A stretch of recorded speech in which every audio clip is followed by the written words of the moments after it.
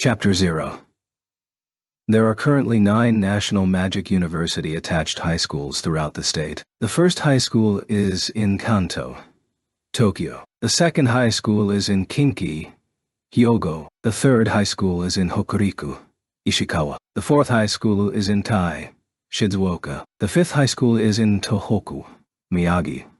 The sixth high school is in Sanin, Shimane. The seventh high school is in Shikoku, Kochi. The 8th high school is in Hokkaido. The 9th high school is in Kyushu, Kumamoto. These are the only magic high schools in the country. It does not refer to the fact that there are only 9 high schools attached to the 9 national magic universities, but rather that they are the sole 9 high schools teaching magic as the main curriculum. To tell the truth, the government is more than keen to increase the number of magic high schools. They are unable to do so because they cannot secure enough mages who go on to become teachers. The first, second and third high schools accept 200 new students a year. The other 6 can take another 100 each. In total, that's 1,200 entrants. This is the limit to the new number of mages that can be produced per year. It's approximately equal to the number of youth with eligible levels of magic that appear in the population. But at the same time, it's thought that if more ample educational opportunities could be provided,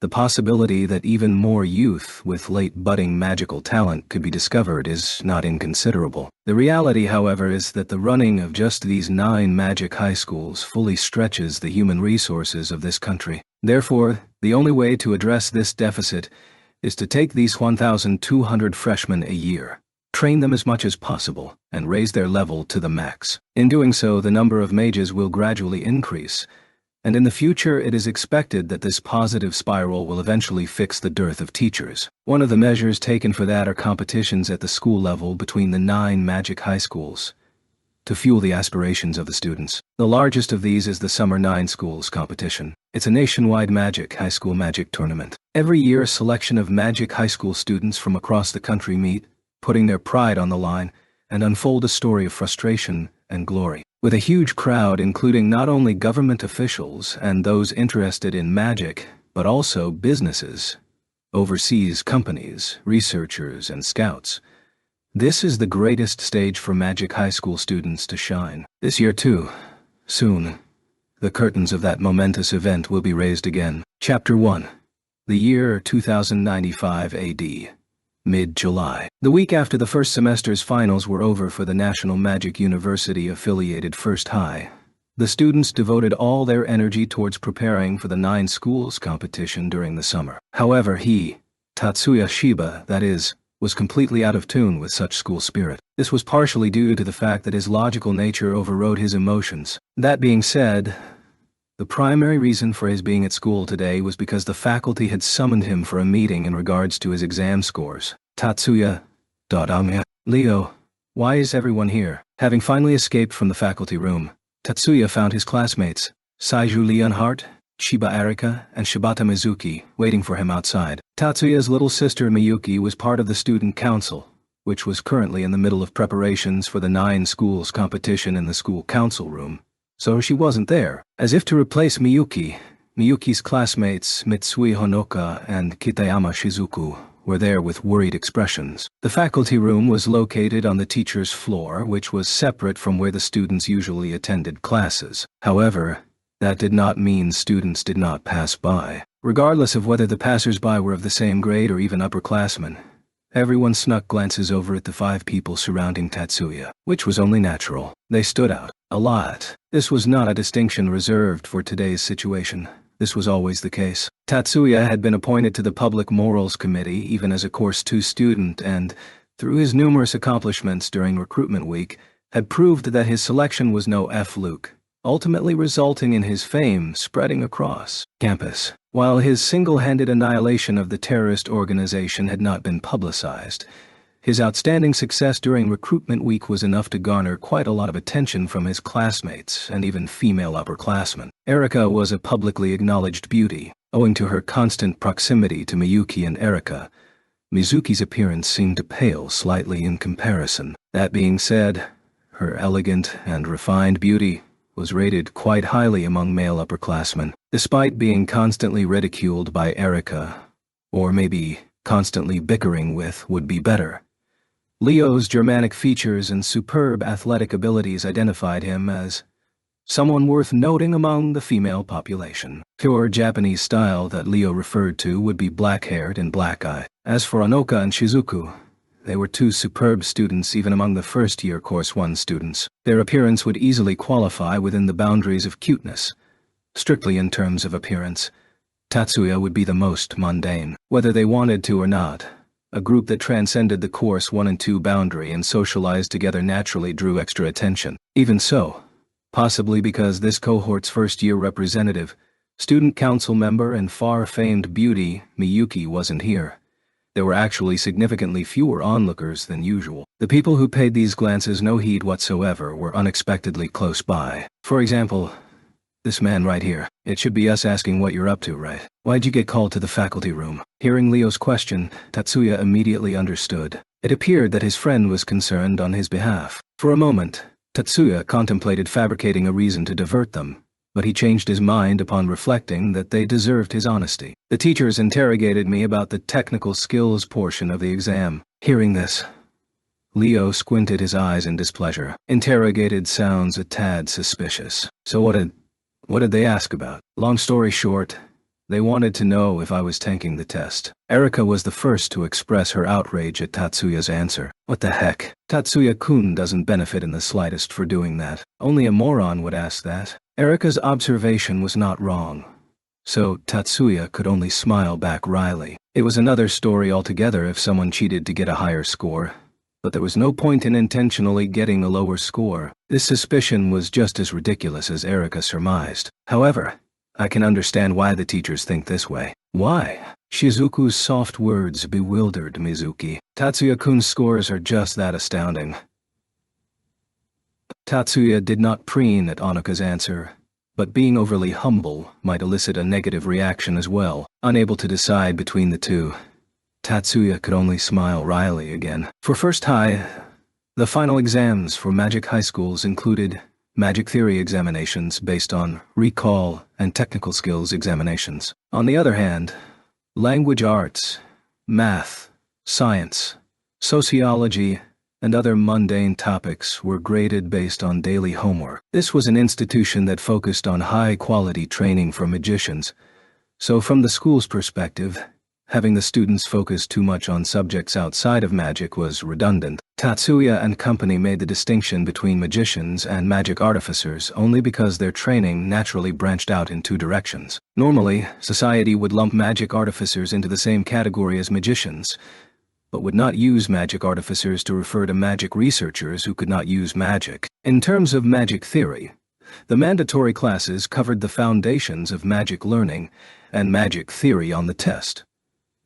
Two additional topics were picked from the electives: magic geometry,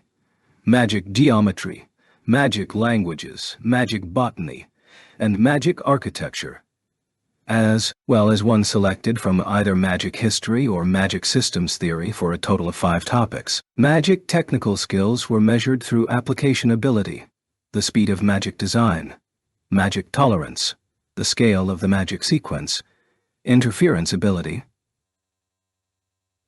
strength of rewriting Ido, as well as the combined magic power given from the culmination of all 3, thus resulting in 4 scores. Students with superlative scores would have their names and ranking publicly announced on the campus website. The first-year students' results had already been announced. Those who had earned the highest combined scores between magic theory and technical skills were completely as expected. First place, Shiba Miyuki. Second place, Mitsui Onoka.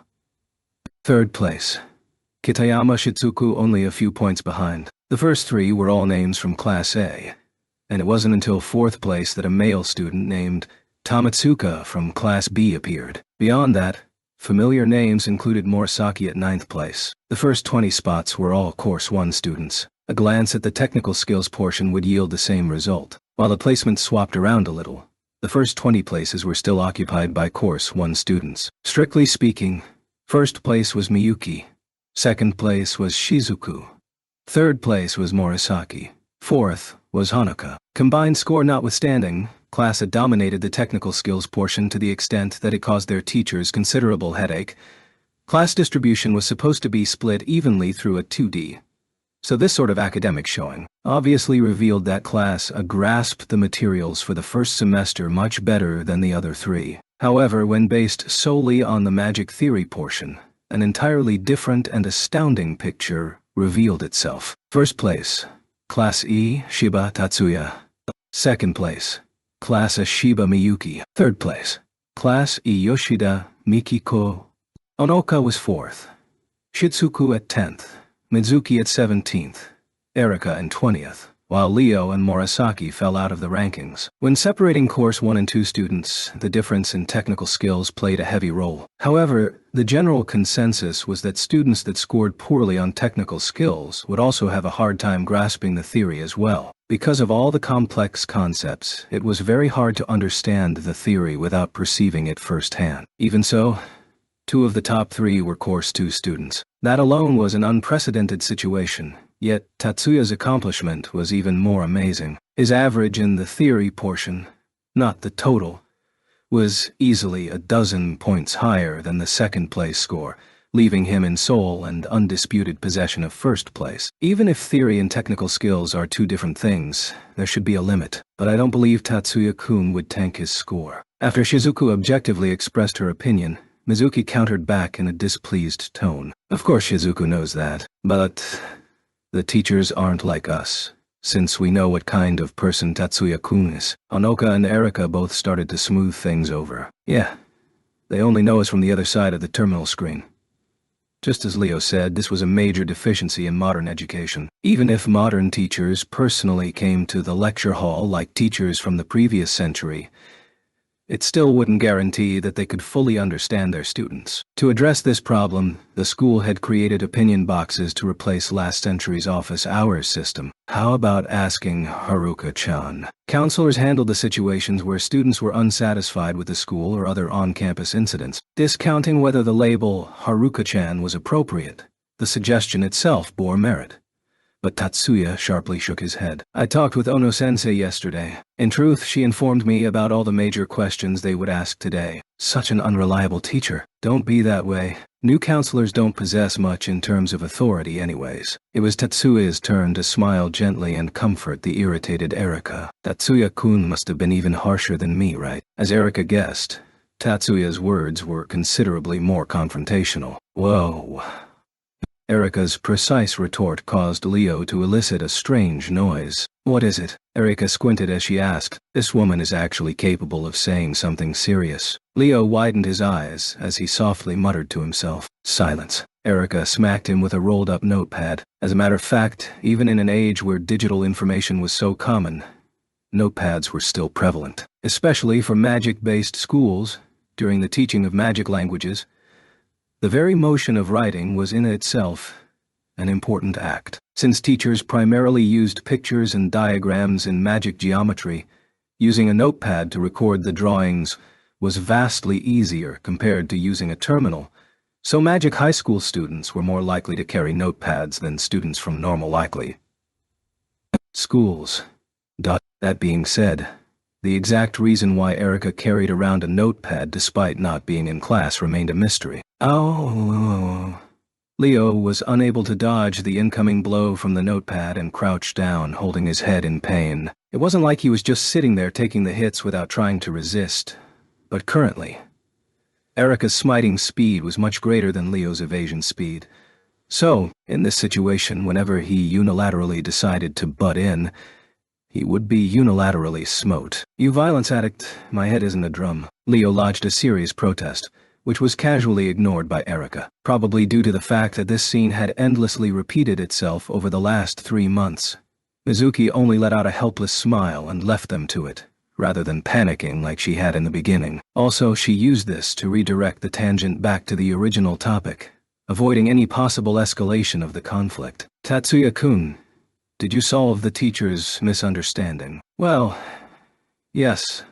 On some level. At Mizuki's concise question, Tatsuya supplied further details with an unwilling expression on his face. The teachers understand that I wasn't intentionally getting them wrong, but they still advised me to transfer. Transfer? Why? Why would they do that? Mizuki and Anaka both shouted out with their faces completely pale. while the other 3 wore similar expressions. Among the 9 schools, 4th High is renowned for their specialty in magic research, so the teachers suggested I transfer there. I declined, of course. 2 people let out sighs of relief, while 2 others looked furious. The former 2 were Mizuki and Haruka, the latter Leo and Erika. The last member of this conversation wore an unreadable poker face. So, if someone doesn't excel in technical skills, then they should join a school that doesn't emphasize technical skills at all. Isn't that completely self-contradictory for a school? I can understand if someone's grades were bad and they couldn't keep up in class, but that's obviously not the case with Tatsuya. Probably because he's an eyesore. Maybe Tatsuya-kun knows more about magic than the teachers themselves. Relax, you 2. If left alone, Leo and Erika would only feed off each other's fury. So Tatsuya stepped in to extinguish them. It's just as Leo said, barely passing is still passing. So there's nothing that would necessitate a transfer. It's possible that the teachers only had my best interests at heart. Regardless, even if that was the case, these best interests possess no empathy and are solely in place to protect themselves. Tatsuya's soft tone did nothing to cover his acidic assessment, causing the originally furious pair to shrink away. This was precisely the cooling effect that Tatsuya aimed for, though the method may be called vile. But alas, the result was not the most ideal. At the end of the day, I think that teachers shouldn't be mistaken in the first place. Just as everyone was hesitant towards what to say next, Shizuku spoke up in a singular manner that was neither supportive nor critical. From the way her comment relaxed the tension caused by Tatsuya's mocking words, the overall effect would probably be categorized as supportive. 4th High doesn't scoff at technical skills, but when compared to the combat-centric magic that would be expressed in the 9 schools competition, they are more interested in further intricate techniques.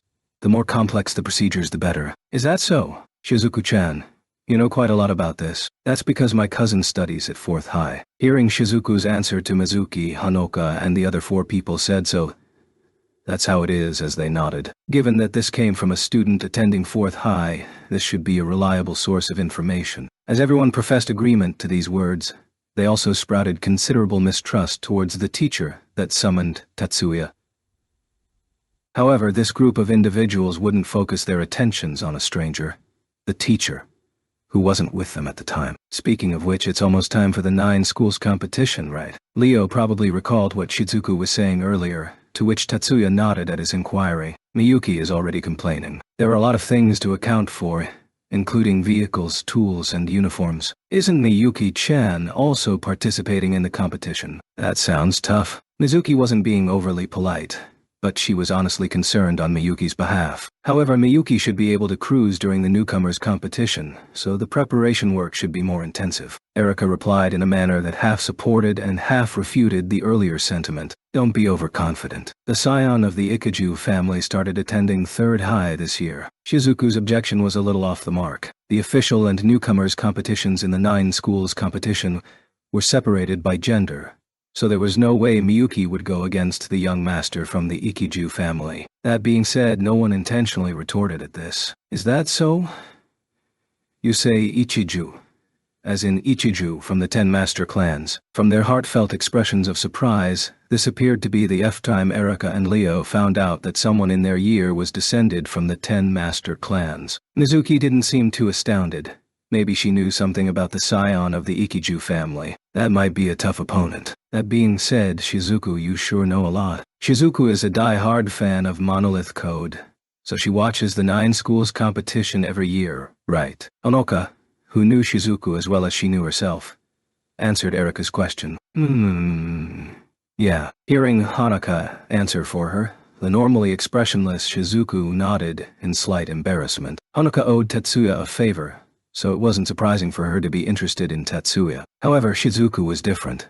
She only knew Tatsuya because her best friend Haruka was interested in him, as well as the fact that he was Miyuki's older brother. Initially, Shizuku had only commented from the periphery, but gradually she had lowered her guard and started expressing herself openly. Now that you mention it, besides the all-Japanese and the International University intramural, Monolith Code can only be seen at the 9 schools competition. Standing diagonally across from the embarrassed Shizuku, Tatsuya nodded upon hearing Hanuka's answer, wearing an expression that signified that he understood that sentiment. The 9 schools competition was an inter-school competition between high schools affiliated with magic universities. In other words, it was an internal competition that happened to be open for public viewing. That was because the 9 schools competition was one of the few stages that provided magic competition as entertainment. Every year, a total of 1,200 students entered their first year at the 9 magic high schools. In comparison, there were anywhere between 12 and 1,500 young men and women of age 15 every year who developed enough magic talent to be accepted. In other words, for the youths that manifested magic talent, if they aimed to become magicians or magic artificers, almost every single one of them would enter one of the 9 magic high schools. Hence why the magic competitions at the high school level, besides kenjutsu, martial arts, and a few others, were completely monopolized by the 9 magic high schools. In order to allow the general public to better understand and become invested in magic competitions, as well as to further society's acknowledgement of magic, the 9 schools competition had become one of the few major events to propagate these ideas. Our toughest opponent this year is going to be 3rd High. Right. Probably. Knowing this to be Shizuku's area of expertise, Erika specifically asked for her opinion. In response, Shizuku simply nodded happily. And this year you're not in the audience but one of the contestants. Right. Shizuku was 2nd place in technical skills for their year. So even if the official roster hadn't been publicized yet, Shizuku was like Miyuki in that they were guaranteed to be selected. Yeah. Hearing Mizuki's question, Shizuku quietly nodded in response, her face illuminated with motivation. After finals were over, Tatsuya spent almost every afternoon in the HQ of the Public Morals Committee. Immediately after summer vacation, the election for the new student council president would be held. After a new president was elected, a new Public Morals Committee would be selected, along with its new corresponding chief based on the new elections. According to tradition, more like according to bad habits, there had never been a smooth transfer between chiefs of the committee. More often than not, the unorganized activities record and current members were tossed to the incoming chief to handle. That being said, after Mari took over as chief during her first year, there would be no problem with the transfer the following year. However, the second-year students in her Public Morals Committee had insufficient experience, so Mari wished to minimize the confusion during the transfer of power between chiefs. Regarding all the documents necessary for the transfer, Mari tossed that responsibility to Tatsuya. I'm starting to think I'm a goody two-shoes. A goody two-shoes that's bad to the core. I think this dual nature of yours is quite interesting.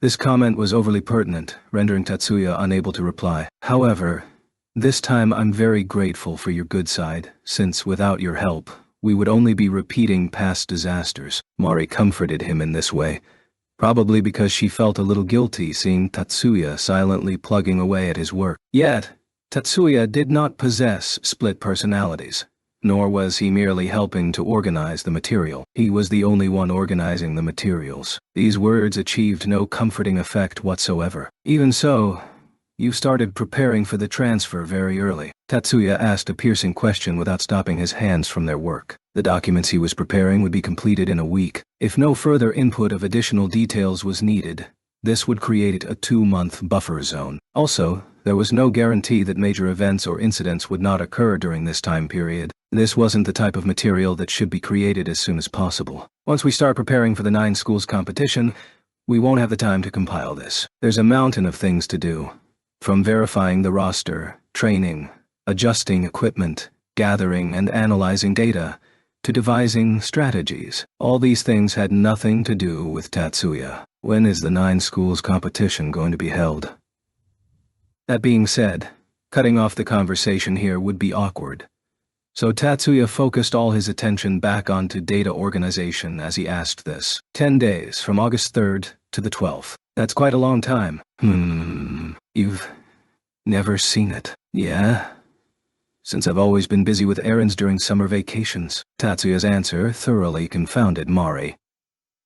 But according to Mayumi, your little sister goes to see it every year, to the point that she even remembers what events we competed in. Tatsuya almost burst out laughing. No, it's not like we're attached at the hip 365 days a year.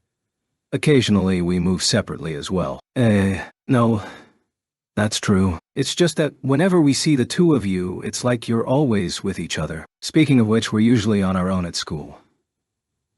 After Tatsuya objectively pointed this out, even if Mari's expression revealed her incomprehension, she nevertheless still accepted it. If that's the case, no wonder you were completely lost when I started talking about the preparations for the 9 schools competition. Yes, to be honest, I don't even know what competitions are being held. I only know about Monolith Code and Mirage Bat. While it was true that he was multitasking between making conversation and creating the data files, this only served as a refresher for Tatsuya. And for Mari, who was currently idle, or more like the one who didn't want to do anything, this was a good way to pass the time.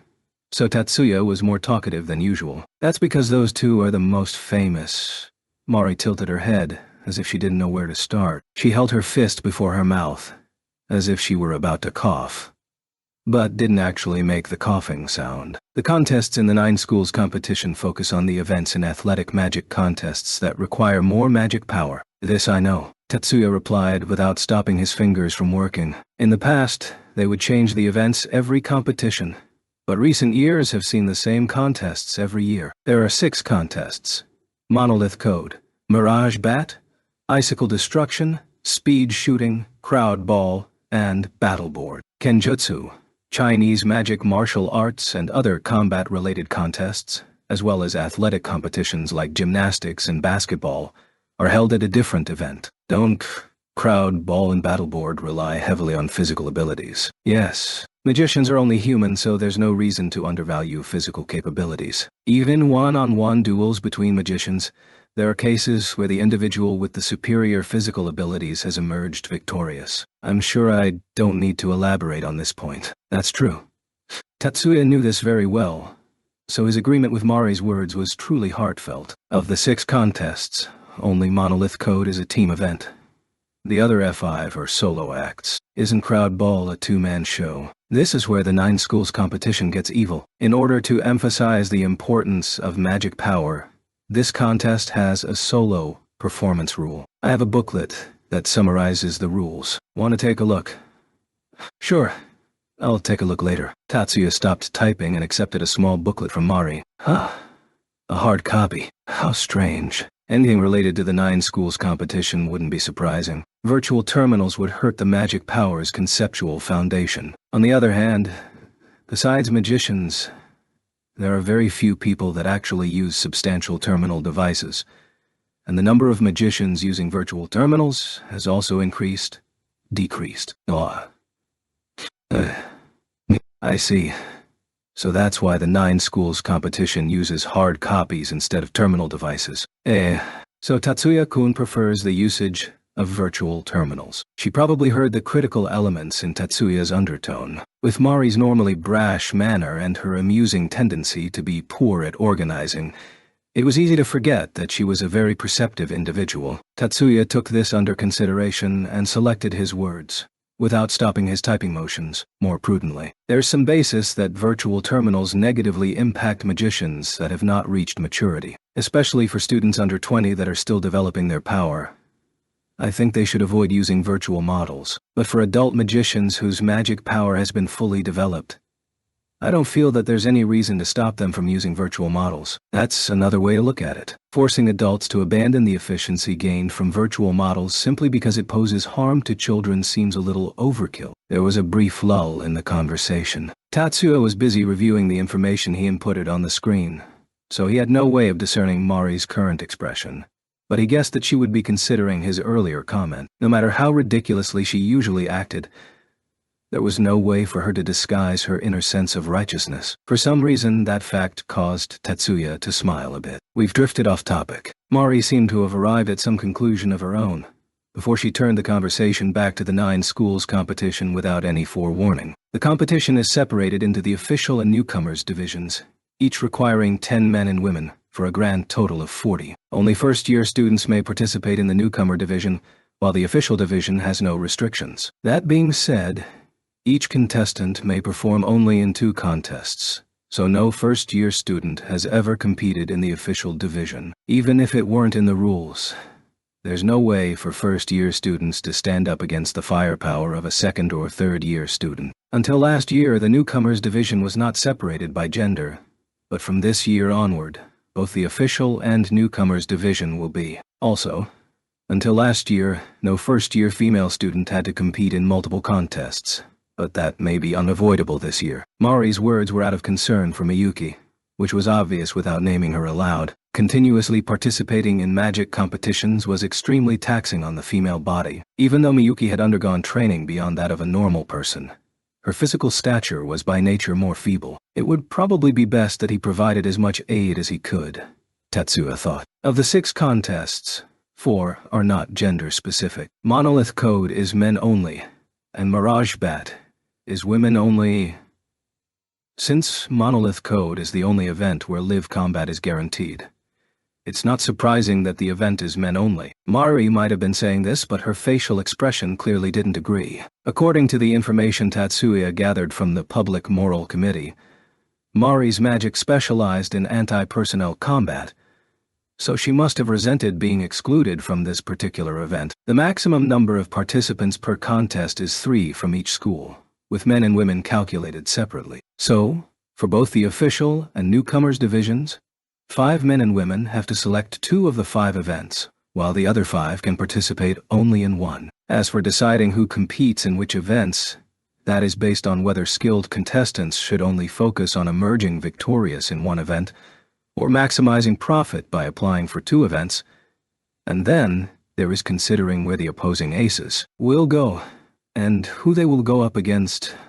Since this is a team-based competition, all of these details are very important, of course. Besides the contestants, the 9 schools competition allows each school to bring 4 people as tactical advisors, but not every school takes advantage of this option. Our school always brings the maximum amount of personnel each year, but schools such as Third High opt to waive the tactical support when competing, relying solely on their contestants to decide their tactics. Yet, ironically, they are our toughest opponent. We've only lost to them twice, once 3 years ago and the other time 7 years ago. The 9 schools competition switched to a summer format 10 years ago. Since then, there have been 9 competitions. Our school has been the champion 5 times, Third High twice, and Second High and Ninth High have each won once. I believe this year's goal is for a 3-peat. That's right.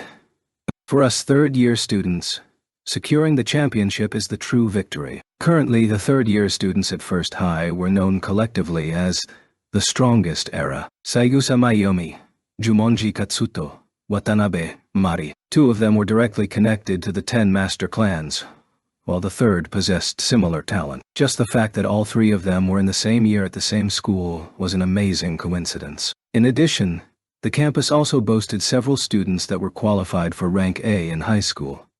They were unable to obtain their licenses due to limited experience, but their raw ability alone was sufficient for their ranking based on all international standards. Even before the official roster for the 9 schools competition had been announced, First High was already seen as the favorite to repeat as champions. Even if the underground gamblers were using the 9 schools competition as a setting, no one was taking odds for First High. That was how overwhelmingly powerful their group was. I hear that if everything goes according to plan, our school's victory is a foregone conclusion. Probably. There are no concerns on the contestants' end, even taking the newcomers division into consideration. As long as there's no major mishap, we should win off the points from the official division. If there were any real concerns, I'd say it would be engineers. Engineers? You mean people responsible for CAD maintenance? Exactly. Except the official term from the 9 schools competition is technicians. The CADs used at the 9 schools competition must be universally adaptable, so only models that fit the criteria are allowed. On the other hand, there are only restrictions on the hardware itself. There are no restrictions on software. How well individual CADs can be synchronized to the appropriate contestant, and whether the maintenance can bring out the contestant's maximum potential, are absolutely decisive in determining victory. How fast an activation sequence initialized was entirely reliant on the CAD's hardware, but the efficiency of magic sequences was heavily influenced by the design of the CAD software. Given that a single second could spell the difference between victory and defeat in athletic competitions, a properly devised software program was of vital importance. By no means did this imply that the more intricate the design was, or the more processes that were used, the better the software became. Software that surpassed the processing power would cause more harm than good by obstructing the hardware itself. Given that there was a glass ceiling for hardware, the selection and allocation of software became even more important. Tatsuya believed that, under these conditions, the competition results could change dramatically based on the engineer's skills. Right now, there's a dearth of talented engineers in third year when compared to qualified contestants. Mayumi and Jumonji are capable of maintaining their own CAD so they won't have problems during the competition, but in other words, Mari did not excel in this category. Tatsuya accurately read the inference behind Mari's vague words, but precisely because he understood, he chose to say nothing. He allowed his attention to drift away from Mari's small talk and focus back onto the data files. Improvements in central control of public transit had led to the complete overhaul of the trolley system, with trolley cars becoming the primary source of public transportation within the city proper. The cars on the tracks were completely controlled by a central operating room in order to ensure safety, ease of access, and the ability to combat the high volume demanded. On the other hand, the advancement of the public transportation system had not proceeded as planned. The program for connecting all the highways had already been inputted into the system, but most of the normal roads and expressways within city limits were still controlled by the city and had not reached a national level. In comparison, the AI for driver assistance had improved dramatically. As long as they hadn't been illegally modified, modern cars were incapable of causing accidents even if they tried. Katsuto's car was able to directly impact Blanche's HQ because that was a military model. Vehicles exported to other nations also possessed the same AI system, allowing smaller countries to also benefit from this system even though they didn't have the capability to develop it themselves, which in turn lowered the frequency of accidents. Even further, from an international standpoint, individual control systems trumped central control systems. Despite this, there was still a price to pay. New drivers, or to put it bluntly, bad drivers, wouldn't run the risk of causing accidents, but it was easier for them to cause traffic jams. Even if consecutive crashes could be avoided, there was no avoiding situations where everyone slammed on the brakes.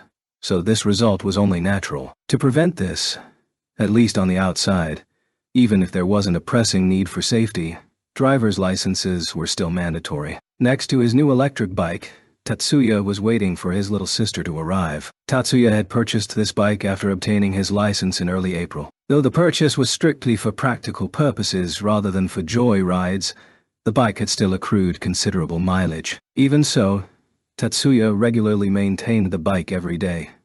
So, even after 2 months, the bike was still in mint condition. "Ono-sama, sorry for the wait." Upon hearing the voice, Tatsuya shifted his gaze over as the headlights illuminated his sister's slim body. Miyuki's long hair was done up in a bun while she wore a biker's suit in the same fashion as Tatsuya's own. The custom-fit suit hugged her curves, hinting at the fullness of her womanly charms. As Tatsuya put the helmet on Miyuki's head, Miyuki smoothly lifted her chin. His little sister's seemingly natural motion caused Tatsuya to wryly grin, but he still buckled on the chin strap for her. Miyuki shrank her neck as if ticklish, to which Tatsuya responded with a smile as he put on his own helmet before climbing aboard. He took out his goggles, then motioned Miyuki to hold on tight. Tatsuya verified that Miyuki was holding on to his waist, and that she was pressed against his back before adjusting his goggles and raising the output of the continuous motion device, equivalent to the gas pedal of motor vehicles. The electric bike that the siblings rode sped away beneath the night sky. Their destination was Yakumo's temple. However, the one training tonight was Miyuki and not Tatsuya. Miyuki had already been selected as a participant in the 9 schools competition, so additional preparation was necessary. The events in the 9 schools competition heavily emphasized the need for magic talent, but at the same time, did not wholly ignore physical characteristics. In the battleboard event, contestants with faster reflexes and a better sense of balance held the advantage, while the crowd ball event required a good balance between tactics and stamina. For Miyuki, who excelled in speed and freezing magics, icicle destruction was almost specifically designed to show off her talents. Forget the newcomers division. She could probably cruise to victory even in the official division. However, with the individual contests split by gender causing the number of events to increase, Miyuki was also going to participate in the Mirage Bat event, where she would have to use a bat to split open the balls of light floating in the air. Miyuki also received martial training from Yakumo alongside Tatsuya, so her frail frame belied her superb physical status. Even so, given that there weren't many opportunities lately for her to exercise.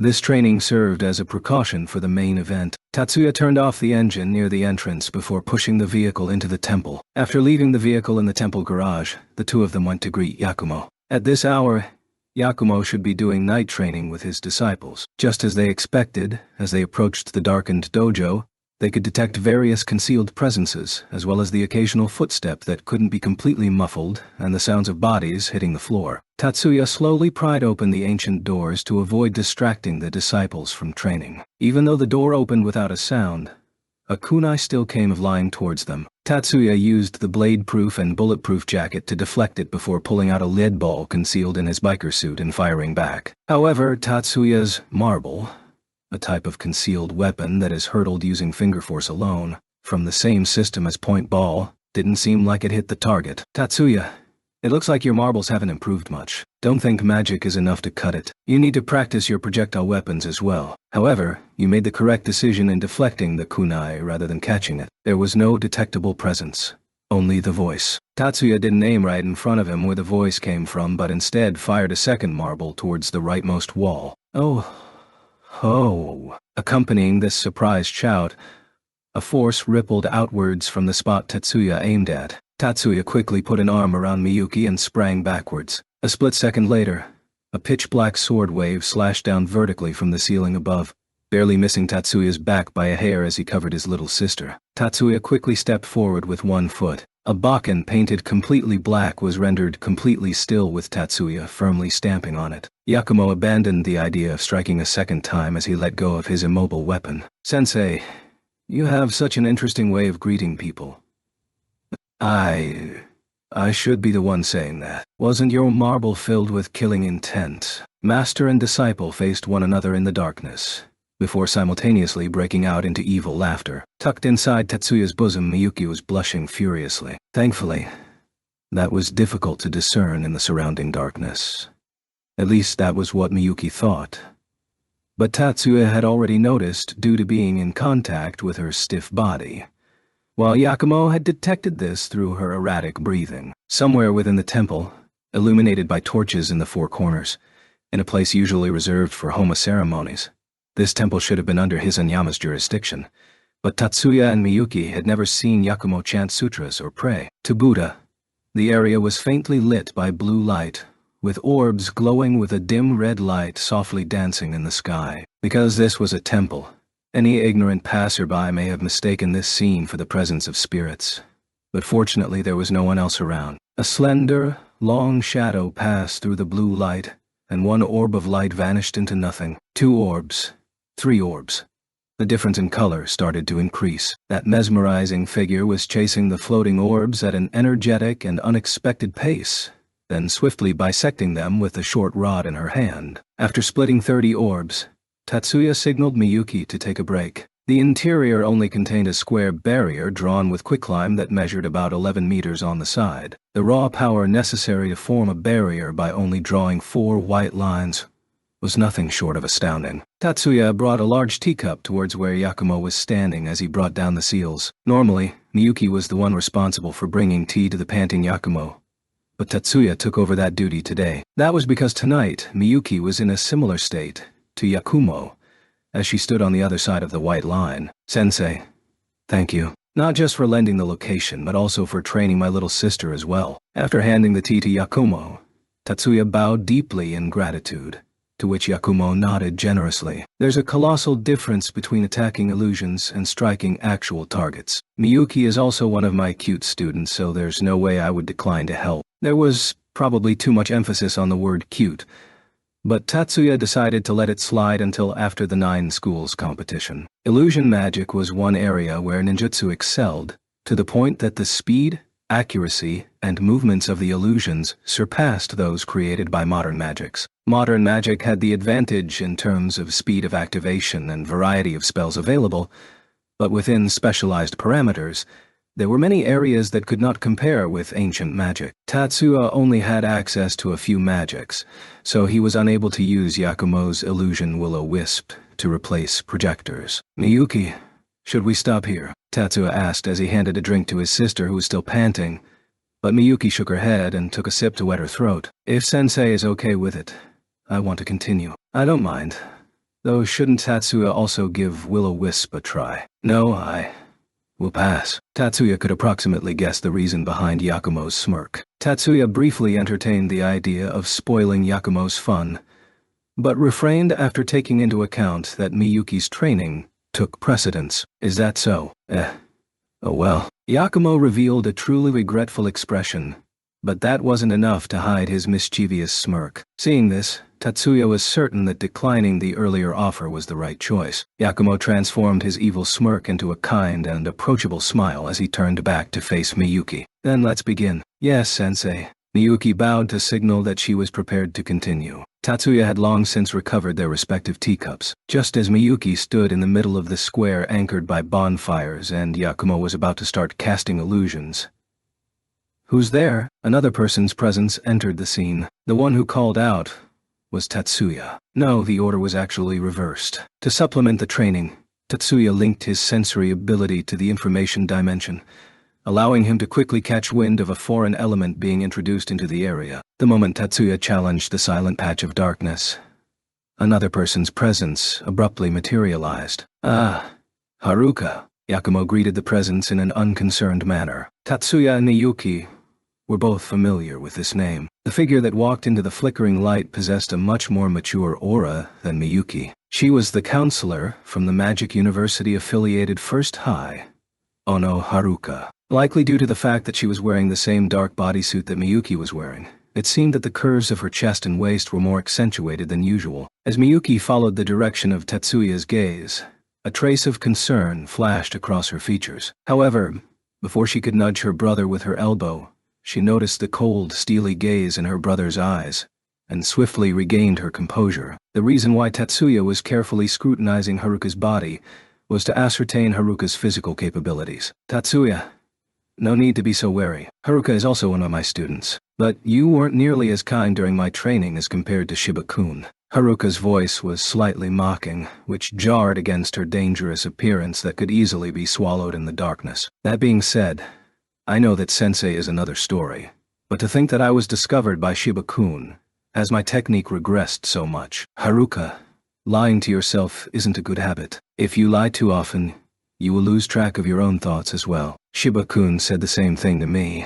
Oh, looks like I said something unnecessary. Anyways, let's set this aside for now. Haruka's cloaking was almost perfect, so there's no need to stress about that. If you really think that your skills have regressed, that is. Haruka revealed a mottled perfunctory smile and accepted Yakumo's hinted gaze. She shouldn't be able to get off that easily, nor should she have planned to do so in the first place. Seeing Yakumo's smirking expression, this was probably how the two of them normally interacted. Tatsuya didn't detect your presence normally. He has a pair of special eyes that are different from ours, so if you want to fool him, you need to disguise your presence rather than try to hide it. I see.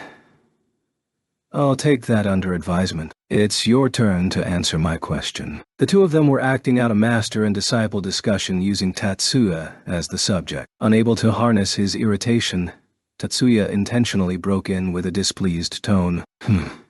It is unfair to give only Haruka information. You don't mind, right, Haruka? Yakumo intentionally let out a sound to create an opening, but given his current attitude, it was obvious that he was calculating when Tatsuya would interrupt them. In response to Yakumo turning the conversation towards her, Haruka immediately shrugged her shoulders and replied, "Even if I said no, you guys would probably discuss this when I'm not here, right?" Essentially, Haruka had already given up on hiding. Since the person in question has given her consent, then I'll go ahead. Haruka is an investigator for public safety. Yakumo's explanation was very simple, as just this alone would be sufficient. Even so, Tatsuya hoped that Yakumo would take it a step further. You don't look very surprised. However, Yakumo posed a question of his own. It appeared that he was expecting the Shiba siblings to be astonished. Not just Tatsuya, but even Miyuki accepted Haruka's real identity without batting an eyelid, which surprised Yakumo considerably, or perhaps it would be more appropriate to say that it disappointed Yakumo considerably. I have my own information network, so I know that Ono-sensei isn't military. Ruling that out, the only possibilities were public safety, Police Department of Public Safety, Internal Affairs, Cabinet Agency of Data Supervision, or Foreign Spy. Tatsuya's answer caused Yakumo to furrow his brows. Rather than saying information network, it's more like he provided you with that information. Is that okay? Given his position, he may be dishonorably discharged for leaking confidential information to a high school student. That being said, Yakumo's perfectly calm expression clearly showed that he wasn't overly concerned. In terms of position, Sensei is roughly the same. So, Ono-sensei is public safety's undercover agent in the guise of a counselor to investigate the anti-government activities centered around Blanche within the first high campus.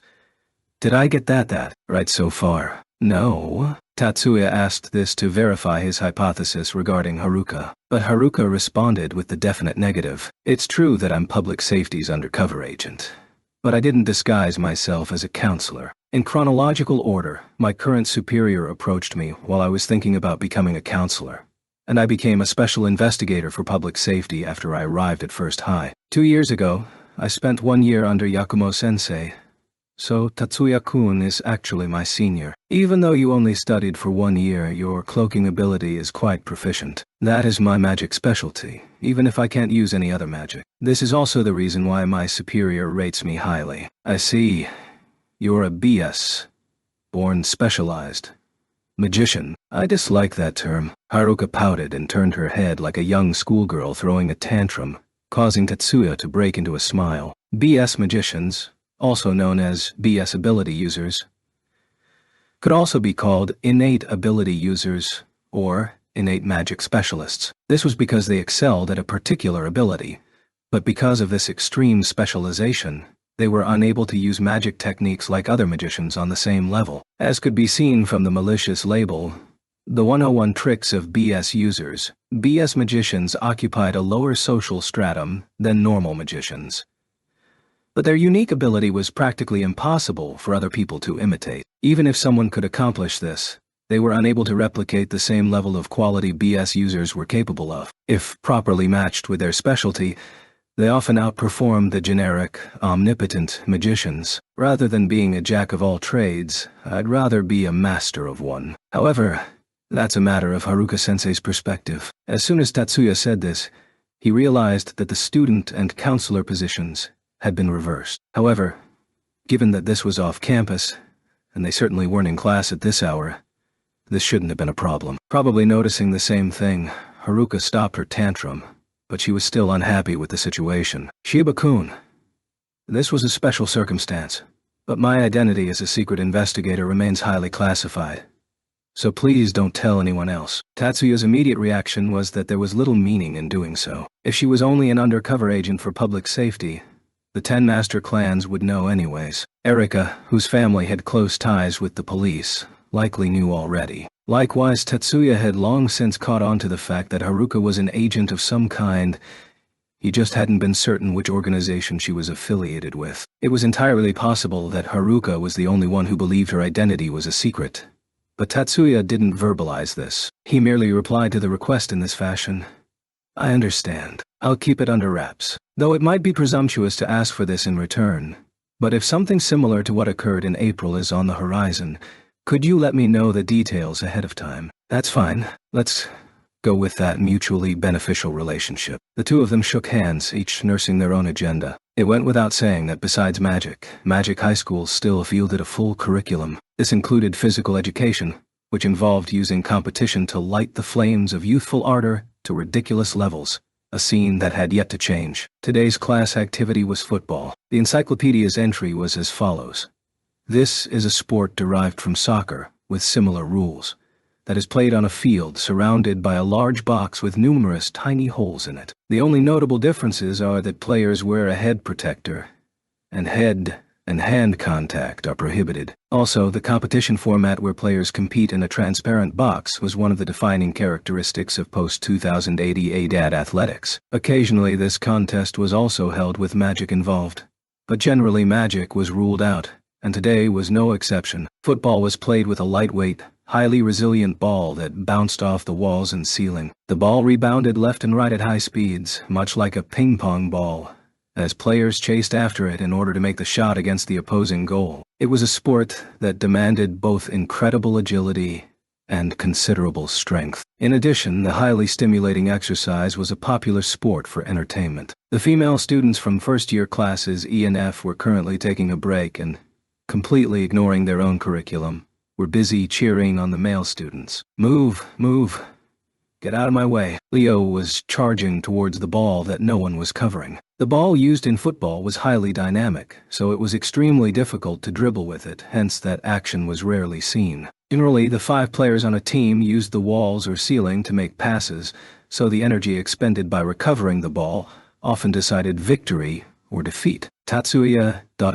Crossing the entire field, Leo passed the ball to Tatsuya in midfield with the force of a shot. If he tried to trap the ball with his chest or abdomen, he might be knocked to the floor, so Tatsuya kicked the ball directly upwards, allowing the ball to lose some its force from the rebound on the ceiling before trapping it neatly beneath his foot. After receiving this pass with machine-like efficiency, Tatsuya sent the ball careening off the wall, using the rebound to pass the ball. Along the axis of the rebound stood another slim youth. Rather than calling him slender, he may have been more accurately described as well-built. Currently, he fearlessly received Tatsuya's high-speed pass in one motion, and immediately shot on the enemy goal. The electric chime signaled the goal, accompanied by the cheers of the watching female students. That guy isn't bad.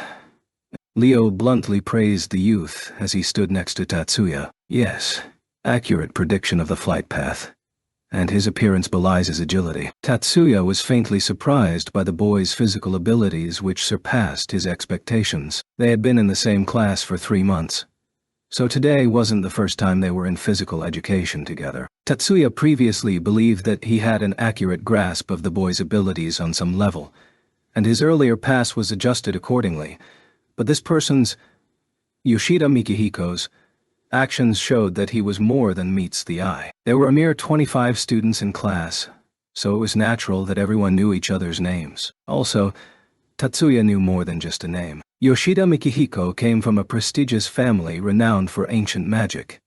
He was a direct descendant of the Yoshida family. The Yoshida family possessed an outer systematic ancient magic called spirit magic, and it was rumored that they passed on their traditional methods of training as well. Given that it was a traditional method of practice, arduous labor was probably at the center of it. If so, members of that family would naturally possess highly capable physical specifications. The cause of Tatsuya's surprise was that Mikihiko's appearance gave no hint of this whatsoever. Specialists that excelled in concealing their power always pop up in the most unexpected places. With that in mind, Tatsuya sent the incoming pass spiraling towards the enemy goal. With Tatsuya and company dominating the floor, their team easily cruised to a crushing victory. Tatsuya returned to the observation area and sat down with Leo near Yoshida Mikiko. Nicely done. By the time Tatsuya spoke up, his breathing had become perfectly even. You guys as well. Just like Tatsuya, Yoshida Mikiko's breathing wasn't ragged. Tatsuya hadn't formed social links with every classmate, likely because his personality was the type that usually ignored others. This caused a portion of his peers to see him as a cold individual, so only about half of first-year class he was willing to converse with him. However, Mikihiko was even more extreme in his aloofness, and, including himself, Tatsuya had never seen him speak with any of their mutual peers. On enrollment day, he was the first one to leave the classroom by himself. Even Leo, who moved in social circles much broader than Tatsuya had, only nodded to Mikihiko in passing until now. Yoshida, you're pretty good. Don't take this the wrong way, but I was quite surprised. Mikihiko's performance seemed to have reminded Leo of something, so he asked Tatsuya. Tatsuya extended the greeting first, but it was Leo who had suggested it, to sit near Mikihiko. Leo's welcoming tone might have caused some people to think he was being overly familiar. Mikihiko.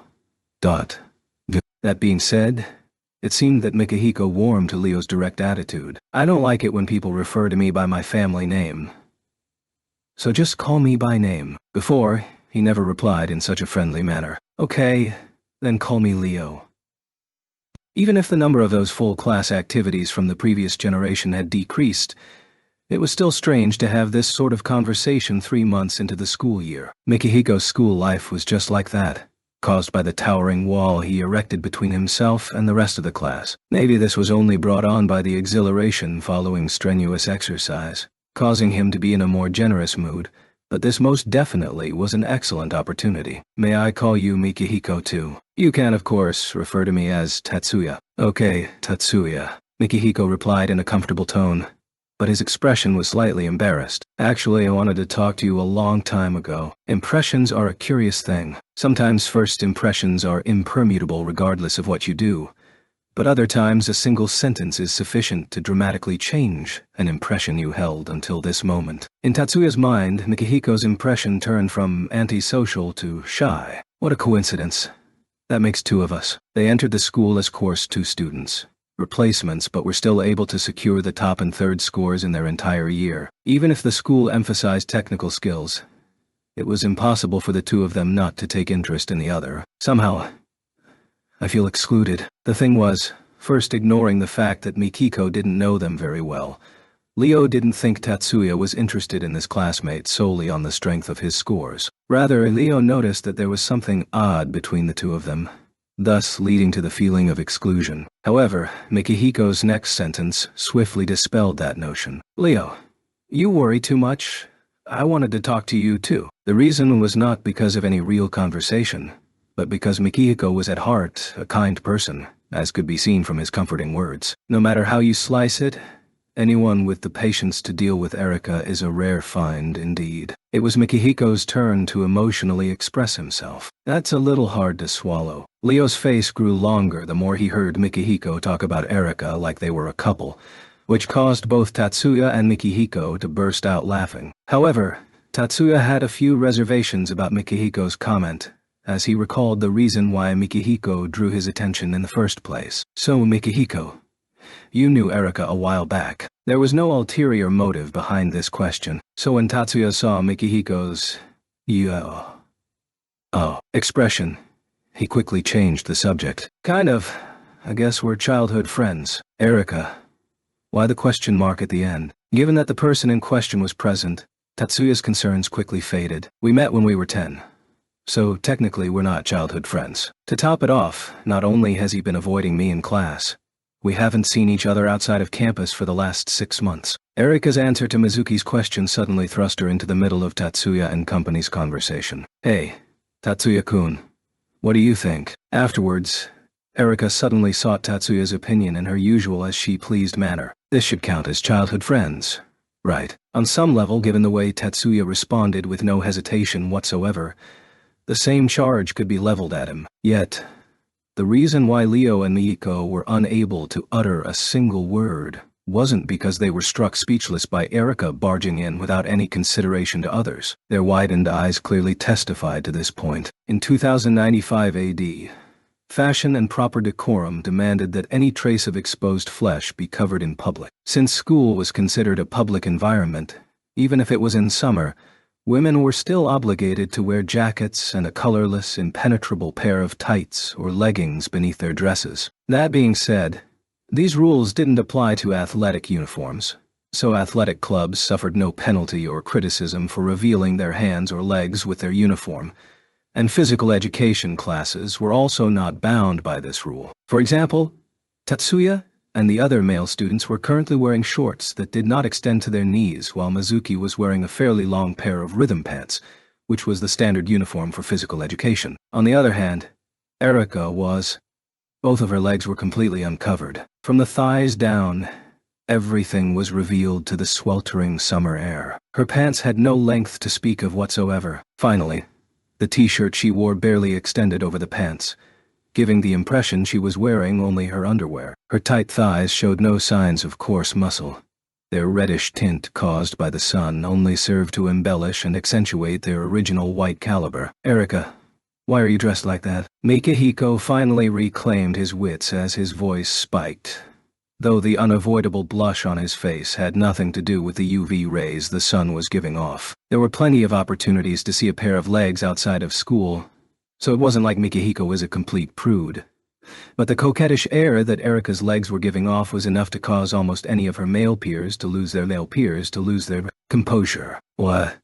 This is the traditional women's athletic uniform. It was obvious with a single glance what state Mikihiko's mind was currently in, except Erika never mentioned it at all as she tilted her head sideways, and replied back with a surprised expression on her face. It certainly didn't look like she was dressed like that solely to tease her childhood friend. That's traditional. That being said, the man of the hour thought this was all to tease him, as could be seen from Mikihiko's face that colored even more in fury. Is that so? I thought this was some unique design for the rhythm pants. Tatsuya interjected to change the pace and to prevent Erika from unintentionally pouring more fuel on the fire. This isn't a pair of rhythm pants. Saying this only changed the victim from Mikihiko to Tatsuya. But one glance at Tatsuya's stoic face was sufficient to tell that he far surpassed Mihiko in composure and patience. No, it might be more appropriate to say that Tatsuya wasn't sensitive enough to fall for Erika's provocations. But these aren't tennis briefs either, right? Even I'm not interested in wearing just the briefs and not the skirt. These are called bloomers. Bloomers. Sounds like brooms. Did they used to wear those while cleaning? Don't be stupid. Didn't I just say these are athletic uniforms for women? It was difficult to tell if Tatsuya was intentionally playing ignorant, which put Erika in an awkward position. Speaking of bloomers, are these it? Leo finally came around. During the age of immorality, when female high school students received allowances from middle-aged men too. However, regardless of whether it was for him or Erika, this was undoubtedly a bad time for Leo to recover. Idiot. Shut up. Beat red. Erika exploded in outrage. At the same time, she raised one foot and furiously kicked Leo in the shin. Leo bent over and grabbed his shin in pain, while Erika pranced around holding one foot. This verbal and physical exchange looked to have ended in mutual defeat. Compared to the earlier, Tatsuya and Company's contest, this one went back and forth. Both sides repeatedly claimed the lead from the other. The two teams were of equal strength, but were restricted to the caliber of high school students. There were very few female students watching, since they had their own lessons and could only ditch for so long. On top of that, physical education classes differed from magic technical skills class, in that most physical education classes had instructors available. The difference in raw number of teachers available between magic classes and normal classes could be seen here. I can't believe you. Is your brain stuffed with that type of nonsense? Now, only Erika and Mizuki were present to watch the boys' contest. Shut up. That's what the books say. At Erika's scornful look, Leo realized that his position was rather bleak, so he replied rather flippantly and never dared to look her in the eye. Not striking someone while they were down was one of Erika's merits. I have no idea what books you're reading. Speaking of which, Mickey was looking at me in the same way. Is this really that arousing? Maybe she was just easily distracted. Erika, I think you'd be better off wearing rhythm pants too. Given Mizuki's reluctant tone, she probably belonged to the I think, but can't say category. That's true. It's not as flexible as I imagined. And a little too tight too. At that, two male students quickly turned around, but thankfully, Erika didn't notice. When I dug this up in the cabinet, I thought that no one had worn this and the measurements were perfect. But I think I'll go with Mizuki's suggestion and change back to rhythm pants. Yeah, I think that's for the best. This wasn't exactly what Mizuki was aiming for. But she nodded in emphasis regardless.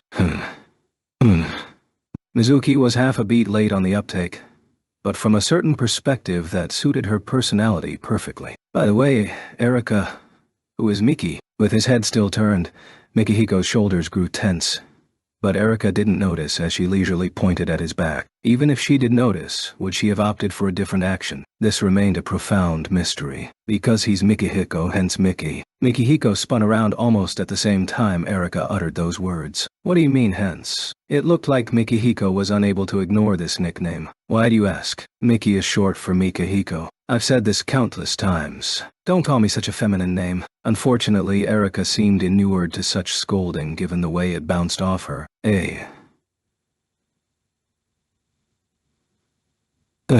So you prefer Hiko-kun. Erika's face adopted a, why didn't you say so earlier? Look as she rounded on Mikihiko. Why is this happening? Don't unilaterally decide to shorten other people's names. So you want me to call you Mikihiko?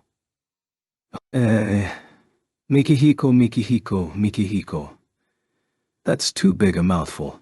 I don't want to call you that. Mikihiko wasn't the only one who thought this was ridiculous. Don't you feel embarrassed by it? What do you mean embarrassed? Erika suddenly bent at the waist. Mikihiko. Erika brought her face directly in front of the sitting Mikiko and softly murmured his name with a melodious voice. His fury forcibly overwritten by other emotions, Mikihiko was struck speechless. Who is that? It wasn't just the person in question, but even Leo was wavering. Quite the impressive, destructive power. Well, isn't it embarrassing? Erika's hair seemed to grow at an accelerated rate. She had entered school with her hair cropped short, but after 3 short months it had already grown to shoulder length. She tucked her hair behind one ear and revealed a delighted smile. No matter how obstinate Mikihiko was, even he wasn't able to quell his wavering heart. In that case, stuttering, Mizuki softly whispered. Her personality was probably the more merciless one. Fortunately, Mikihiko didn't have the excess mental capacity to hear Mizuki's words. Just call me by my family name. I thought Miki hated other people calling him by that. That comment had been made too rashly. Mikihiko's face tightened. His red, panicked face and attitude were the same as before. In addition, there was a deep sense of shame tucked beneath the anger. However, Tatsuya felt that Mikihiko currently hid dark emotions that bordered on hatred. Erika, isn't it time for you to go? At the risk of being a busybody, Tatsuya interposed on this conversation and directed Erika's attention onto himself. Tatsuya discreetly pointed behind him where the coach, the physical education teacher, was glaring over at them. Shit. Tatsuya-kun.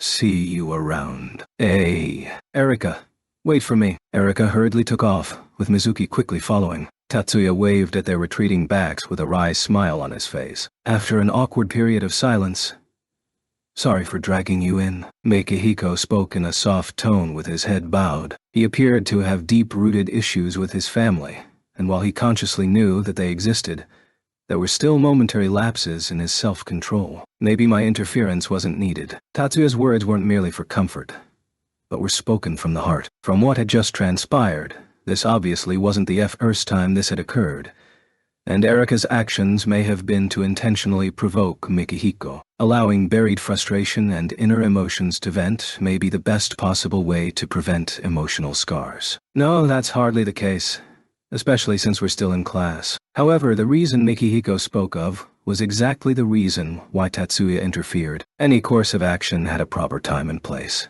especially since Tatsuya didn't want to become mired in Mikihiko's, or maybe Erika and Mikihiko's ongoing issue. That being said, Tatsuya is certainly a calm one. Mikihiko abruptly changed the topic, possibly because he shrewdly detected Tatsuya's not interested in getting entangled mood. What brought this up? Given the conversation up until this point, Tatsuya understood that Mikihiko might portray a certain attitude in class, but he was actually very sensitive to others' moods and emotions. It was just that this change was too abrupt, to the point that any sense of logic was lost. What do you mean, what?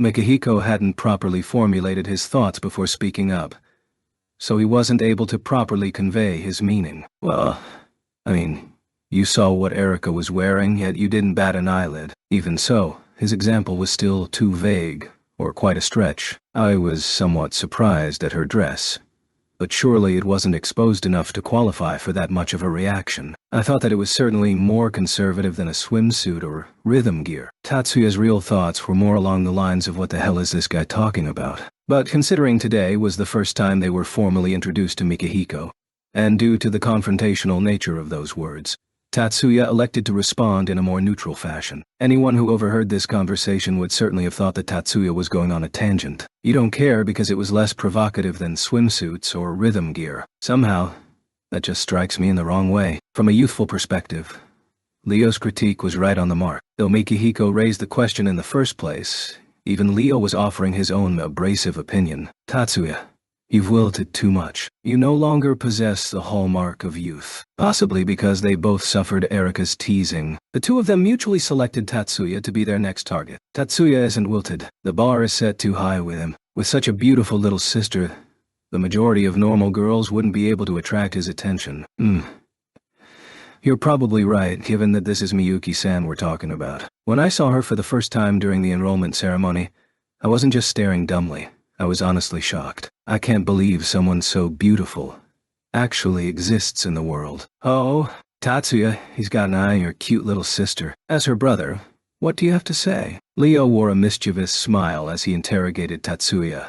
But the person who answered wasn't the currently beset Tatsuya, but Mikihiko, who had just been betrayed by his comrade. Don't be like that. You're reading too much into it. I was just talking about it, and I have no plans to take the next step, since just thinking about it makes me shake in my boots. If I were looking for a girlfriend, I'd hope I could find a more relaxing and easygoing partner. Mikihiko's words led to Leo nodding deeply in agreement.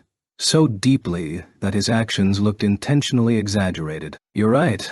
Not only that, a hardcore brocon is hard enough. But to get past the invincible siscon older brother, the bar is just too high. Leo, it looks like we need to have another in-depth conversation. No, that would be too terrifying. I don't want to put my life on the line for something like this. Tatsuya's heavy gaze caused Leo to quiver in an overblown fashion. Anyone could tell that Leo was acting, but a portion of the shaking seemed to be genuine. A point that aroused great interest from Mikihiko as he gazed at the two of them. Leo was taller than Tatsuya by a margin. His limbs were also thicker and stronger. From his performance during their team competition, their agility should be roughly equal. Tatsuya was rumored to have studied under a famous ninjutsu sensei, but was he really that capable in a fight? Enough to overcome his deficit in magic power? Mikihiko wasn't aware why he drew Tatsuya's interest, but he knew from the get-go why he was interested in Tatsuya. Mikihiko was interested in the reason behind Tatsuya's prowess. He was a newly enrolled Course 2 student that could go toe-to-toe against Course 1 students and triumph. Mikihiko wanted to know how Tatsuya obtained such power. For Mikihiko, he earnestly wanted to find a way for him to bridge the gap in magic power, a replacement for the power he lost a year ago. Up until 1 year ago, Mikihiko was held to be a prodigy, the star of tomorrow that the Yoshida family rested their hopes and dreams on. Within the various magics of the Yoshida family that had been passed down, one of the core techniques lay in summoning magic, a skill that Mikihiko possessed enough talent in to eclipse even his older brother who had inherited the family mantle. From early adolescence until that accident, Mikihiko had always seen himself as one of the strong, and was thus unable to accept his fall from grace. He knew he was being overly anxious, and he also realized he was withdrawing himself. That feeling of being powerless was sapping away his energy, forcing himself deeper and deeper into the corner. This past year he had been relentlessly pursuing knowledge of the arcane. He had also been practicing martial arts that he had hitherto been lukewarm towards. Even so, he was still unable to feel that sense of loss. So once he learned that Tatsuya was also a student with inferior technical skills and imperfect magic ability, yet was still able to overcome upperclassmen that boasted greater magic power, there was no way Mikihiko could not be drawn towards Tatsuya. A close combat technique capable of overcoming a deficiency in magic power. Mikihiko wanted to let Tatsuya and Leo compete against one another so he could see with his own eyes. Subconsciously, he also wanted to challenge Tatsuya at one point. Mikihiko. That was probably the reason. Hearing his name suddenly called, Mikihiko fell into a combat crouch. Seeing his reaction, both Tatsuya and Leo forced a smile. Please, is there a need for such a murderous reaction? What is it? I was going to say you've suddenly gone quiet. Then you fall into that stance. No. I'm sorry.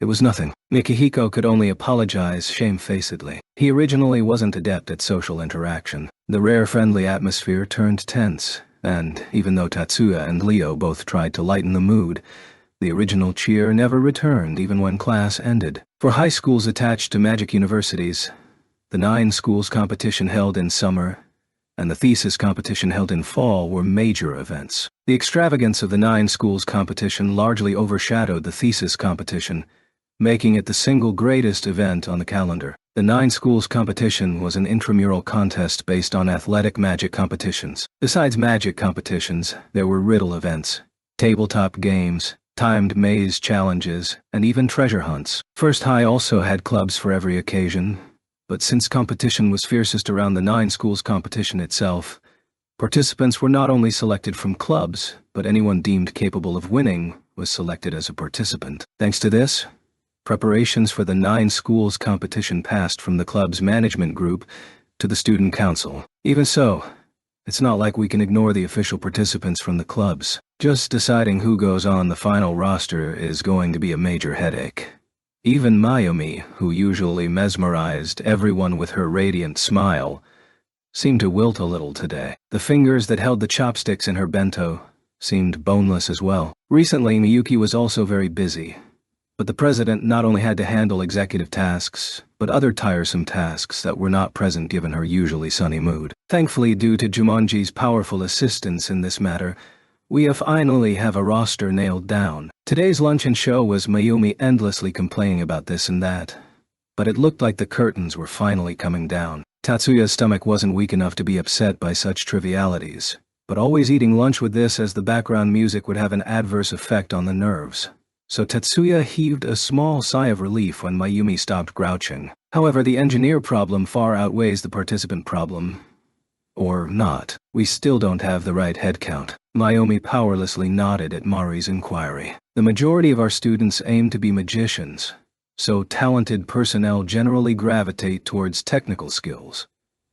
Our third-year students are particularly worrisome, with our numbers in the Magic Artificer department reaching dangerous lows. In second year we have capable people in Achan and Asori-kun, but our numbers are still insufficient.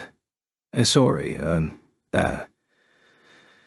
that guy specializes in geometry, so he's stronger in theory rather than maintenance, right? We're long past the point of caring about these things. It was extremely rare to see both Mayumi and Mari sigh, which said a lot about how serious things were. Although using this to evaluate how serious the situation was would be slightly wrong. Even if Jumonji and I help out, there's a limit to how much we can do. Aren't the two of you our primary participants as well? If you're too busy worrying about other people's CADs and allow that to affect your own events, that's not something we can joke around with. If Mari could maintain her own CAD, that would lessen the burden a lot. Yeah, we're in trouble. Maybe due to exhaustion or some other reason.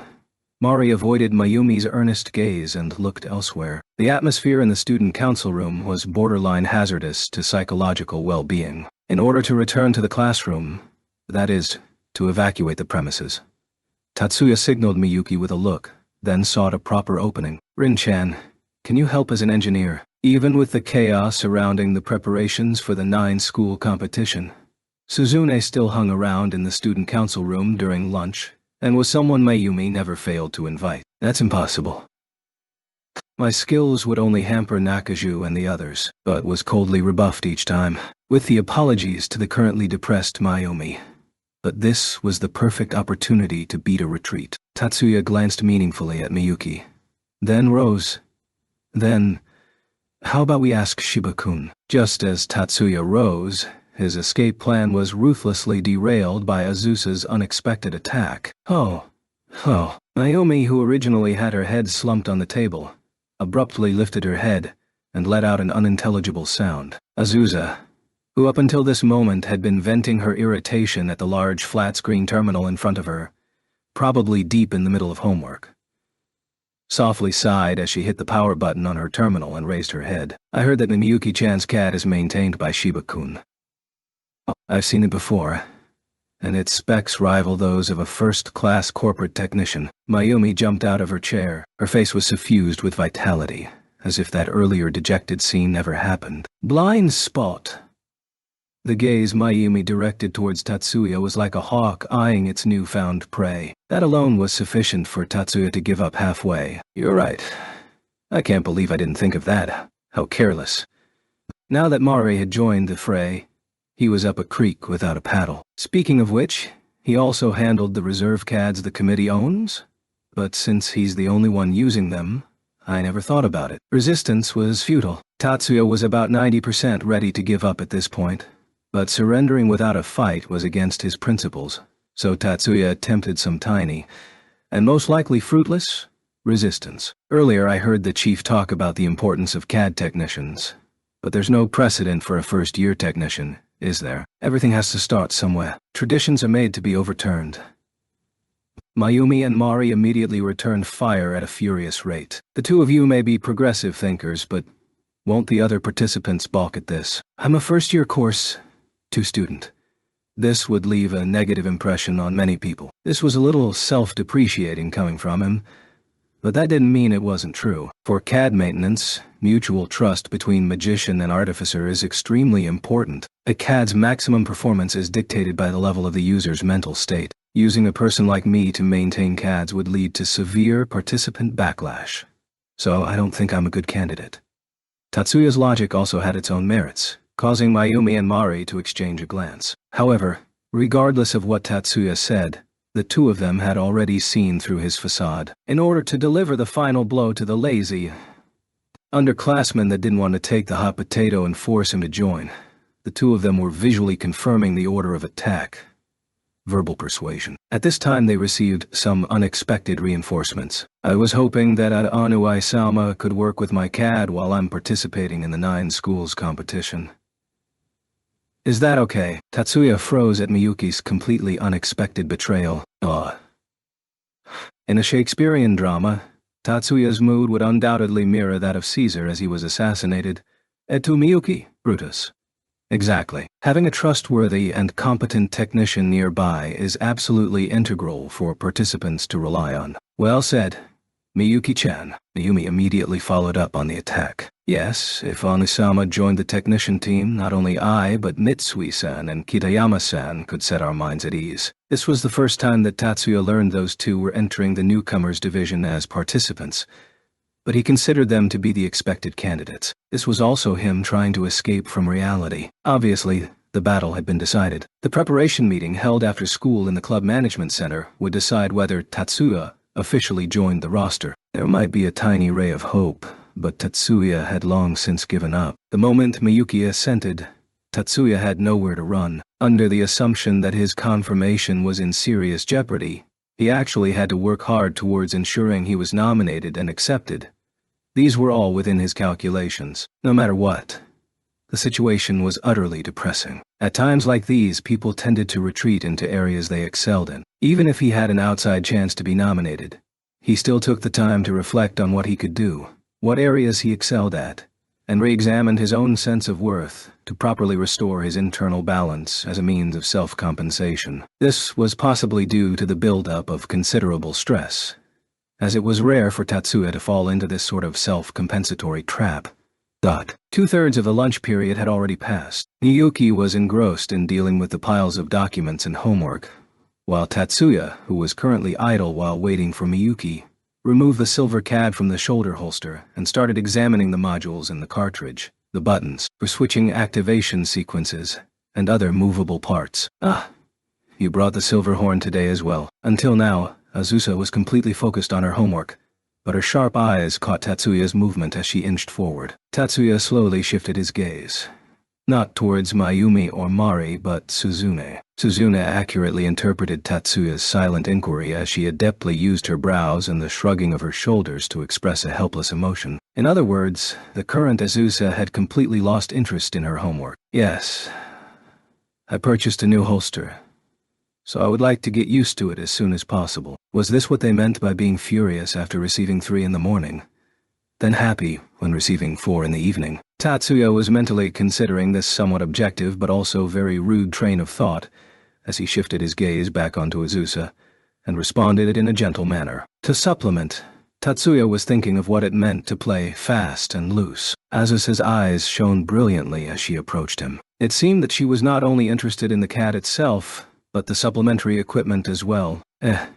Is it okay if I take a look? Truthfully speaking, Azusa generally avoided, more like was terrified of, Tatsuya. Precisely because of this impression, Tatsuya wanted to smile wryly. However, given the way Azusa was bouncing around like a small animal and unable to calm down, he probably shouldn't treat her too poorly. This may be a form of popularity, Tatsuya thought, as he removed the jacket he wore even in the heat of summer, with built-in cooling systems, of course, and took off the shoulder holster before handing it to Azusa. Wow, it's an original model for the Silver series. Such an amazing trim would draw incredible lines when drawing and firing. Something that didn't just cater to high technical skills, but also a design that also took the user's skill into account. I worship your genius, Silver-sama.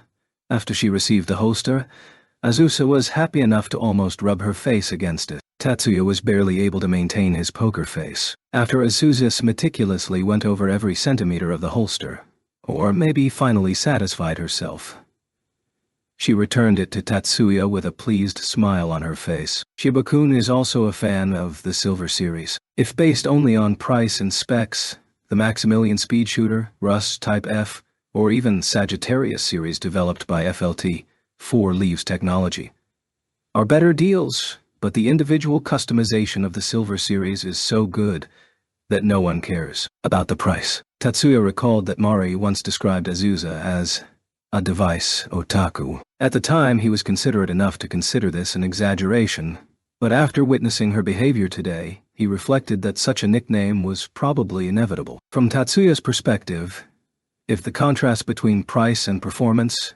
efficiency in other words, was too low, then satisfaction would also drop. Even if that were the case, true performance may differ from official documentation. Simply put, qualitative performance that could not be converted into numerical format was also very important. If one could be satisfied without making this sort of analysis, Tatsuya considered that to be nothing more than brand loyalty. That being said, that was a matter of personal values, so if she said she was satisfied, he had no reason to rain on her parade. No, I actually have a few connections so I can buy Silver Series at a discount, thanks to my work as a beta tester. The moment Tatsuya said this, Miyuki's shoulders visibly shook a little as she faced the other way towards the terminal, but no one noticed. Toa.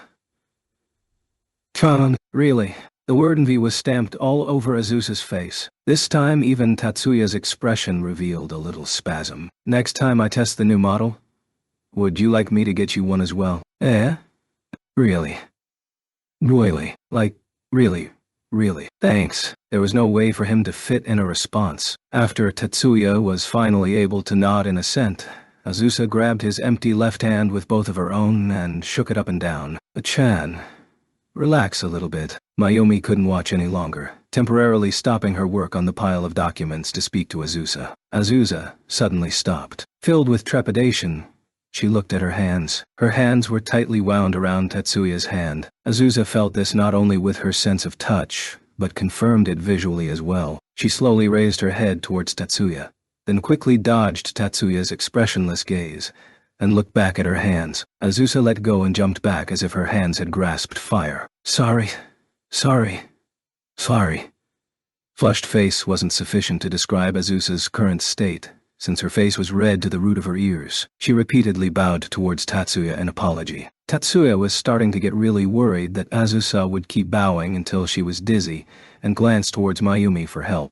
Chan, you can stop now. Tatsuya-kun is a little overwhelmed right now. Mayumi was probably thinking along the same lines as Tatsuya, so she didn't add to the mayhem, not without cause, and focused on comforting Azusa. Azusa took a deep breath as she was instructed and finally managed to settle down. Mayumi let out a helpless sigh before turning back to her work. Azusa turned an embarrassed smile towards Tatsuya and quickly turned solemn. Then, Shiba-kun wouldn't happen to know Taurus Silver in person, she asked in this manner. It went without saying that she was doing so to cover her embarrassment. Unfortunately, this question was a very difficult one to answer for Tatsuya. No, I'm not entirely certain. Electric clamors rang out from near the wall. The workstation that Miyuki was using activated the alarm by accident. Everyone hit a typo every once in a while, but it was extremely rare for Miyuki to erroneously activate the alarm. Both Mayumi and Suzune wore an AK expression while looking at Miyuki, who was facing the wall,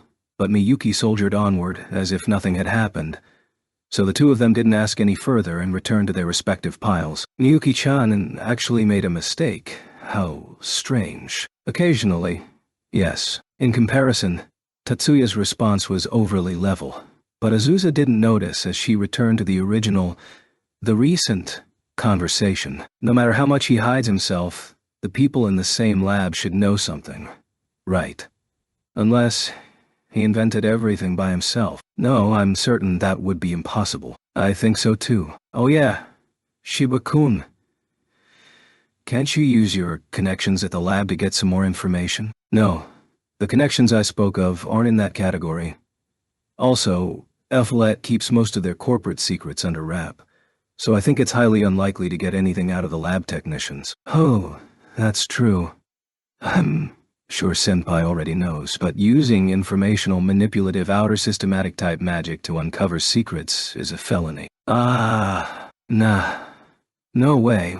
Why would I think about that kind of thing?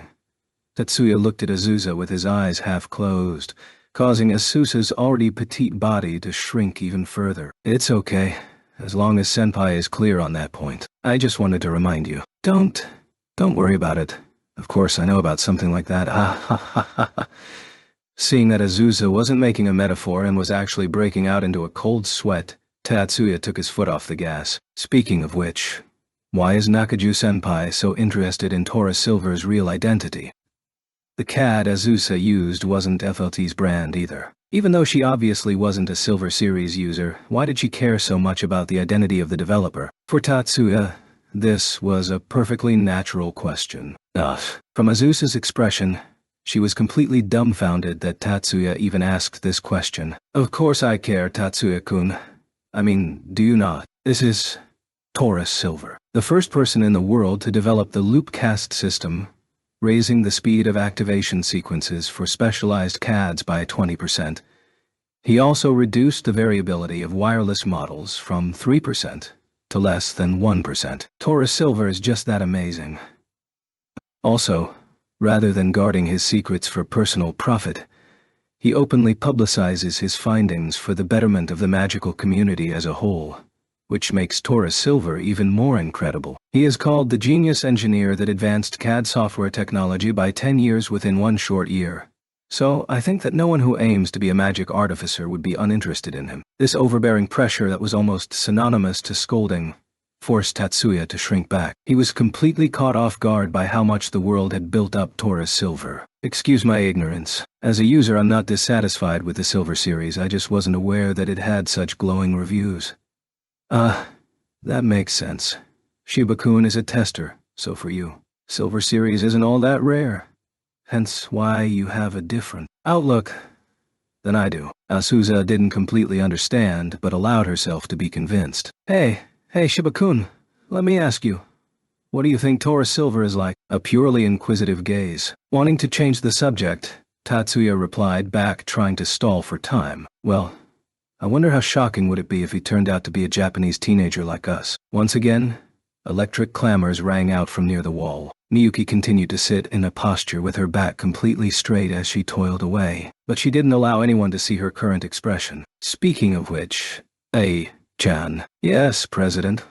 What is it? In the end, Mayumi finally extended a helping hand towards Tatsuya, who was almost unable to handle Asusa. This might be a little biased, but this was the first time Tatsuya felt like Mayumi was someone dependable. At any rate, Mayumi's stance was that she wanted Azusa to hurry back to her work on the student council. Weren't you supposed to finish your homework before the end of lunch? However, even if this was lending a hand to Tatsuya, this was undoubtedly the knell of doom for Asusa.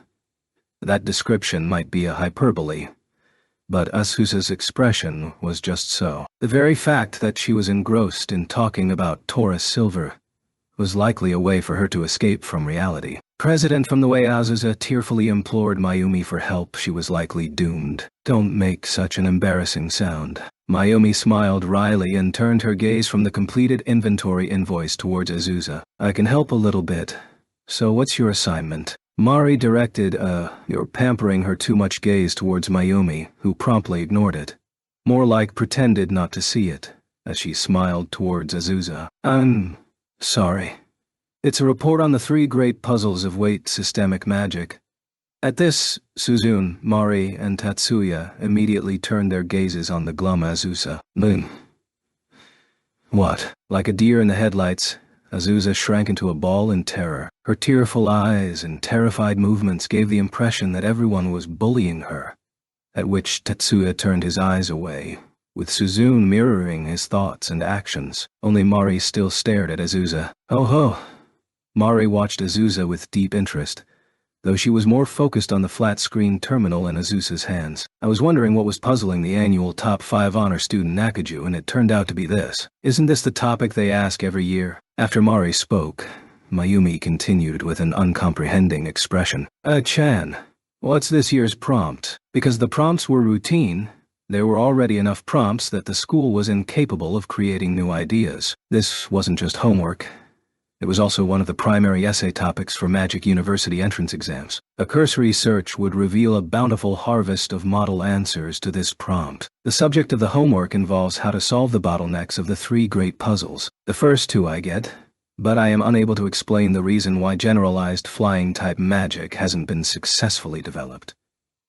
Hearing this, Suzune nodded with an I-understand expression on her face. In other words, Azusa-kun is unable to accept the currently proposed concepts. Exactly. With Suzune able to express her inner thoughts for her, Azusa nodded vigorously. The foundation for magic that can defy gravity and allow the physical body to float into the air has already been laid down by the 4 great systemic and the 8 major types of modern magic, and has already entered the practical phase. Yes, though injury caused by free fall remains one of the major dangers for magicians. Azusa shifted her gaze to Mayumi, who supported her argument. Magicians adept in speed and weight magics are already capable of leaping dozens of yards at a time, and the world record is held by a magician who leapt over 100 yards in 1 try. The record for landing is even greater, with some magicians able to drop 2,000 meters successfully without any equipment. If that's the case, why is flying-type magic, free movement in the sky, still elusive?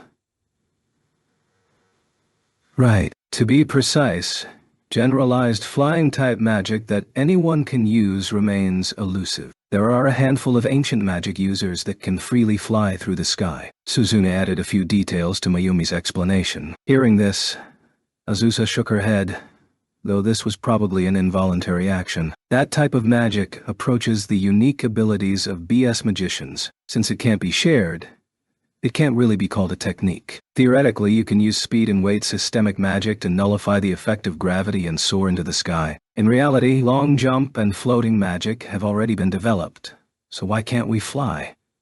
Wouldn't higher-level reference tomes contain the answer to this question? Mayumi visually interrogated Azusa as to why she couldn't accept the answer chronicled in the books. Magic sequences must include an end point, as the effect of overwriting reality is sustained until the ending conditions are met. While a target object is under the effect of magic, if you want to cause a different type of magic to manifest on the target, you need to use magic that has superior phenomena interference ability. When using flying-type magic, every time you adjust speed or height, you aren't just overwriting the original magic with a new one, you also need a stronger phenomena interference ability. A single magician is only able to separate the phenomena rewriting ability into 10 segments, so he or she can only adjust the flying status 10 times before hitting their limit. This is the publicly acknowledged hurdle to why there's no practical solution to flying-type magic.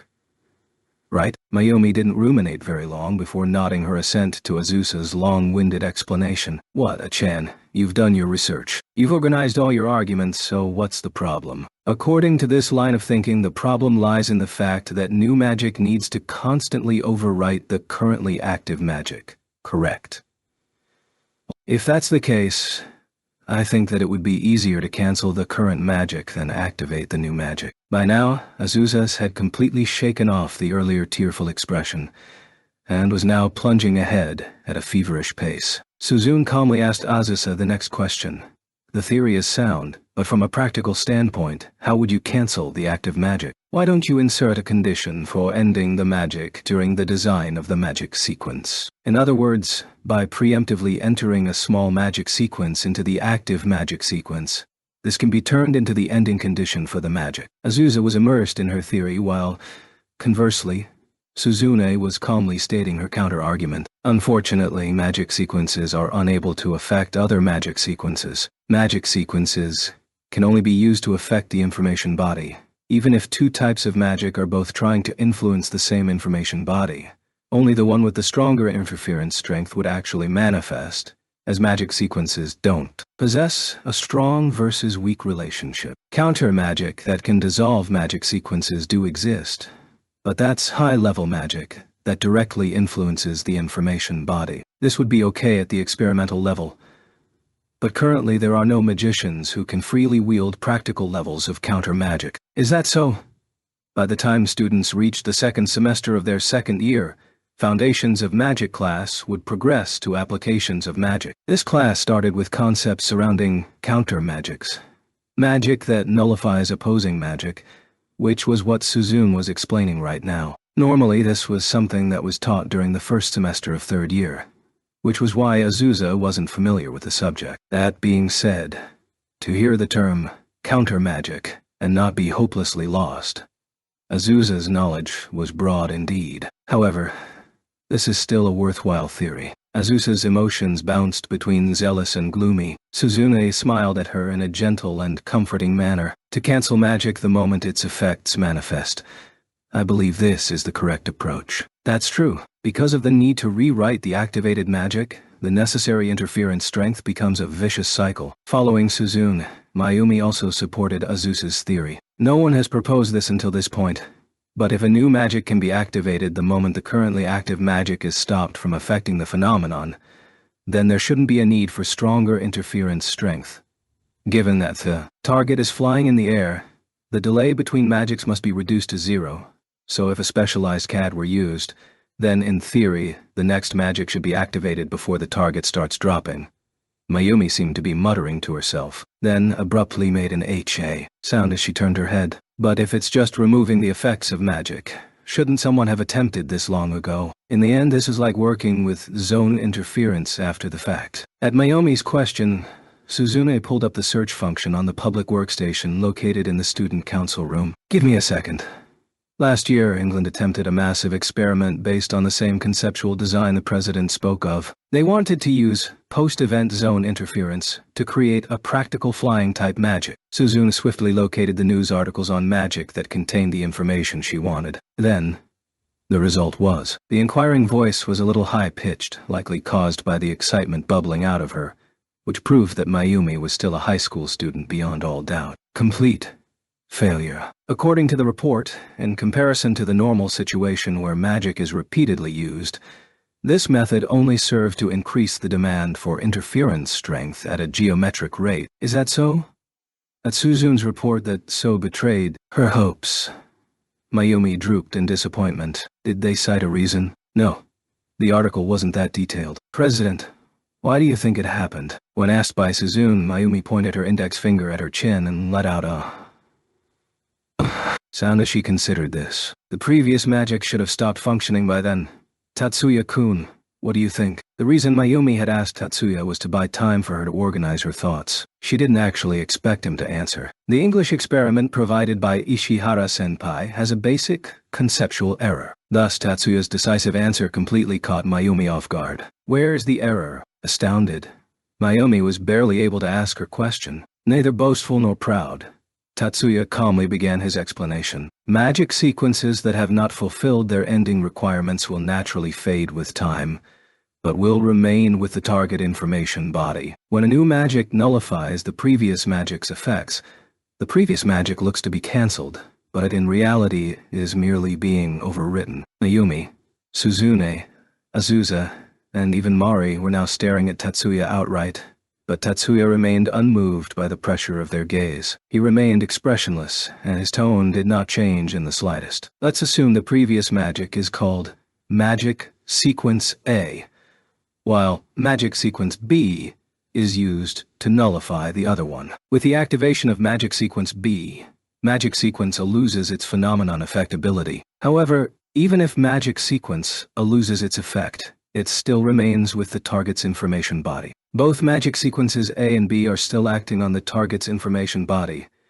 It's just that only the effects of magic sequence B are visible. Just as Ishihara-senpai said, magic sequences can only affect the information body and are unable to affect one another. This is true even in zone interference. Unless the original magic sequence is itself nullified, using counter-magic would yield the same result. So, the English experiment used unnecessary magic that was not part of flying-type magic. Tatsuya nodded his assent to Mayumi's question, then continued his explanation. In other words, every time you make adjustments in flight, you would rewrite the magic sequence again. In order to maintain F-light, the extra rewrites would pile on. So of course you would rapidly hit the upper limit for phenomenon interference ability. The English scholar who designed this experiment must have been mistaken on the nature of counter-magic. The portable terminal that Tatsuya wore in his breast pocket chose this moment to start vibrating, signaling the first warning bell for the end of the lunch period. Miyuki, let's return to class. Yes, Onu-sama. Miyuki, whose back was to them the entire time, rose immediately upon being called. Her voice, expression, and movements were just as gentle and graceful as usual. Hence Mayumi, Suzune, Mari, and Azusa couldn't have noticed. When Miyuki had been seated before the workstation, her back was ramrod straight with pride, and her fingers fairly danced across the keyboard in pleasure.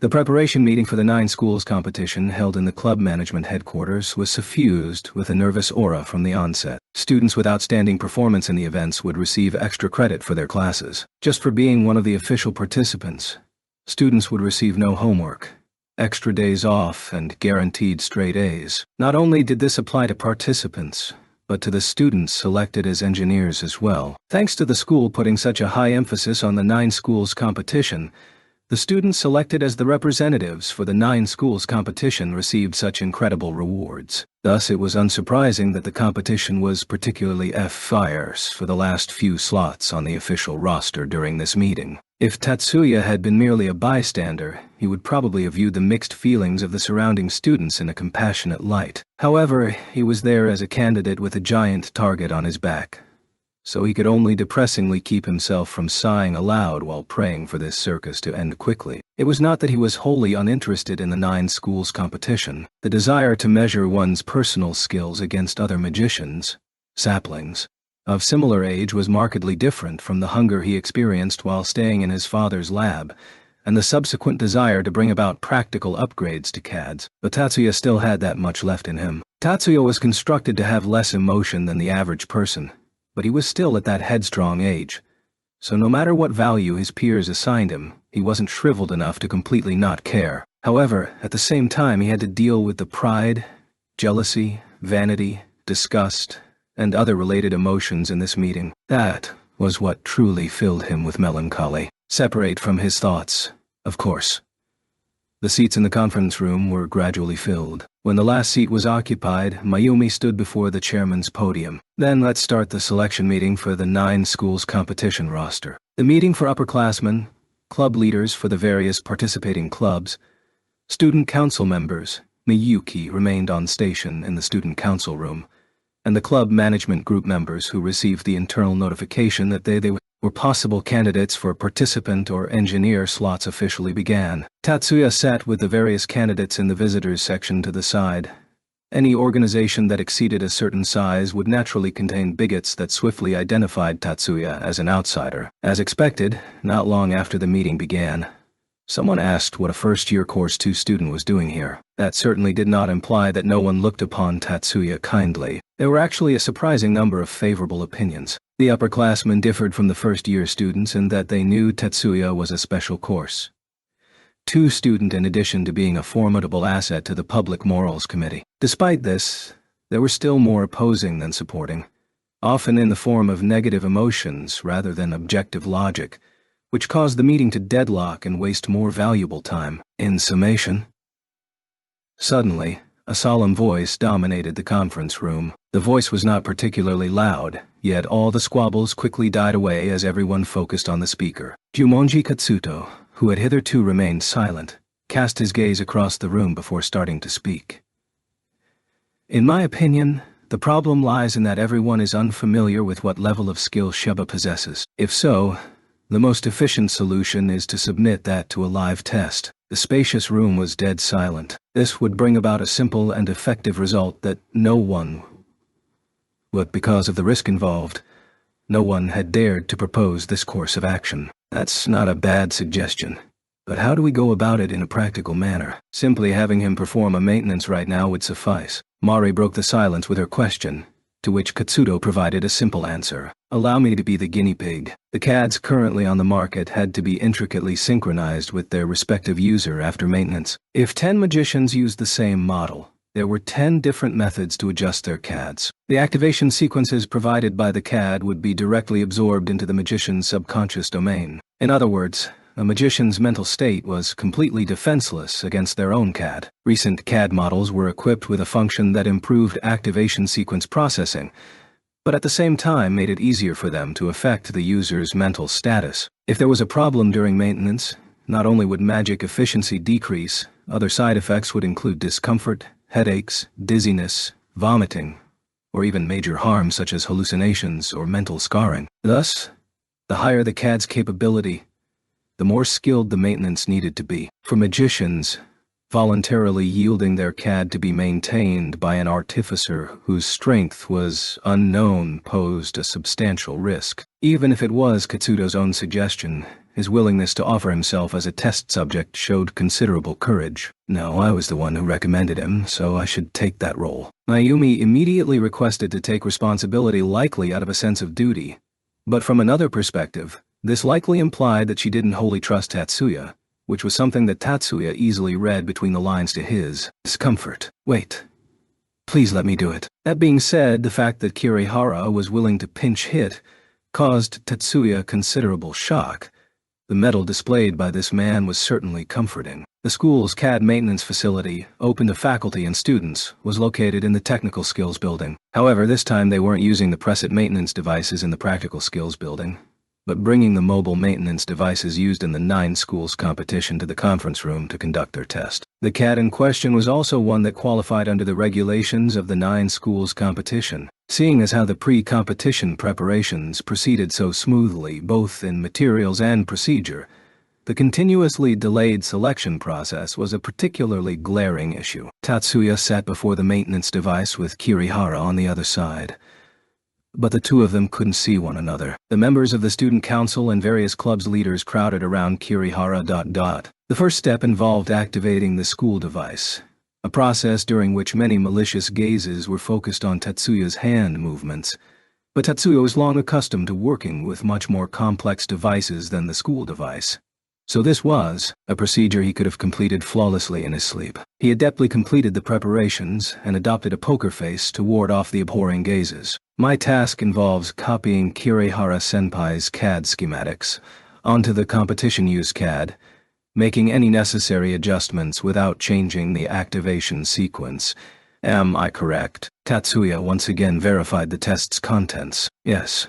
Sorry for bothering you. Tatsuya, on seeing Mayumi nodding, shook his head slightly. Not nodding. Shaking. What is it? I wouldn't advise directly copying the schematics onto a different model CAD. But there's nothing for it, so let's put safety as the first priority. Oh? Mayumi wasn't the only one dumbfounded. Copying CAD schematics was a simple task that occurred when users changed machines. So many other people were also wondering why Tatsuya viewed this as a problem. However, the technician team centered around Azusa knew exactly why Tatsuya asked this question. The team members either nodded slightly in agreement or smirked as they prepared to enjoy Tatsuya's performance. Tatsuya didn't say anything else and plunged into the maintenance. First, he connected Kirihara's CAD to the maintenance device. The schematics replication process was semi-automatic, so there was no way to gauge the difference in skill here. However, Tatsuya didn't just dump the schematics replica directly into the calculation device of the competition-use CAD, but stored it into the processing area of the maintenance device, a move that caused quite a few people to raise their eyebrows. Next, he measured Kirihara's personal scion oscillation nature. Following Tatsuya's instructions, Kirihara put the headset on his head, then placed both hands on the examination board. This was also normal procedure. If this was an automatic maintenance device, the steps required would be to connect the CAD, then read the sine waves, and the process would automatically complete itself. Generally, students that use the school devices for personal maintenance would adopt that precise procedure. On the other hand, not relying on automatic maintenance and manually making minute adjustments to the CAD's OS showed an engineer's true strength. Thank you, Senpai. You can take it off now. Tatsuya indicated that the measurements were concluded, and Kirihara removed the headset. Ordinarily, the next step involved connecting the CAD that needed to be modified, then making any adjustments beyond the automatic recommendations. This required a preset CAD to be prepared in advance, then copying all the data onto the destination CAD. Just about everyone in the audience thought that Tatsuya messed up the procedure. As if to prove this point, Tatsuya stared at the monitor without moving a muscle. However, he didn't give off the air of someone who was hopelessly lost because of a misstep. His gaze was focused to a terrifying degree without giving a hint of that unsteady feeling. Unable to contain her curiosity, Azusa poked her head around Tatsuya's body to glance at the monitor. Her voice let out an awkward sound that was wholly incompatible with her youthful image. Tatsuya was completely unaffected by this interruption. Mayumi and Mari didn't dare to ask what was going on, so they both came to Azusa's side to look at the monitor, and were barely able to contain their gasps. The monitor didn't display the expected measurement results and graphs, but was filled with character strings scrolling across at high velocity. The two of them were only able to pick out a few numbers here and there. Their eyes were wholly unable to keep up with the scrolling pace. The numbers abruptly came to a stop. Roughly a few dozen seconds had elapsed, which was less than 5 minutes since Tatsuya started staring at the screen. After the character strings stopped scrolling, Tatsuya immediately plugged in the competition use calculation device and swiftly started hitting the keyboard. Many windows started opening and closing. Only Azusa noticed that one of the opened windows was the original document with the recorded measurement results, while another window was the original document that contained the replicated CAD schematics on the maintenance device. Very few people recognized how insanely advanced the procedure unfolding before their eyes truly was, since the majority of the audience was held spellbound at the unheard-of speed at which Tatsuya was hitting the keyboard. Even so, Azusa believed that the truly astounding part was the technique Tatsuya displayed when he was directly reading the nature of the scion oscillations from the original document. With that method, the engineer could perfectly allocate the resources within the parameters of the calculation device to best suit the measurement results reflected in the maintenance device. This was a completely manual process, wholly independent of the automatic processes provided by the system. Before Azusa's gaze, the settings temporarily stored in the work area were steadily being rewritten in a flash. The original document still remained on the main screen, but Azusa was barely able to detect the modified settings. This definitely fell within the boundaries of safety. He was really adhering to the safety as the first priority condition. This way, it would lower the user's risk from relying on automatic maintenance and provide activation sequences that exceeded automatic maintenance in efficiency. There was absolutely no need for a practical test. This first-year student's skill far surpassed that of anyone in the technician team. Azusa made up her mind right there that she was going to drag Tatsuya onto the team, no matter what. Objections be damned. Under the condition, without changing the activation sequence, the maintenance quickly came to an end. He was so fast that the audience wasn't thoroughly entertained. The next part was the actual live test. Unnoticed by others, Kirihara's expression was slightly nervous and tense, but fell within the expected boundaries. In reality, there was no incident, nor was there anything that could even be remotely called an accident. The CAD Tatsuya modified was completely the same as Kirihara's beloved CAD. "Kirihara, how do you feel?" "No problem at all. It's just like I'm using my own CAD. There's no incompatible feeling at all." Kirihara immediately answered Katsuto's question. Everyone was perfectly clear that this was not an inflated evaluation based on friendship. Given Kirihara and Tatsuya's past history, Kirihara was forcibly subdued by Tatsuya during the Kenjutsu Club's performance during recruitment week in April. People who knew the particulars were aware that there's no way Kirihara would protect Tatsuya. However, even excluding this misunderstanding, everyone who saw the way the magic invocated knew that the CAD was functioning perfectly smoothly. That being said, able to smoothly invoke magic was a fairly low criterion, and it was hard to see any further results. Looks like he has the fundamentals down, but this isn't enough to qualify him to be one of the school representatives. Time spent was pretty average. Nothing special. He didn't follow proper procedure, but there may be some reason behind that. Unsurprisingly, the second-year participants were the first to react negatively to this seemingly normal result. The backlash wasn't solely from Tatsuya's unprecedented nomination, but also since he was specifically picked by the president, everyone subconsciously expected him to floor them all with some outstanding technique, so naturally higher expectations led to greater disappointment. "I fully support bringing Shiba-kun onto the team." Abandoning her usual cowed expression, Azusa furiously countered. "What he just displayed before our eyes was a technique that far surpasses our wildest dreams as high school students. Just the very fact that he doesn't need to use automatic maintenance and is able to do this entirely manually is already a feat that I cannot accomplish. Even if his technique was amazing, what's the point if it's such a mundane result? It only looks mundane, but the contents are completely different. To be able to completely abide within the safety parameters at no loss of efficiency is an incredible accomplishment." "Nakaju, relax a little bit. Rather than staying confined within the safety parameters, wouldn't it be better to take a few chances to raise the efficiency rate? That's because they suddenly want to test.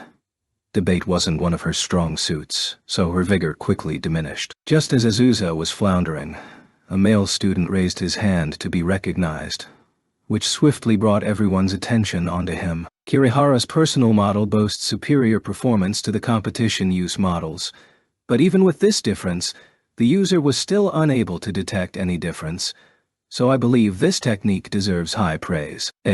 Tori-kun. Out of the blue, the one who came to the rescue was Hattori. President, I also support Shiba joining the technician team. Hanzo-kun. Mayumi was entirely unable to mask her startled expression, even faced with the somewhat negative reaction on part of his beloved president. Excluding his personal thoughts, Hattori continued fearlessly, on the outside, and graciously extolled his opinion. The 9 schools competition is an event that affects the very reputation of our school, so we should send the best and strongest candidates without placing too much emphasis on who they are. The engineer's job is to support the participants so that they can focus exclusively on the events themselves, just as Nakaju said. For Kirihara to say, "There's no incompatible feeling," I must admit that is a job done admirably well. With our current desperate lack of engineers, this isn't the time to bemoan that he's a first-year student or this is unprecedented. Hattori's words were saturated with verbal barbs, but he strenuously defended his heartfelt position. However, the very fact that Hattori threw in on Tatsuya's side was a large enough blow to rock the meeting. I also think that Hattori's opinion bears merit. Talent Shiba put on display is more than enough to qualify him as one of the school representatives. I also support Shiba joining the technician team. With the opposition stunned into silence and Katsudo's public declaration of support, Tatsuya's nomination was certain. Chapter 2. After the siblings shared their customary dinner together, the telephone picked this precise moment to start ringing. Speaking of which, as everyone knows, almost all modern telephones were equipped with webcams, a detail that third-rate social commentators never failed to decry, saying that they aren't telephones but telescreens, or some related but meaningless subject. Even with this projected function brought into fruition, they are still referred to as telephones. Back on topic, Miyuki was currently in the kitchen cleaning up. She wasn't adamant on doing the dishes herself since she could pass them to the Har, but their household wasn't equipped with the 3H Stein humanoid home helper, or simply housework robot. That had just hit the market for mass consumption. The two of them unanimously agreed that having a pair of robot arms extending from the ceiling was more of a hassle than anything, so they were better off cleaning up after themselves. Miyuki said that if they were too lazy to do even this, their effortness would rapidly decrease. Once again, back on topic.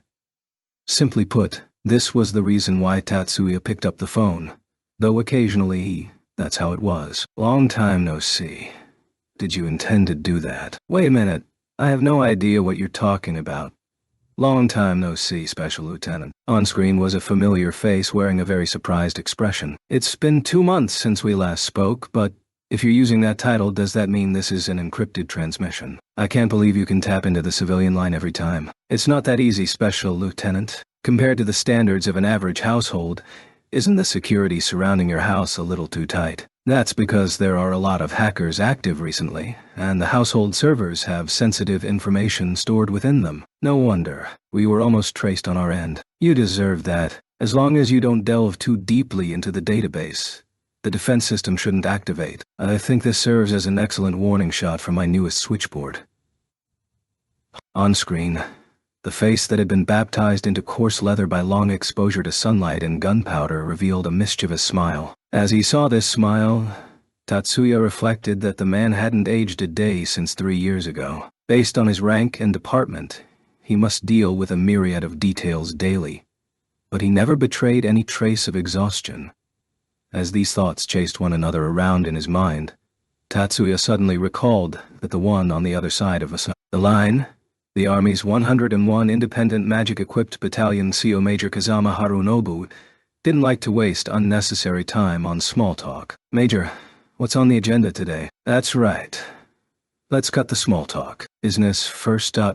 Please go ahead. Today we completed modifications on the third eye. We upgraded some components to the latest models and updated the software. So I would like you to test it out. The 101 was pronounced 101 and not 101st. This was a primarily magic-based experimental detachment that was separate from the normal chain of command. In addition, the independent magic-equipped battalion was also responsible for the development of cutting-edge equipment. Compared to regular military classification, the security clearance for this detachment was 5 to 6 levels higher. Accordingly, a regular high school student had no business interacting with such a division, to the point that he or she would be wholly ignorant of its existence. However, due to certain classified events, Tatsuya was actually an official member of Kazama's division. Understood. I will report in first thing tomorrow. Wait a second. This isn't so important that you need to take a day off from school. No, next weekend I plan to visit the lab to test out a new calculation device. Although I'm in no position to say so. But ever since you entered high school, you've been leading a decisively non-student-like lifestyle. I dislike your impression, but there's nothing I can do about it. That's true. No matter how busy we get, there's nothing we can do about it. In that case, meet up at the old place tomorrow morning. I'm sorry I won't be there, but I will contact Sonata ahead of time. Understood. Tatsuya saluted in acceptance, while Kazama repeated that action on the screen. This type of salute went entirely against regulations, but since Tatsuya was an irregular, the standards were slightly relaxed. Next subject. Special Lieutenant. Rumors say that you are joining this summer's 9 schools competition. Affirmative. Tatsuya hesitated for a split second, but given the circumstances, the fact that he only hesitated for a split second was quite an accomplishment. It was less than 3 hours after he had been confirmed as a member of the technicians' team. Knowing that asking was fruitless, Tatsuya put a lid on his curiosity and refrained from asking how the major got the word. The arena is located in southeast sector of the Fuji exercise grounds, so this is only customary.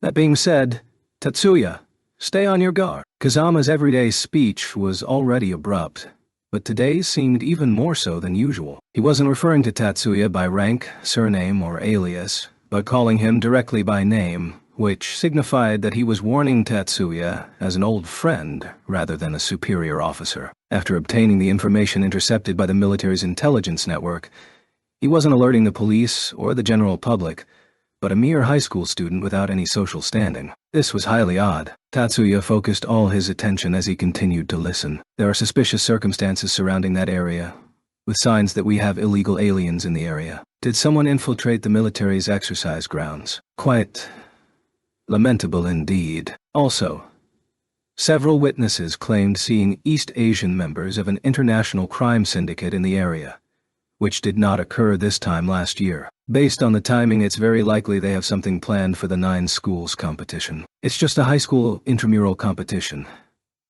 Tatsuya was about to say this aloud, before switching to another tack. Even if they were high school students, this country's elite young magicians were about to publicly compete against one another. For example, if there was a major terrorist attack using explosives during the awards ceremony, that would severely impact this country's talented personnel. You mentioned an international crime syndicate. This was not the same type of organization as Blanche, pretending to be an anti-magic political organization that Tatsuya encountered in April. If this was a criminal syndicate, then they shouldn't have any interest in causing unnecessary harm. Terrorism was another thing altogether. Kazama was a soldier, so he shouldn't have had any experience dealing with international crime syndicates. How did he figure out their identity? I asked Mibu to give me a hand. You probably know him. The father of First High's Year 2 student Mibu Sayaka. Exactly. After retiring from the military, Mibu transferred to Internal Affairs, Cabinet Agency of Data Supervision. He's currently Chief of Foreign Affairs, specifically international crime syndicates. I'm surprised. Tatsuya wasn't merely parroting back. He was honestly surprised. Tatsuya was astounded that the major would reveal the identity of one of his sources of intelligence over the telephone so easily. The Cabinet Agency of Data Supervision generally remained neutral between politics and the military, so they weren't particularly friendly with the military. Yet the major simply asked them for assistance in a clear-cut manner, which also amazed Tatsuya. However, what floored Tatsuya the most was that The daughter of a foreign intelligence expert actually became the accomplice to a terrorist organization affiliated with foreign countries, and the father, who was the chief of foreign affairs, merely turned a blind eye to the situation. Salutary neglect. Much. Criminal syndicates and underground terrorist cells are handled by different departments. Tunnel vision on their own affairs is a common fallacy in government agencies. The reason why Kazama was able to accurately mirror Tatsuya's thoughts, rather than due to their long friendship, was more because Kazama could also read between the lines and thus resonate with Tatsuya. However, information from areas within his expertise is trustworthy. According to Mibu's calculations, these might be members from the criminal syndicate based out of Hong Kong called No Head Dragon. Currently, their objective remains unknown, and we will let you know as soon as this changes. Thank you, Major. I won't see you tomorrow, but we may meet up at Fuji. I look forward to that meeting. Likewise. Oh, we talked too long. The new rookie is starting to panic, so it's about time for me to hang up. The web police probably detected traces of the network invasion. Based on this assumption, it was too ambiguous for Tatsuya to tell whether he should praise the skills of the web police or lament over the skills of Kazama's subordinates. Make sure to greet your sensei for me. Understood. Goodbye. Tatsuya wasn't able to reply before the screen turned blank. That was probably a broad hint that I should make contact with sensei. Then, how much was he supposed to reveal? The face of his sensei, who owned the title of head monk, but was more appropriately described as imposter, floated into Tatsuya's mind as he slightly sighed. Onisama, if you don't mind, would you like some tea? Sometime after closing the door leading to the living room, Miyuki's voice came floating in. She appeared to be trying to avoid eavesdropping on the conversation, so she waited in the kitchen until Tatsuya finished his conversation. Originally, Miyuki occupied a much more privileged position than Tatsuya, and possessed the right to listen in on any military or foreign secrets, but the little sister never exercised that right before her elder brother. Tatsuya silently padded towards the kitchen and opened the door before Miyuki could ask again. As expected, Miyuki stood there stiffly with her eyes wide open, with a tray that had a tea kettle and some silverware and snacks perched on top. Onu-sama, please don't scare me like that. You could have said something?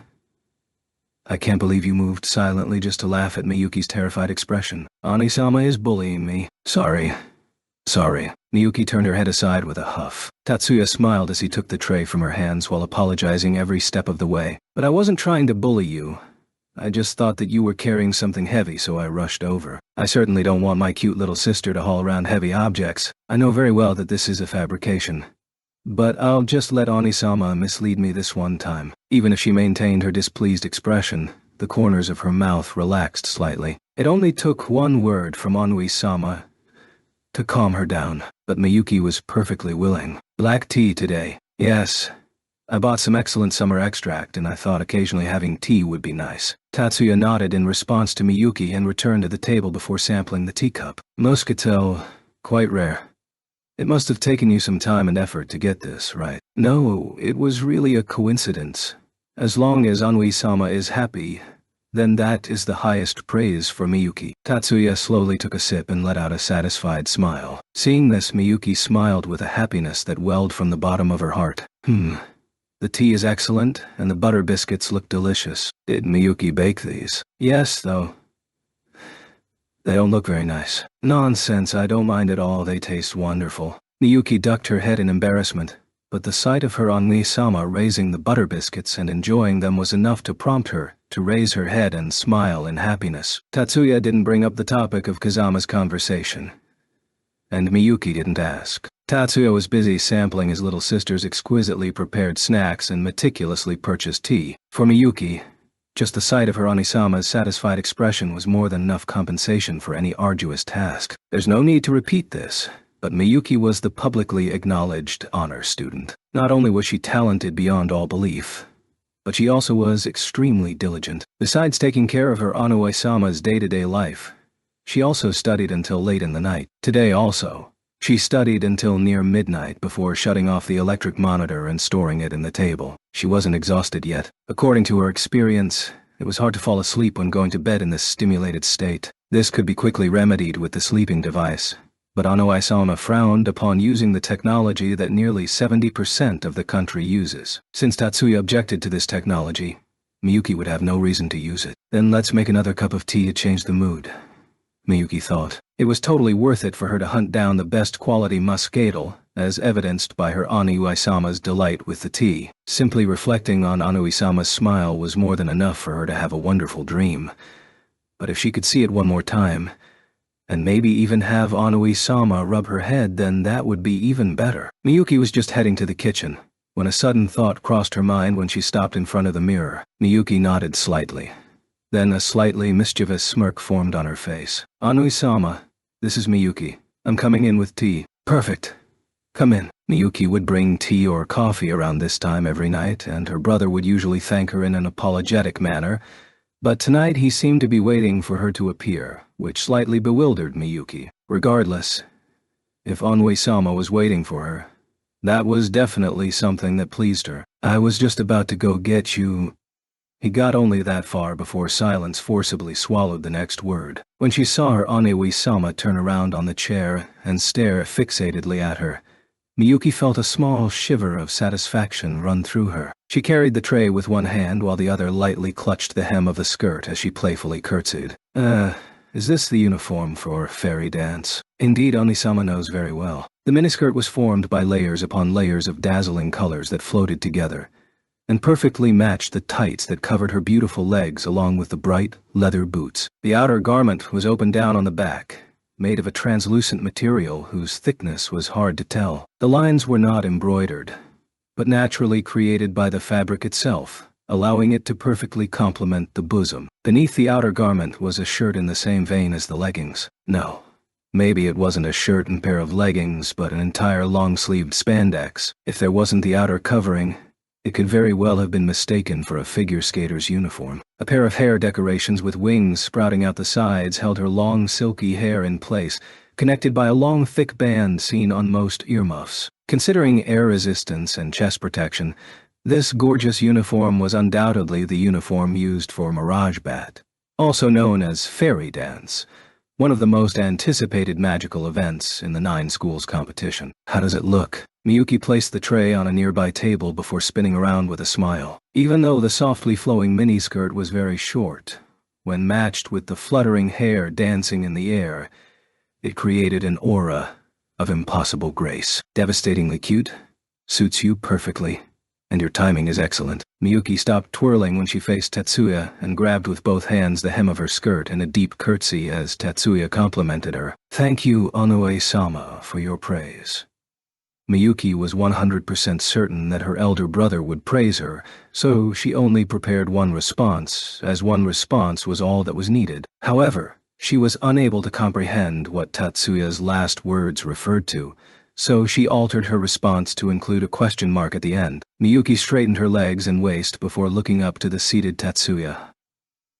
Just as she was about to direct her gaze towards the usual height to inquire the meaning of, "Your timing is perfect," Miyuki quickly realized something was wrong. She just as quickly grasped the reason. Even though Tatsuya was seated, his gaze was still level to his normal standing height. Miyuki swiftly glanced downwards, then swallowed hard. The chair that was supposed to be beneath him was gone. Tatsuya's right leg was crossed over his left, and his right elbow was directly perpendicular atop the right knee, like he was stretching the upper half of his body forward, as he sat in mid-air. I also wanted Miyuki to test out this calculation device. Tatsuya maintained this position as he slid towards Miyuki until he was roughly an arm's length away, before stopping. He then uncrossed his legs and straightened his feet much like how he would rise from a chair. With this series of motions, his physical body naturally returned to Earth.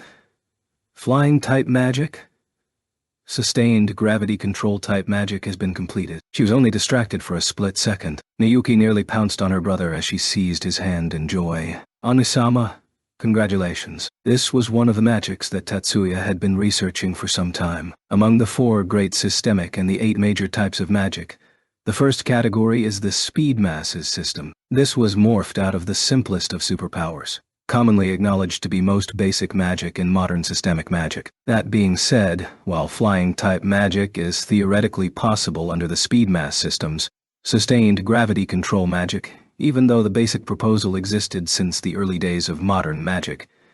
It was never successfully developed in official channels before this day. Today during lunch, flying-type magic was the subject of considerable debate. Modern magic's general consensus was that while the theory was sound, the practical application was impossible. Even so, another cornerstone of modern magic laws was overturned before Miyuki's eyes. Once again, Onto-sama has turned the impossible possible. To be able to witness this turning point in history, and the fact that the person who accomplished this towering achievement is my elder brother, I am extremely proud to be called your sister. Her hands tightly clasping Tatsuya's right hand, Miyuki looked ready to throw her arms around him, while Tatsuya gently covered his sister's hands with his left. Thank you, Miyuki. Although they didn't intend to use it solely towards flying, ancient magic has already reached this level of flying capability. But today we took another big step towards realizing the goal. The flying abilities of ancient magic can only be used by a small minority of magicians, and are a unique ability that depends on the subject. Right. However, isn't Onui-sama's flying-type magic usable by anyone with sufficient magic power? At present, I have set that as the first objective. I hope Miyuki will help me test this. Delighted to. Miyuki's eyes shone as she nodded quickly. After listening to the instructions, Miyuki looked towards the newly maintained CAD in her left hand. Just like Miyuki's regular CAD, this was a model shaped like a mobile terminal. However, the dimensions were much smaller than Miyuki's originally tiny model and could be comfortably obscured within her slender palm. The only similarity was the overall shape of the mobile terminal model. This CAD was a specialized calculation device. Miyuki wasn't familiar with specialized models, but the operation was simple enough. There was only a power switch, and once activated, the CAD would automatically absorb science from the user in order to continuously fuel the activation sequence until the power was exhausted. On some level, this was a fairly barbaric item. However, the psion consumption rate for the device had been lowered to the absolute minimum. The purpose behind the design was to minimize the stress placed on the user. Begin. Test. Her throat quivered slightly from the overwhelming nervousness she felt. The fact that her hand wasn't trembling was enough for Miyuki to want to congratulate herself. Even if the test failed, Onui-sama wouldn't blame her. Rather, Onui-sama would likely redesign the flying calculation devices from scratch. She refused to allow her own inadequacies to increase her brother's burden. Miyuki thumbed the CAD's power switch. She knew without looking that the calculation device was currently absorbing her body's science. Even so, the amount was small enough that she had to pay extra attention to detect it. It was only at a slightly elevated level compared to the normal loss of excess science. By the time she realized this, the activation sequence had already been stored into the magic calculation area. Though she was forewarned by Tatsuya's instructions, the tiny scale of the activation sequence still caught her by surprise. With Miyuki's technical ability, she was able to execute dozens of copies of the same activation sequence with ease. Even if the scale was tiny, every critical detail was recorded within. Miyuki felt that this was an activation sequence completely stripped of anything unnecessary to boost efficiency to the max. The variables were inputted into the activation sequence, beginning magic sequence construction. Generally, magicians wouldn't pay attention to these phases. Magicians would typically use language formulas or images to properly formulate the desired phenomenon change, and then dive into the subconsciousness. The magic calculation area's job was to transform the imagined reality into data for the magic sequence. The variables in the activation sequence refer to the portions that must be created from the magician's imagination. Magicians can feel the activation sequences that have been absorbed into their physical body, just as they are able to sense the magic sequence being constructed within them. However, the construction process for magic sequences is partially involuntary and is not subject to conscious interference. If this wasn't the case, based on human limits of understanding and comprehension of data, there would be no way to create information bodies capable of influencing reality. Miyuki imaged herself floating to the ceiling's height. All of a sudden, the bounds of gravity disappeared. Her five senses lost touch with her environment as if her body had phased out of reality, causing Miyuki to panic slightly. That being said, Miyuki's soul was filled with a delight that far exceeded that paltry sense of panic. She never knew flying was such a liberating experience. She was almost envious of the astronauts that strode across the stars with 80% of this feeling. She also pitied them for having to wear cumbersome spacesuits in order to enjoy such pleasure. Miyuki earnestly wished to leave this narrow basement and freely soar through the skies. How is it? Is the loop system too stressful? Her brother's voice quickly pulled Miyuki's mind back to Earth. Miyuki was terribly embarrassed that she was engrossed in the pleasure of flight during such a critical experiment. Even so, this wasn't the time for self-loathing. Miyuki, you have to step up. Miyuki mentally scolded herself before answering her brother's question. No problems whatsoever. There are no headaches or sense of exhaustion. Excellent. Next is gradual parallel motion.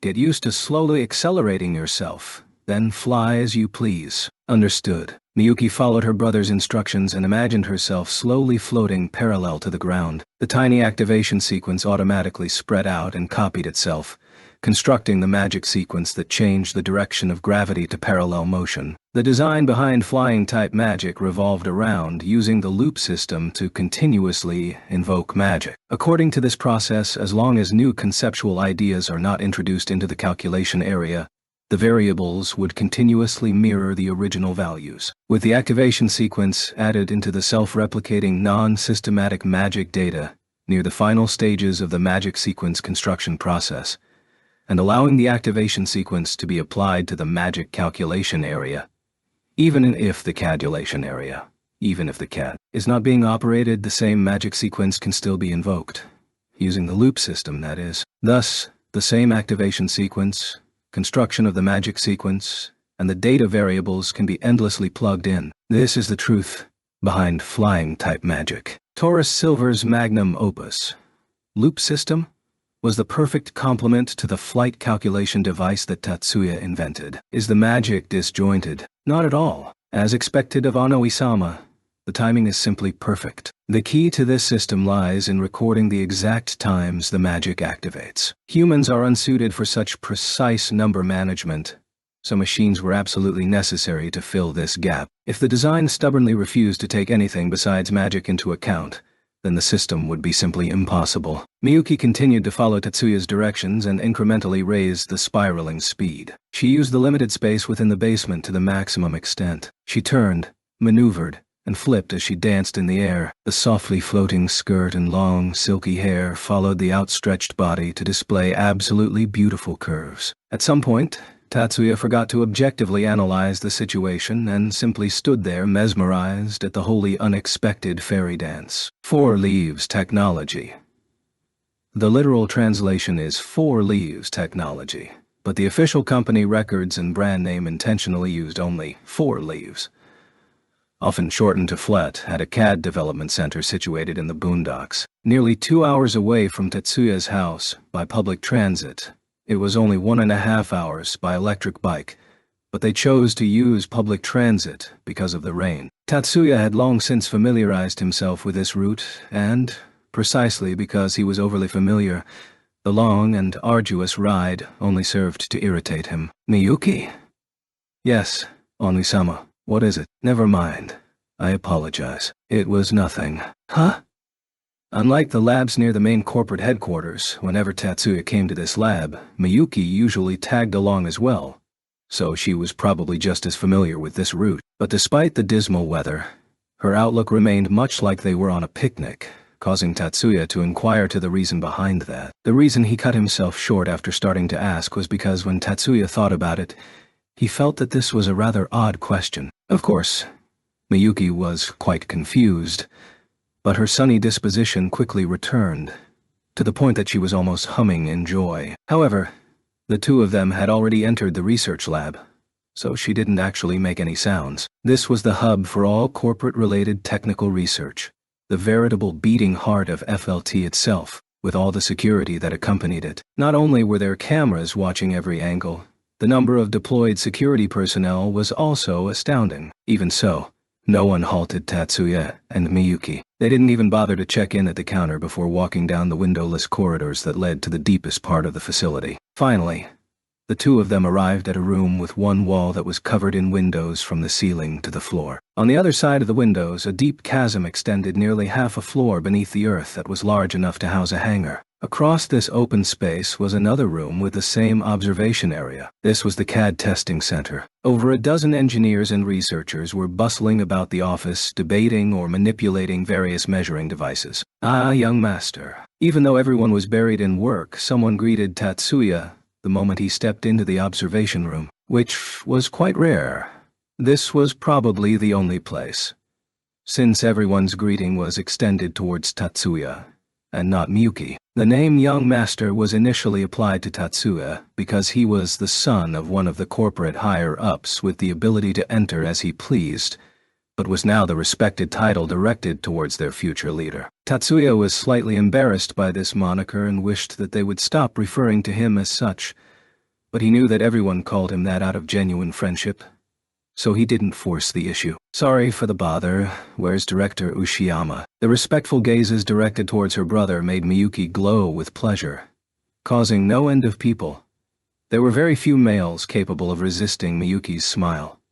To get distracted from their work, Tatsuya allowed Miyuki to accompany him as he interrogated the first researcher in the white lab coat who greeted him. The voice that answered this question came from far behind the crowd. Looking for me, Master.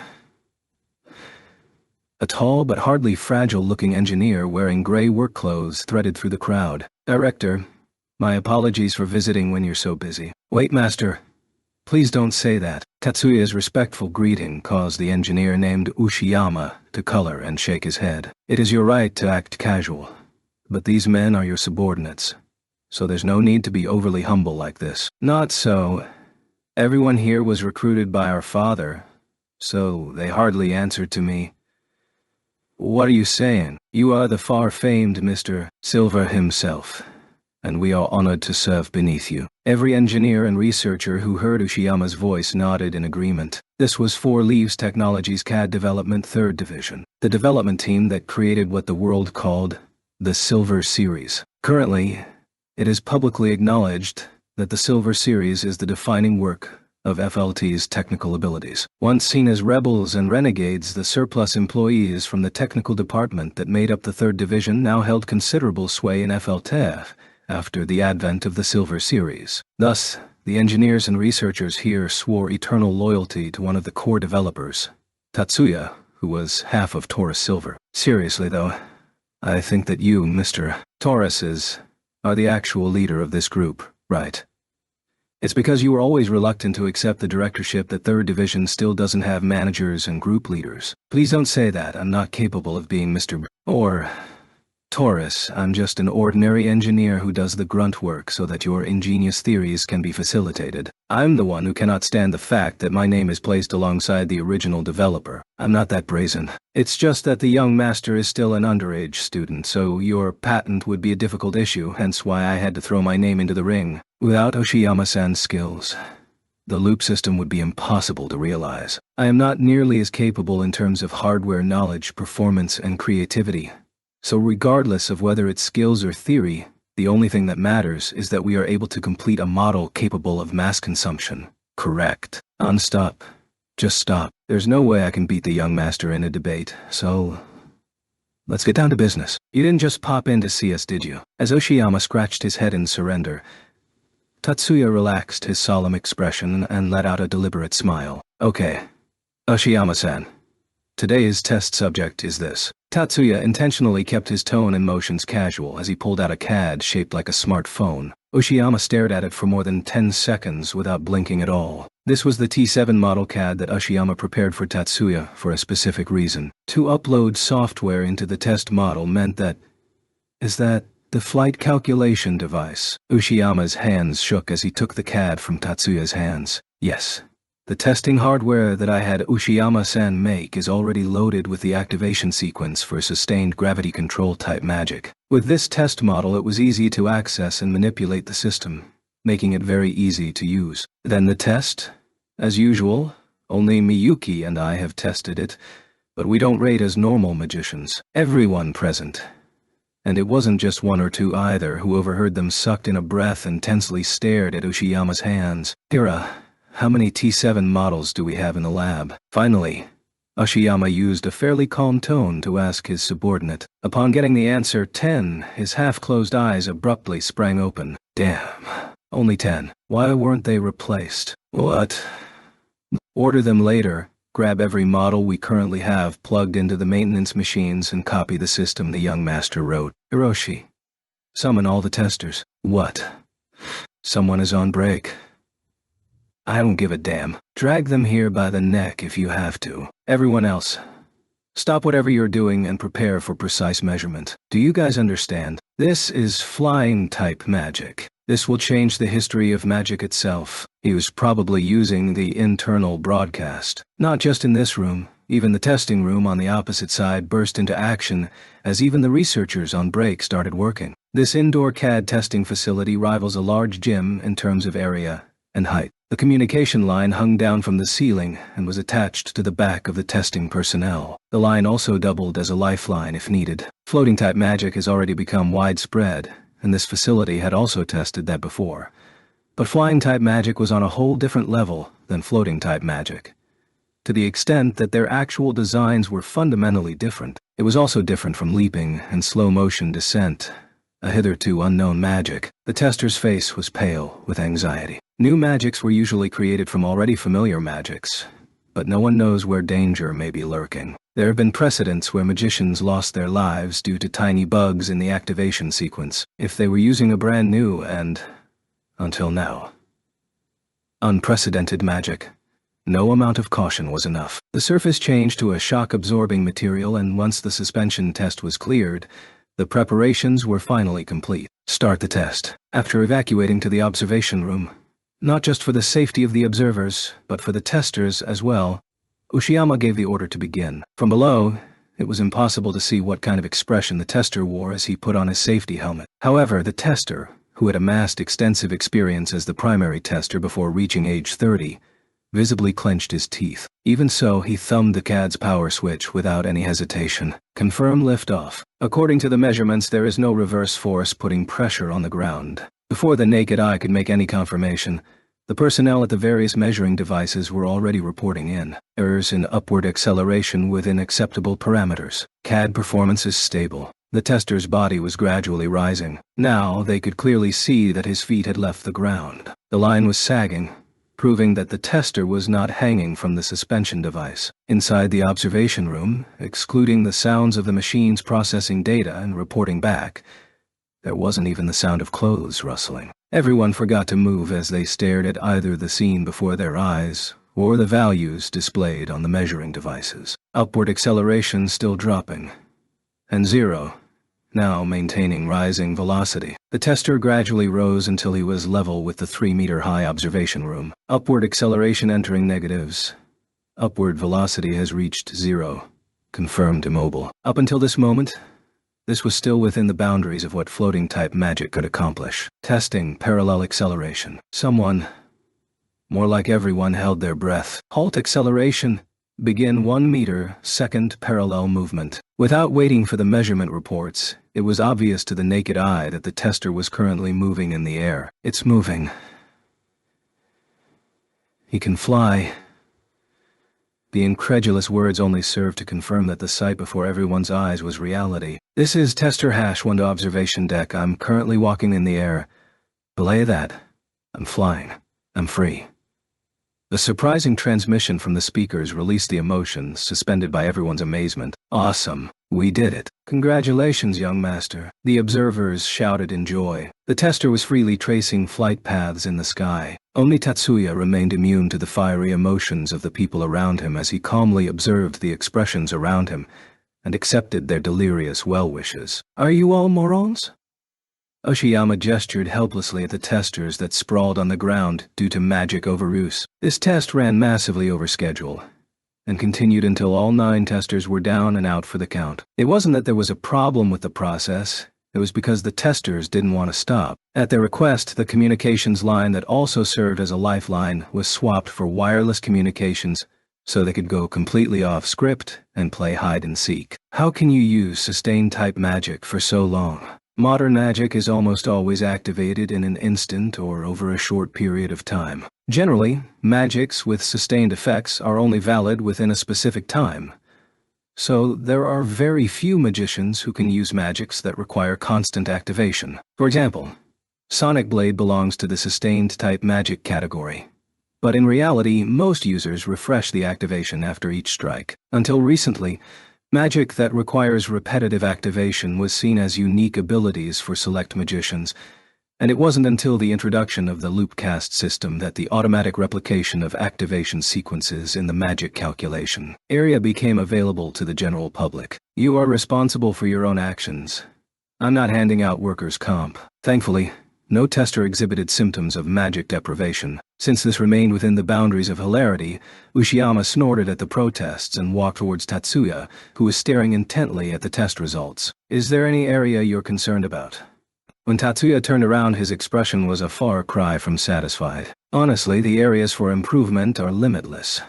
But based on the current status, the stress for continuously executing activation sequences is still overly high. For some reason, a knowing expression crossed Uchiyama's face as he heard this, and he glanced at Tatsuya and Miyuki, who was standing behind her brother. Of course, when compared to Haim-sama or the young master, these magicians have a fairly limited scion count. By magic power standards, Tatsuya was on the tail end of magicians. However, magic power standards fluctuate with the advancement of magic and the passage of time. For example, 30 years ago, activation sequences weren't as well understood as they are today. So the transition from activation sequences to the construction of magic sequences was so slow that it cannot be compared to today. Magic sequence efficiency was also pretty low, and when compared to the current day and age, it required several times more scions to construct an equally effective magic sequence. At that time, the standards for power of magicians emphasized the scion count within the magician's body, which included both the physical body and the mental body, rather than focusing on the speed of magic sequence construction. By the old standards, both Tatsuya and Miyuki's scion count would rate as top tier. Thanks to the improvements in activation sequences, magic sequences, and CADs, a limited scion count wouldn't cause the same problems with magic invocation. Excluding non-systematic magic's techniques that directly released scions, a high scion count is only seen as a beautiful decoration now. That being said, the use of activation sequence and construction of magic sequences still consumes scions, and even if each consumption is a small amount, hundreds or thousands of incremental amounts still add up to considerable stress on theorable stress. Magician. We have to streamline the design for the CAD's automatic scion absorption to make it more efficient. Let me handle that. If we rely more on the hardware portion than software, that should lessen the load somewhat. We could probably set the timing mechanism as a feedback loop as well. Uchiyama said this after a moment's consideration, which Tatsuya responded to with a knowing smile. I was just about to discuss that with you. I'm honored. Both of them revealed the exact same smile. While there were a few hardware modifications still remaining, all in all, the technical portion yielded a satisfactory result. Today's most important gain was the verification that the average magician is able to execute flying-type magic with a CAD obtainable on the general market. There was no time to waste. After organizing the results of this experiment, next week he would publicize the details regarding flying-type magic under the name Taurus Silver. Speed was more important than quality here, because the impacts of first in the world and second in the world were completely different. First was also an incredibly powerful tool for dissemination. On the other hand, the CAD specifically designed for flying-type magic would have to be objectively redesigned from scratch, so that would probably hit the market around September, the end of the first half of the fiscal year. With these two objectives established, the meeting adjourned. Tatsuya headed to the rest area to collect the waiting Miyuki, and began the long trek home. Despite all the work that needed to be done, more like he adamantly insisted on sending them off, Uchiyama scratched his head in an awkward manner. I'm terribly sorry. I did contact the vice president, but regardless of whether it was during the experiment or after the confirmation of success, the VP in charge of all FLR&D divisions, Tatsuya and Miyuki's father, never showed up at all. A detail that Uchiyama couldn't get over. Don't worry about it. It's our day off anyways. And even if he's at work, he should be at corporate headquarters. Honestly. From Tatsuya's point of view, not seeing him was probably for the best. As a matter of fact, Miyuki didn't want to see him at all. However, that was probably too much information for Uchiyama. Uchiyama knew that the sibling's father not only held an important position in FLT, but was also the majority shareholder. Even if Uchiyama was a key developmental engineer, the skeletons in the manager's closet should be kept far away from employees. With this in mind, Tatsuya used this excuse as a response, but that only served to deepen Ushiyama's guilty expression. No, the VP is actually here today. Even though Tatsuya's back was facing Miyuki, he could still feel his sister's emotional turbulence as she frowned. Tatsuya himself actually let out a breath. Thank goodness they didn't run into their father. As the VP, he probably doesn't have the time to check every site personally. I hardly think that he looks down upon R&D. No, that I understand. Also, the VP allocated a larger budget to us anyways. Tatsuya intentionally steered the conversation back on its head and turned around to comfort Ushiyama. It was a shame that he had to treat the even more nervous Ushiyama like this, but Tatsuya also didn't want to dwell on this subject. As usual, fate had other ideas. After the siblings said their goodbyes to Ushiyama and left the research labs, they encountered the people they least wanted to meet at the corridor leading to the threshold of the main area. Long time no see. Miyuki Oju-sama. As the three family members silently stared at one another, the first to speak was actually the fourth person present. This man was known to Tatsuya and Miyuki, but the emphasis was on known and not close. It's been a while. Aoki-san, I would like to say long time no see as well, but I'm not the only person present. Otu-sama, you look well. Thank you for your phone call last time. But I think that occasionally greeting your own son isn't grounds for divine retribution, is it? The smooth and lovable voice was tinged with barbs, but her opponent's skin and defenses were proof against the rose's thorns. Oju-sama, forgive this one's impertinence, but this Aoki serves as the butler and financial manager for the Yotsuba family. Your request for me to greet a paltry attendant is against our house rules. He is my Anai-sama. Miyuki was striving to maintain her calm tone, but Tatsuya was very clear that she was reaching her breaking point. Again, forgive this one's impertinence.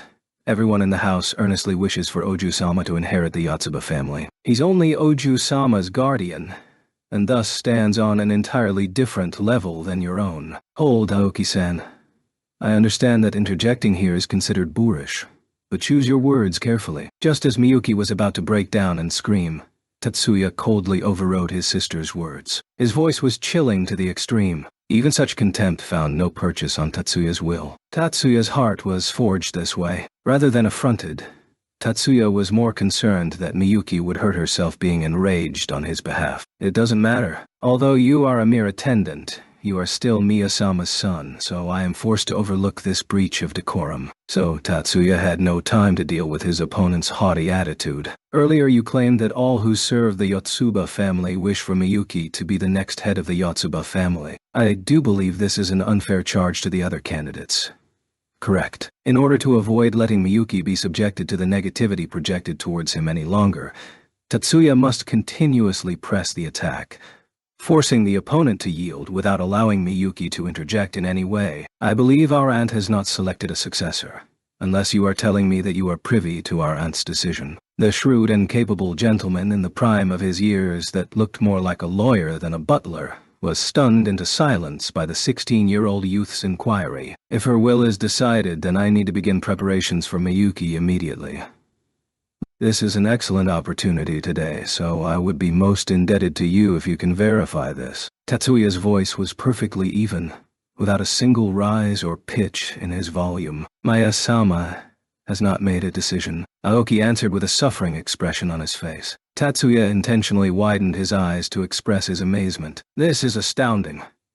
The fourth butler of the Yotsuba family actually passed on his personal wishes in the guise of the family directive towards the candidates for succession. If so, who here is the one who violated the house rules? Tatsuya pretended to sigh as Aoki glared furiously at him, his face completely red. Tatsuya judged that Aoki's position was now untenable, so he prepared to depart with a victorious message. Unfortunately, that judgment was too naive. That was no assumption. As we all serve the Yotsuba family, it is a common feeling that we all possess, even though we cannot see heart to heart. As long as we aim for the same goal, then we are all on the same wavelength. This was a fabricated excuse that abandoned all theory and logic. Even so, his opponent still prepared the forbidden poison for the last moment. You're nothing more than a heartless, false magician. You wouldn't be able to understand. The moment Aoki spat out this malicious sentiment, The walls were suddenly covered in frost. The air conditioning kicked into overdrive, trying to restore the rapidly falling temperature. Swirls of cold air congregated around Miyuki's feet. However, Tatsuya reached out with one finger on his left hand and, accompanied by the sound of a cassette player rewinding at high speed, a hallucination that only people that can sense magic can hear, the cold air vanished. Miyuki's face alternated between angry red and green before turning completely pale. Tatsuya gathered his sister into his bosom with one hand before directing a chilling gaze that cut like a blade towards Aoki. My mother was the very one who created this heartless fake magician. The older sister of the Yotsuba family's current head, Yotsuba Maya. She who was called Yotsuba, and now Shiba Miya. She used the forbidden non-systematic magic mental design interference, forcibly altering the area in the consciousness, most likely to create strong emotions called the limbic system, by inputting a magic calculation model, creating an artificialation model, creating an artificial magician. The one who designed this experiment was Yotsuba Maya, who had recently been appointed the head of the Yotsuba family, while the one who conducted this experiment on her 6-year-old son, that had no magic skills, was Shiba Miya. In other words, to apply the word imposter to me as the target of the experiment is to call the magic experiment conducted by the current head of the Yotsuba family and her older sister as a fake. I'm sure you are aware of the consequences. Tatsuya gently held his beloved little sister, who was sobbing, into his chest. On the other hand, he continued to mercilessly press the attack on Aoki, who was responsible for driving his little sister into this state. Tatsuya, stop. Tatsuya's father, who had remained silent until now, Shiba Tatsuru, covered for the immobile Aoki, who had been cowed into silence, and stepped forward to halt Tatsuya. Don't speak poorly of your mother. But his words were completely off topic. This was done to avoid irritating the main house and to protect himself. This corporation was secretly funded by the Yotsuba family. So even though he was the majority shareholder thanks to the stocks from his deceased wife, the actual power of attorney still remained in the hands of the Yotsuba family. Hence, it wasn't surprising for him to speak softly around them, but Tatsuya almost broke into laughter. Tatsuya, it's not that I don't understand why you bear hatred towards your mother. And this father couldn't even read Tatsuya's expression. Tatsuya truly believed that, for the sake of everyone's mutual mental health, it was best to leave as quickly as possible. Even so, Tatsuya felt that he needed to add one extra comment before departing. Otu-san, you misunderstand. I don't hate my mother. Is that so? That was all that was necessary. There was no need to tell him the words Tatsuya didn't say. Tatsuya's heart did not possess the ability to hate. He could not feel any strong emotions like fury, despair, envy, hatred, disgust, gluttony, lust, sloth, and love. Never would he forget himself in anger. Neither would he wallow in despair, nor struggle with envy. Unknown to hatred, nor known to disgust, or fall in love with women, to hunger, but not gluttonous, to arouse, but not lustful, to tire, but not slothful. The unique magic that only his mother possessed in the entire world erased all the strongest emotions and urges from his heart. He did not hate his mother, nor was he furious. That was because he was unable to enrage and unable to hate. The only emotion they left for him was intentionally left behind to bind him to the Yotsuba family with a chain forged of duty. Of course, this was not filial piety, and so Tatsuya cradled the sobbing Miyuki as they left the premises without a word of goodbye. Chapter 3. One of the advantages of having a set classroom at school was that it fostered building interpersonal relationships. Regional proximity and blood relations are both powerful impetus for developing bonds and, regardless of whether they are official or unofficial organizations, serve to differentiate and categorize groups within groups. For the practical application of this sentiment. Morning, Shiba. I heard about it already. Nice going. Morning, Shiba-kun. Great job. Good morning, Shiba-kun. I'm rooting for you. Hey, go for it, Shiba. And so, even students who normally weren't very close to him were voluntarily bridging out towards him through greetings and words of encouragement. As soon as Tatsuya entered the classroom on Monday, he received a string of support from his classmates. The reason why they did this was natural. Tatsuya was selected as one of the representatives for the 9 schools competition. The grapevine is quite active. Yep. This was only decided last week and there hasn't even been an official announcement yet. Yeah. So where did they get the news? Leo, Mizuki and Erika did not appear to be feigning ignorance, so they probably weren't the culprits. However, it's not like those responsible were issued gag orders either. At the time, only upperclassmen attended the meeting, so they likely heard the news from their club leaders. Speaking of which, didn't they make the announcement today? Erika tilted her head to one side and asked, at which Tatsuya nodded in a solemn manner. Including the technician team, the official roster for the 9 schools competition was finalized last Friday. The original timetable called for the roster to be finalized 2 weeks ago, so they were obviously several steps behind. The fact that the contestants were already decided may have been a blessing in disguise, since all the competition used CADs and uniforms that usually took the longest time to prepare had already been assembled. The only bottleneck was that because the engineering candidates hadn't been settled, all of the maintenance and testing work was yet to be done. Miyuki was a contestant herself, but owing to the constant stream of preparation work she was entirely unavailable. For her, Tatsuya was willing to sacrifice anything, but still couldn't dispel the notion that he was being railroaded. I think 5th period will be changed to an assembly, right? Mizuki said this as she gazed at the terminal screen set into the table before them that listed today's class schedule. All grades shared the same schedule with 3 periods in the morning and 2 in the afternoon. Even so, besides labs, technical skills, and physical education classes, standardized classes set as progression goals, advanced according to the student's own pace. Modern schools allowed for personalized education to be displayed on the terminal screens in class, and did not heavily restrict start and end times. In modern schools, the higher the grade level, the less emphasis was placed on determining class time and break time. The fact that the school changed the entire 5th period into an assembly to properly send off the representatives was a clear sign of how highly the school viewed this event. Tatsuya-kun will also be on stage during the ceremony.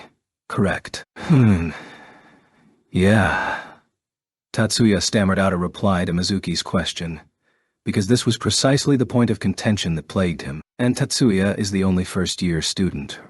Right. Just as Leo said, the only first-year student accepted into the technician team was Tatsuya. Experience in CAD maintenance was absolutely necessary, so naturally upperclassmen should be the ones selected for the technician team, except that Tatsuya's skills were vastly different from the masses. Of course, when taking into consideration that he was a pioneering expert in the development of CAD software, he would definitely be overqualified for serving as an engineer in a high school competition. But, regardless of whether they were in his year or higher grades, no one was aware of this detail. Only his sister Miyuki knew.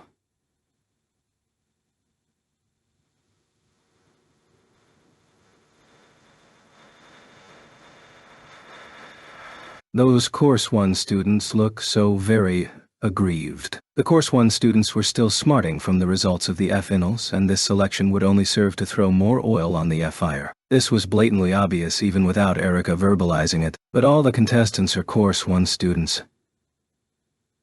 That was Tatsuya's perspective. Since all the contestants for the newcomers division were Course 1 students and Tatsuya was only an auxiliary member, no one on the outside would comment on this. But for the people in question, this was insufficient to comfort the other Course 1 students that aimed to become magic artificers. Tatsuya was rarely in a position that aroused jealousy. He also lacked the ability to envy others. His life experiences were not rich enough for him to observe all the minute details. There's nothing they can do about it. Jealousy alone isn't a good enough reason. So when he heard Mizuki's piercing comment, Tatsuya was unable to formulate a reply. Relax, this time no one is going to throw stones or magic at you. At Erika's overly extreme method of comforting him, Tatsuya could only smile wryly. After 4th period, Tatsuya reported on time to the backstage, where he was handed a thin jacket by Miyuki, who arrived before him. This is, for all intents and purposes, this was a normal jacket.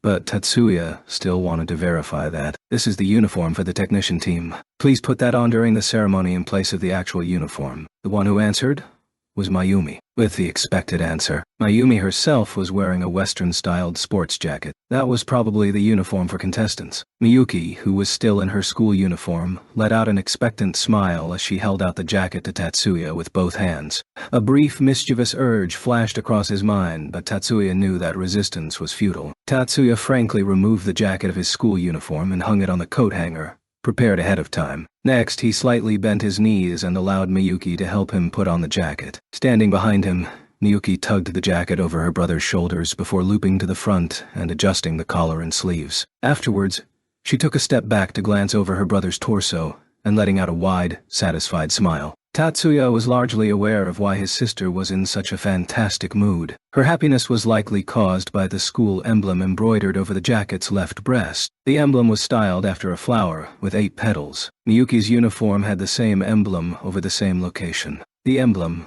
of First High, and not a replacement either, but the symbol of a Course 1 student. Onisama, that suits you perfectly. The intramural competition uniforms were largely the same as the normal ones, which was natural since it was only intended to identify which school the contestants belonged to. However, in Miyuki's eyes, Tatsuya's appearance was finally restored to its rightful state. Tatsuya honestly couldn't care less, but it was precisely because he didn't care that he didn't want to spoil the mood. There was still some time until the commencement of the ceremony, so Tatsuya waited around wearing the uniform for the technician team. Miyuki was completely mesmerized by the dashing figure Tatsuya cut in his uniform. She remained standing there without tiring in her uniform. Tatsuya gazed around him but failed to catch sight of Miyuki's Western sport jacket. Even with the copious amount of time remaining, Tatsuya still felt that she should get ready as soon as possible. "Don't you need to change? I'm serving as the ceremonial assistant." Hearing Tatsuya's question, Miyuki snapped out of her mesmerized expression to reply with her usual smile on her face. In other words, this was the only time that Miyuki was excluded from the participants standing, and served instead as the representative for the send-off party. At least, that's how Tatsuya interpreted Miyuki's words. "Is that so? That's quite a heavy responsibility. Please, don't remind me." There was no way she would shrink at such a marginal duty, but she still employed that weak tone and faltering gaze, prompting Tatsuya to smile softly and lay a hand on his sister's head. The surrounding onlookers directed cold gazes towards the two of them. The team members responsible for organizing the so-called send-off ceremony got the event started on time, and everything proceeded according to plan. Even if Tatsuya stood on stage, there would be no stones or magic hurtled his way.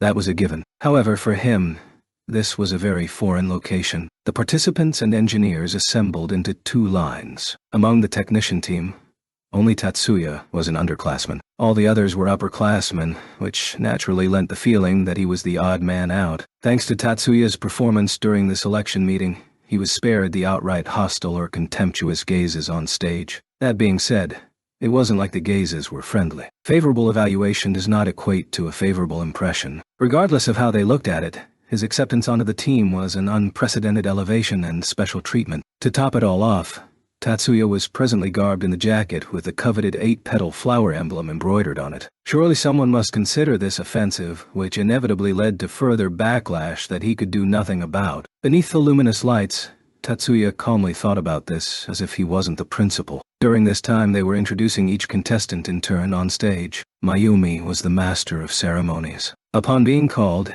each participant would receive a special medal that concealed the ID crystal needed to enter the competition arena. To improve the presentation, Miyuki was responsible for presenting the medal to each individual. Just the contestants alone numbered 40 people. Excluding Miyuki and Mayumi, there were 38. So this was a very time-consuming process. But probably owing to her excellent upbringing, Miyuki maintained a sweet smile throughout as she smoothly pinned the medals onto each individual, in such an extreme proximity that they could feel her breath. No male student was immune to Miyuki's smile, as they desperately tried to fight their blushing and shaky expressions. If that was the case, this scene would undoubtedly rouse the ire of the entire female student body.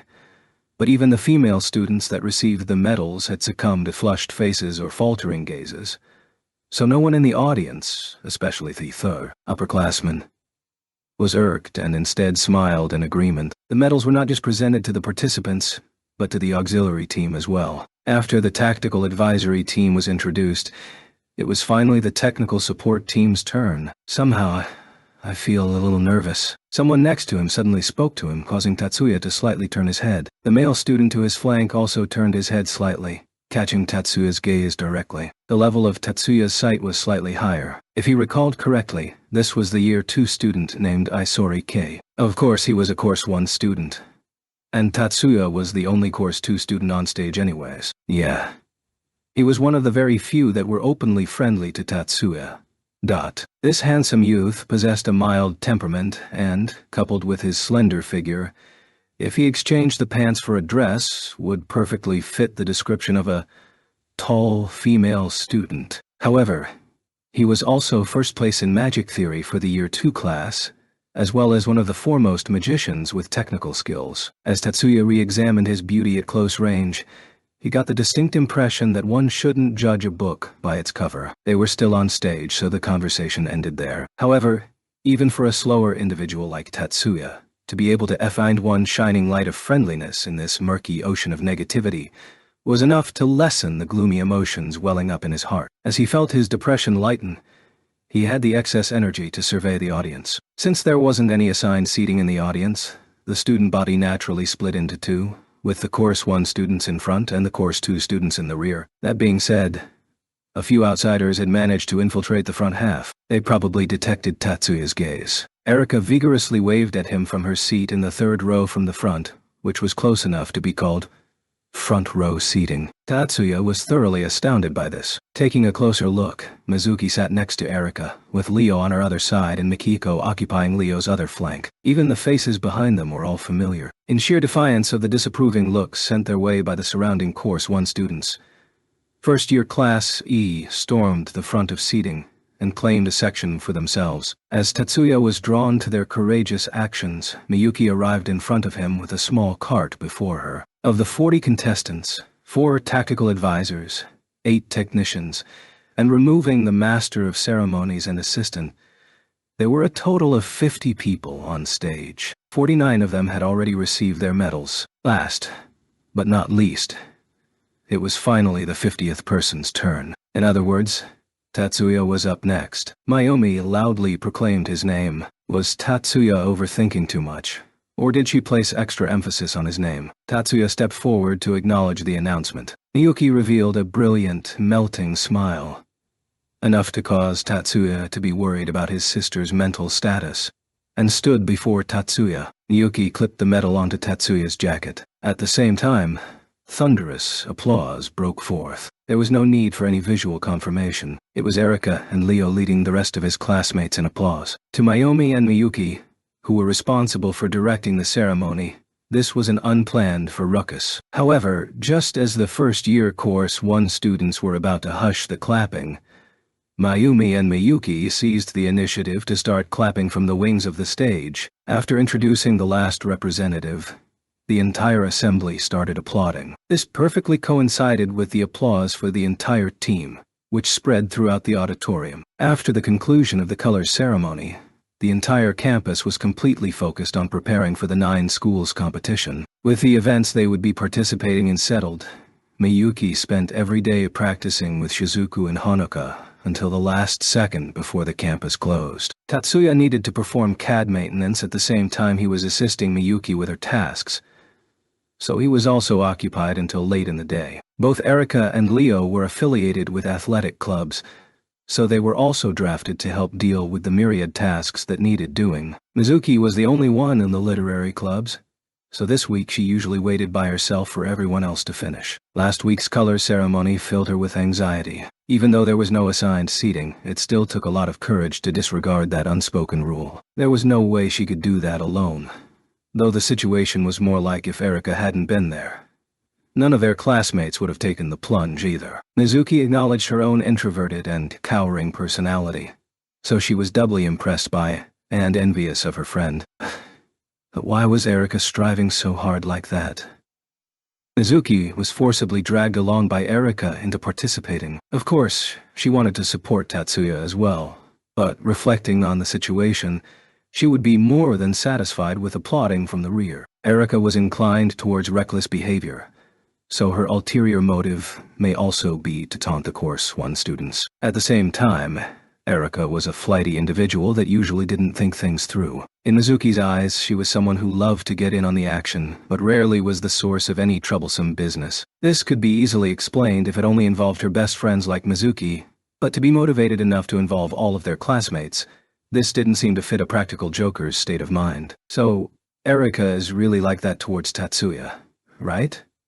From Mizuki's perspective, the male who hit it off the best with Erika was Leo. Erika also had an extensive backstory with Mikihiko, who took 3rd place in the theoretical portion of their exams. But Mizuki felt that Erika held something special for Tatsuya that weighed far differently than the others. For some reason, Mizuki refused to assign this feeling Erika had a specific definition in her mind. She arrived at the school entrance less than 5 minutes ago. The time was too short for her to claim that she was tired of waiting. However, this was more than enough time to jolt her thinking. Without any conscious effort, an assortment of things flowed through Mizuki's mind. This situation would perfectly fit the criteria for being distracted. And so, with her sense unfocused towards any single point, she spread her senses outward and detected a foreign wavelength. Mizuki pondered this for exactly 1 second. Then she made up her mind to remove her glasses. Instantly, a tidal wave of flowing colors came rushing in. Her vision was filled with colorful lights from a myriad of shades. Mizuki temporarily sustained the pain in her eyes,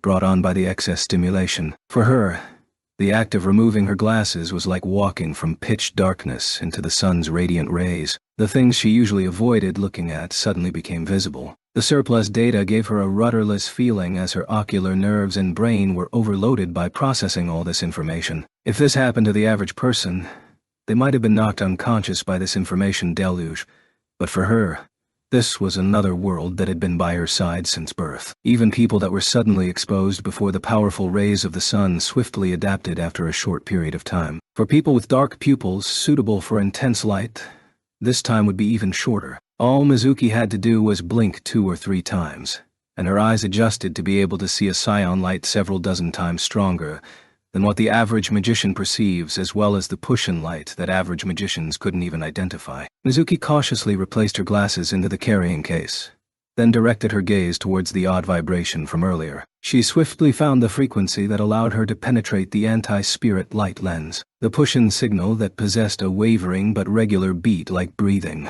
Now, even the source of the light could be easily seen. Mizuki advanced towards the technical skills building where the vibration originated from, as if drawn to it. The closer she got to the technical skills building, the more she felt the seeping cold air in the surrounding environment. This was the middle of summer, and even if the setting sun was partially blocked by the neighboring hills and cut a horizon that was not altogether curved, the temperature was still more than high enough to be sweating. This was an illusion. Something was pretending to be cold air, tucked within the folds of the warm summer air. This something seemed to order Mizuki to turn back, like threatening her to desist her advance. However, her feet did not come to a halt. Logic demanded that she turn back.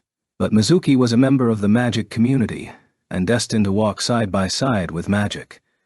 So Mizuki's instincts instructed her to use her pair of eyes to ascertain what this something was. There were very few people in the technical skills building, so there were no sounds of friction or loud laughter. The overhead lights on the ceiling maintained a degree of brightness that made for comfortable browsing of tiny letters, just as usual. No, this was a school for magic instruction, and this was the technical skills building frequented by many individuals. If an incident had occurred, it couldn't have gone unnoticed by the instructors and upperclassmen. In comparison to ordinary high schools, magic high schools had no place for ghost stories or urban legends. Since no alarm was triggered, that meant that the unusual situation that Mizuki detected was the product of magic. Otherwise, the true spiritual manifestation that could not be detected by modern magic. An ominous feeling wrapped around her heart and caused her back to quiver.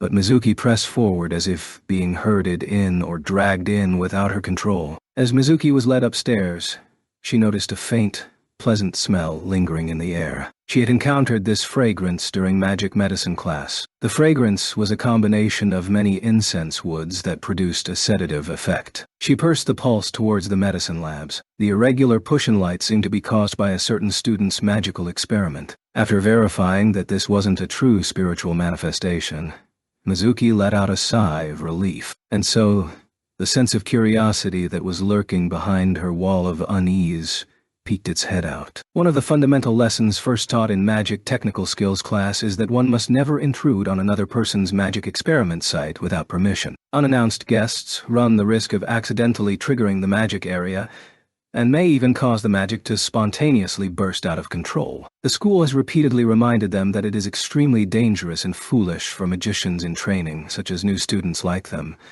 to barge into magic experiments unannounced. However, the current Mizuki had completely forgotten that warning. Mizuki's misdirected sense of caution prompted her to surreptitiously sneak over and nudge a small crack in the door. She meticulously avoided making any noise and peeked into the room's interior from the crack. In that instant, Mizuki was barely able to swallow her scream of terror. No, rather than being one of terror, it was simply a scream of surprise. Inside the medicine lab, there were many blue, sky blue, and dark blue orbs dancing through the air. Each orb had an independent strength and consciousness. Mizuki knew through visual confirmation that all things in the natural order possessed differing strengths that did not tilt towards any particular direction, but maintained a constant state of flux. Mizuki was quite familiar with scenes of strength-based natural phenomena that congregated as floating orbs. In her eyes, the myriad details of the world were similar to the push-and flow that the human consciousness released. However, this was the first time Mizuki felt that the floating congregates possessed a consciousness. Spirit.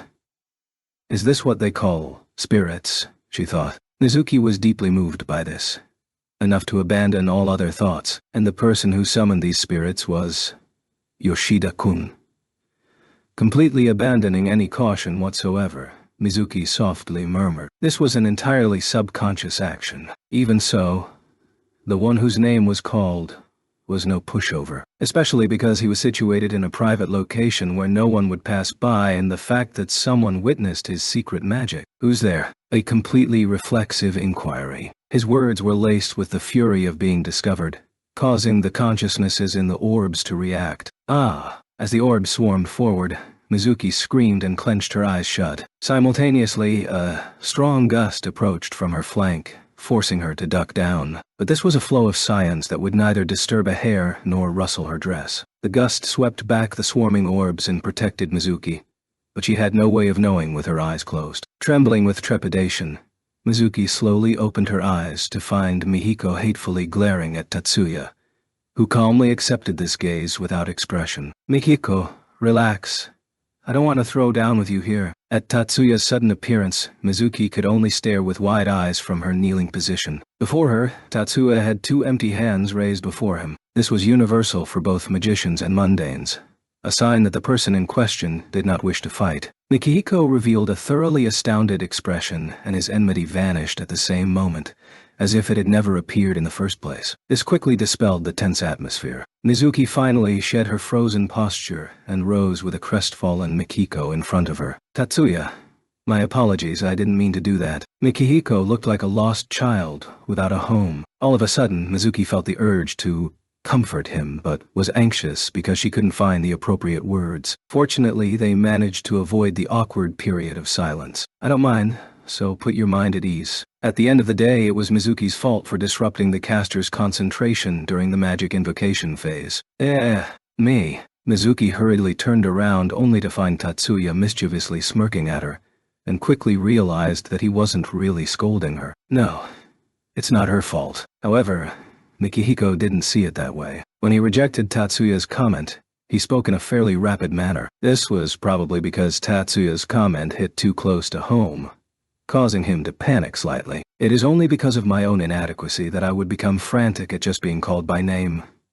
Also, I'm sorry I forgot something very important. Thanks, Tatsuya. Thanks to you, I didn't accidentally hurt Shibata-san. She would be fine even if I didn't do anything. Just then, that was spirit magic, right? Mikihiko nodded at Tatsuya's question but hesitated for some reason. Based on the Buddhist spirits of heaven and earth, Our family calls it divine earth magic. Even so, Mikihiko stuck by his guns, probably because this was a non-negotiable point for magicians. Spirit magic is a type of ancient magic which uses independent information bodies, commonly called spirits, to interact with other information bodies. Magic studies often refers to this magic as spirit magic, but also shortens spirits to SB, spiritual being, but users generally refer to them as spirits. I don't have the ability to identify spirits, but I do know that you're the one controlling the right. On top of that, Mizuki actually managed to bypass the dispersal ward, so it would be fairly difficult for her not to surprise you. How did you know about the ward? Oh, right. Tatsuya also studied ancient magic, so you would know if a rite is effective or not. Looks like you are truly out. No, you've surpassed the limits of my knowledge. You can go ahead and say outrageous. Tatsuya spoke in a teasing manner, to which Mikihiko replied with a wry smile. The tense corners of his mouth relaxed. At any rate, no matter how much you don't want other people to see you, I think that setting a ward within the school labs also qualifies as an outrageous action. True, their combined laughter completely erased the previously tense atmosphere. Just now, were you using summoning magic on natural spirits? This is the first time I've seen it. Hiding anything at this point is fruitless. Tatsuya is correct.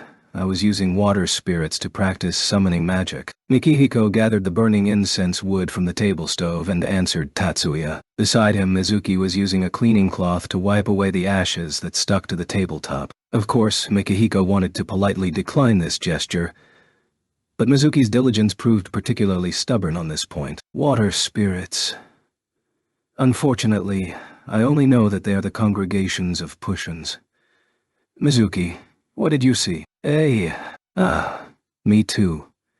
The only thing I saw were blue-colored orbs. Hearing Tatsuya's question, Mizuki made a vague smile and shook her hands in a wavy manner before her. Because Mizuki was still holding the wet cleaning rag in her hand as she did this, a small portion of the murky water splashed onto Mikihiko's face. But she was wholly unaware because the question caught her completely off guard. As Mikihiko himself, he also seemed unaware. His eyes were wide open as his expression tensed. Colored? You can see differences in color? That, yes. Mizuki didn't understand why Mikihiko wore, from Mizuki's perspective, a terrified expression, so she answered back in a quavering voice. For example, blue, sky blue or dark blue. Mizuki didn't dare to look Mikihiko in the eye, so she didn't stare directly at him as she replied. However, she let out a small cry upon noticing the small droplets of water on Mikihiko's face. Sorry, that... Oh, right, handkerchief. Mizuki scrambled to get her handkerchief from the school bag to wipe Mikihiko's face. However, Mikihiko roughly grabbed her extended hand and dragged the terrified Mizuki right before him. Mikihiko caught the off-balance Mizuki and stared at her eyes from such a close proximity that it seemed like he was about to kiss her.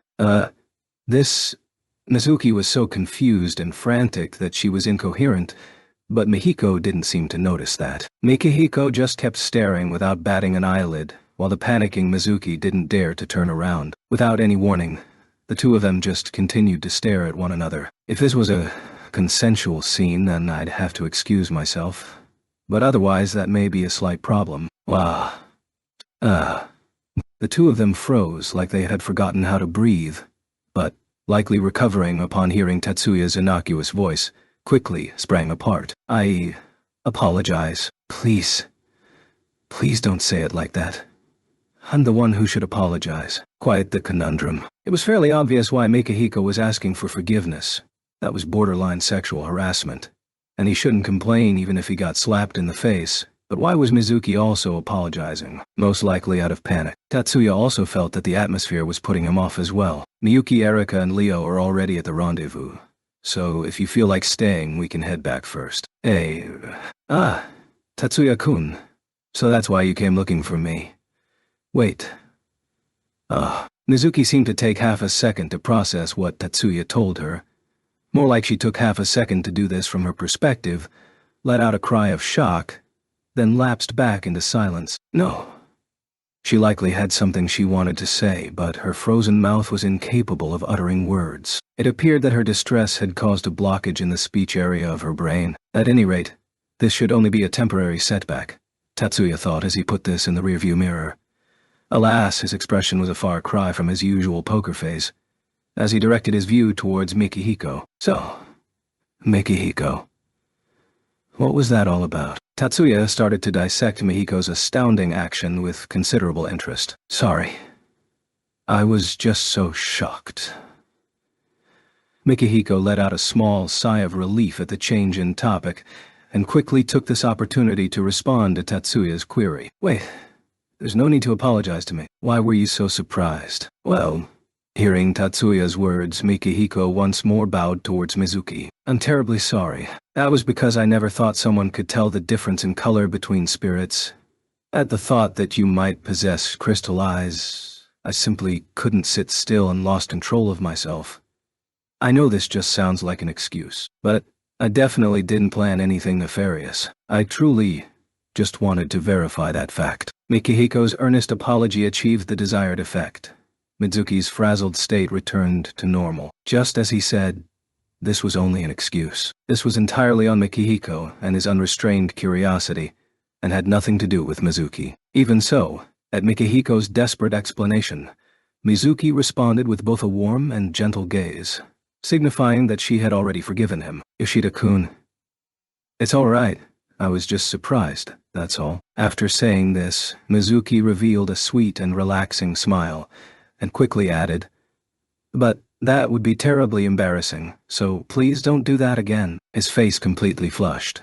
Mikihiko nodded vigorously. It looked like the earlier attempted sexual harassment had reached a peaceful conclusion and Tatsuya's satire never occurred. But Tatsuya didn't want to dwell on that too much. Speaking of which, Mikihiko, why are you surprised? Seeing the two of them return to normal, Tatsuya resumed the earlier questioning. Based on what you said, the ability to identify the colors of the spirits is extremely rare. Tatsuya possessed the ability to decipher Seiun information bodies, but did not view the information body as an image during his analysis, so he wasn't aware whether color identification was special or not. No, the ability to identify Pushin information bodies was definitely rare, but Tatsuya could not comprehend why color identification had any special meaning. At Tatsuya's question, Mizuki also looked at Mikihiko with the same look in her eyes. She probably had the same question as well. Also, what do you mean by crystal eyes? If convenient, can you explain that to us? Mizuki's eyes clearly showed that she wanted to know as well. Yeah. It's not like the information is any sort of secret. Mikihiko's brief delay before answering clearly hinted that what he was about to say wasn't so simple. Tatsuya detected that Mikihiko occasionally showed lapses of irresponsibility that bordered on self-destructive impulses. Spirits have colors, and we as summoning magicians rely on these colors to identify the different types of spirits. That being said, Mikihiko seemed very sincere as he began to explain the nuances of summoning, and didn't give off an irresponsible feeling. Even so, it's not like we can actually see the spirit's color. Mizuki was confounded. Tatsuya also didn't follow, but he didn't immediately ask and merely used his eyes to signal Mikihiko to continue. In reality, spirits don't possess set colors at all. The colors that the magician sees change depending on what system or style they belong to. Take my style, for example. Water spirits are blue, but in Europe, the local style claims that water spirits are purple. On the mainland, the dominant opinion is that the color is a dark bluish hue that is almost black. This wasn't because the vibrations of the spirits differed based on location and magic. It was because the magicians used different methods of identification, hence why they see different colors. In other words, they aren't identified by sight, but through magic recognition of the vibrations. Correct. In order to better identify the spirits, we use colors to categorize the oscillations. You could say that we've embellished the spirits a little. So we each have a method of identifying spirit colors. In my style, water spirits are blue, fire spirits are red, earth spirits are yellow, and wind spirits are green. No difference in shade or brightness. We all apply the same color in our minds, so there's no discrepancy in hue. So all water spirits are strictly blue. According to this identification system, it's impossible to see sky blue or dark blue water spirits, but Mizuki saw them. She probably felt the discrepancy in hue due to the strength and nature of the water spirits and truly saw the spirit's color. My style refers to those types of eyes as crystal eyes. This term is likely used by other styles under different circumstances, but for our style, they refer to the eyes that can see God. Rumors say that those who can see the colors of the spirits are also able to see where spirits spring forth and congregate, as well as the divine spirits of the natural order, and the key to accessing those systems. To us, the people with crystal eyes are Mikos that can connect to the divine spirit systems. In other words, Mizuki is exactly the person you guys are looking for. Yes, but there's no need to worry. Currently, I don't have the power to stand against God. If it was the me from a year ago, I might have arrogantly claimed her for myself. The current me possesses neither the desire nor the mettle to try. That being said, I also won't reveal to other magicians that she's such a critical individual for divine magics. Even if it's my own brother, I could never bear to simply watch as others ascended to the heights of divine earth magic. I won't tell anyone about Shibata-san's crystal eyes. Mikihiko's gaze was unyielding. Flecks of madness danced just below the surface. Tatsuya read that as a metamorphosis of his original possessiveness. This wasn't claimed for himself, but refusal to allow anyone else to do so. Mikiko was staring at Mizuki with those kinds of eyes. That's true. I will also keep this a secret. Based solely on the fact that neither wished for their friend to be used, Tatsuya and Mikihiko could agree, so he signaled his agreement by nodding his head, signaled to Mikihiko, and to Mizuki as well. Mizuki wore an open expression of astonishment at Tatsuya's motion, and quickly responded with a placating smile without comprehending the reason behind it. Chapter 4. August 1st. The departure date for the 9 schools competition finally arrived. Otaru's 8th High and Kumamoto's 9th High would leave earlier due to their respective locations, whereas 1st High, conveniently located on the eastern outskirts of Tokyo, usually departed for the competition dormitories the day before the contest begins. Rather than attaching any strategic importance to this, it was mainly because the remote schools had priority access to the training facilities. The official competition arena was restricted until the day of the competition, so there was no real reason to arrive earlier. That's how it is. Is that so? At any rate, thank you for your simple explanation. Tatsuya wanted to ask Mari, in a tone laden with sarcasm, if there was any reason she was telling him all this, but he patiently waited for her to finish her explanation, and quickly shook his head to dispel this ridiculous impulse that wouldn't serve anyone. The two of them were speaking beneath the blazing sun reigning in the middle of the blue summer sky. Exactly why were they making themselves more heated on this hot and humid day? Even if you asked him, Tatsuya had no answer for that one. This was not in his interest. Sorry. This exclamation was accompanied by the music of sandals lightly tapping on the pavement. Looking towards the sound source, Mari let out a sigh and smiled beneath her parasol while Tatsuya, completely heedless of the sun beating down on him, wordlessly checked off the last member of the roster on his terminal device. 1.5 hours late, everyone was finally here. Mayumi, you're so slow. Sorry. Both the reprimand and the apology were just as concise. The two of them proceeded to embark onto the bus as if nothing had occurred. At least, until Mayumi came off the bus empty-handed. Did you forget something? Tatsuya asked, slightly concerned that his poker face was slipping. Spare change of clothes, cosmetics, and other living supplies. Miyuki was obviously the one who taught him that cosmetics were a must-have for overnight stays. Have already been bundled into the storage compartment, and the checklists mailed from each of the contestants' families have already been matched with the luggage, so nothing was missing. Even if something was left behind, the dormitories had plenty of spares. This was at most a 2-hour bus trip, so there shouldn't be a need for much luggage. No, it's not that.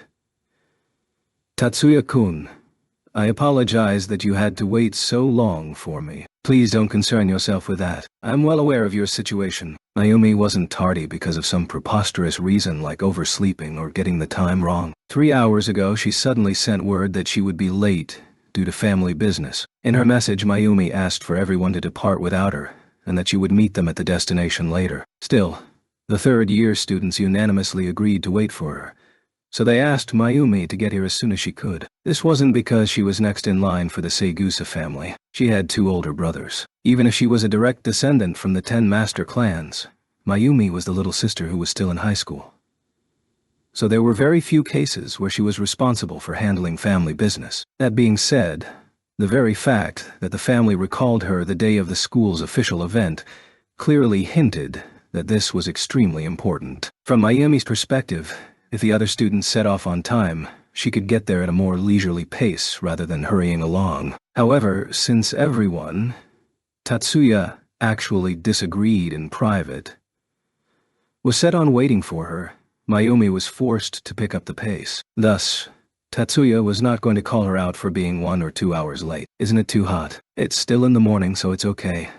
And this temperature isn't bad at all. Tatsuya was the only first-year student in the auxiliaries, so he was responsible for roll call. There were 40 contestants, 4 strategic advisors and 8 technicians. Of the 12 people that were not contestants, only Tatsuya was a first-year student. Of course, there were other auxiliary members besides these 12 people. Not counting the strategy and technician team, there were also 20 volunteers that performed all the busy work. But they already departed for the premises, so there wasn't even a faculty member present. Only the drivers and the official participants were taking the bus and 4 cargo vehicles. But you're sweating like a horse. Wait, what? You're not really sweating that much. No, I have at least enough magic to ward off the sweat. But I'm not gross enough to not sweat at all during the summer. He was using magic to purify the sweat and releasing it through the skin and clothes. Tatsuya's intrinsic magic dissolution, in terms of categorization, belongs to a derivative of separation magic. It was a combination of gather, disperse, absorb, and release, but to be honest, release probably made up the highest percentage. Thus, he was more adept at release systematic magic. You actually used the word gross. The word wasn't particularly odd, but Mayumi smiled brilliantly, as if encountering something especially comical. Must be the season. At this moment, Tatsuya thought her smile was as radiant as the sun. This must have been a hallucination brought on by the sun, the temperature, and the humidity. The best evidence came from the way Mayumi's smile instantaneously switched to her usual teasing smile. By the way, Tatsuya-kun, what do you think of this? This that she spoke of must be the same one Tatsuya had on his mind. Mayumi was referring to the summer dress that she wore. She used both hands to hold the large-brimmed hat and posed, making it very hard to misunderstand. They were only checking into the dorms today, and there were no official activities. Probably because of this, even if it's a school activity, there was no obligation to wear school uniforms. The first-year students, including Tatsuya, were all garbed in their uniforms, but less than half the second-year students were in uniform, while almost all the third-year students were in casual clothes. With that in mind, taking into account how modern decorum frowned upon skin that was not covered in clothing, the majority of the students were dressed like Mari in long-sleeved tunics and pants that were easy to move in. One notable exception was a second-year female student named Chiyoda. She was wearing shorts and long socks that extended to her thighs.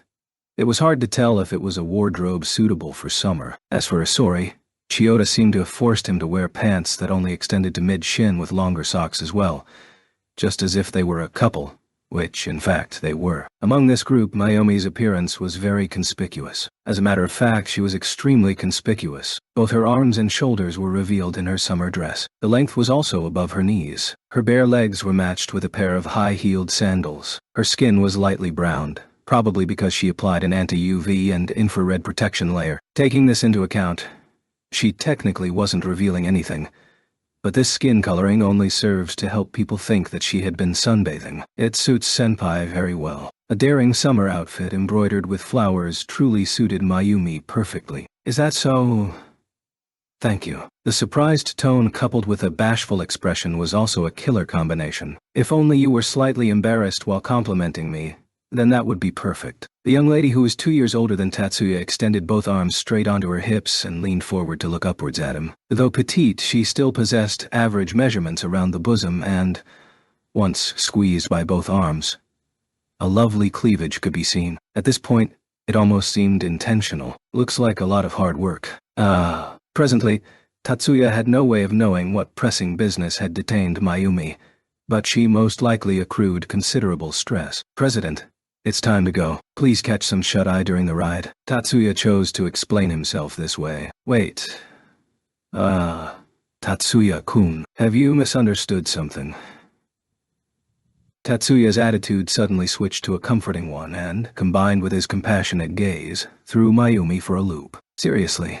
Tatsuya-kun actually thought I'm bipolar. How rude. In the moving bus, Mayumi angrily puffed out her cheeks while Suzune, who was sitting beside her in the aisle seat, watched her warmly. I obviously wanted him to sit next to me, but he fled to another car. Speaking of which, as a technician team member, Tatsuya was supposed to sit in the storage vehicles, so from an objective point of view, or maybe from a superficial perspective, he wasn't avoiding Mayumi. Who does he think I am? That was the correct decision. Rin-chan, what did you just say? Mayumi continued her lively complaints, to which Suzune calmly retorted back. Mayumi was wearing a sweet smile, but her eyes were not smiling, even though she was wearing such a terrifying smile and superficially, and only superficially, asked in a cheerful tone. This didn't impact Suzune's calm expression in the slightest. I said he made the correct decision, otherwise he might suffer at the president's hands. Wait a minute. That's too much. Aren't you taking this a little too far? Suzune's utterly serious assessment caused cracks to appear in Mayumi's steady facade. There are very few male students that can resist the president's beauty, and that beauty has a powerful magic of its own. Likely because Suzune's expression was overly serious as she said this, Mayumi wasn't certain if she was being honest or simply poking fun at her.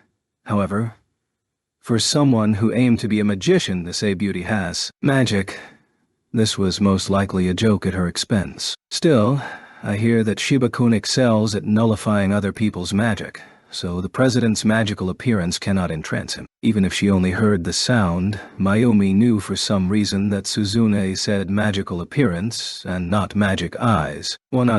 Rin-chan. Mayumi finally realized that she was being teased. Okay, President. Please relax. You don't have the right to tell me that. Her good friend maintained her perfectly serious demeanor, despite Mayumi edging closer with an outraged expression on her face. So the only thing she could do was turn her back to Suzune and throw a small tantrum by herself in the corner. Seeing her body hunched together from the side at a certain angle would lead to... President, are you feeling unwell? The voice from across the aisle where Suzune sat was both worried and nervous. No, it's not that.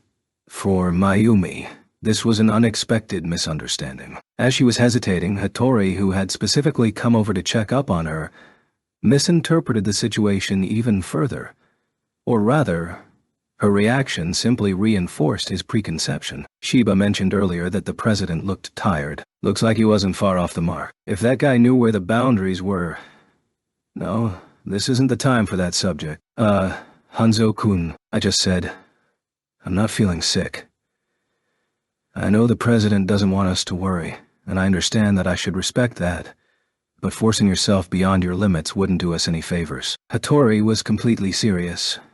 He was earnestly concerned about Mayumi's physical condition as he watched her. The reason he was blushing was likely because of Mayumi's slightly outrageous sitting posture, where her thighs were slightly visible around the edges of the summer dress. However, both her legs were neatly placed together. Vice President Hattori, where are you looking? For the record, Hattori was completely focused on Mayumi's face. He did not look anywhere else, but at the same time this meant he was desperately trying to not look anywhere else. He originally came over out of concern for Mayumi, but he hurriedly averted his gaze, likely out of guilt that he did look in that direction, causing Hattori to look incredibly out of sorts. Given that this alone was enough for him to be guilty and wavering to this degree, only served to prove that he was an honest and innocent teenager. Ichihara-senpai. I didn't look there. No, I just wanted to offer the president a blanket. Unfortunately, his innocent teenager image only served to be the perfect prey for his senpais. Vice President Hattori wanted to bring the president a blanket. Then by all means, go ahead. Suzune revealed an understanding expression as she rose and used her eyes to signal Hattori to hurry up. As for Mayumi, She pitched in by pretending to avert her eyes out of embarrassment, and used both her hands to cover her slightly exposed chest. With a spread blanket in both hands, Hattori was rendered completely immobile. A definite trace of mischief could be seen in Mayumi's eyes. Looks like Mayumi has become even harder to control than ever. Shiba-kun made the right decision, Suzuna thought to herself. He washed his hands of the whole deal. What the heck are those guys doing?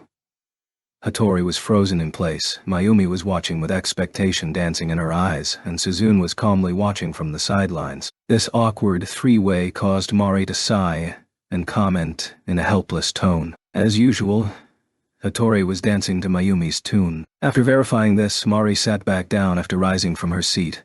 As a matter of fact, her seat was facing Suzune and company's position from across the aisle. Mari didn't say this aloud, but she too was concerned on Mayumi's behalf, but her inability to do anything was more pronounced.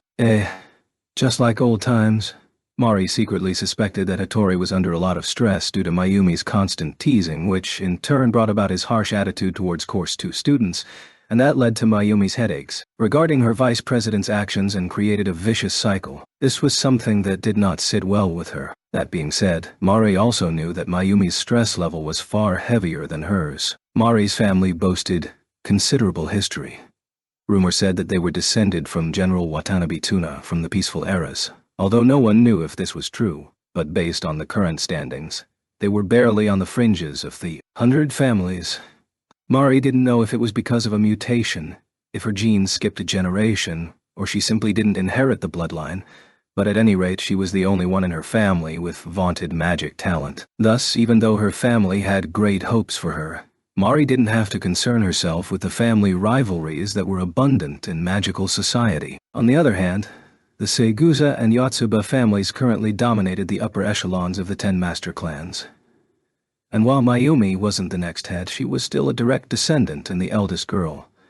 So even though she was still a high school student, there had been quite a few marriage proposals even before she reached high school, which were not rumors but grounded in fact. As for Mayumi herself, even compared with the other magicians within the 10 master clans, she still possessed outstanding magical talent. She was the subject of intense scrutiny, the veritable rising star of tomorrow among pure bloods. On top of that, she was also the student council president, which only added to the things on her plate. No matter how resilient her personality was, her days were by no means a walk in the park. She's only playing a little bit, Mari thought, so leniency is probably the best approach. While she was considering this, Mari did not add in from a friend's perspective, likely because she also possessed a slightly shameful teasing side to her. But if someone actually said that to her face, Mari would probably knock them to the floor. Back on topic, unless the ruckus got out of hand, she wasn't going to interfere. Hattori seemed to be a willing participant anyways. So after making that somewhat one-sided decision, Mari directed her gaze out the window. She sat in the aisle seat of a 2-person row, so she had to look at the person sitting in the window seat. Mari-senpai. What's up? An equally listless female student asked Mari after noticing her gaze. No, Kanon. I'm just looking outside. Mari transferred her focal point from outside to the second-year student sitting next to her, Chiyoda Kanon, who was wearing a handsome smile that was particularly popular among female students. She was an underclassman that Mari especially favored, and Mari was actively prepping her to be the next Public Morals Committee chief. Thanks to Tatsuya, if he heard this, he would strongly protest that he was coerced and not asked. Mari had already prepared the transfer documents just for her. If it wasn't canon, Mari likely wouldn't even bother. They were both of the 100 families, but Kanon belonged to the Chiyoda family near the pinnacle. Talented magicians from prestigious families were the true representation of 100 families. Here, the 100 families didn't actually mean the number broke 100. Just as the hundreds digit followed the tens digit, the same meaning applied in that they were families that were second only to the 10 master clans. In addition, the 10 master clans did not consist of only 10 families. There were a total of 28 families worthy of the name the 10 master clans, and whoever possessed the strongest magic, notice that this was not the most talented, but the strongest.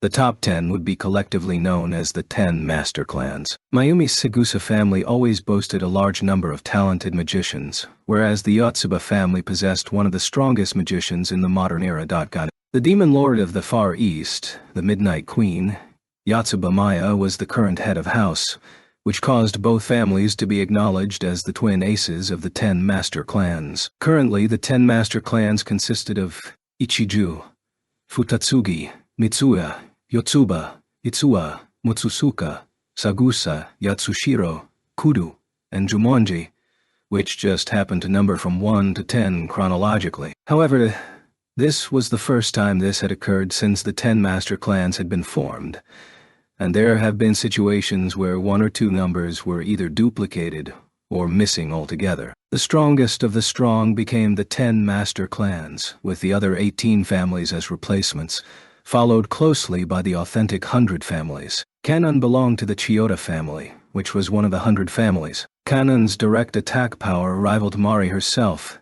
and if she had a weapon in hand, her firepower could match magicians from the 10 master clans themselves. No wonder she had the magic worthy of the name of the Chiyoda family. However, the crowning difference from Mayumi was that Kanon wasn't listless because she was overwhelmed with family business. Hearing Mari's response, Kanon softly said, "Is that so?" and directed her gaze outside, followed with a lazy sigh. This ridiculous response only irritated Mari further. Kanon. Yeah, Kanon turned around again, but this time, she smiled in a fashion completely different from before. Unfortunately, the imitation paled before the original, as Mari smiled back in an equally radiant manner, from a female perspective. "It's at most 2 more hours to the dorms. Can you not wait for that long?" "Hey, that's mean. I'm not a child. I can wait for a paltry 2 or 3 hours. At Mari's casual question, Kanon was suddenly fired up like she was another person. Her middle-length hair bobbed as she pouted and complained. But I thought we would be on the bus together today, so it's okay if I'm a little upset. Haven't you guys been together?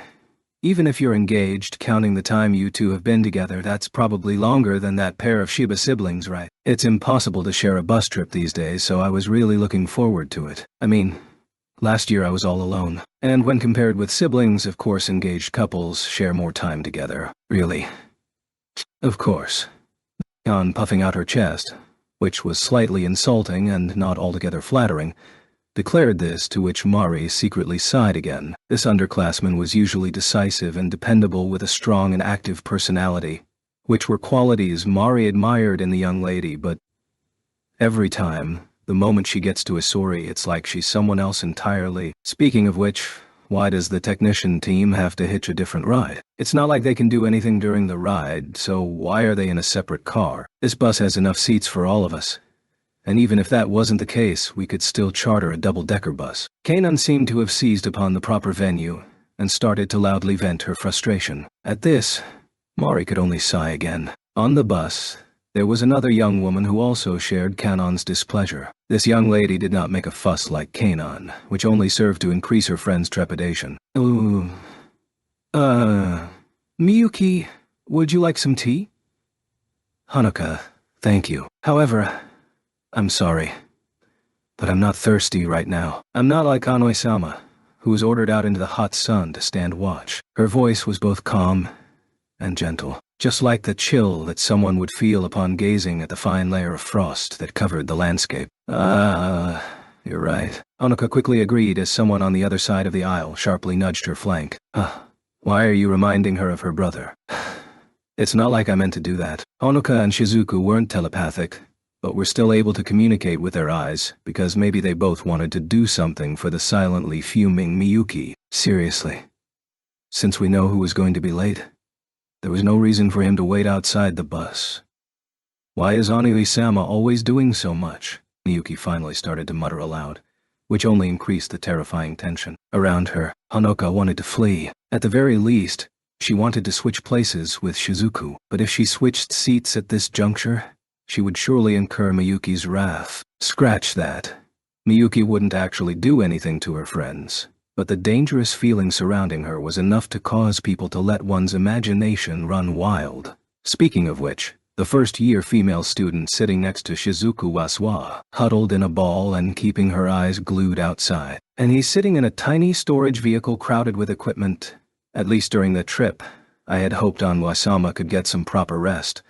Shizuku glanced at the terrified Anoka and sighed. Shizuku believed that Miyuki omitted the 3 words next to me. In other words, Shizuku mentally adjusted this to be Onisama could get some proper rest next to me.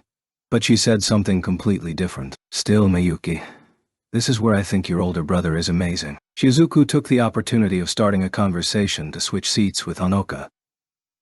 Honoka clasped both her palms together in thanks, but Shizuku couldn't see this with her back to her, and Miyuki didn't notice this either. Miyuki was wholly unaware that someone else had caught her muttering to herself, so she was unable to immediately react. Shizuku seized the opening to keep speaking, completely shattering her normally stoic image. Even if he waited on the bus, I don't think anyone would actually complain about it.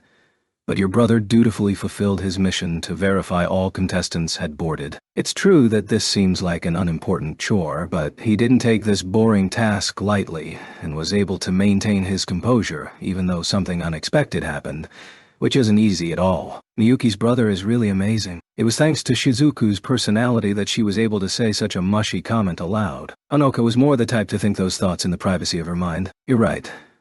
Onisama is the nicest person in the oddest areas. Finally, Miyuki was able to contain her embarrassment, and the icy pressure around them faded as well. Hiding behind Shizuku, Honoka made a victory sign with her hand. With a few exceptions, human beings chose only to see things they wished to see. More likely, they chose to ignore objects that they did not want to perceive. For biological organisms, bad news from the five senses was usually more vital than good news. Objects and situations that were displeasing often caused harm to the physical body, so identifying these threats were integral to survival. However, humans often avert their eyes from what they do not wish to see. For example, even knowing that a weapon of mass destruction was currently aimed at them, they still chose to ignore this aspect of reality. This was especially true for citizens of first-world countries that are so removed from struggling for survival in their day-to-day activities. Even without this exaggerated example, there were countless examples every day where people pretend not to see things that are repulsive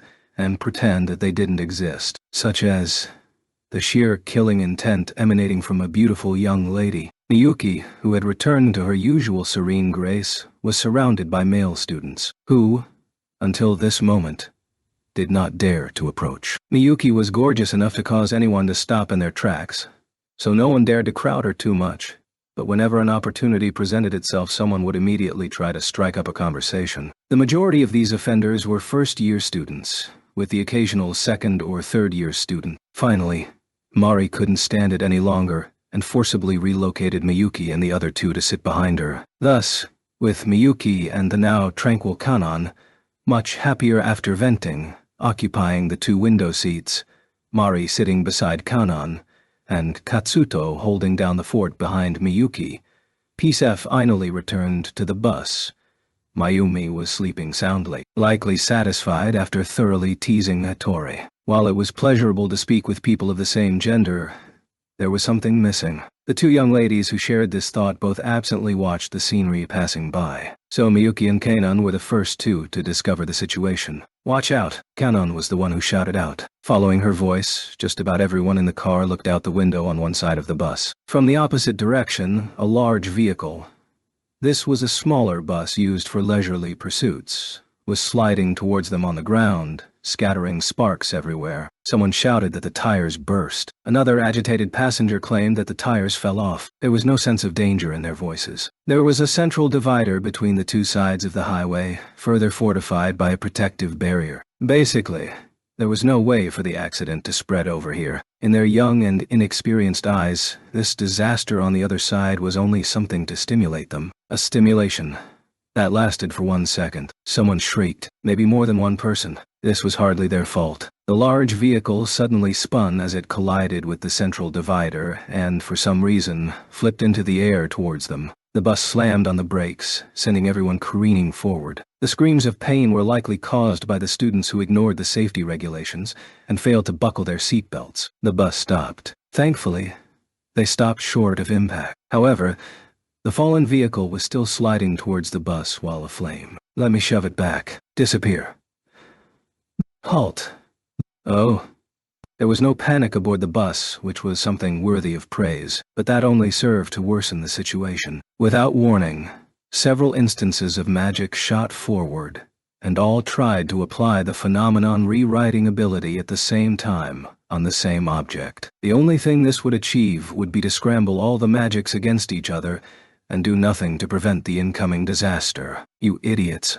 Stop now. Mari quickly realized this. Fortunately, everyone was still in the activation process and had not finished yet, so everyone was forced to recall their half-formed magic, leaving a few precious seconds for some sort of meaningful defense. They needed a powerful magic to instantly rewrite the current phenomenon. Everyone gathered on board were the saplings and seeds of future magicians, but they were all capable of doing this. However, if they were able to logically follow Mari's orders, they wouldn't have tried to recklessly use magic. Also, in order to overwrite the original effects of the magic and achieve the desired result, they had to use a stronger magic to forcibly overwrite the currently activated magic, Jumonji. Mari summoned a magician capable of performing this feat. Katsuto was currently readying his magic, but Mari almost despaired at seeing his pale and agitated visage. Mari understood as well. This pocket of space where magic sequences were running amok was just like what would happen during calculation interference. Even Katsuto had no way of handling both the oncoming impact and roaring flames at the same time.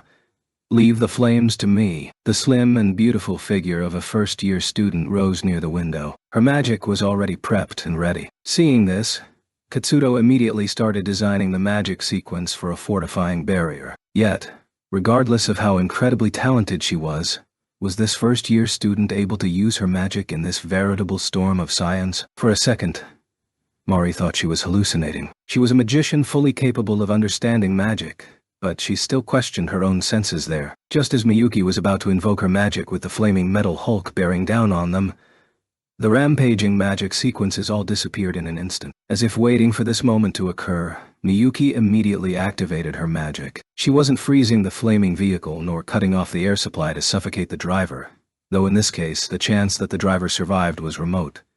She was efficiently using magic to dramatically lower the temperature to extinguish the flames. Mari could not help but applaud her choice of action. At the same time, this proved that Mari's magic perception ability was working normally. Katsuto spread out the protective barrier magic.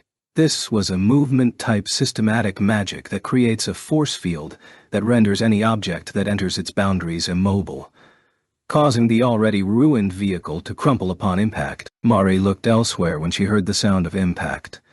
Mari trusted that Katsuto's magic would be able to hold the incoming vehicle. What the heck just happened? The interfering remnants of magic sequences suddenly disappeared just before magic was applied to avoid the accident. But what the heck caused that? Was it Mayumi's magic? Mari immediately rejected this notion that floated into her head. It was true that Mayumi was able to handle the rampant magic sequences. However, Mayumi's counter-magic, magic deployed specifically against magic, was shaped like scion bullets that used copies of magic sequences to tear them apart. That type of magic couldn't completely annihilate every magic sequence down to the last iota. If Mayumi's magic was synonymous to precision anti-aircraft guns, then the earlier magic, if it was magic at all, was something that would have carpet-bombed the entire district. Not a single pillar would be left standing. Steel would turn molten. The foundations and cement would scatter everywhere from the explosions, rendering this entire area into complete rubble. That was how violent that attack was. While Mari and Katsuto were both frozen before the primal chaos of the rampaging magic sequences, Miyuki seemed to know from the start that this situation would fade and activated her magic without any hesitation. Did she know who cast that magic? Hold on, was that magic? Is everyone alright? Mari was staring at the storage vehicle, currently parked behind them, that was following them, and only recovered herself and turned around upon hearing Mayumi's steady voice. That was cutting it a little close, but there's no need for concern. Jumonji and Miyuki-chan's excellent performances saved us from disaster. Anyone who's hurt better realize how important safety belts are, so make sure to buckle up next time. Mayumi added, so long as there isn't a next time, with a smile, causing laughter to fill the bus. Everyone shook off the intense anxiety and terror and resumed a more relaxed expression. Jumonji, thanks. You're just as dependable as ever. No.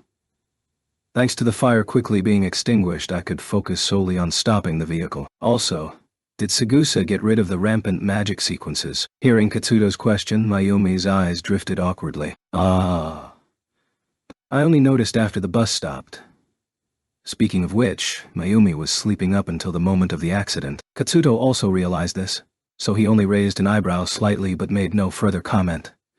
Katsuto was undoubtedly the most honorable person among the student body leaders. Miyuki-chan as well. Your execution was flawless. You were able to use such a narrow window to construct a perfect magic sequence. That's an accomplishment that even us third-year students would be hard-pressed to emulate. Katsuto and Mari both nodded in agreement at Mayumi's words. All three of them knew very well that being able to correctly choose the appropriate magic and modulate it under such critical circumstances was no small feat. Mayumi's praise caused Miyuki to blush deeply. President, I am honored by your praise. However, thanks to Ishihara-senpai's powerful assistance in halting the bus, I had sufficient time to construct the magic sequence. Otherwise, even I'm afraid that I may have hurried my move in such a trying condition. Ishihara-senpai, thank you. Miyuki gravely bowed in thanks, to which Suzune silently nodded in response. Kanon, who was sitting in front of Miyuki, turned around in her chair with an utterly gobsmacked expression. Mari was also unable to hide her astonishment. Just as Miyuki said, there was no way the bus could have come to a halt in time with the brakes alone. The moment the driver slammed on the brakes, it wasn't hard to imagine someone also using speed magic to help out. But Mari only noticed everyone using magic to stop the incoming vehicle, and was wholly ignorant of Suzune casting magic to stop the bus. While everyone was preoccupied with visually confirming the danger, she accurately made the correct response. Suzune's proficiency in magic was said to rival Mari in company, and today she more than sustained that reputation. Also, Miyuki was the only one who detected Suzune's magic while everyone else remained ignorant. Her talent was truly awe-inspiring. In comparison, you... Ow, Mari-senpai, why did you hit me? Suddenly being knocked atop the head, Kanon complained tearfully. Stuff it, Kanon. Do you have any right to complain? Murasaki and Kitayama both panicked and used magic to complicate the situation. But that's only to be expected since they're first-year students. But what's the deal with you as a second-year student panicking first? But my reaction was the fastest. I just didn't expect anyone else to overlap on magic. Kanon's explanation caused both Murasaki and Shizuku to droop in shame. Quite a few others revealed awkward expressions. Fastest isn't always better. At least evaluate the situation first, then make some sort of rudimentary communication between each other to avoid ambiguity, alright? On top of that, based on the fact that you still didn't deactivate your magic even after noticing the conflicting situation proves that you had already lost your objectivity. I was wrong. I'm sorry. Seeing Kanon's dejected state, Mari didn't go any further. Even with this lecture, without the requisite training and experience, it was very difficult to remain calm under those circumstances. When taking that into account, it was even more amazing that Miyuki was able to clearly communicate her decision to extinguish the flames. This wasn't something that relied on talent alone. Usually geniuses tend to try and stick out too much, which actually hurts more since it compromises communication. By this definition, Kanon possessed an exemplary genius mentality. Miyuki must have gone through extensive and arduous training. Her serene patience in waiting for the bus to resume moving was perfectly suited for her experiences, or completely unsuitable at the same time. Speaking of which, Shiba. Yes, Mari called Tatsuya by name, but referred to Miyuki by surname. Generally, she preferred to address others by surname, and only called closer companions such as Mayumi, Kanon, and members of the Public Morals Committee by their name. To her, Tatsuya was someone who she was especially close to. Do you know how those magic sequences? No. Never mind. Don't worry about it. You performed magnificently. Thank you for your compliment. Originally, Mari wanted to ask the question, do you know who used counter magic to erase those magic sequences? In the middle, she ruminated on whether she wanted to know the answer. For some reason, Mari felt that the answer would cause devastating damage to certain objects in her immediate vicinity. Outside the window, the male students from the technician team descended from the storage vehicles and commenced rescue operations. That being said, the all-terrain vehicle not only violently struck the protective barrier and flipped through the air, it was also ablaze as well. There was no chance the driver survived. There were no women present, likely because the male students wished to spare them from the sight of the burning corpse. Even though the fire was put out, the possibility that the ethanol-based gasoline would reignite was not zero. Behind the third-year students trying to cut out the door, A first-year student was using a camera to record the evidence. Realizing that her eyes were continuously following his back, Mari swiftly averted her gaze. After the incident, including the time spent during police interviews and assisting with cleanup so that the bus could pass, roughly 30 minutes elapsed since the incident ended. Figure in the delay from the start of the trip, the group arrived at the dorms shortly after noon. From a strictly competitive standpoint, most of the contestants that excel during the 9 schools competition eventually join the military. To safeguard their source of talented magicians, the military heavily invested in the 9 schools competition in both the competition arena and the dormitories. Hotels previously reserved for government officials during inspection or visiting foreign dignitaries and their followers were instead allocated for students and related personnel during the 9 schools competition. That being said, it wasn't like the situation was all-encompassing. In the end, the hotel was a military building, so there was no valet parking or suites. Usually the soldiers on duty at this location would be responsible for these missions, but the 9 schools competition was a high school event. So, the students were responsible for carrying their own luggage. The larger devices were left in the storage vehicles for easy access so they didn't have to be removed. But the smaller tools and CADs had to be shifted from the vehicles to the individual rooms for maintenance. A certain first-year student from the technician team quickly accomplished his objectives, pushing a cart full of luggage forward and being accompanied by a smiling female student walking next to him, a sight that caused Hattori to shake his head with a heavy expression on his face. "Hattori, what's up? Take a look at your hangdog expression." Behind him, a warm voice struck up a conversation. "Kirihara." It's nothing." Tori turned around and then verified that the man was indeed his good friend based on his voice, and reflexively responded with a vague answer. "Really? At least, you look like something's awry." He probably noticed himself. Hattori didn't continue to deny Kirihara's words and let out a masochistic smirk. "I've lost some confidence." "Oh please. The competition is the day after tomorrow. What's with the doom and gloom?" Kirihara was only responsible for crowd ball on the second day, but Hattori was scheduled for battleboard on the first and third days, as well as monolith code on the 9th and 10th days. Hattori was on a different competition tier than Kirihara, and was one of the primary aces for the second-year cohort. If his status was anything short of excellent, this would severely impact the overall team strategy. Thus it was surprising for Kirihara to panic at this stage. "So why are you so depressed?" In Kirihara's eyes, Hattori Jobu was a studious young man bursting with confidence, or maybe someone who worked arduously to earn that confidence. Just in his second year alone, Hattori possessed the strength just second to the big 3. This distinction was not earned on talent alone, although this did feed his arrogance, a point that his friend didn't try to defend, and was the subject of much misinterpretation, but his diligence matched his abundant talent at the highest level. At least, that was how Kirihara had always seen Hattori: hard-working, talented, and accomplished. With these 3 under his belt, there was no reason why he should suddenly lose the wind in his sails. "Looks like you haven't noticed. How I envy you." "What is this? Are you insinuating that I'm stupid?" "No, but I do think you're slow." "Hey." Hattori's usual mocking smile that was easily misunderstood by others returned. He appeared to have recovered his balance. That Hattori was able to improve his mood by digging Kirihara put a sour taste in Kirihara's mouth. But at least he wasn't worried anymore. "This isn't like you, right? Right. What exactly has dragged you down recently?" Kirihara asked again with the full intention of returning the favor. Hattori was not dull enough to misunderstand his friend's clumsy concern. "That earlier incident.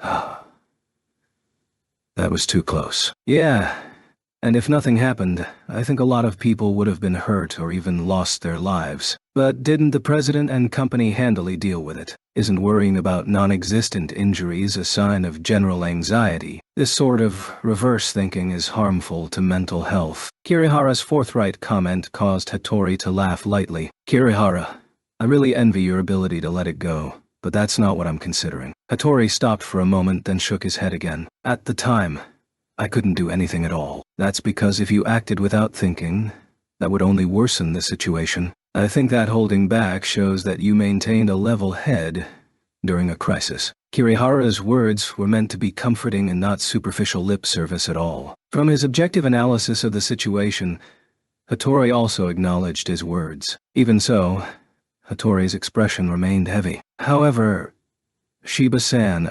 adopted the correct choice of action. She chose the appropriate task based on her expertise and did not forget to alert everyone of her actions. Even if the conflicting magic sequences did not suddenly disappear before she invoked her magic, she should have been able to team up with group leader Jumanji to handle the situation. At the time, Chief Watanabe also didn't act. Given that Shiba-san specializes in freezing-type magic, isn't this just a matter of magic suitability? Watanabe-senpai's expertise lies in anti-personnel combat, so she was holding back as a method of self-restraint for the benefit of the whole. In that situation, I am able to accomplish more objectives. No, the question at hand isn't about magic power. Watanabe-senpai instantly made the correct assessment that she was not the correct person to do the job and called on group leader Jumanji to assist. Before she even said anything, Group leader Jumanji already realized that this was a situation he would be called upon and was already constructing his magic sequence. They also came to the conclusion that just the group leader alone was insufficient to combat this threat,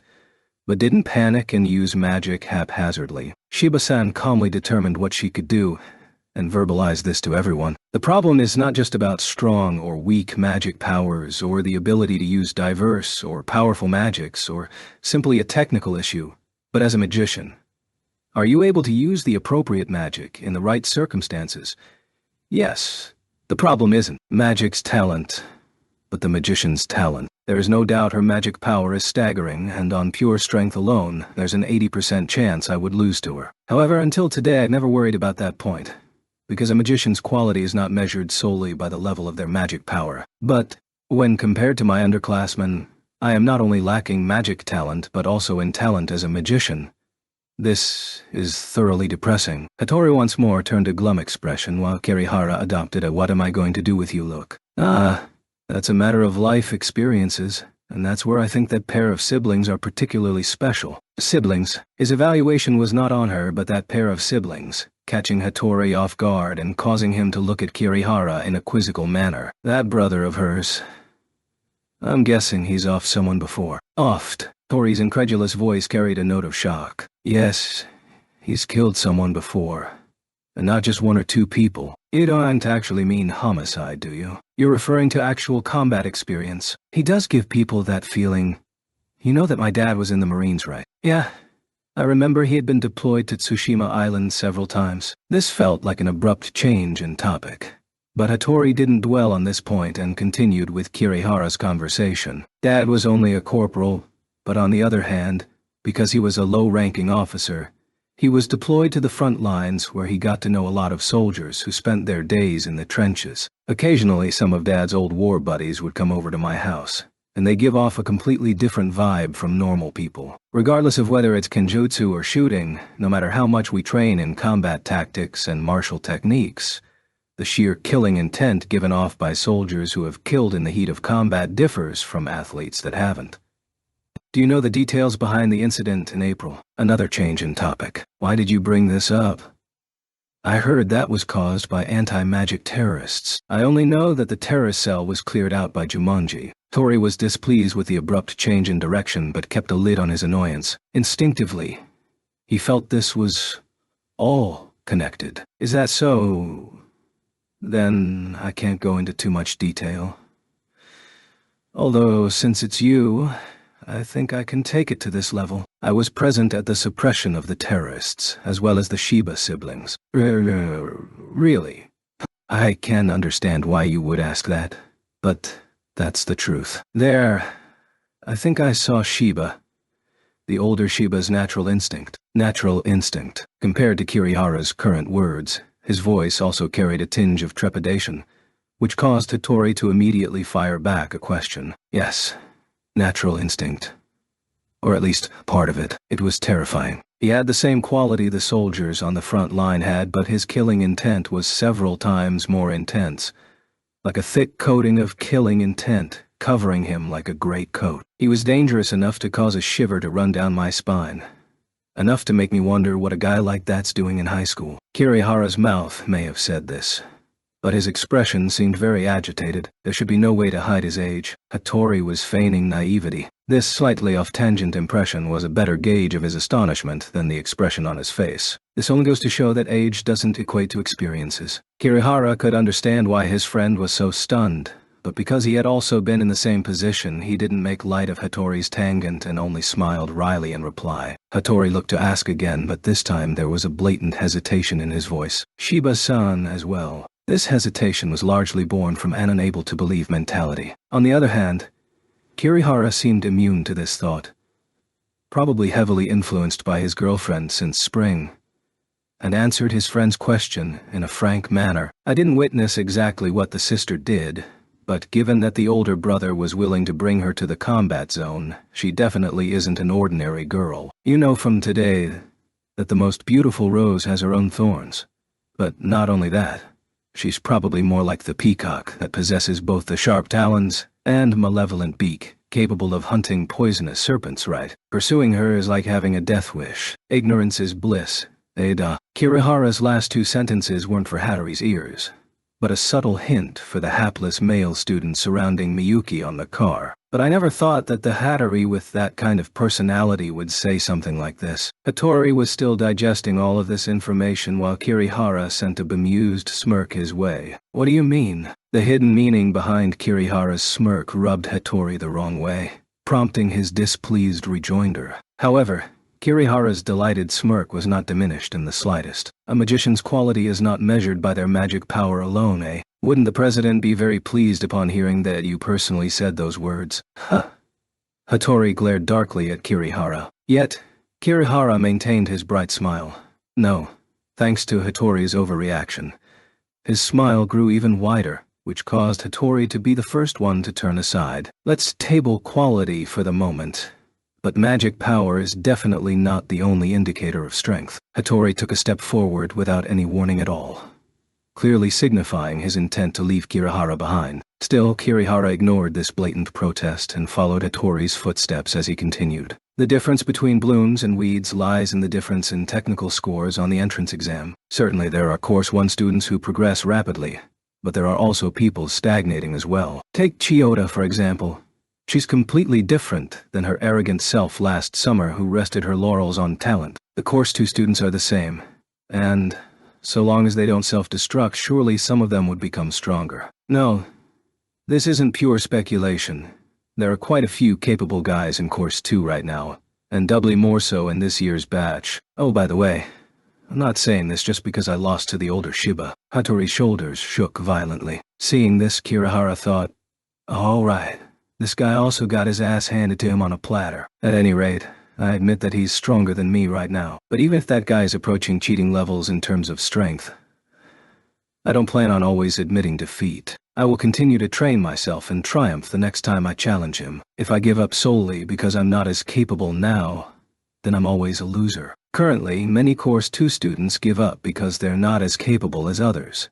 Hence why they've never improved. We have no obligation to accept them as our equals. On the other hand, for those that seek greater strength and better themselves along the way, we have no reason to scorn them either. Hattori still had no response as he quickly advanced towards his own room without a word. Kirihara shrugged and turned to see the pair of siblings who were the topic of their discussion. Not far behind Kirihara, the younger Shiba was solemnly watching her older brother. Seeing this, Kirihara thought, let's hope nothing troublesome happens, and promptly mocked himself for this random thought. Kirihara's premonition headed in the direction he least desired and struck his fragile but earnest hope. Then, according to Onoe-sama, that earlier incident was not accidental?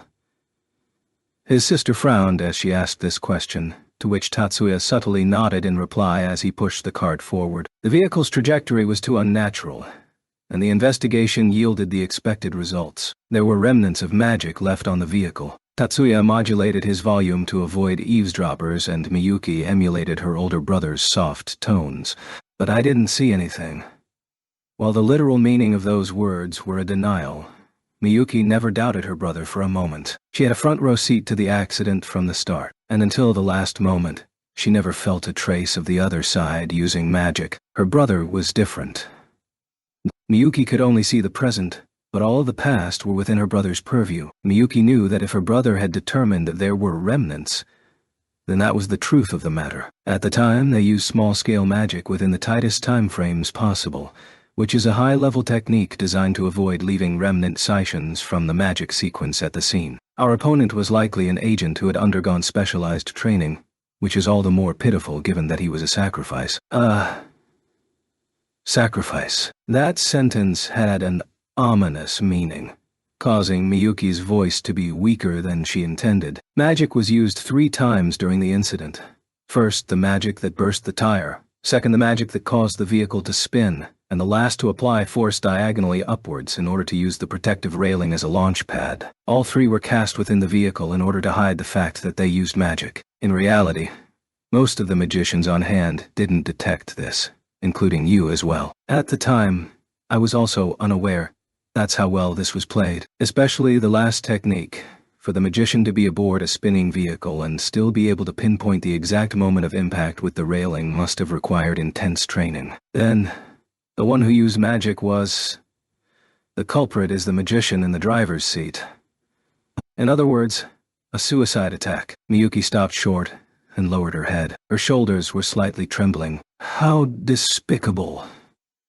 This was not an expression of sadness, but fury. His sister did not bear a misguided sense of compassion towards the criminal, but a deep sense of anger at the mastermind, who gave the order. Satisfied, Tatsuya nodded. Criminals and terrorists originally are the scum of the earth, and their leaders are rarely the type to gamble with their own lives, which can easily be seen from this example. There would be no end if we became enraged every time this occurred. Besides, I'm more concerned with the intent behind all of this. Tatsuya gently patted his sister's back a few times to comfort her, then resumed pushing the cart forward. Miyuki swiftly followed behind, and stopped not 10 steps away. A young lady sitting on a couch near the wall waved at them. She wore a pair of shorts and braided sandals that showed off her toned legs, as well as a vest that clearly revealed both shoulders. Tatsuya also came to a stop alongside Miyuki and glanced over at his friend, who then stopped waving and rose from the sofa. She apparently mistook this location for a tropical beach resort. It's been a week. How have you guys been?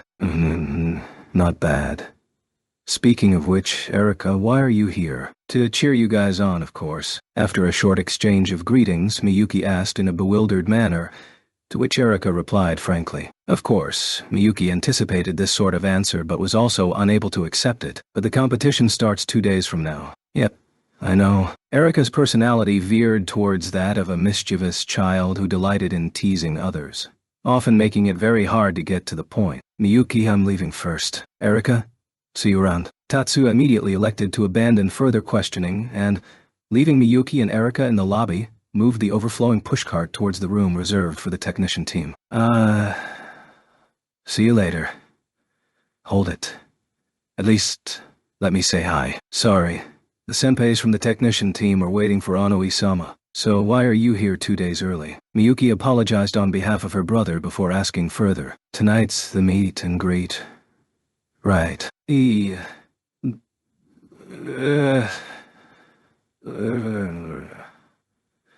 No. So, Miyuki waited for Erica to reply, but she felt that no matter how long she waited, she still wouldn't get a full answer.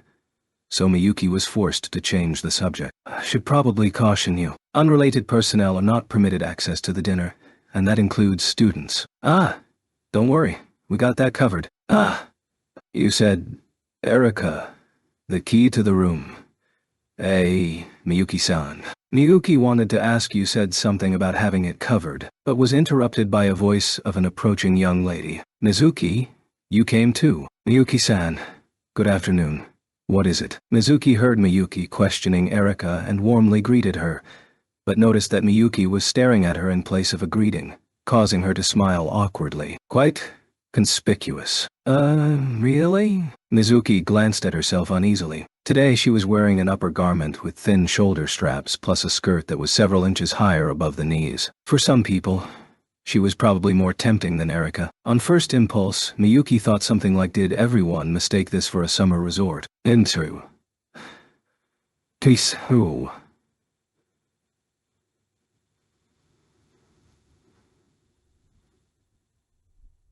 Erika said not to dress too conservatively, so... Is that so? Miyuki wanted to say a few choice words to Erika, but seeing her feign ignorance and turn her head, Miyuki gave this up as a lost cause. Miyuki could now sympathize why her brother often sighed when dealing with Erika. Mizuki, I'm saying this for your benefit, but you might want to get changed. The getup is adorable and suits you perfectly, but I think there's a better time and place. However, Miyuki didn't just smile and nod. Her personality was slightly more righteous than her brother, and more obstinate as well. Is that so? Really? Yes, you should. Mizuki peered at Erika as she asked her, while Miyuki also watched Erika as she nodded in assent. Really? Erika finally stopped play acting and disagreed with a huff. Speaking of room keys, where you guys staying? This time, it was Miyuki's turn to ignore that sally. Yes, Mizuki answered while Erika was fuming by the side, but she didn't press Miyuki. During the past 4 months, Erika learned from their mutual interactions that this beautiful young lady that looked like she would show leniency towards even bugs possessed a strong and ruthless personality. I can't believe there are barred rooms. No. Even more importantly, it's amazing how the hotel actually let you guys stay. I thought ordinary people are barred from access. Here's where you call on your connections. Her mood restored, Erika revealed the answer without any guilt whatsoever, forcing Miyuki to burst into laughter. That's the Chiba family for you. While her tone was still joking, Miyuki was in no way paying superficial praise, but actually touching upon the truth. Just as the 10 master clans bear the numbers 1 through 10 in their names, the primary families within the 100 families such as Shiota Isori all bore numbers beyond 11 in their names. The size of the number had no correlation with the strength of the family, but the very fact that one possessed a number in their surname directly equated to a superior bloodline and was an excellent indicator of an individual's potential as a magician. Magical families that have a number in their names are collectively known as the numbered family system.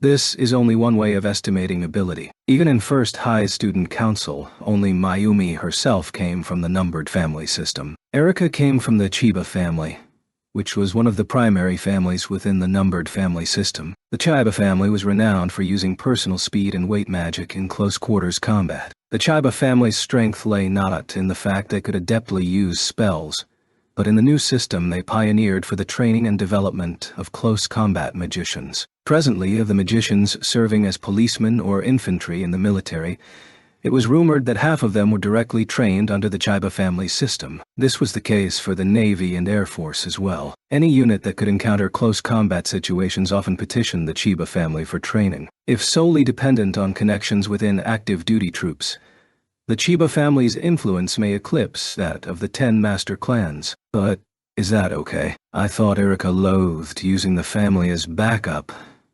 I dislike other people simply seeing me as a daughter of the Chiba family. Connections are made to be used. It's your loss if you ignore it. If this was anyone else, this answer could cause a combative atmosphere. But because the 2 others were Miyuki and Mizuki, they didn't take it to heart.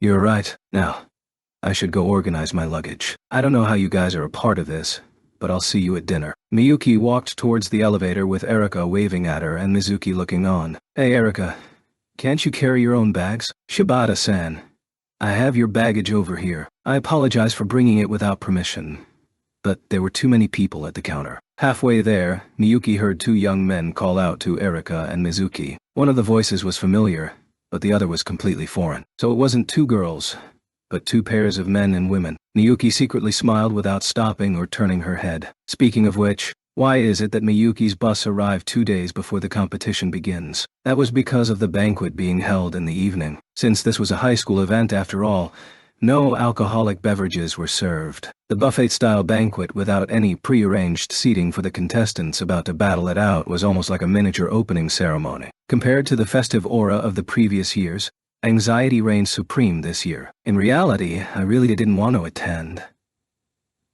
As the student council president, this was something that Mayumi couldn't and shouldn't say. So Tatsuya politely struck that from the record. Technician teams were auxiliary members, but counted as official members for the purposes of actual on-site activities, so they were also obligated to attend. Tatsuya, who was ill at ease with reception, events like banquets, privately agreed with Mayumi's sentiment. The dress code for the banquet was each school's uniforms, so they didn't have to worry on that account. That being said, the borrowed suit didn't fit him very well, which raised his resistance towards attending. Should we have purchased a new one? His fidgeting had been noticed after all. Miyuki furrowed her brows in concern as she watched Tatsuya. It's nothing. Don't worry about it. Sorry for making you worry. This sequence thoroughly shamed Tatsuya, as it was getting difficult to tell who the older sibling was. In addition, this was an official event with mandatory attendance, so one shouldn't complain that they were uncomfortable or displeased. No. Onisama, please don't say that. She probably noticed the minute adjustments to Tatsuya's expression and realized that he had wiped out his depressed mood. Miyuki smiled happily. Okay, those siblings over there can stop flirting. The slightly teasing words caused Tatsuya to glance aside. Strictly speaking, he had to glance downwards to see Mayumi stifling her smile as she watched them. I can't believe you said flirting.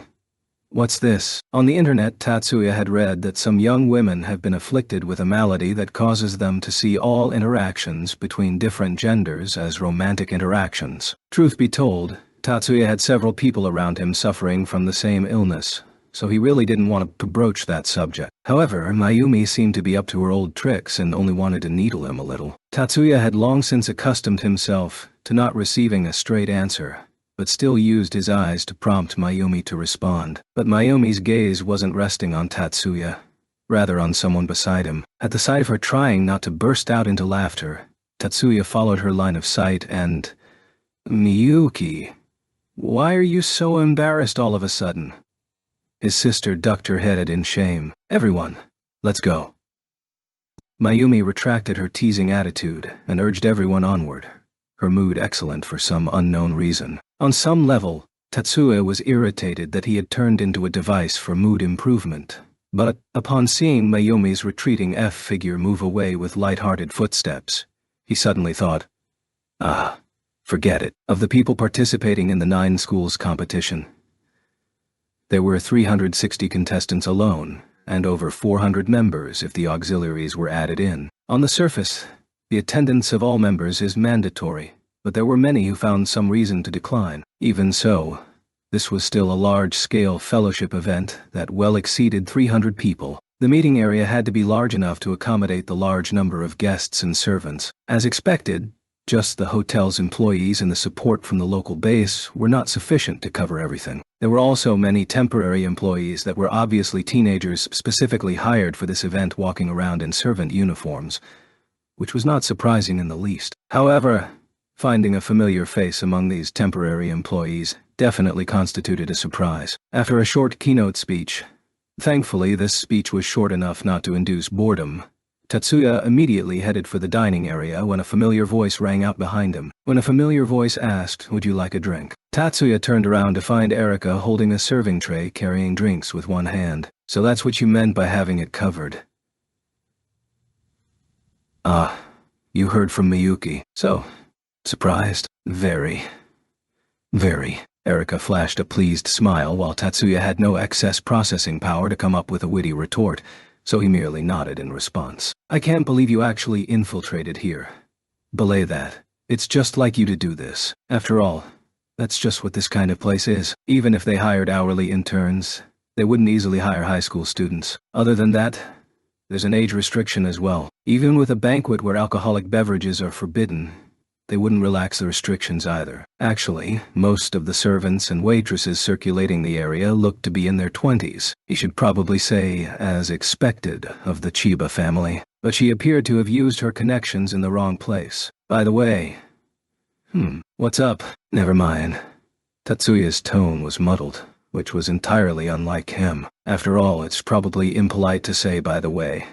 You've changed a lot in front of the person in question. Erika should also be aware that her age was a little different. Her makeup was considerably more mature. Even at close range, she looked to be the same age as the other waitresses. Usually, Erika gave off the impression that she was a lively and beautiful young lady that matched her age perfectly. But her slim figure was also perfectly suited for a more mature look. And only her, Tatsuya noticed to his dismay that his thoughts were slightly uncoordinated. Erika didn't come alone. Mizuki should also be here. Mizuki disliked places with too many people, so it was hard to say that she was suited for dealing with customers. So would she be able to serve in this type of situation? Hey, Erika. Your dress is adorable. I see what you meant by you had it handled. Miyuki joined the conversation and conveniently covered for the lull in the conversation due to Tatsuya's silence. That's how it is. Well, isn't this cute? But Tatsuya-kun seems unwilling to comment on it. Erika twirled left and right, causing the Victorian-style servant uniform with a miniskirt to lightly dance back and forth with an unhappy tone in her voice. With Tatsuya suddenly under siege, his naturally agile mind immediately began to formulate a retaliation. But Miyuki beat him to it. Erika, it's useless to ask Onui-sama for these things. Miyuki smiled and shook her head, and, compared to Tatsuya, it was Erika who was taken aback as she watched Miyuki. Miyuki's comment was not covering for Tatsuya, nor denying her words, which completely surprised Erika. However, that was only Erika jumping to conclusions too early. Onui-sama wouldn't be affected by external appearances like a woman's clothes, but admires our innate qualities. So in this type of situation, special uniforms hold no interest to him whatsoever. Tatsuya believed that Miyuki's assessment was both overly high and overly low. In this case, Tatsuya was concerned about his other friends, especially Mizuki, so he wasn't paying attention to Erika's garb. Of course, he is also capable of praising women's fashion, and if the wardrobe was overly risque, he certainly wouldn't know where to look. No. In this situation, the problem isn't the clothes themselves, but the personality that lay beneath the clothes. Oh, so that's how it is. Tatsuya-kun isn't interested in cosplay. This is cosplay. I don't think so, but I think the guys see me this way. The two young maidens left the reticent Tatsuya by the wayside and kept going. By guys you mean Saiju-kun. That guy isn't even capable of voicing such an opinion. Miki was the one who said this was cosplay, but I'd have already sternly chastised him for that. The last sentence that hinted of danger was clearly imprinted in Tatsuya's ears. Yet, Miyuki didn't seem to understand. Miki, to. When the person one is speaking with suddenly sprouts a stranger's nickname, it was only natural for Miyuki to fixate on that. Who is that? At Miyuki's question, Erika let out a nah expression. That's right. Miyuki wouldn't know. Erika softly said, and bailed before anyone could stop her. Nice moves. Looks like she has a great sense of balance. Seeing Erika weave through the crowd with tray in hand and without spilling a drop, Tatsuya was honestly impressed. Miyuki thought this comment was a little off-topic, but she continued regardless. What is going on? Actually, Miyuki didn't expect a straight answer. It was only because she was out of the loop that she actually asked. However, her brother actually provided her with a clear answer. She's going to look for Mikihiko. You've probably heard the name Yoshida Mikio. That's Auntie-sama's classmate. Correct. Miyuki recalled that this name created huge controversy during the announcement for the final scores. He grew up with Erika. Miyuki probably hasn't met Mikihiko, so she likely wanted to introduce the two of you. No wonder. That does seem like something Erika would do, including taking off without saying another word. Miyuki, there you are. Tatsuya-kun is also here. As the siblings glanced towards the direction Erika vanished off to, a pair of female students struck up a conversation. Shizuku, were you looking for me? Hanuka. Shizuku.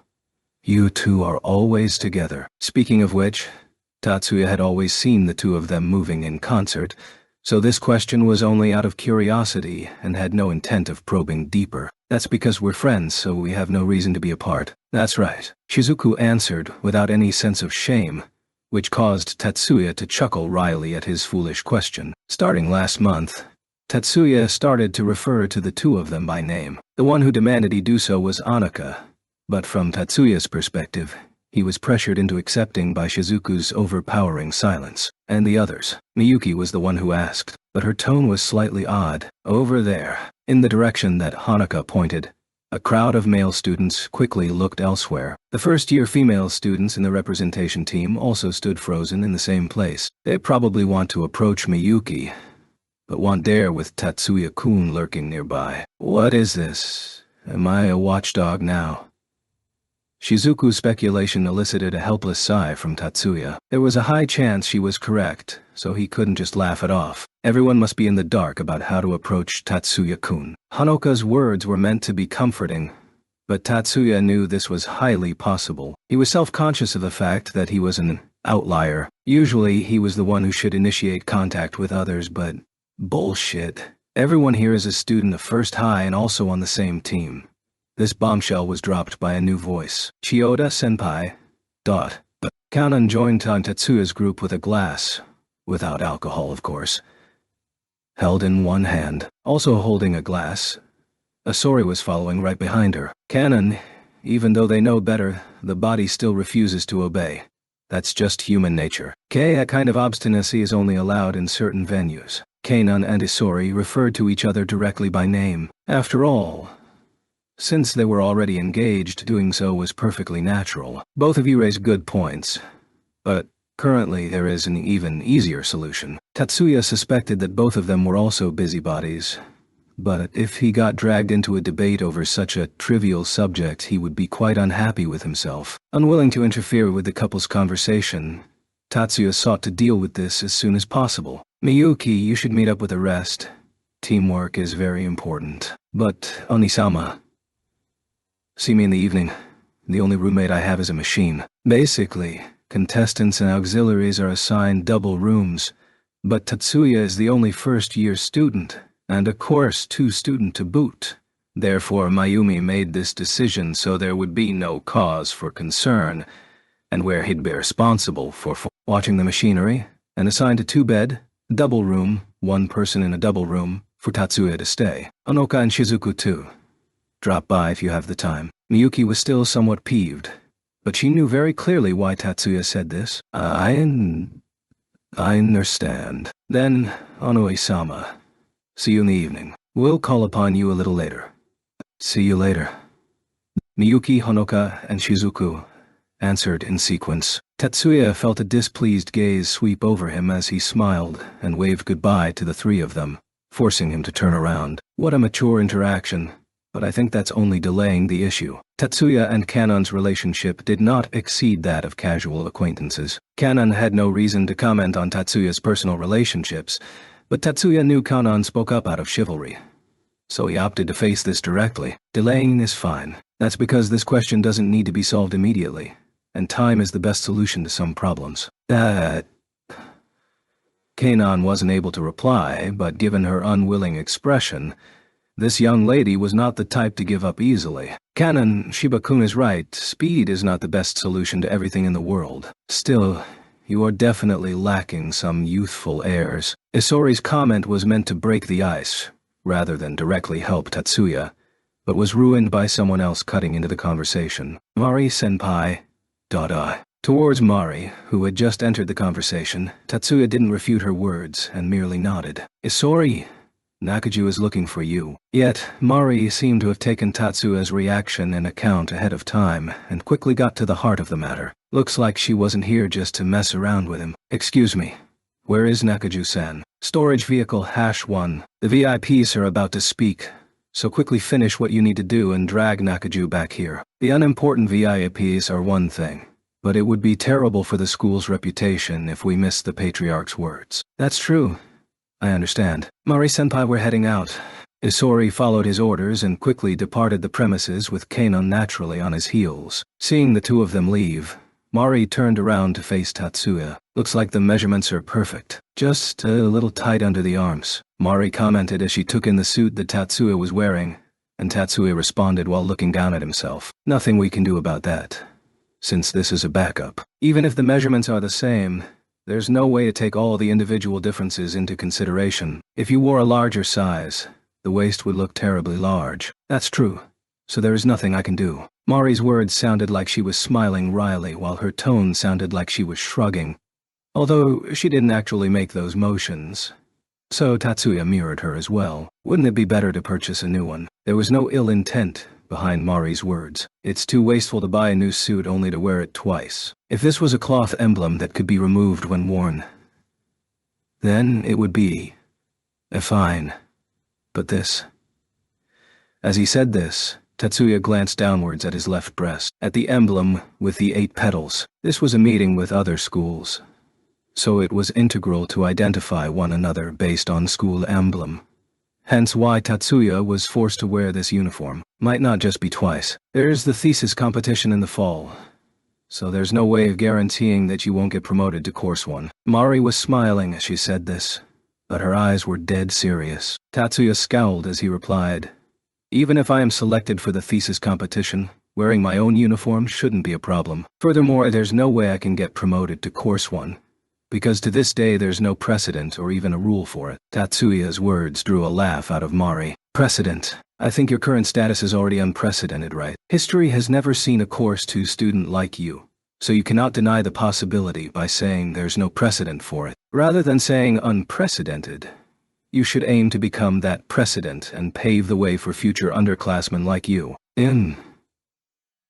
Seeing Tatsuya's pained expression, Mari once more burst into delighted laughter. "Well, I'm off to find the brass from the other schools. Want to join me?" "No thanks. Erika should be looking for me." The moment Tatsuya brought up Erika, a flicker of doubt flashed across Mari's eyes. This should probably be saved for future ammunition, Ada. Such a thought crossed Tatsuya's mind, but the two of them shared a considerable history, so this was probably inappropriate for joking. Tatsuya silently watched Mari depart. Where's Miyuki?" Just as Tatsuya predicted, Erika returned with Mikihiko in tow. "I sent her back to the other students. She'll drop by my room later this evening, so introductions can be made there."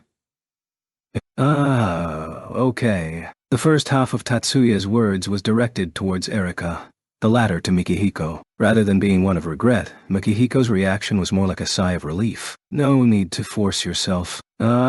He wasn't immediately aware that Tatsuya was speaking to him, hence why Mikihiko's reaction was half a beat slow. "Hold on, it's not like that. It's true I'm a little nervous, but you gay guys just love to show off in front of cute girls. Erika is just as beautiful, especially today." Wait a minute.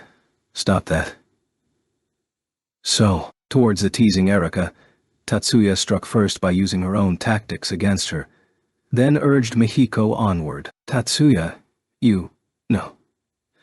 I'm just embarrassed to be wearing this at my first meeting." Mikihiko stuttered to a stop, then adopted an exhausted expression as he shook his head.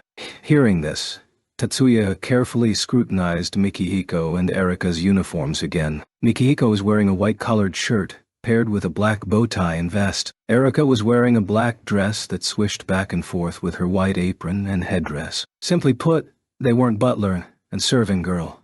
They were servant and serving girl. I don't think that's strange.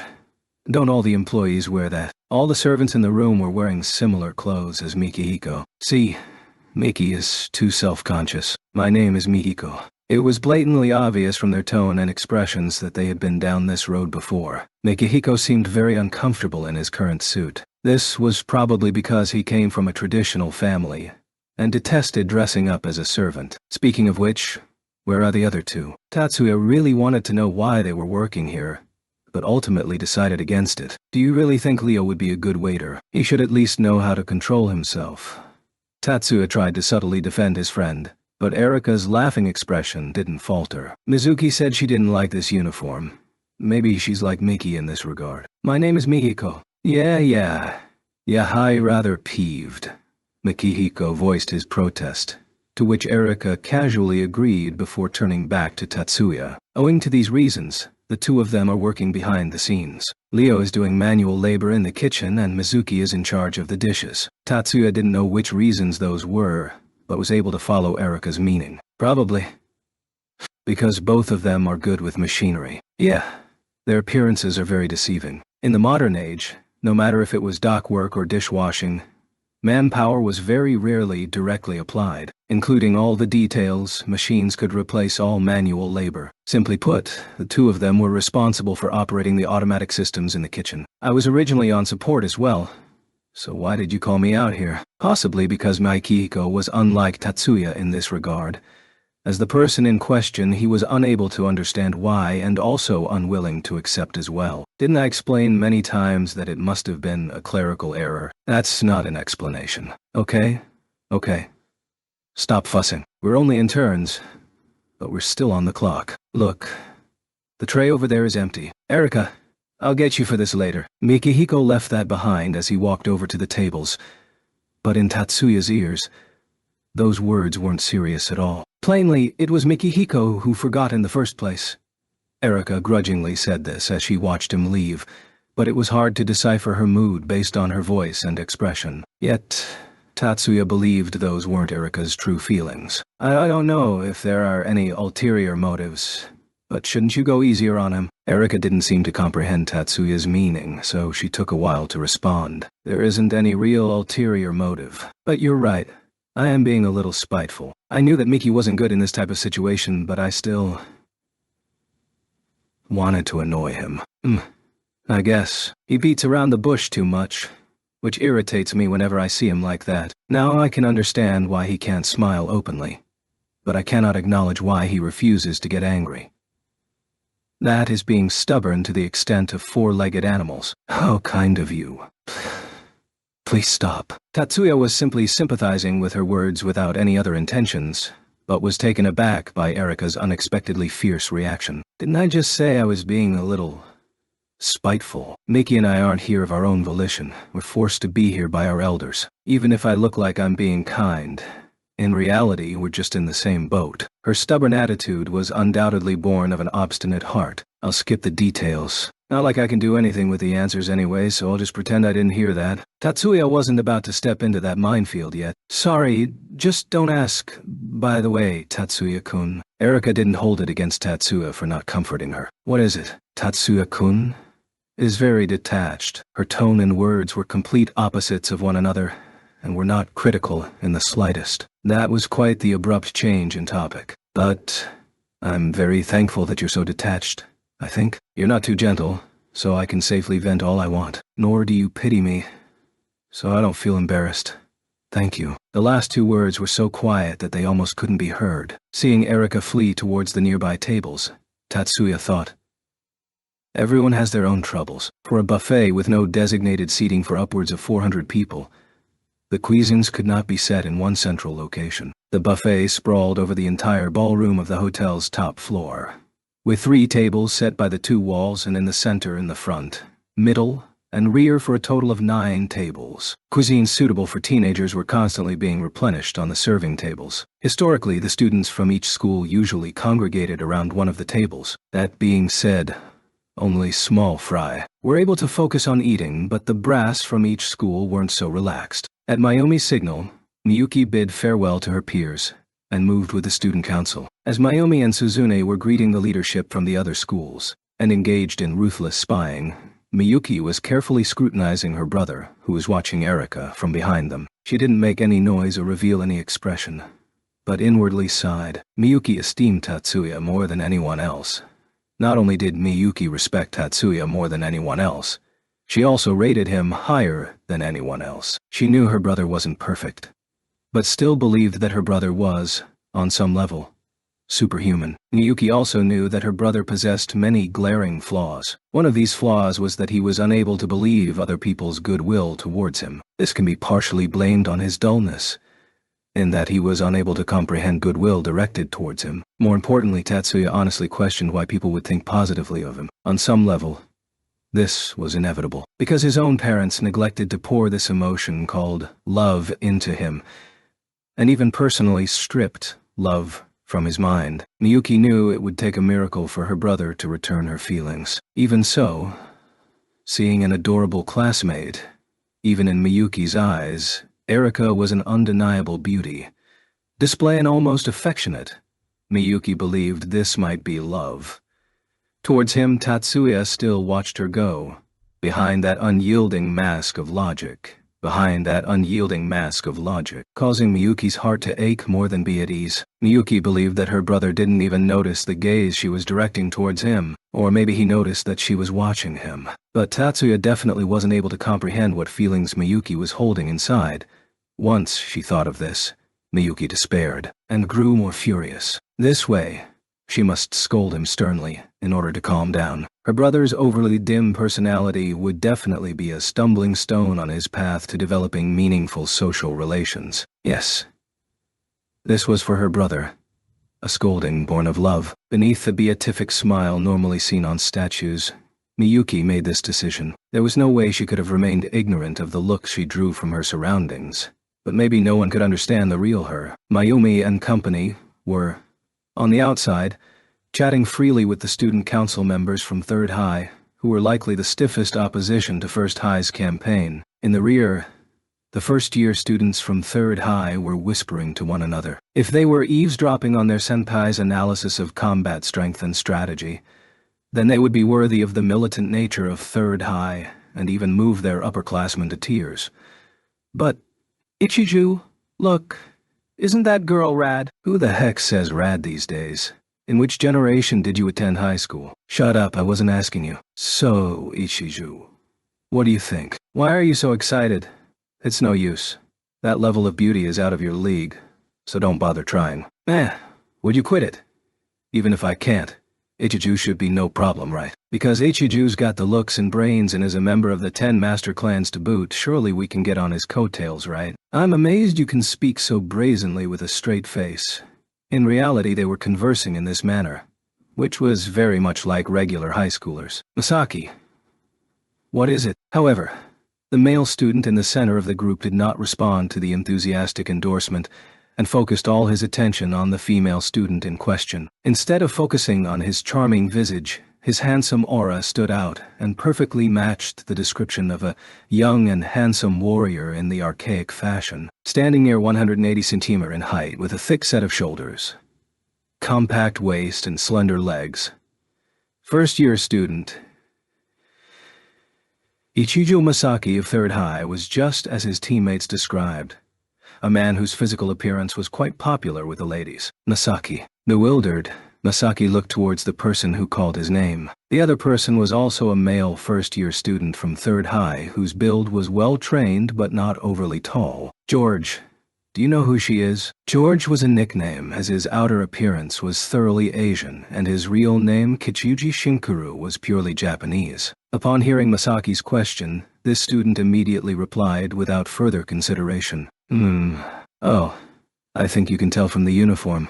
She's a first-year student from First High. Her name is Shiba Miyuki, and she's participating in icicle destruction and fairy dance, so she must be the first-year ace from First High. Ooh, so both talented and beautiful, eh? Ichu Masaki ignored his teammate, who was bending back in a comical fashion, and muttered to himself. Shiba Miyuki.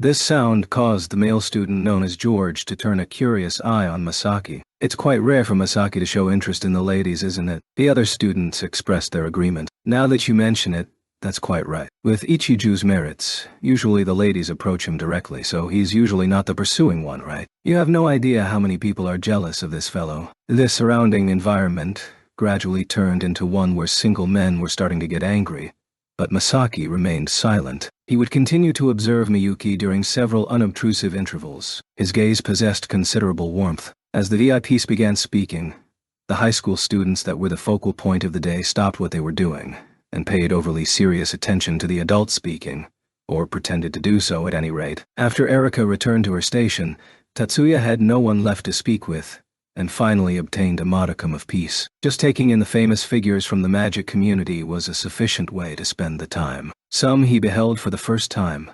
Others had only been seen on TV. Of course, there were also people he had met before or sat with in the same room, but not conversed with. Among these people, the one who held most of Tatsuya's interest was the elder from the 10 master clans known as the Patriarch, Kudo-uetsu. He was one of the most important figures from the 10 master clans in the 21st century, and until around 20 years ago, was acknowledged to be one of the strongest magicians in the world. After this elder, once renowned as one of the strongest, retired from the front lines.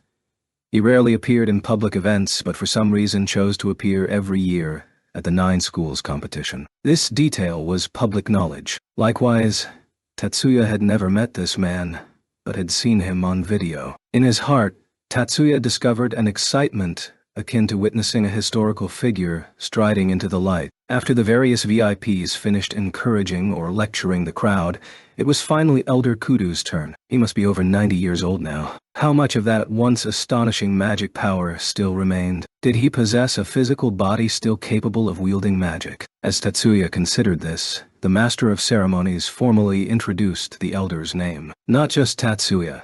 Every high school student held their breath as they waited for Elder Kudo to take the stage. The appearance of this famous figure made Tatsuya forget to breathe out. The person who appeared beneath the congregated lights was a young, blonde woman wearing a formal gown. This immediately threw the audience into an uproar. Tatsuya was not the only one shocked by this. This incredibly unexpected turnout caused discussions to break out throughout the audience. Wasn't Elder Kudo supposed to take the stage? Why was a young woman appearing in his place? Did something happen, forcing her to speak in his place? No, that's not it. Tatsuya finally realized the truth. The woman wasn't the only person on stage. An elderly man stood behind her. Everyone's attention was only drawn towards the outwardly captivating young lady.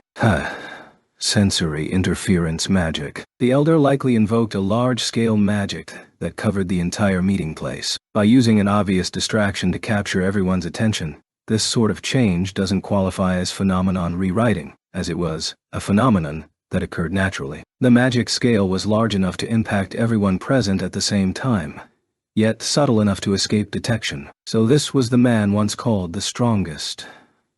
No. The sly warlock hailed as the pinnacle and craftiest. The magic of Kudo-retsu. He must have noticed Tatsuya's gaze. The elder behind the young woman cracked a smile that would not be out of place on a mischievous young man. The woman in the formal gown stepped aside after receiving the elder's quiet instructions. As the spotlight fell upon the elder, a huge commotion spread throughout the crowd. Almost everyone believed Elder Kudo materialized out of thin air. The elder's eyes once more locked onto Tatsuya. Tatsuya subtly returned the greeting with his eyes. The elder's eyes displayed a very satisfied smile. First of all, allow me to express my sincere apologies for creating this subterfuge. Even discounting the microphone's presence, his voice remained loud and clear, in definite contrast to his advanced age. This was just a small sideshow that was more like a magic trick than true magic. But based on my observations, only 5 people detected the truth behind the facade. In other words, many high school students were deeply drawn into the elder's words and intent behind his words. If I was a terrorist planning to destroy you all and smuggled chemical weapons or explosives under the guise of a visitor, only 5 people would be able to reach out and deny me. That's just how it is. The elder's words did not possess any particular emphasis or reprimand. However, a different sort of stillness enveloped the meeting area. To our youth studying magic, magic is a means. Magic itself is not the end goal. I created this little game hoping to remind everyone of this very point.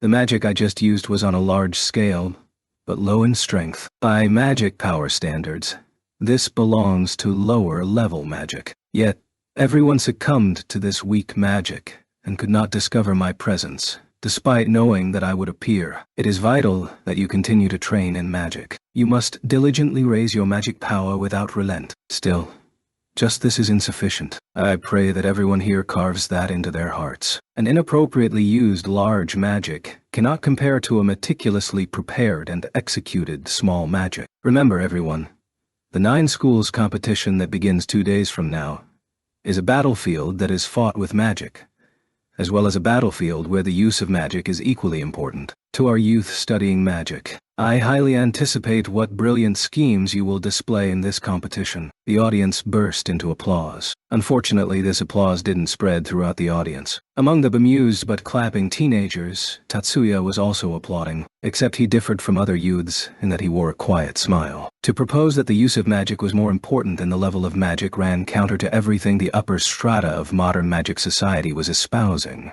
The value of magic comes from its proper use, which hinted that magic should only be seen as an independent tool. This old magician stood near the pinnacle of magical society within the country, but still advised everyone to go against the norms established by modern magic society. From another perspective, this attitude was very irresponsible, because his influence was enough to shake the foundations of modern magic society. If Kudo-retsu's speech was only empty words, Tatsuya would have balked.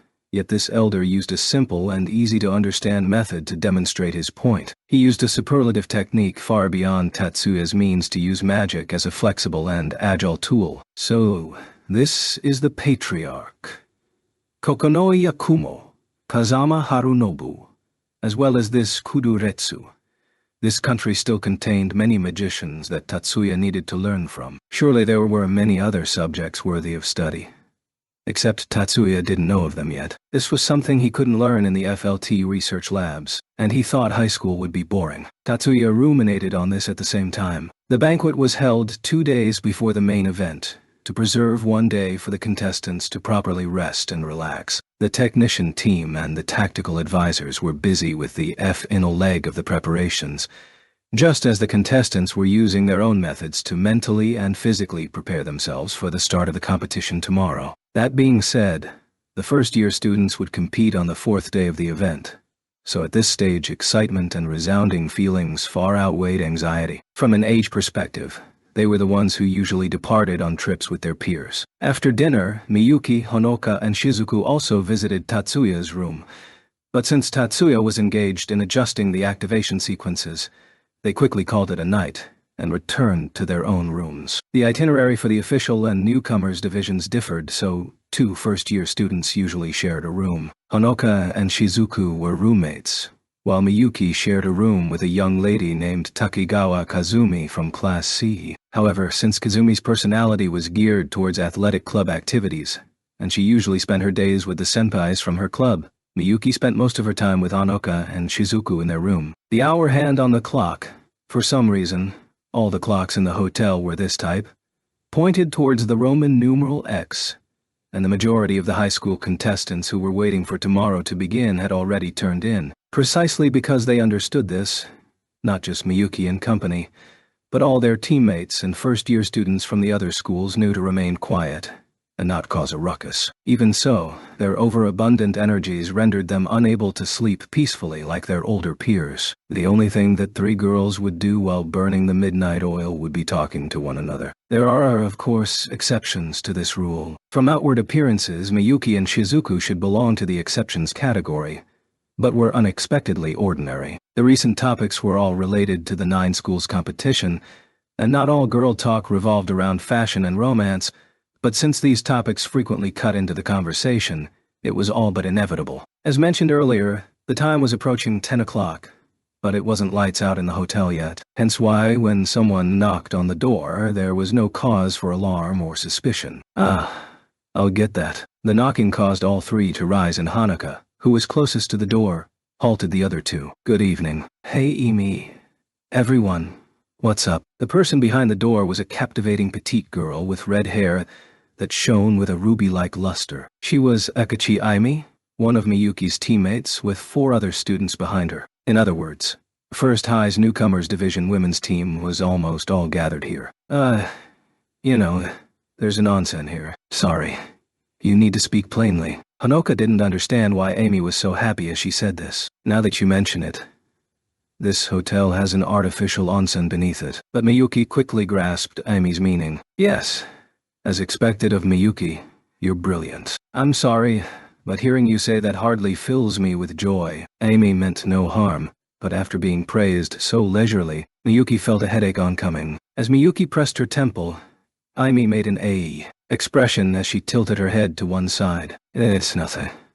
Don't worry about it. So what about this onsen? At Miyuki's urging, Amy broke into an innocent smile. So, let's go to the onsen. Amy's sudden, at least in Miyuki's ears, words caused Miyuki and Hanuka to glance at one another. Honoka seemed to share Miyuki's misgivings. Is that okay? This is a military facility. Yet, the person who represented the 3 of them and asked Emi was Shizuku, situated in the rear. This wasn't an ordinary hotel. It was one of the facilities attached to the SDF's exercise grounds. Besides the facilities arranged ahead of time, most of the other areas should have restricted access. I tried asking for permission and received it. We're okay until 11. Emi easily alleviated Shizuku's concerns. As expected of Emi, Honoka couldn't refrain from saying softly, "You should say, thanks for the opportunity, right?" Alas, such words had no effect on the ecstatic Emi. Wait, I remember that swimsuits are required in the onsen. I didn't bring one. That's also no problem, as the hotel will lend us bathing robes as well as towels. Amy easily fielded Miyuki's practical concerns. Given this level of preparation, Miyuki and company had no further reasons to refuse. Honestly, all three of them were slightly interested in the, albeit artificial, onsen. Then allow us to accompany you. Let me get some clothes, you guys go ahead. Hearing Miyuki's reply, Amy nodded happily. Okay, take your time. No need to hurry. Miyuki lightly raised a hand and temporarily bid adieu to her teammates. The underground bathhouse, artificial onsen, was completely monopolized by First High's female first-year students. It's not like they reserved the entire area. More like there weren't any other guests, so they were in complete control from 10 to 11. The large bathhouse was similar to public bathhouses, in that they were intended for similar purposes. However, while this underground artificial onsen was called a large bathhouse, in reality, it could only hold 10 people or so. The onsen was originally designed to help treat muscle and joint pain from extensive exercise and heated the salty raisin that ran beneath the hotel to form this medical facility. The primary users were usually higher-ranking officers, and middle-aged to boot, and it was never intended to be open to the public. Owing to the fact that only those under the doctor's orders could visit during specified hours, anyone entering had to rinse themselves off in the shower area and don a swimsuit or bathing robe before entering. Besides their group, no other group appeared to have applied for permission. Female bathing robes were literally mini-coats that reached mid-thigh without any pants, though maybe describing them as bathing robes the length of mini-skirts without the belt sounded sexier. The lack of a belt certainly made it easier to relax in the onsen, but provided even less sense of security than a swimsuit. Wow. Woo. What is it? Anyone wearing this would undoubtedly be too ashamed to appear before anyone of the opposite gender, but everyone here was a girl and trustworthy teammates on top of that. However, at Amy's explosive breath, Haruka was overcome by a sense of shame and alertness as if a man had seen her. She couldn't help but wrap her arms tightly around the front of her robe. Amy's eyes were glued in that direction. Haruka's bosom. How surprising. Haruka cuts a great figure. Amy gradually advanced. Haruka kept retreating. Her back quickly encountered the wall of the bathing area. Haruka. What is it? The predatory aura that swirled around Amy was almost enough to make Haruka scream. Can I take a look? Of course not. Amy's eyes were laughing, so she was obviously messing around. The question was how far she would take the joke. Haruka quickly glanced around the bathing area for help. Her teammates were either relaxing in the onsen or sitting on the edge soaking their feet. Everyone around her had the same smiling eyes Amy did, with one exception. What's the matter after all? Haruka's bust is huge. Is that the problem here? Amy's eyes remained smiling, but Haruka could see something lurking in her eyes that told her this wouldn't end in a joking manner. Shizuku. Save me. Haruka couldn't help but appeal for help from Shizuku. The one exception. Shizuku slowly rose. So what? After saying this, she left the bathing area. What? At her best friend's betrayal, Haruka screamed in pain. Instantly, Shizuku lowered a sorrowful gaze towards her own chest. After all, Haruka's bust is huge. After leaving these incriminating words, she turned and headed into the sauna. The bathing area was filled with Haruka's shrieks. What are they fighting over now? Miyuki could not comprehend what was causing the sounds of water splashing everywhere in the bathing area as she continued to shower. She had already washed off the sweat and dust of the day, but still went through the motions and activated the personal washer in the shower to thoroughly rinse herself off from the collar down. Before putting on her bathing robe, she wrapped a towel around her silky hair to hold it in place and finally padded into the bathing area that finally quieted down. At this moment, every teammate in the area locked their gaze on Miyuki's figure. Woo, what's wrong? Miyuki shrank back as she came to a halt, but no one replied. The number of looks never changed. Everyone, stop. Miyuki is straight. For some reason, Haruka said this in a solemn and stirring voice, which shattered the unnatural silence. Haruka. Haruka's words were too vague for Miyuki to comprehend its meaning. Sorry.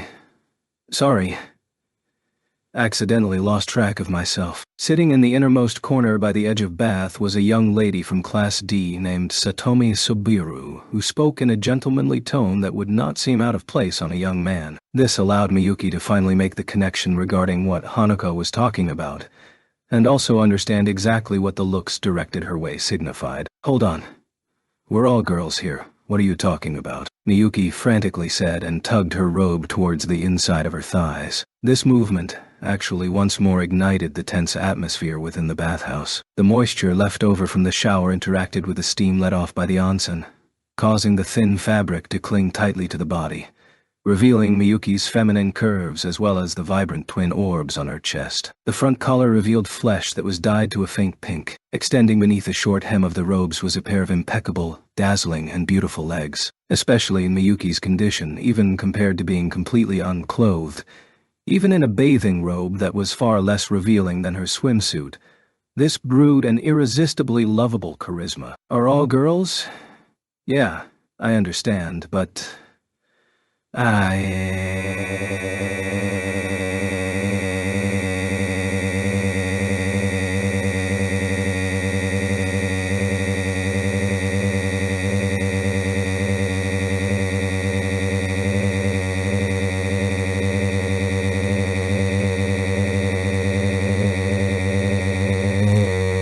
Everyone whispered in profound agreement. That's enough. Now you're just going too far. Even at this disadvantage, Miyuki bravely strode into the bath. She gracefully sank into bath and stretched out her legs under everyone's unblinking gaze. As she lowered herself to a sitting position, the water reached neck height. The front collar swayed to the movement of the water and, for an instant, Miyuki's nape was revealed. Somewhere, a collective gasp could be heard. This awkward atmosphere was neither joking, nor was it intended to cause a scene. If this continues, Miyuki's chastity might be in danger. Miyuki, I'm with you. Fortunately, Haruka splashed down beside Miyuki, disrupting the spider's web that was closing around the butterfly. If you don't stop now, everyone here runs the risk of bathing in frigid water. Upon hearing this threat, all their teammates finally adopted serious expressions and turned away from watching Miyuki. Even with their eyes elsewhere, they were still consciously drawn to Miyuki. Plainly, there were many young girls present,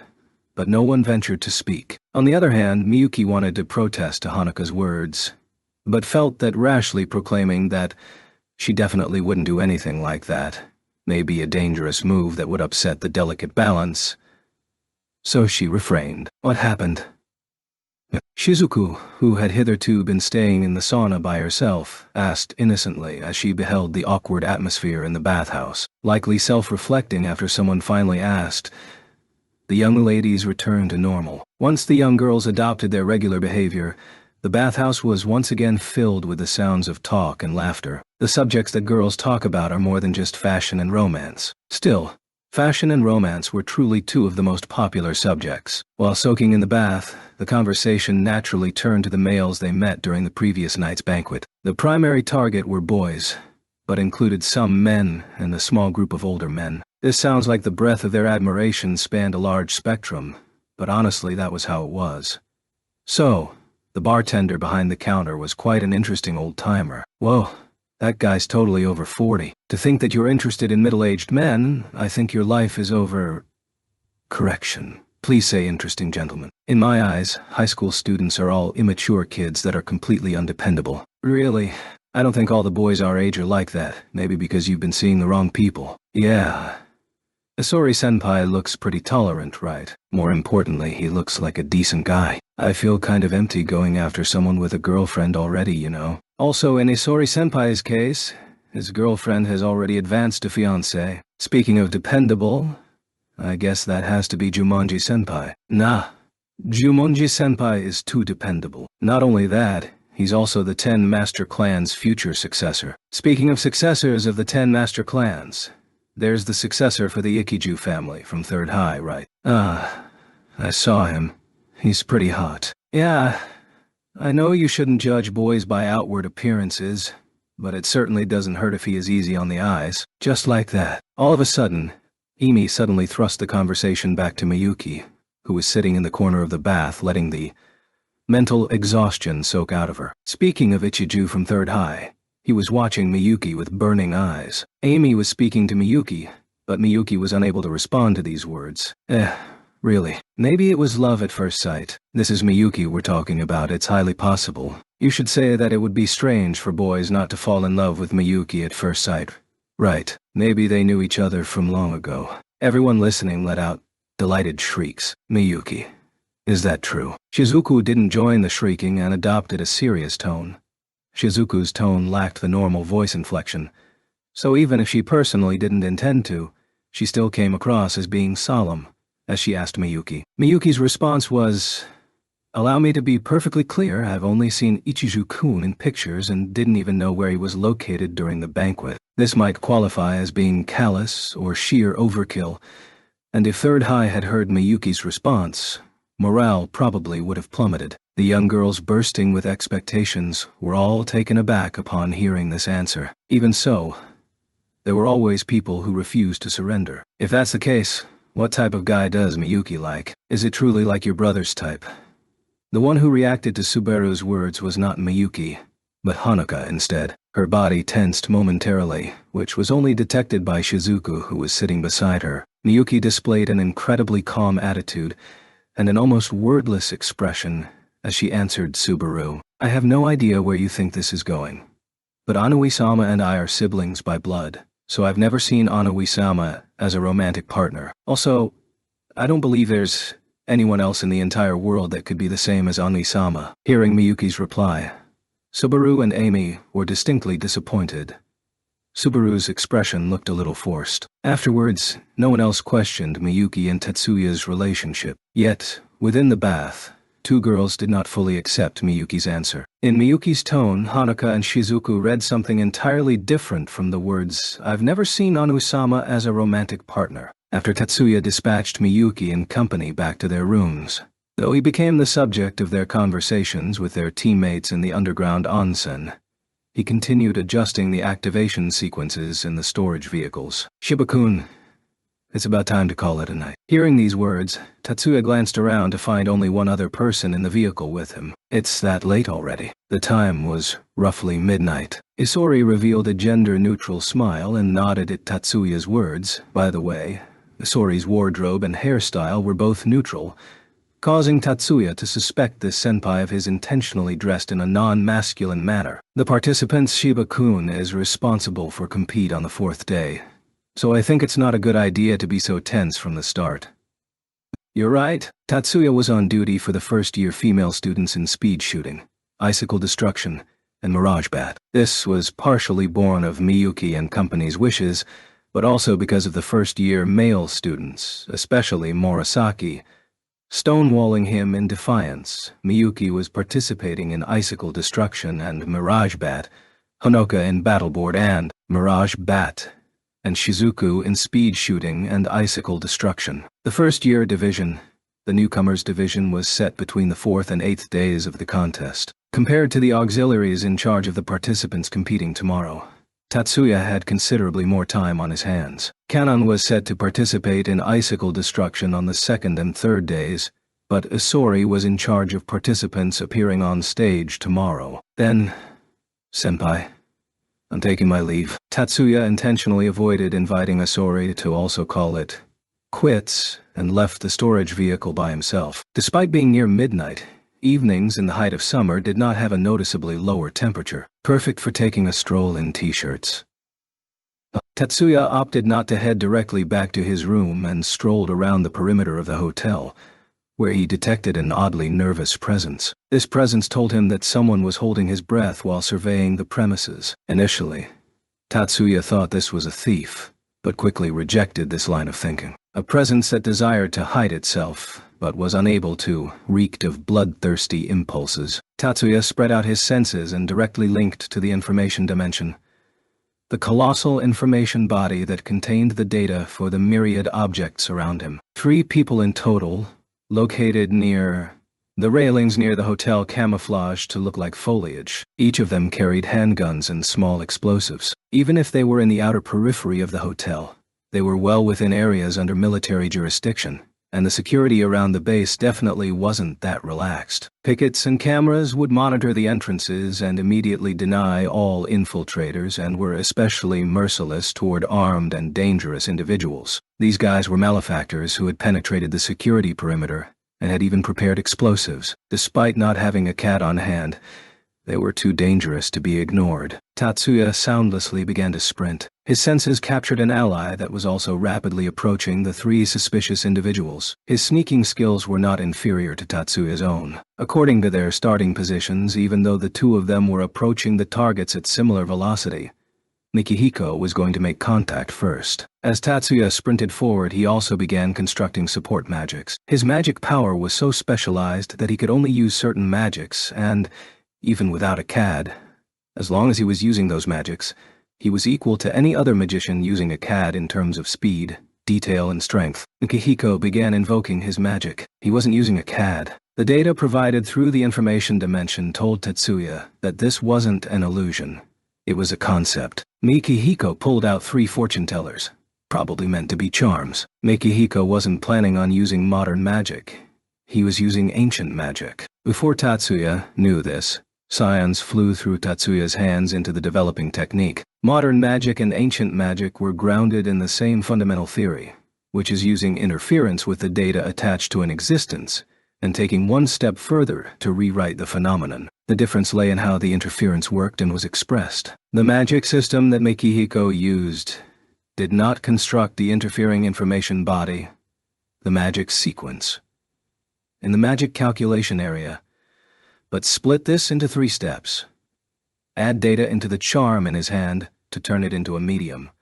Float the now disconnected material into the information dimension to morph it into independent, non-material information body and control it, then try to rewrite the phenomenon. Compared to the ability of information bodies that can directly interact with phenomena, such as information bodies from modern magic, this system possessed inferior speed and flexibility, but was less susceptible to resistance to phenomenon rewriting. If this was phenomenon rewriting within certain parameters, ancient magic could accomplish large-scale effects while using less power than modern magic. For Tatsuya, who could dissect magic sequences in an instant, all of these details flashed across his mind in a short instant. He also noticed a trace of distress within Mikihiko's technique. He's not going to make it. The magic Mikihiko was using had too many unnecessary hurdles, lengthening the casting time to intolerable degrees. Tatsuya set the target for dissolution as the handgun in the miscreant's hands. The reason Mikihiko detected the perilous presence was because he was in the middle of magic training.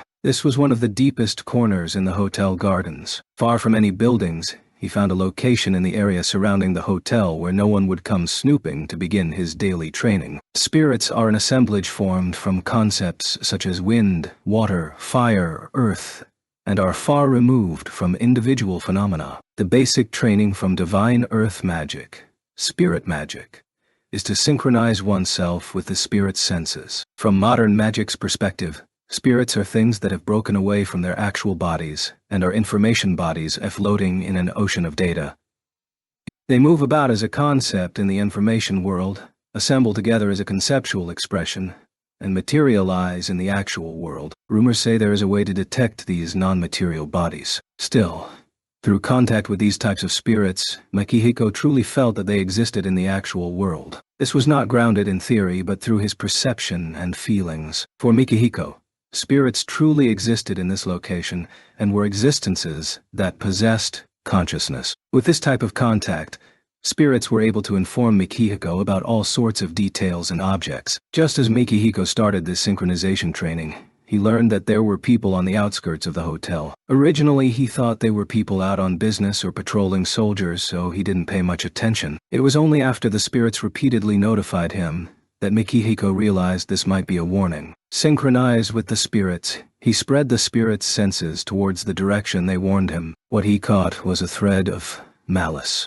Mikihiko's expression tightened. For a moment, he debated whether he should call for backup or engage by himself. Mikihiko wasn't confident he could suppress any opponent in his current state. He was reluctant to admit it, but it was true that he wasn't confident. Thus, he bit his lip and elected to return to the hotel and call it in. However, His emotions protested this logical choice. Something other than logic told him that there wasn't enough time. The agitation surging through his body was like the spirits warning him to act quickly. Rather than head towards the hotel, Mikihiko charged towards the malice. He was worried. He questioned whether he was able to overcome the firearms the opponents were carrying. Very few magicians were able to triumph over firearms in extreme close-quarters combat. If there was cover, magic that was unaffected by line of sight or obstacles had the advantage. In situations where cover was not available, magicians had a hard time countering the speed at which a trigger could be pulled. Still, Mikihiko expelled these concerns as cowardice and forged ahead. Yesterday's events flashed across his mind. Mikihiko was forced to work as a servant under his father's orders. Erika said this was due to a clerical error, but Mikihiko knew the truth behind the matter. Go and behold where you should be standing. 2 nights ago, his father said that to him. Working as a servant was only a method to get to his objective. Maybe Mikihiko's father wanted him to see his peers in glory to shock him out of his current state. Maybe his father wanted to arouse an angry determination. Yet, these words and methods only lodged themselves deep in Mikihiko's soul as overwhelming humiliation. At this time, Mikihiko wanted to demonstrate that he wasn't powerless. The location was a night sky illuminated by a few sparse stars. But the Yoshida family's training methods included nocturnal training in pitch darkness. Even relying only on starlight, this was no obstacle whatsoever. As he closed in on the sense of malice that could now readily be identified as human, Mikihiko prepared his talismans. 3 targets required 3 talismans. His targets should have already noticed Mikihiko's approach. The enmity and malice directed towards Mikihiko verified that these 3 were the malefactors. No time to hesitate. Enmity had already turned into killing intent. Hesitation would lead to failure. The target's identification were not first priority. Mikihiko channeled magic power into the talismans and started invoking his magic. A flashing light appeared in Mikihiko's right hand, which twinkled in time with the electricity formed above the malefactors' heads. Lightning would strike them in less than a second. Still, it took less than 1 second to pull the trigger. Seeing this, Tatsuya immediately made the call and invoked the prepared dissolution magic. The 3 handguns in the 3 malefactors' hands fell apart according to the change in their information bodies. Immediately afterwards, the miniature lightning strike threw down all 3 of the targets. Who is it? Mikihiko demanded in a stern voice, not towards the enemies currently lying on the other side of the railing, but to the magician who came to his aid from behind. Mikihiko understood perfectly. His magic wasn't going to make it in time. The reason he was uninjured was because another magician offered his aid. This skirmish forced him to concede that his magic had lost its former alacrity. It's me, Tatsuya. From Mikihiko's breath alone, one could tell that he suffered a terrible blow. However, Tatsuya only made a brief response, and didn't stop before vaulting onto the railing. Using personal weight magic to lessen the gravitational pull, he easily flipped over the 2-meter-tall railing. Mikihiko blankly watched him leave before recovering himself and pulling out a new talisman and executed the same weight magic. When Mikihiko landed on the far side of the railing, Tatsuya was already kneeling down next to the fallen intruders. Tatsuya. This word contained several intermixed questions. Even Mikihiko himself wasn't sure what he wanted to ask. They're not dead. Well done. Well done. Tatsuya appeared to be answering his question regarding the intruder's status. Or he may have seen through Mikihiko's state of panic and elected to answer in the least confusing manner. Mikihiko didn't understand why Tatsuya was praising him. He masochistically thought that he should be the one who was taken out.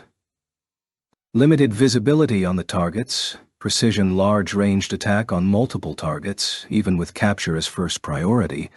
No fatal injuries were inflicted, and only 1 blow was sufficient to deprive mobility. I say this rates as an excellent combat result. Tatsuya's words were calm enough to be called callous, but just hearing them alone was enough to know that he was just being polite or comforting. The one Mikihiko couldn't believe was himself, not Tatsuya. But my magic originally wasn't going to make it in time, and without Tatsuya's backup, I would have been shot. The words sprouted from Mikihiko's mouth were self-derisively beyond his own control. How foolish. However, Tatsuya's direct reprimand was enough to render Mikihiko unable to continue berating himself. If there was no backup is only an assumption. Your magic was successfully able to capture the intruders.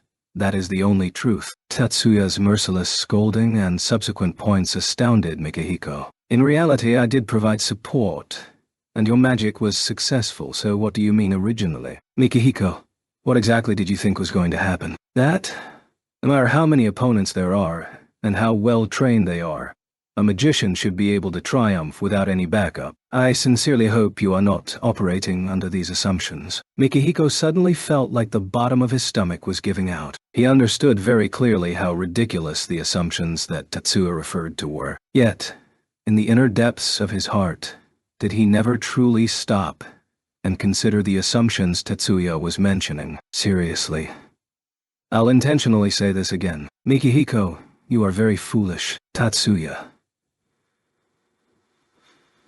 Why do you reject yourself to this level? Why do you disparage yourself to this level? What is it that so dissatisfies you? Even if I tried to explain, Tatsuya, you wouldn't understand. There's no point in talking about it. There may be. Mikihiko reacted by throwing up a high wall and retreating behind it, but Tatsuya's ensuing words smashed the wall to bits.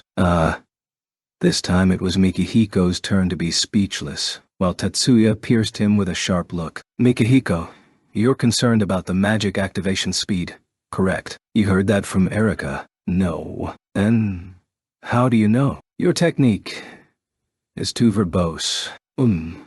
What did you say? My point is, the problem isn't your capability, but the technique itself. This is the underlying reason why you cannot wield magic the way you desire. How would you know that? Mikihiko roared, because he was in a state of panic, because he was exasperated. The technique he uses was a product the Yoshida family had refined over many years by incorporating the aspects of the traditions in ancient magic and the results of modern magic. After seeing it once or twice, Tatsuya immediately tossed it out as a blemished product, which threw Mikihiko into a rage. He always rejected this line of thinking as a vain attempt to escape from reality.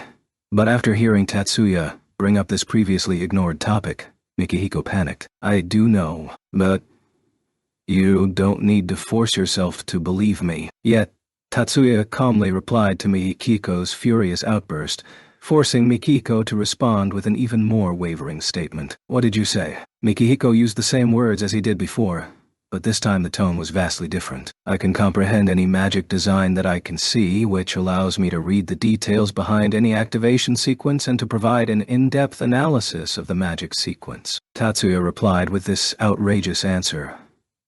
Mikihiko's panic had hit a peak. He had never heard of a magician capable of such a feat, and if someone with this unique ability truly exists, then half the mysteries facing modern magic theory would be solved in an instant. Again, you don't need to force yourself to believe me. Tatsuya repeated his earlier words. Mikihiko felt like he was telling him what follows next is your own problem. Let's table this topic for now. Ignoring that for the moment, we still need to deal with these guys. I'll keep watch for the moment.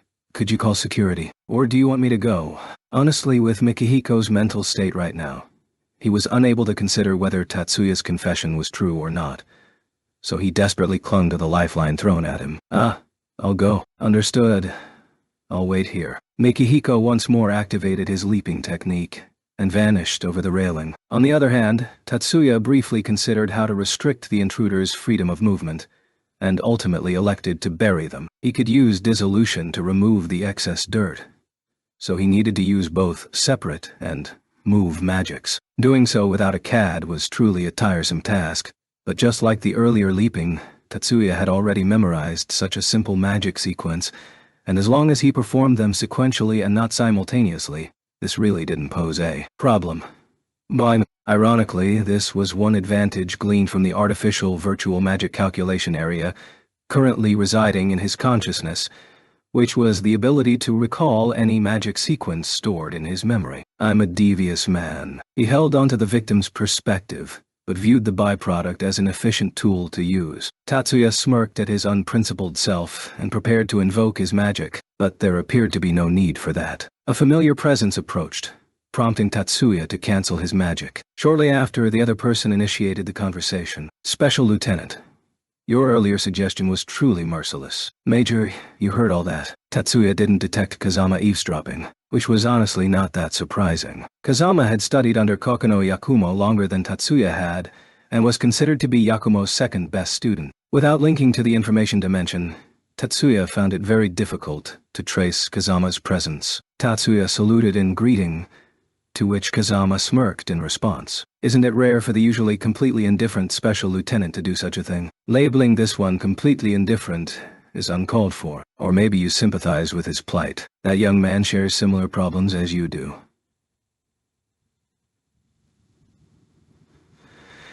This one has long since graduated from that level of concern. In other words, you're someone who's been around the block. Could you deal with these people? Kazama revealed a foxy smile as he mercilessly pressed the attack, and Tatsuya, who had lost all avenues of retreat, finally managed to change the topic. Leave that to me, I'll explain everything to the base company. Still, Kazama realized that continuing to pursue this line of questioning served no purpose. He retracted his smile and solemnly nodded towards Tatsuya. Sorry for troubling you. No worries. Looks like many unexpected things were added to your plate as well. True. But I wonder what these guys were trying to do. God knows, handling criminals isn't in our job description. Yet, they are surprisingly capable and proactive. Tatsuya, be wary. Yes, thank you for your concern. We'll talk in detail tomorrow at noon. Yes, sir. Then allow this one to depart. Yeah.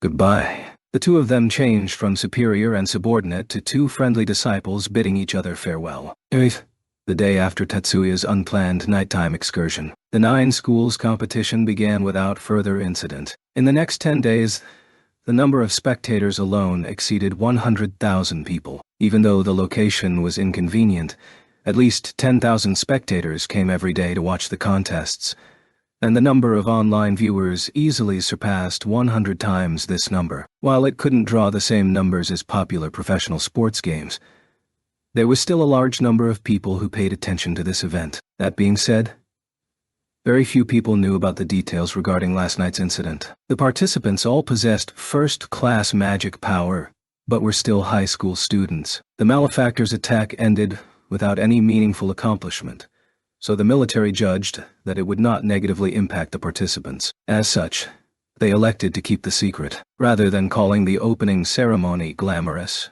an orderly impression was more obvious. The magic contests were gaudy enough in their own right, so there was no need for any additional ceremony to embellish the issue. And neither were there tedious speeches from dignitaries. After the school songs from the 9 schools were played in succession, the events officially began. The curtains were drawn for the next 10 days, where men and women each competed in 5 events for the official division, as well as the 5 events for men and women in the newcomers division, for a total of 20 events. The first day's events were the preliminaries and elimination rounds for speed shooting, and the preliminaries for battleboard. The difference in scheduling reflected the time needed for each event. Ono-sama, the president is about to take the field, so our main strength is taking the stage for the first event.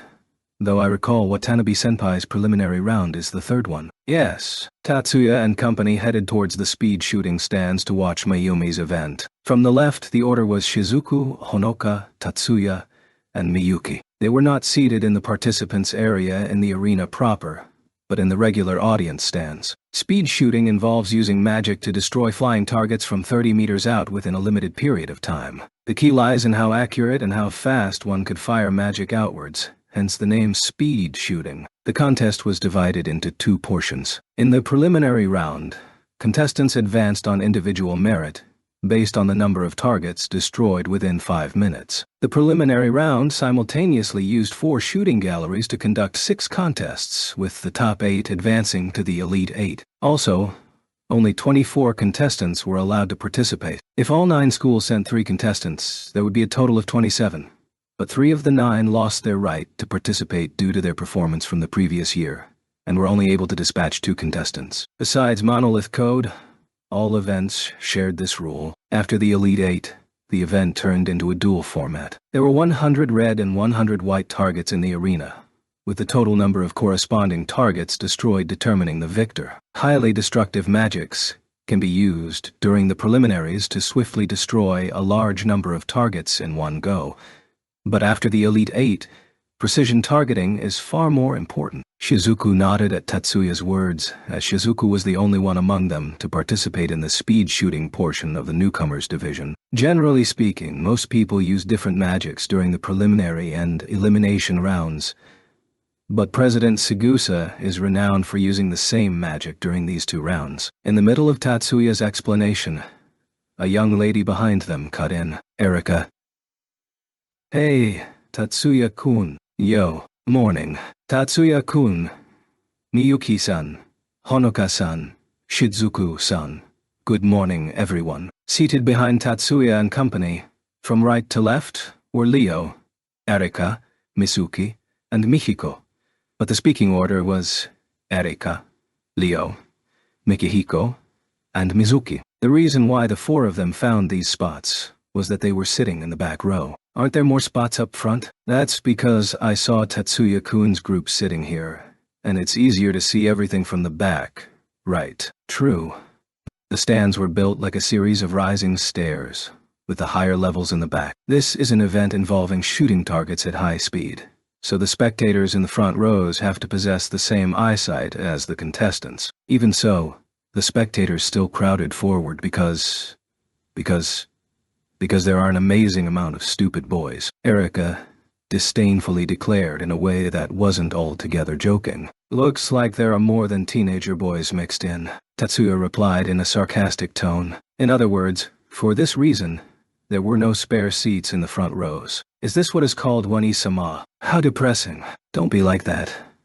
There might be considerable value up front. Even for someone like me who sees the president on a daily basis, she seems like a completely different person now. Whoa. Miyuki, what shall we do? Your Onisama has fallen for someone else. At Erika's ridiculous words, Tatsuya and Miyuki could only wryly smile. The subject of their conversation was the Elven Sniper. Quite the suitable title. The president dislikes the term, so make sure not to bring it up in front of her. Tatsuya's admonishment caused Hanuka to shrug in her neck. The teenage boys and girls squeezed into the front rows to admire Mayumi, who was waiting in the first shooting gallery for the contest to begin. Mayumi wore a pair of mufflers over her luminous locks of hair, a pair of transparent goggles, an elastic pair of uniform pants, and an upturned tunic that could be easily mistaken for a mini-suit. Paired with a rifle-shaped CAD that was mandatory for all speed shooting events, this created the perfect combination of cuteness and heroism, as if she was the female lead in an upcoming movie. There are actually people who use the president as the subject for doujins. Mizuki softly said this, probably because this getup jolted something in her memory. That's the first I've heard of that. However, this came so far out of left field that even Erika was barely able to manage a response in time. Mizuki.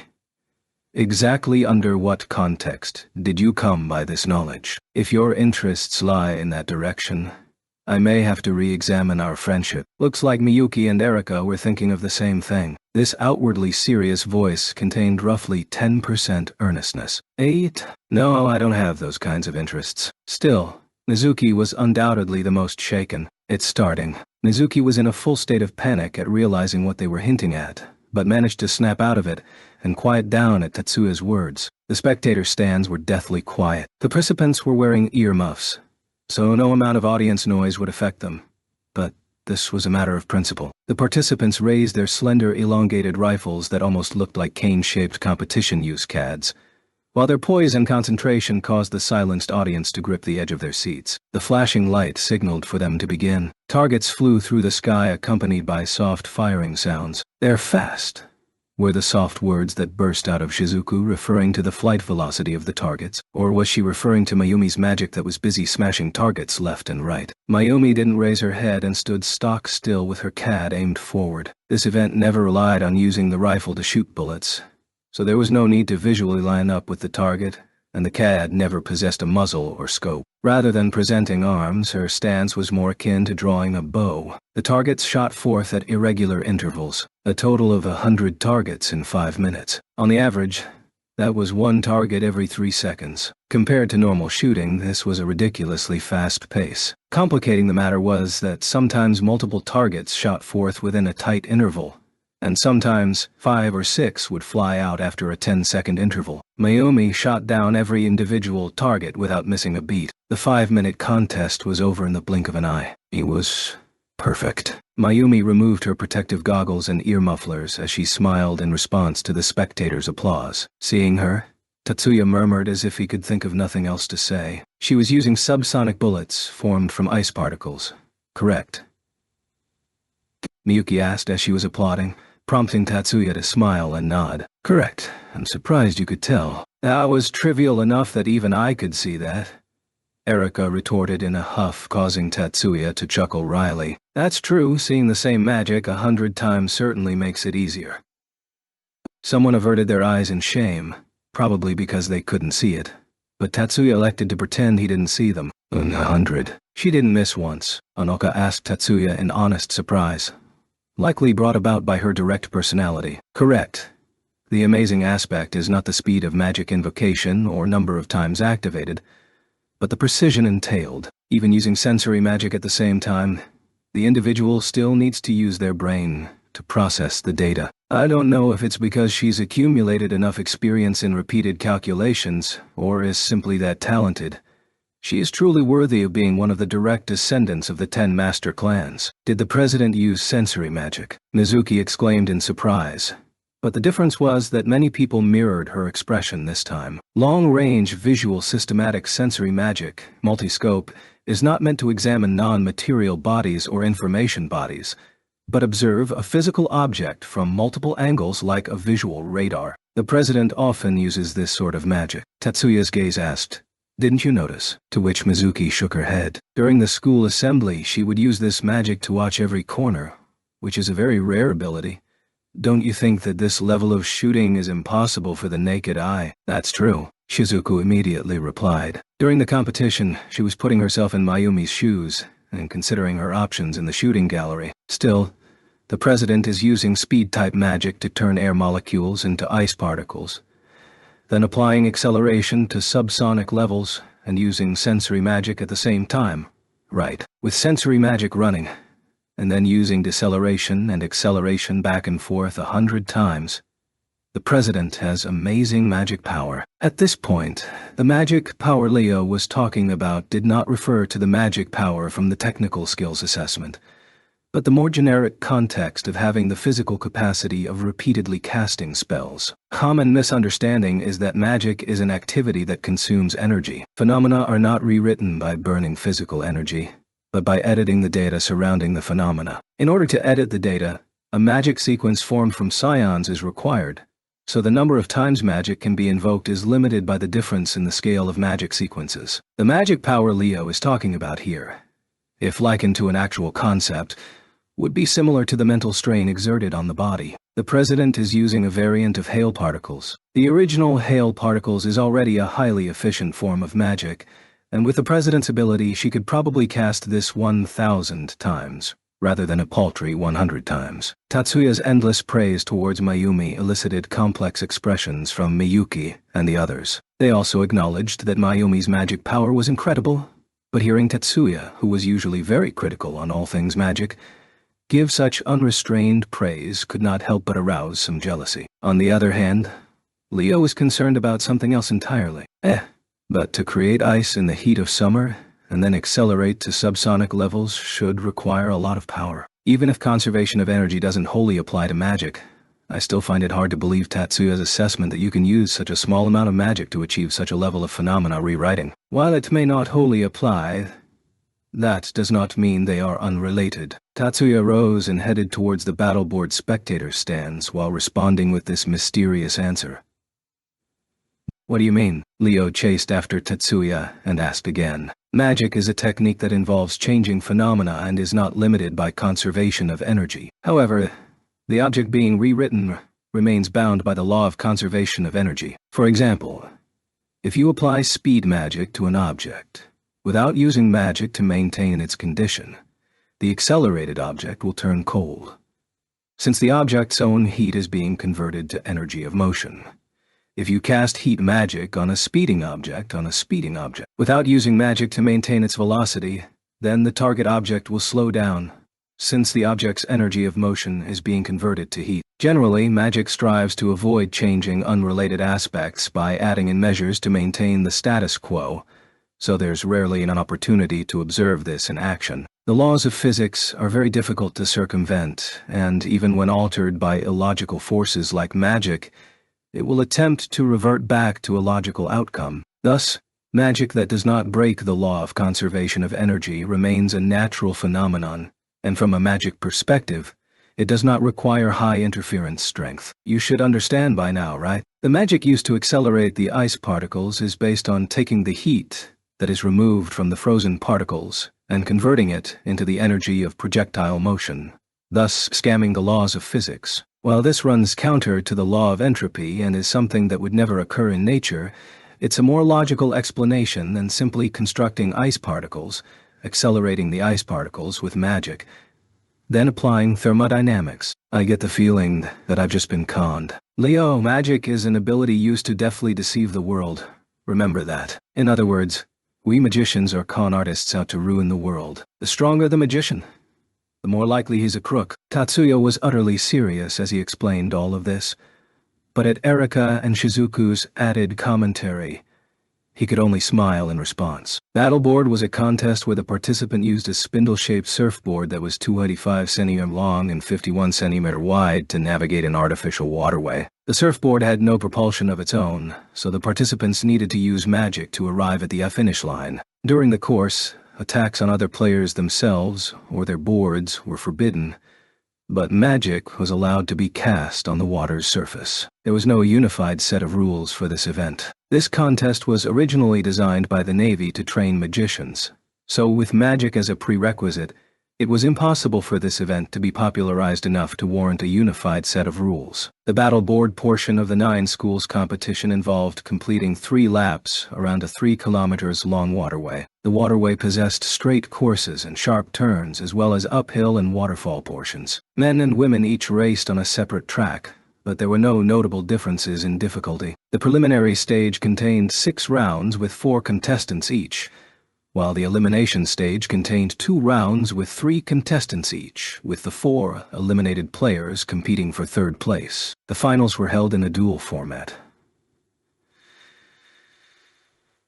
The average duration of each round was 15 minutes. The highest speed may exceed 30 knots, which is roughly 55-60 kilometers per hour. Atop the surfboard, the players had no cover against the incoming wind. Unlike other nautical races that could benefit from being downwind, Battleboard was entirely against the wind. Just dealing with the air resistance alone quickly sapped the players' endurance. Female contestants usually have a hard time in this event. Anoka, how are you physically? No problems. On Tatsuya-kun's advice, I've been undergoing physical training. After being selected, I've also lengthened my hours of sleep. Unrelated to the 9 schools competition, Tatsuya was concerned about Hanuka's physical stamina from the first moment they met, and thus advised her to not just undergo magic training, but also physical training as well. Tatsuya merely mentioned this out of hand, but Hanuka surprisingly took it to heart. Hanuka really put on some muscle. You, Miyuki, don't be like that. I don't want to be a female bodybuilder. Hearing this two-sided conversation, even Tatsuya laughed aloud. You see, even Tatsuya-kun laughed. He's only laughing because Hanuka spoke in an odd manner. Now even Shizuku is saying so. Fine. I know when I'm being excluded. I'm not like the two of you. Tatsuya-kun isn't willing to take care of my event. Hanuka's sudden tantrum mystified Tatsuya so much that he couldn't laugh anymore. Exactly why was she gunning for him now? I'm responsible for Hanuka's support and maintenance during Mirage Bat. At any rate, Tatsuya only responded to her literal complaint. However, so Battleboard isn't included. Plainly, both of Miyuki and Shizuku's events are within Tatsuya-kun's purview. This seemed to have achieved the opposite effect. Instead, I've helped you train and strategize, so it's not like I'm excluding you.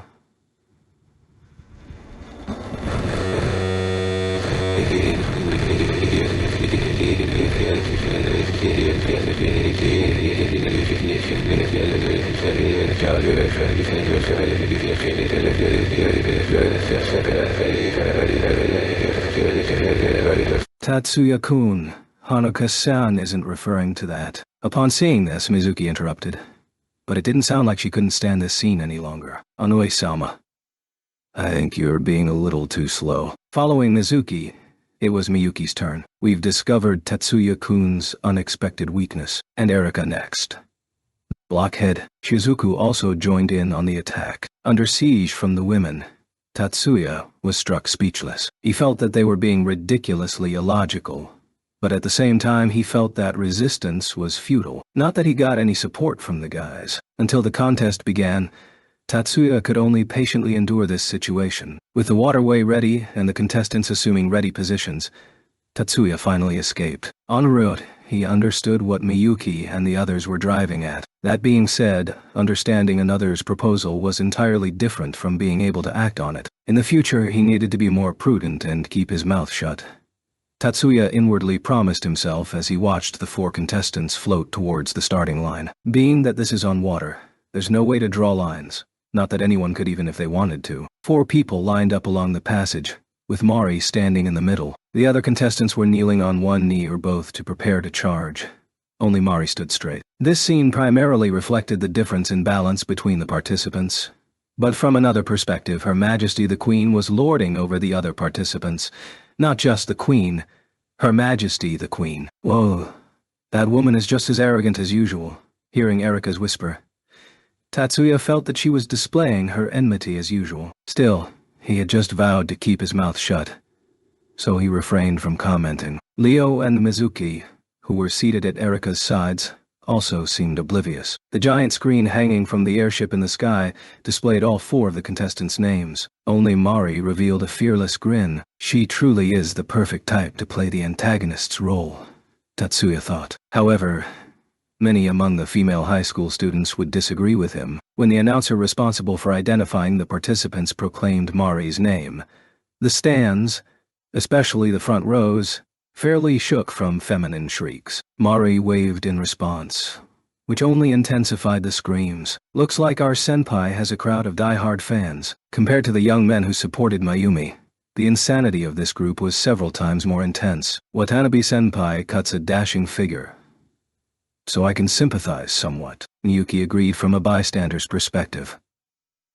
Ironically, after the 9 schools competition, Miyuki would possess eternally loyal fans from either gender that far outnumbered Mayumi's male fans, and Mari's female fans. If she could foretell her own future, Miyuki may resonate with the same feeling lurking beneath Mari's mask as she smiled at her fans.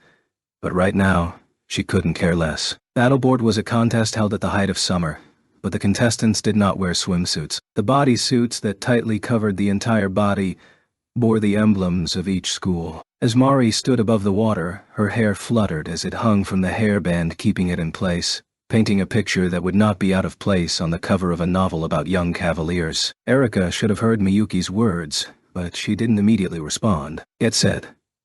The loudspeaker sent out the signal. At the crack of a gun, the race was on. Elf detonation tactics, Erika murmured in disbelief. Tatsuya was similarly struck speechless. When the race started, the contestant from 4th High detonated the water behind them. She probably intended to create waves to disrupt the other players while riding the waves for further propulsion, but she stabilized. She stabilized. Creating a giant tidal wave was useless if it disrupted your own balance. Mari had successfully charged in the beginning, so she wasn't affected by the chaos caused by the contestant from 4th High, and was now completely in the lead. Mari's surfboard was sliding over the water's surface. She probably wasn't using move-type magic to steer, but treated the board and her physical body as one entity, or even casting magic on 2 objects simultaneously. Her body itself and the board. Regardless of which it was, this required precise target selection for magic. The board clung to the water's surface and deftly rounded a sharp corner. Her stability was so complete, it was like her feet were glued to the board. So she's recalculating application type fortifying magic along with move type magic. Tatsuya didn't need to dissect the magic sequence. He saw through the mechanism based on Mari's posture and methods for maintaining balance as she coursed through the water. Fortifying magic. Leo's ears pricked up at those words and immediately asked. This was an area that Leo specialized in, so there was no way he wasn't interested. What's the target for fortification? Senpai stabilized the connection between herself and the board to avoid falling off. Leo adopted a questioning look, probably because he couldn't follow Tatsuya's meaning. Naturally, Tatsuya never demanded that he catch on so adroitly. Fortifying magic isn't only used for strengthening an object's durability, but to stabilize an object's corresponding location. Do you understand so far? Of course. because I use it myself. Watanabe-senpai cast magic to stabilize her position and connected herself to the board to form one object. Then applied move magic to this now uniform body that consists of herself and the board. In addition, this isn't a sustained type magic but alternating between fortifying magic and move magic at appropriate intervals based on the changes in the terrain to deftly avoid magic overlap. Owing to the fact this was a magic he specialized in, Leo could understand this was an extremely complex technique. Wow. Leo sighed in amazement. On the other hand, yet, this method seems to be lacking something true. The target of fortifying magic isn't restricted to objects formed from the same material. Given that, thanks to his habits as an engineering prodigy, Tatsuya fell into a deep thought that would not be out of place for a mad scientist. Onisama.dia. Miyuki's voice roused him from his contemplation. During the brief moment where Tatsuya averted his gaze, Mari's F-figure had already disappeared around the blind spot and was lost to sight. Tatsuya vaguely replied with, "It's nothing," and focused his attention back onto the large screen. Mari was gliding up the waterways against the current. Speed magic. From her movements, she must have used a technique that reversed the vectors for acceleration. And she also used oscillation-type magic. Right. At the same time, she employed magic to create reverse waves to lessen the water resistance. Nicely played. She's juggling 3 to 4 magics together during recalculation. Tatsuya's praise burst from his mouth. None of the magics were particularly powerful. Yet, the combined effect was unimaginably powerful. Compared to Mayumi, who had raised high-speed precision magic to an art form to stun the audience, Mari relied on lightning-fast decision-making, and a wide variety of tools to paint a veritable rainbow of overlapping magics to delight the audience. The two of them had already far exceeded high school quality. After Mari reached the peak, she leaped down the waterfall. The moment Mari splashed down, an obvious tidal wave splashed outwards. The tidal wave generated by Mari not only propelled her forward, but also nearly upset the player in second place who was behind her. What a strategist. That's just a devious personality revealing itself, Erika replied with an angry retort to Tatsuya's whispering. Tatsuya half agreed, so he didn't make any particular rebuttal. That being said, a devious personality was high praise for a strategist. Before the first lap was even finished, Mari's victory was all but certain. Battleboard's preliminary stage was slated for today and after lunch. Only the 4th through 6th rounds were left. After deciding to watch the semifinals and finals for speed shooting, Tatsuya bid farewell to his friends. He returned to the hotel and walked towards the rooms reserved for higher-ranking officers. This is to fulfill the promise he made to Kazama last night. Kazama held the rank of major, but his experiences and the unique nature of the troops under his command granted him treatment above his official rank. In this suite that was normally restricted to colonels and higher, Kazama was enjoying a quick break with the officer cadre while enjoying the tea and snacks ordered from room service. "So you're here. Come. Sit." Tatsuya was brought into the room by the soldiers on duty. Not soldiers from this base, but under Kazama's direct command. And even though Kazama extended a cordial invitation for him to be seated, Tatsuya hesitated upon seeing who the officers were. Tatsuya's rank special lieutenant was not a commissioned officer, but a non-commissioned officer recognized as a soldier by international standards. Presently, this country's battalions no longer possessed the associate officer system. Soldiers that were not restricted by the military's ranking system, but still maintained the right to participate on the front lines, could only be found in the independent magic-equipped battalion's command structure during active duty. However, even without a built-in ranking system, everyone present was still a superior officer, and, more importantly, an elder, so he couldn't casually accept such an invitation. "Tatsuya, today we're not treating you as Strategic Class Magician Special Lieutenant Uguro Ryuya, but as our good friend, Shiba Tatsuya. So being too formal would only be inconvenient. It's also difficult to converse with you standing all the time, so why don't you take a seat?" At this time, the two officers at the table also motioned for Tatsuya to sit. Captain Sanada. Captain Yanaji. Understood. Pardon my interruption. Friendship that transcended age prompted Tatsuya to abandon his overly formal attitude to avoid being impolite. After a round of greetings, he sat directly across from Kazuma. They were seated at a round table. The afternoon tea time for the independent magic-equipped battalion was for them to relax and unwind. Even though Tatsuya's seat was closest to the door, the adults still welcomed him as one of them. First of all, long time no see. I know we shouldn't use teacups for this, but cheers. Second Lieutenant Fujibayashi. Thank you. The female officer serving as Kazuma's adjutant, more like secretary, handed him a teacup, which Tatsuya accepted on a small plate while signaling with his eyes. Today she was in casual clothes rather than in uniform, which gave off the aura of a young secretary from a major corporation. Not just her, but everyone was in suits or casual garb where the shirts didn't match the jacket. In reality, we met earlier, but let's cut Fujibayashi some slack. Dr. Yamanaka, you don't need to force yourself. No. I'm not that unsociable to ruin the moment when we raise cups to celebrate our reunion. The doctor's just looking for a reason to pour some brandy into the teacups, right? The situation demands alcohol. Really? I thought doctors not treating themselves meant something else entirely. The one who leisurely replied to Captain Yanagi's confusion was Doctor and First-Class Healer, Combat Medic Yamanaka, including Kazama. There were 5 people in total who shook their heads in exasperation, which were all the officers from the independent magic-equipped battalion who greeted Tatsuya. Captain Yanagi, Second Lieutenant Fujibayashi, it's been a while. Captain Sanada, thanks for your recent support. Tatsuya started off with greeting the two he hadn't seen for some time, then finished with thanking Captain Sanada who assisted him at the base last month. No, I'm the one who should be thanking you. Only you are capable of handling Third Eye's long-range precision targeting system. That's because that CAD was originally designed for this one to use.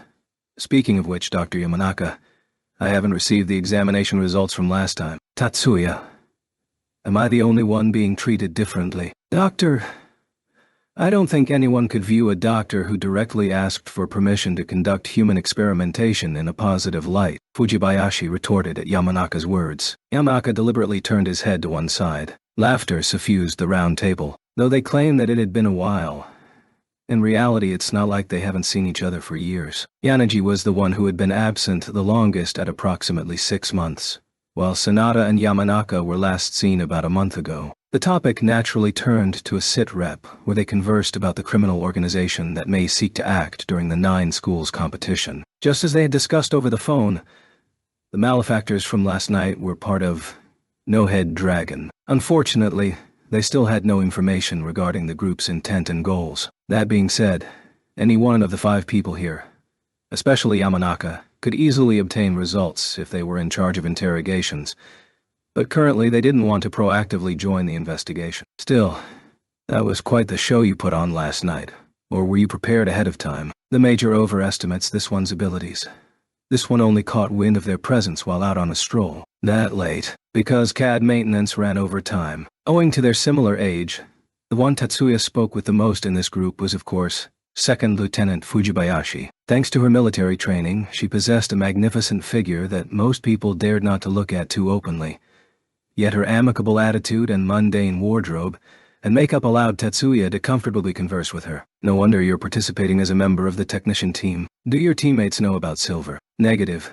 That remains a secret. Tatsuya shook his head as he replied to Yamanaka's question. Given the class difference, am I the only one who thinks that you serving as a CAD engineer in a high school contest constitutes cheating? Captain Sanada, Tatsuya is a bona fide high school student. Sanada grinned as he brought up a legitimate complaint. Fujibayashi smiled, as well as she deflected Sanada's comment and turned back to Tatsuya. Why didn't you enter as a participant? I think that you would enjoy considerable success with your flashcast abilities. If necessary, even excluding material burst, you at least have misdispersal to fall back on. No, not only are both material burst and misdispersal classified, their destructive power also exceeds the limit set by the competition. In addition, material burst is only accessible with Third Eye. But you brought the trident along, right? That's also against the rules, specifically the ones regarding competition use CADs. Furthermore, flashcast is one of the Yotsuba family's secret techniques. Tatsuya smiled wryly as he refuted Fujibayashi's suggestion. Immediately afterwards, Yanagi continued in a helpless tone.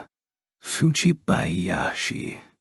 You're actually suggesting we use strategic-level disintegration magic, material burst in a high school competition. I'm calling shenanigans. I also don't believe that there will be an opportunity to use material burst in the 9 schools competition. However, in last year's competition, the scion of the Jumonji family used phalanx, and the young lady from the Sagusa family cast magic shooter.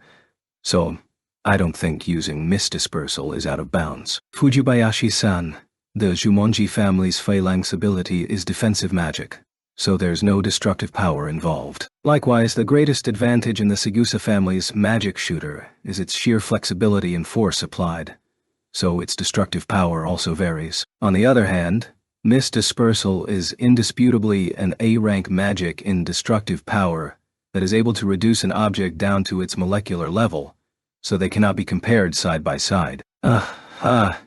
Captain Sanada, didn't you know? Destructive power is only measured in the events of the 9 schools competition that could affect the players themselves, so speed shooting and icicle destruction are not within its jurisdiction. Interestingly enough, the handbook that emphasizes safety first glosses over this point. The 9 schools competition was changed to the current format 10 years ago. Of all of the people present who had participated in the 9 schools competition, the only who had fought under the current rules was Fujibayashi, who assisted second high in claiming the crown in her year. Just as the two of them were about to embark upon a heated debate regarding their specialties, Kazama halted them in their tracks. Regardless, we cannot reveal any magic that constitutes a military secret before so many witnesses. So there's no point in discussing this, is there? Kazama intervened in his subordinate's debate like a man fighting off a headache. Suddenly his face assumed an emotionless mask as he turned on Tatsuya in a voice like cold steel. Speaking of which, Tatsuya, you understand that if you are called upon to serve as a participant, Major, this one understands. If forced into a situation where mist dispersal must be deployed, this one will choose to forfeit and accept his defeat. Even with the sword still in its scabbard, Tatsuya could still tell the difference between real blades and Bakkens. At any rate, seeing Kazama's serious attitude with a merciless blade lurking behind him, there was no way Tatsuya could misread Kazama's intention. Kazama and Tatsuya both learned from the same master, and there was a definite bond of friendship between the two. Yet, their mutual apprenticeship and friendship were not the first priority in Kazama's mind. If necessary, Kazama would abandon Tatsuya without any hesitation, and Tatsuya would do likewise. However, this one cannot imagine any situation where he would be forced to participate as a player. That's a mental block, so long as you understand the situation. Among everyone else's laughter, Kazama and Tatsuya fixed each other with an intense look and ended the conversation. As the saying goes, only God knows. But even with this in mind, Tatsuya's perspective was the more logical possibility. Both of them were of one mind on that point. Nevertheless, neither Kazama nor Tatsuya were completely confident in Tatsuya's assessment of his own predicament. Tatsuya-kun, over here. Over here. This was the competition location for the women's speed shooting event. After bidding farewell to Kazama's group and leaving their tea break, Tatsuya returned to find the stands bereft of spare seats. As he searched through the crowd for his friends, Erika found him first and called out to him. The Elite Eight must be that popular. Tatsuya waded through the crowds and sat down next to Erika. That's because the president is on next. The other rounds don't have nearly as many spectators. Tatsuya's words were only his private thoughts murmured aloud, but Miyuki, who was comfortably installed on Tatsuya's other side, politely responded. This time the sitting order was like this. Miyuki sat behind Leo, Mizuki was behind Erika, Honoka behind Tatsuya, and Shizuku behind Miyuki. Honoka, am I in your way? Tatsuya had hit a growth spurt since entering high school, and was now nearly 180 centimeters, 178 centimeter, to be precise. And even with the difference in seating height, he was still worried that he was completely eclipsing Honoka's view. However, Honoka grinned as she shook her head at Tatsuya, who had turned around to ask, "Is that so? By the way, where's Mikiko?" He said he wasn't feeling well, so he went back to his room to rest. As Erika replied to Tatsuya's inquiry, her expression clearly added a how useless afterthought. He's likely affected by anxiety. I would probably faint if I wasn't wearing my glasses. Mizuki spoke on Mikihiko's behalf. No wonder, Tatsuya thought.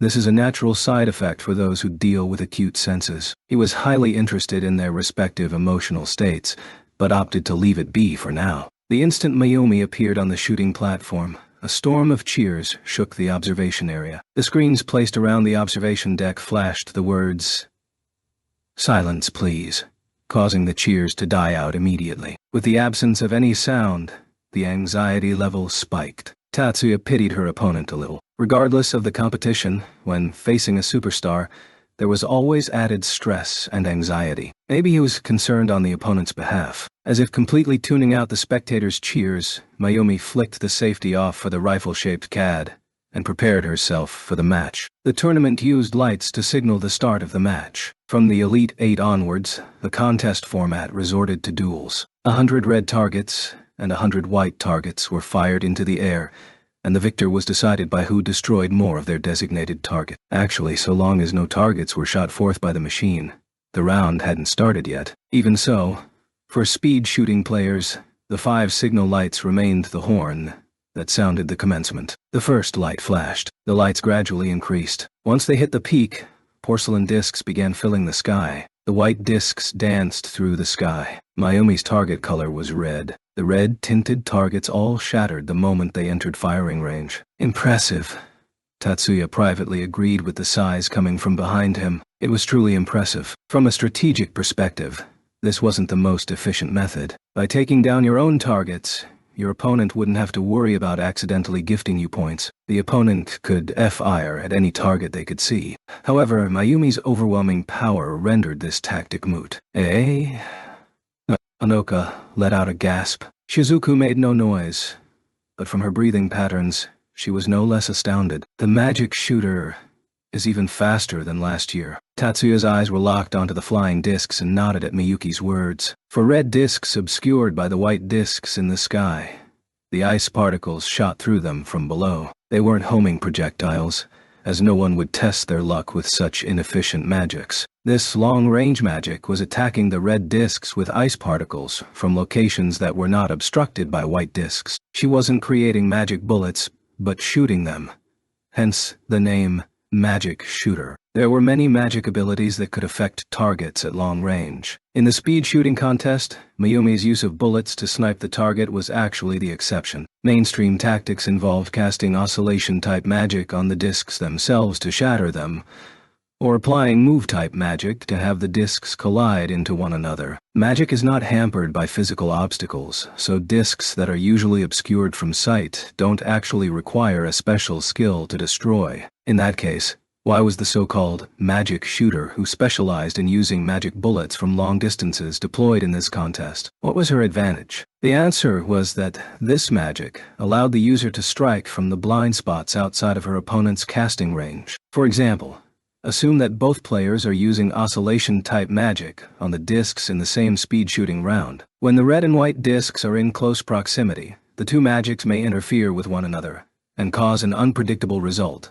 such as fizzling altogether or releasing ultrasonic shock waves. When casting magic in the same general vicinity as other magicians on the same long-distance targets, one must carefully select the firing position and then apply strong interference. The dual format for speed shooting was originally designed to test magic invocation speed and magic power, but with Mayumi sniping the targets from beyond her opponent's firing range, she effectively created a pocket of space where she was casting magic without interference. Her opponent naturally enjoyed the same advantage. In that case, the duel was decided solely on speed and precision targeting. In terms of speed and precision targeting, Mayumi's magic power ranked among the foremost in the world. High school students simply couldn't compare. The first day's round of speed shooting went as everyone predicted, with Mayumi earning a crushing victory in the women's division, and the men's division also securing first place. Congratulations, President. Mayumi smiled widely as she nodded to accept Azusa's praise. Thank you. Mari also advanced into the semifinals. She shifted her gaze to the side. Currently, everything is going according to plan. In her line of sight, Mari nodded in response. As the night deepened after catching a bite and some time in the bath, the only thing left was proper rest to restore what was lost during the day. So the female members, including the Public Morals Committee chief, all congregated in Mayumi's room. The first day's events were over, and Mayumi still had to compete tomorrow. so they could save the official celebrations until after they seized the crown. Presently, they only raised cups of juice to celebrate. The reason only women were present was because of time constraints. Still, it wasn't like they were planning on a pajama party, so even if men were present, it wouldn't be an issue. Given that, the reason why only women were present was because it got tense for a bit, but Hattori managed to pull through, just as Mari's lifeless words implied. Victory for the men's division was not assured. Speed shooting secured first place as predicted, but the battle board preliminaries turned out to be a hard-fought contest. Seems like the CAD wasn't properly adjusted for him. After the round, Kinoshita-senpai and I were both working on it, but it wasn't finished. Hearing Asusa's words, Suzune examined the maintenance reports from all members from her terminal. Kinoshita's skills aren't bad. Alas, they're not exceptional either. Mayumi stuck up in Kinoshita's defense but could only smile bitterly at Mari's direct analysis. Still, Asusa felt that this assessment was overly critical. Well, I don't think Kinoshita-senpai is at fault here. I feel that Hattori-kun's been out of sorts since arriving here. What I'm about to say may be harsh, but it is also up to the technician to take the player's mental status into account. Yet, Mari swiftly rejected this defense. That may be true, but Mari was right in that this was the technician's duty, but the player also had a responsibility towards their own mental preparation. Azusa thought of this, but kept it to herself. Okay, Mari. Stop picking on Achan. Mari's logic regarding players and Azusa's logic regarding technicians weren't right or wrong, but frankly parallel to one another. This required the leadership to intervene. Fortunately, Hattori-kun doesn't have to compete tomorrow, so it's up to the two of them to work it out. Still, now the question becomes, what are we going to do with the players Kinoshita-kun is responsible for tomorrow? Kinoshita-kun is the secondary technician for the women's crowd ball. Since he is the backup, I think that we'll still be okay without him. Yeah. With Izumi there, I think we'll be okay. Isn't leaving everything to Izumi too risky? There are 6 locations for crowd ball and 2 people appearing at the same location in the first round, and 3 people advance during the first round, then all 3 are in the second round at the same time. While Mayumi can cover for herself, this scenario naturally assumes the 2 others require CAD maintenance. Even if there is a larger interval between rounds, we still wouldn't have enough time based on our initial estimates. Wasn't that the whole point for having assistant technicians in the first place? Suzune supported Mayumi's decision, but Mari looked reluctant. Her approach was born of the profound understanding of the importance of CAD maintenance and not disagreeing for the sake of disagreeing, but bringing up a valid argument for debate. Assigning short-handed personnel was just such a difficult task. Why don't we pull the men's assistant technician, Ishida, over to double as the women's assistant technician? The women's competition was in the morning while the men's competition was in the afternoon, so Suzune's suggestion was valid from a scheduling point of view, but Mayumi vetoed it. If he had to perform maintenance during the morning and afternoon, that's too heavy of a workload for Ishida-kun. Crowd ball is the event with the highest number of rounds on that day. Then, can we call on Shiba-kun, who has no players scheduled for events for the next 2 days? After a brief moment of consideration, Mayumi nodded in agreement towards Suzune's proposal. That might be for the best. Then, Miyuki-chan, can you alert Tatsuya-kun for us? Of course. Miyuki smiled as she nodded her head to accept Mayumi's request. For Miyuki, any opportunity for her Onui-sama to shine was more than welcome. No wonder you visited at this hour. Although they were siblings, this wasn't the time for young ladies to visit rooms belonging to those of the opposite gender. Tatsuya waved Miyuki to sit on the bed and helplessly murmured, "Did I inconvenience you, Onu-sama?" Miyuki fidgeted as she watched Tatsuya nervously. "No, thank you for notifying me, but until now, so long as Miyuki had that particular look in her eyes, Tatsuya never took a hard line with her. Even at a hotel, this isn't the time for young women to leave their rooms by themselves, right? Also, there's been a few incidents lately, so suspicious individuals may be lurking in the corridors. At the very least, this was a military facility, so the security was much more intense than first-class civilian hotels. Miyuki felt that this was an exaggeration, but was very pleased that Tatsuya was worried about her. Yes, Anoni-sama. I apologize. I'm pretty sure there's something wrong with smiling and apologizing at the same time, Tatsuya complained, as he also smiled. Rather than calling his earlier words a scolding, They didn't even qualify as complaints. On top of that, Tatsuya dearly loved Miyuki, so he would never harshly reprimand his little sister. At any rate, thank you for letting me know. I'll escort you back to your room. Tatsuya rose from his chair, but Miyuki frantically stood up and waved her hands. No, I can go back by myself. Isn't Oniwai-sama busy right now? I've already interrupted your work, so I shouldn't take up any more of your time. While I was in the middle of something, this was more for leisure than anything else.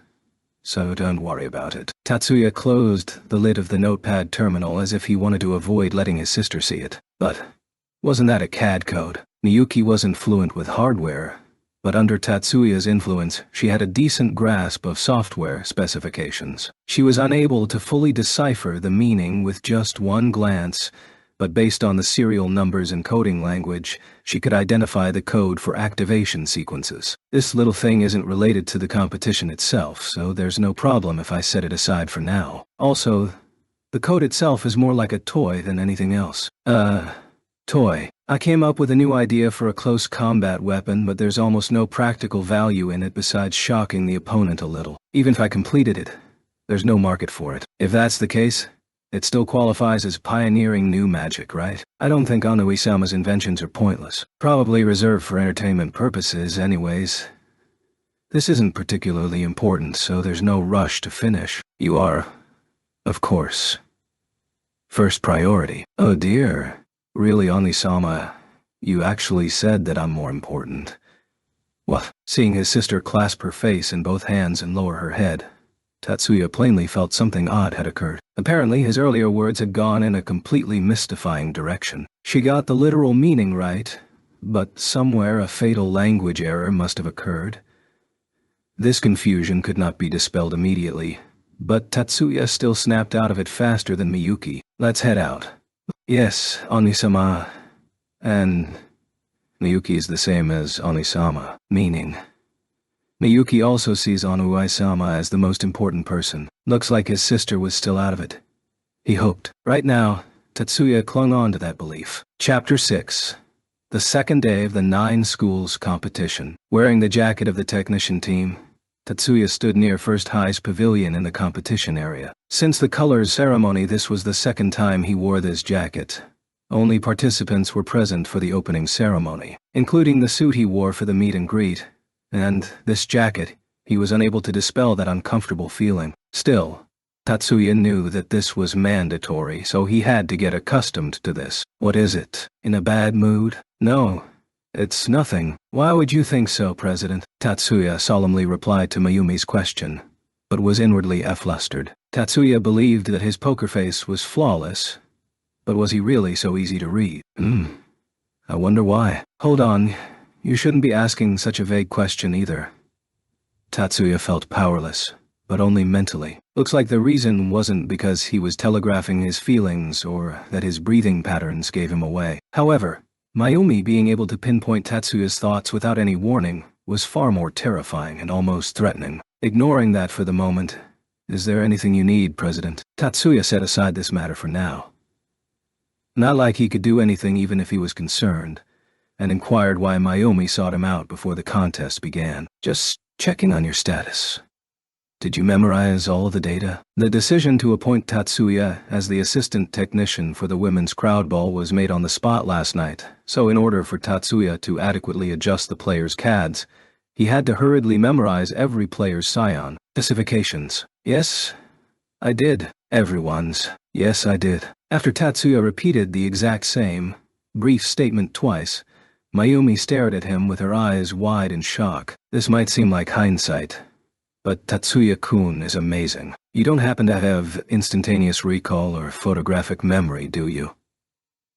Compared to you, I'd rather have a more typical magic power. From a student's perspective, that's an impossible luxury. Obviously, Mayumi was guaranteed a spot in the magic universities without taking the entrance exams, but she still said this, accompanied by her using both hands to rub her puffed-up cheeks. What's wrong? Tatsuya started massaging his temples using his thumb and index finger, while Mayumi slightly tilted her head to one side. President, are you...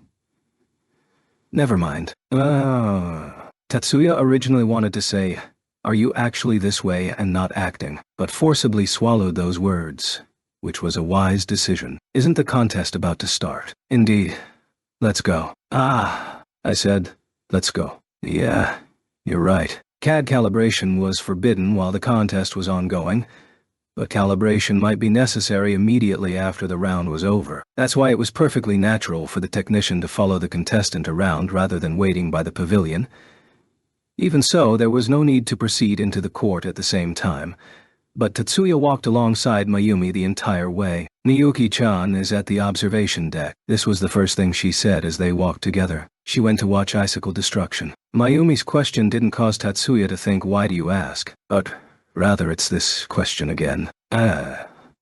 So, the two of you actually act independently sometimes? Tatsuya was careful to keep his expression neutral and not allow his displeasure to show at this answer, whereas Mayumi nodded in an expressive manner. Tatsuya felt somewhat miserable. In your eyes, are we attached at the hip? His expression was probably thoroughly miserable. Mayumi hurriedly shook her hands in denial. No. I know that's not the case. I know that you two are apart while running errands for the student council and during class, so how do I put it? Perception. It's all a matter of perception. President, for magicians, perception is reality. The increasingly humid and heavy gaze prompted Mayumi to break out into an invisible sweat. The heavy atmosphere persisted until the two of them reached the courts. Once they reached the arena, Tatsuya felt that this would negatively impact morale, so he forcibly reined in his expressions. Yet, when Mayumi took off her cooling jacket, a sports jacket with a built-in cooling system based on thermodynamics, Tatsuya's poker face almost slipped. Are you wearing that in the competition? Yes. Mayumi's matter-of-fact nod caused Tatsuya to feel a headache incoming. Are you really wearing that uniform during the competition? Is it strange? Does it not suit me? It suits you perfectly. Is that so? Tee-hee. Thank you for your compliment. Mayumi happily started stretching, while Tatsuya carefully scrutinized her one more time for verification. No matter how he looked at it, his eyes didn't deceive him. Polo shirt paired with miniskirt could only be described as a tennis uniform, which was more attentive to the latest fashions than competitive practicality. Leaning slightly would cause the skirt to sway and reveal the petticoat beneath. Crowd ball was a physically demanding sport. The shooting device uses compressed air to shoot a 6 cm diameter ball with low elasticity, which players used rackets or magic to send towards the opposing courts, with a number of goals determining the victor. Each round lasted 3 minutes in a court encased within a transparent box. Every 20 seconds, another ball would be introduced to the mix, with a total of 9 balls in play in the end, leaving the players no time to catch their breath. Players usually wore t-shirts and shorts, though some opted to wear elbow and knee protectors to help with diving. If wielding magic alone, there would be no need for running or wearing protective gear, though players that forgo the racket usually wear more protective gear on the court. Usually, no one would wear clothing that would leave their limbs exposed. Then again, given who this is, her dictionary probably doesn't contain the word impossible. Tatsuya arrived at this conclusion after a moment of observation, and accepted this facet of reality. Tatsuya-kun. Are you contemplating something impolite? I wouldn't dare. You don't need a racket. This piercing accusation forced Tatsuya to sidestep quickly and adopt a more formal tone to change the topic. Yeah, this is my usual style. For a moment, Tatsuya thought she was referring to the tennis uniform style, but Mayumi obviously meant a style that only relied on magic. Which CAD are you using? This one. After Mayumi spoke, she pulled out a handgun-shaped specialized CAD. The gun barrel was fairly short, hence it was commonly known as the short model, while a select minority referred to them as the civilian model. Tatsuya's CAD was a long barrel, which the select minority referred to as the carbine model. Handgun and rifle-type CADs were both equipped with aim modifiers in the gun barrel. The gun barrel was actually the location of the targeting reticle for magic calculation, the relative coordinates for the eidos within the information dimension, that functioned like a motion sensor. The longer the gun barrel of the CAD, the greater the emphasis placed on the aim modifier. On the other hand, for magicians that only cared about the activation speed of specialized CADs and didn't require any aim modification, The short model provided everything they could possibly want. I recall that the president usually ran generalized cats. That's usually the case, but I'm only using one this time. Mayumi's comment was very abstract, but Tatsuya correctly interpreted this to mean since this contest only requires one magic, I chose a specialized model. Move-type magic, or reverse speed magic. Correct, it's multiple bounce. Mayumi was carefully stretching, so she didn't play coy with Tatsuya before answering his question. Tatsuya-kun, could you give me a hand? No problem. Mayumi sat on the ground with both legs spread and Tatsuya gently pushed her back. With practically no resistance, her chest was pressed against the ground. Using multiple bounces to take advantage of the kinetic energy vectors, but wouldn't relying only on this magic pose a considerable risk. If the inelastic balls lose momentum along the floor or walls, you would have no way of sending them back to the other side. Tatsuya could feel some body heat flowing across his palm as he softly whispered a warning.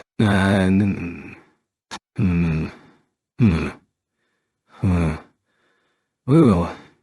I also prepared a few other speed-type magics, but I never resorted to them last year. She spoke nonchalantly, but this required a significant difference in strength to fuel this confidence. Once again, Tatsuya realized how incredibly powerful Mayumi was compared to everyone else. That's fine. Mayumi stretched to the left and right 4 times, then informed Tatsuya to let go. Tatsuya straightened and backed off a few steps, whereas Mayumi closed her legs and raised a hand towards him as she looked at him. Initially, Tatsuya wasn't certain what Mayumi wanted, but once he noticed her watching him intently with an increasingly displeased expression, he quickly got the message. Tatsuya came around to her front and grasped her outstretched hand.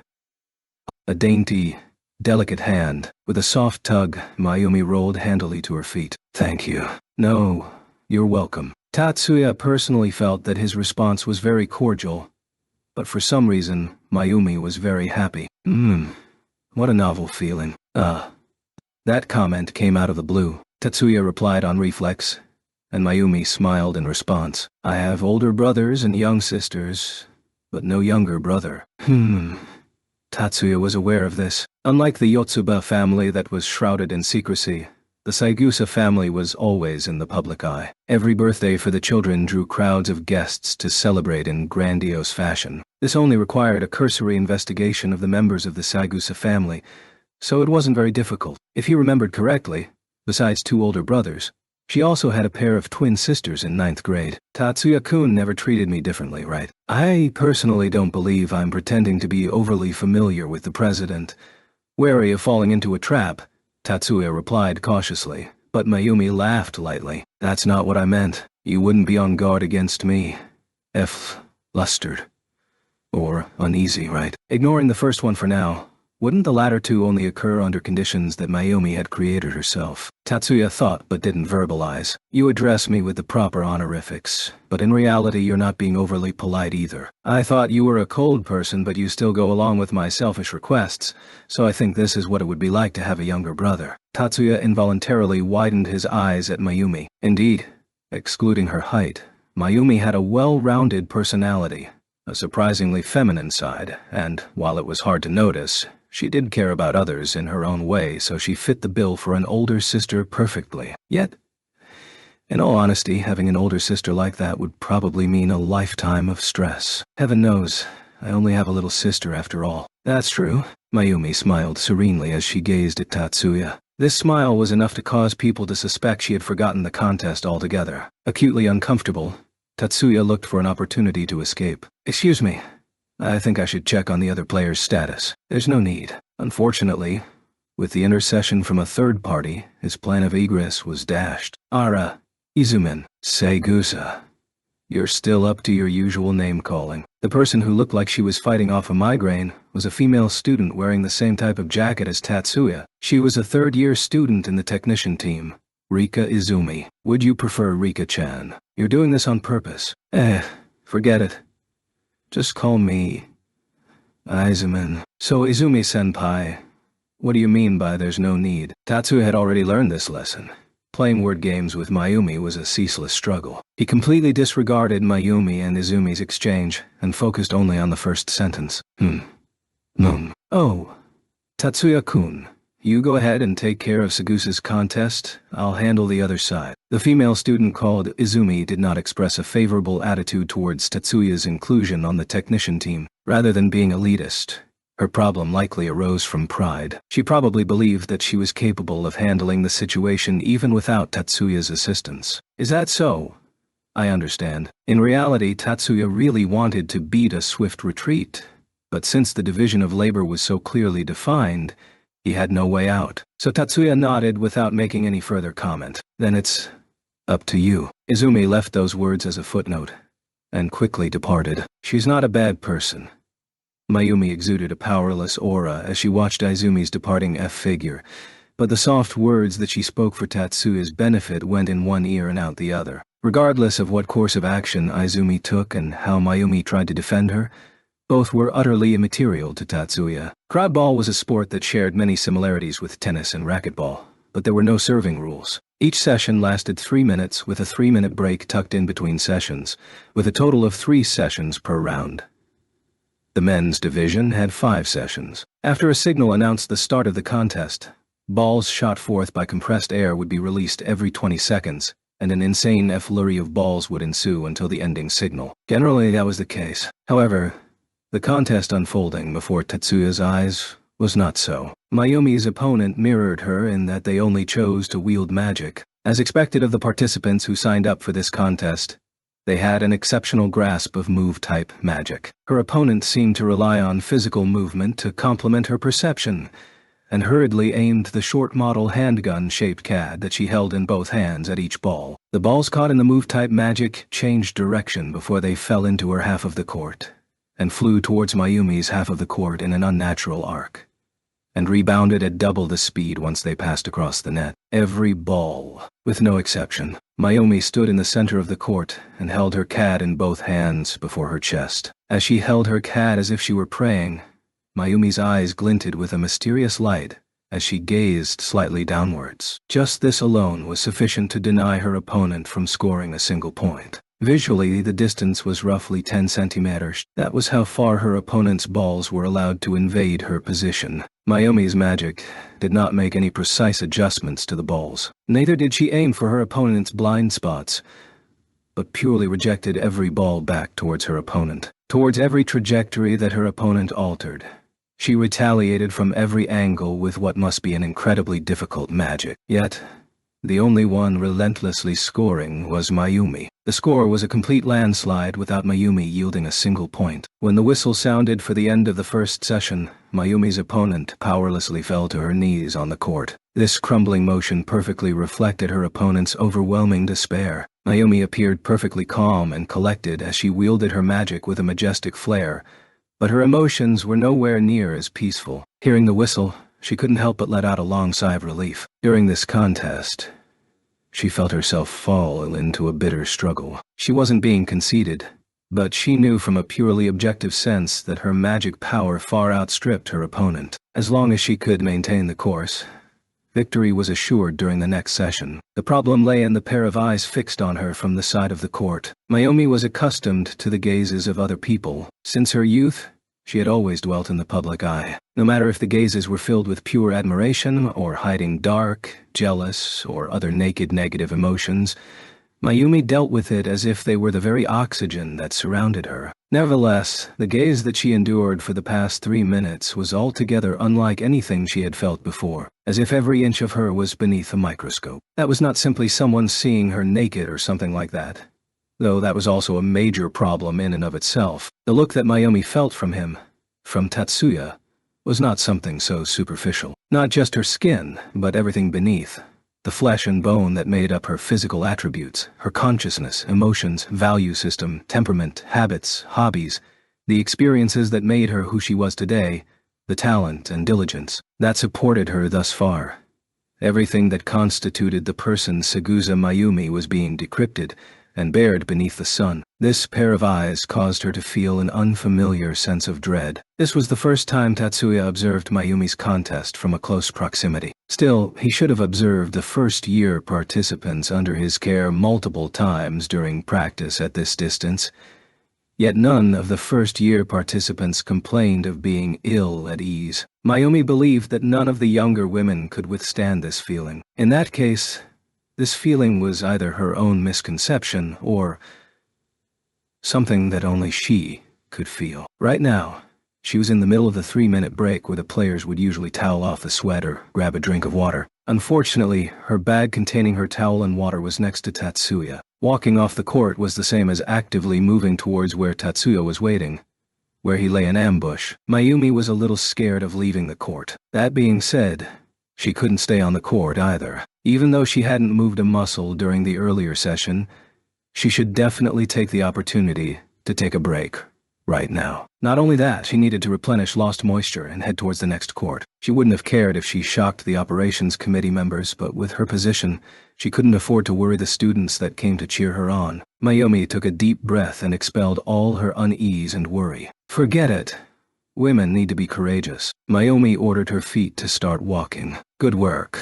At her underclassman handing her a towel, Mayumi felt a sense of disappointment as that nameless dread seemed to fade away like a dream. As usual, any thoughts he had beneath that serious visage were completely obscured by the poker face that even she couldn't read. This young man gave her a formless and unidentifiable sense of dread, but at the same time provided a miraculous sense of relief that he would never betray her. Her earlier comment about having a younger brother was something spontaneous or intended to tease Tatsuya. While phrased as a joke, on some level it reflected Mayumi's real thoughts. Mayumi came to the conclusion that being afraid of him was ridiculous, so she adopted an obstinate attitude. Don't say good work yet.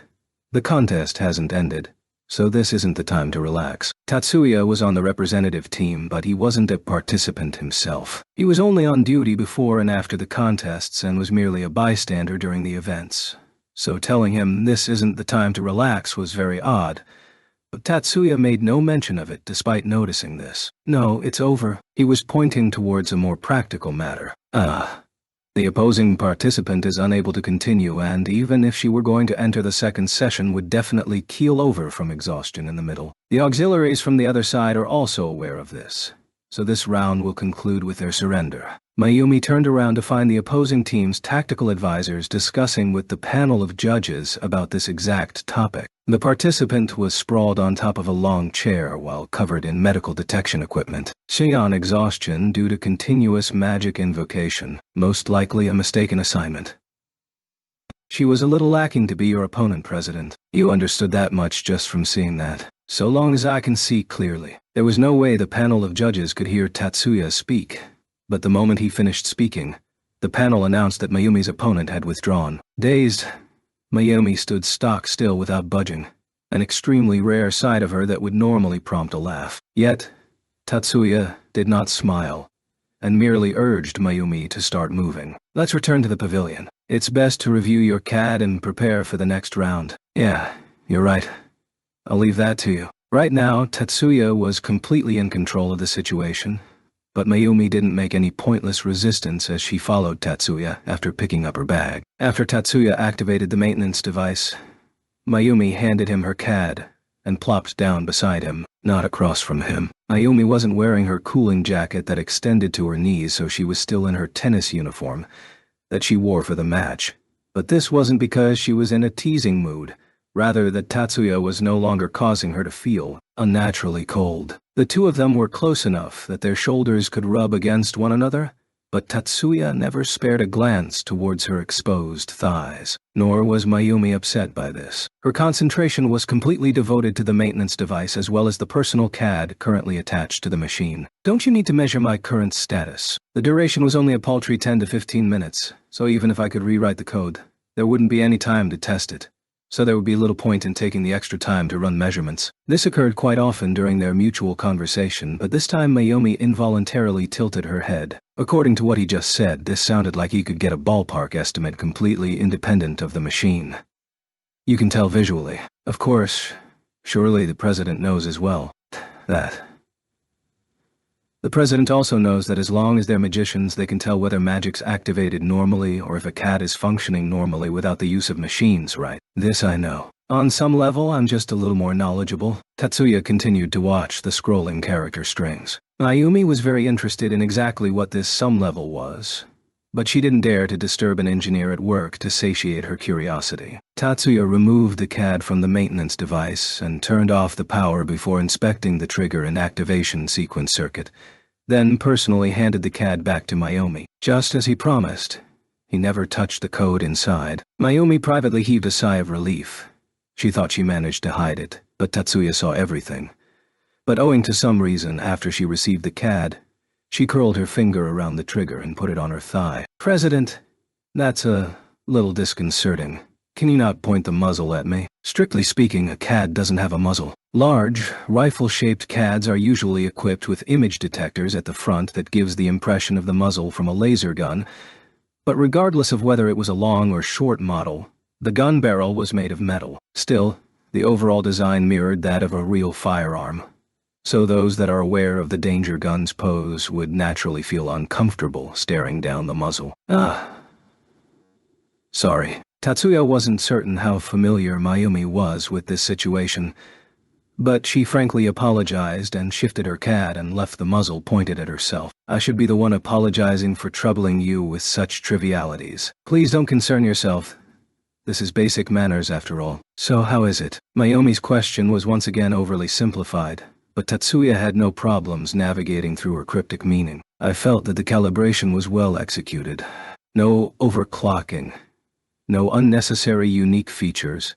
It was a faithful job, done strictly by the rules. There was an overemphasis on stability that led to a more convoluted activation sequence in some areas, but taking the president's magic power into consideration, I'd say this garners full marks. At any rate, this wasn't the time for needless flattery or nitpicking, so Tatsuya bluntly made his assessment. Tatsuya answered this question with his eyes still watching the activation sequence display on the maintenance device, so when he turned around he discovered Mayumi in a profound state of embarrassment. "Is that so?"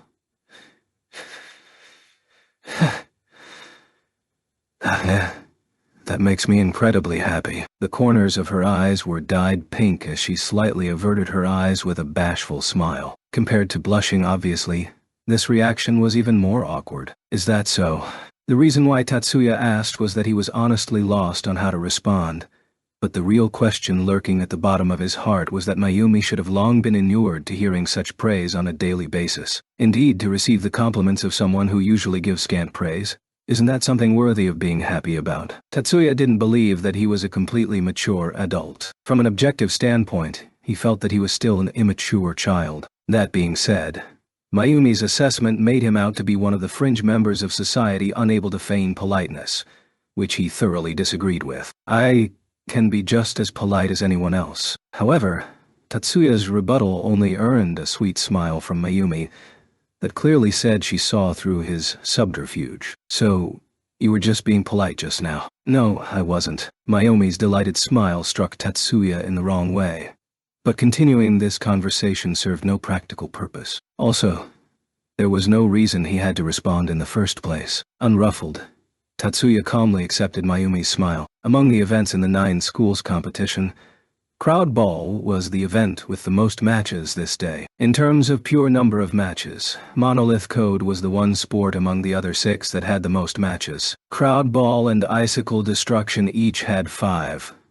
But Monolith Code and Icicle Destruction were split across 2 days, whereas Crowd Ball had to finish all 5 matches within half a day. The allotted time was short, but the nature of the event and the fact that each session lasted 3 minutes with almost continuous magic invocation with no chance to catch a breather combined to create a situation that was in no way less arduous than the other events. Thus, how to gauge the use of magic power was absolutely vital for seizing the gold in this event. The goal was, of course, 2 consecutive victories. During the match, the players weren't trying to send back every ball haphazardly, but to take into account which shots should be allowed to score in order to properly pace themselves. Mayumi, who could continuously channel her magic throughout the entire session, was undoubtedly an outlier in this situation. Even so, Mayumi didn't charge forward and rely solely on her strength in battle. She also adopted strategies of her own. 2 consecutive victories was absolutely mandatory.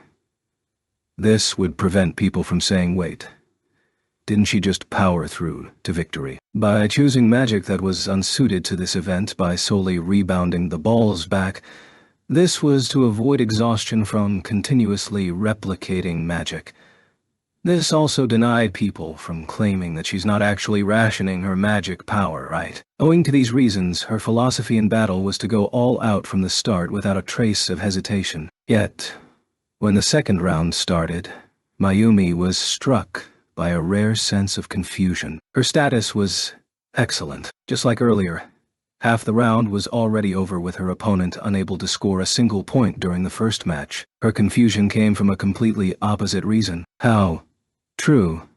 Thanks to her opponent withdrawing from the first round, she had more time to rest than usual. Still, this was a tightly packed schedule with 5 rounds crammed into half a day. Usually her mental and physical status would be gradually worn down from exhaustion, but they would definitely not show a marked improvement that even she could notice. Thus, there must be some reason behind this highly unusual circumstance. Mayumi could only think of one possible explanation. As soon as the ending whistle sounded, Mayumi decided to interrogate her perfidious underclassman. Tatsuya-kun, I thought you said you didn't alter the activation sequence. This was completely opposite from how the first round ended. As soon as the judges confirmed the end of the round, Mayumi stormed to where Tatsuya was on the sidelines. Mayumi's accusatory appearance caught Tatsuya by surprise, but he still replied back in a calm manner. I never touched the activation sequence and there shouldn't be any performance issues, unless you noticed something wrong. Liar.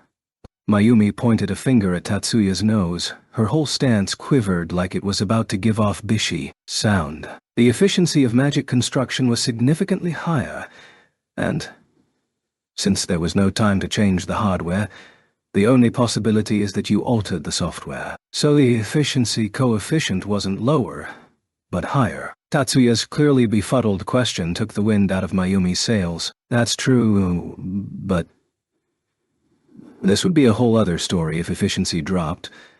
But Mayumi finally noticed that her attitude was wholly ridiculous for someone coming to complain that her performance had shown marked improvement. Regardless, why don't you take a seat first? Still wearing a baffled expression, Tatsuya handed her a towel, which Mayumi accepted awkwardly before sitting down with a look of consternation on her face.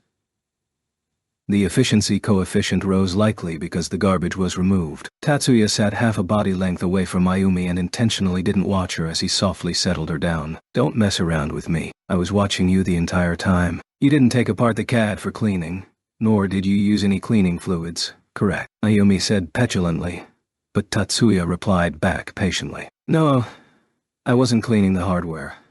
I was removing the unnecessary software. CAD performance was also affected by the user's mental condition. If the user didn't trust the engineer, then this would obviously negatively impact the CAD's performance. Since he did act without giving prior warning, which meant that he did not go through the informed consent phase, Tatsuya still felt that it was necessary for him to give an in-depth explanation. President's CAD had system files left over from earlier versions of the OS, so I had these removed. While previous system files rarely accumulate these garbage files, that doesn't mean that they are completely removed either. By completely erasing these files, CAD performance can be improved by a few percentage points. However, this usually would not bring about an immediately noticeable improvement.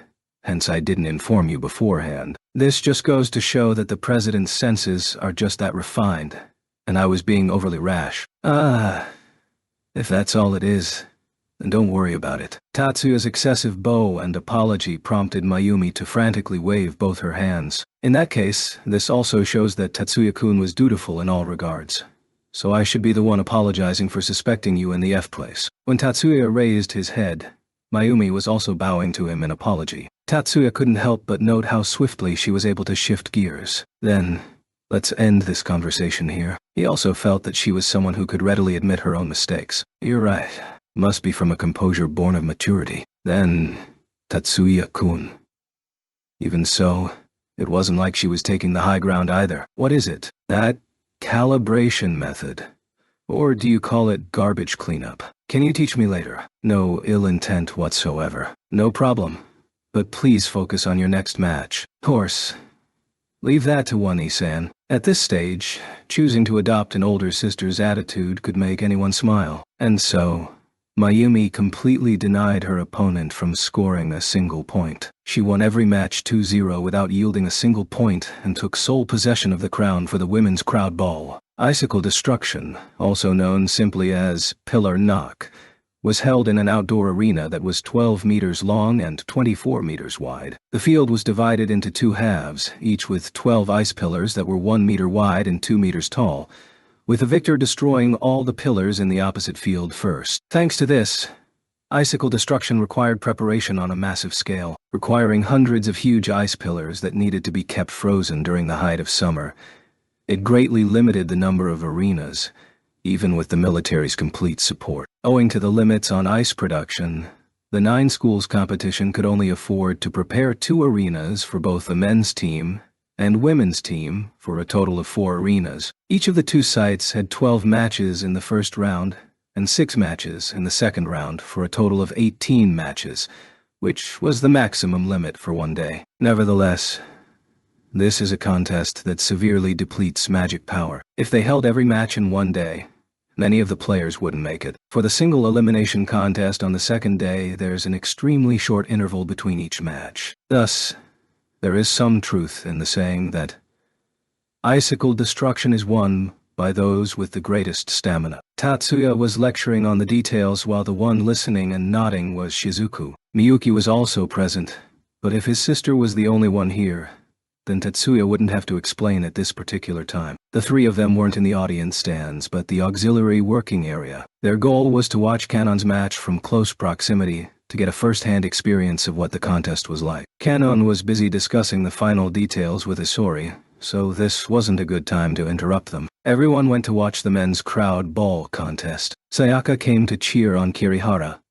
Erika chose to accompany her and roped Mizuki into the mix. Then Mizuki invited Mikihiko to come along, finally culminating with Mikihiko grabbing Leo. And that's how it was. After hearing Miyuki's report, Tatsuya maintained a "what a duplicitous bunch" feeling. As for who among them was duplicitous, some things are better left unsaid. Kanon finally stepped onto the stage. There were 2 platforms that stood 4 meters high at the 2 ends of the arena. The players had to use magic to defend the icicles in their own half of the court while simultaneously destroying their opponent's icicles. After entering the arena, all restrictions on magic safety were removed, so this was publicly acknowledged to be the most intense of all the magic contests. Iba-kun, after seeing Kanon off to the platform, Isori turned to wave at Tatsuya. "Let's go too." Isori invited Miyuki and Shizuku, who brought Tatsuya with them. Behind the platforms where the players stood, there was a special observation deck for support personnel. Here, there were several devices responsible for monitoring the players' physical condition, as well as a large window for viewing the competition. "How's Shiota-senpai's status?" Tatsuya felt that it was impolite to remain silent, so he supplied an icebreaker question. "She's very motivated to the point that I'm a little concerned that she's too fired up and will lose steam in tomorrow's matches." With a smile on his face, Isori answered Tatsuya's customary question. There was no trace of unease on his face. "I heard that Senpai won the first round with the fastest time ever recorded." "Well, that is Kanon's personality. I earnestly hope that she would be a little more prudent so those watching over her could relax somewhat." Tatsuya was quite interested in Isori's wry smile and response. Tatsuya was accompanying Mayumi all through the morning, so of course he missed the first round in the morning. He only knew that Kanon claimed the first round using the least amount of time possible. That being said, while the match time was very short, quite a few of her own icicles had fallen. "It's starting." Shizuku's soft voice prompted Tatsuya to direct his gaze back towards the arena. With the shrill sound of the starting whistle, the earth groaned. Mind Genesis. This was no minefield. This was Mind Genesis. The scene before Tatsuya's eyes forced him to speak its name.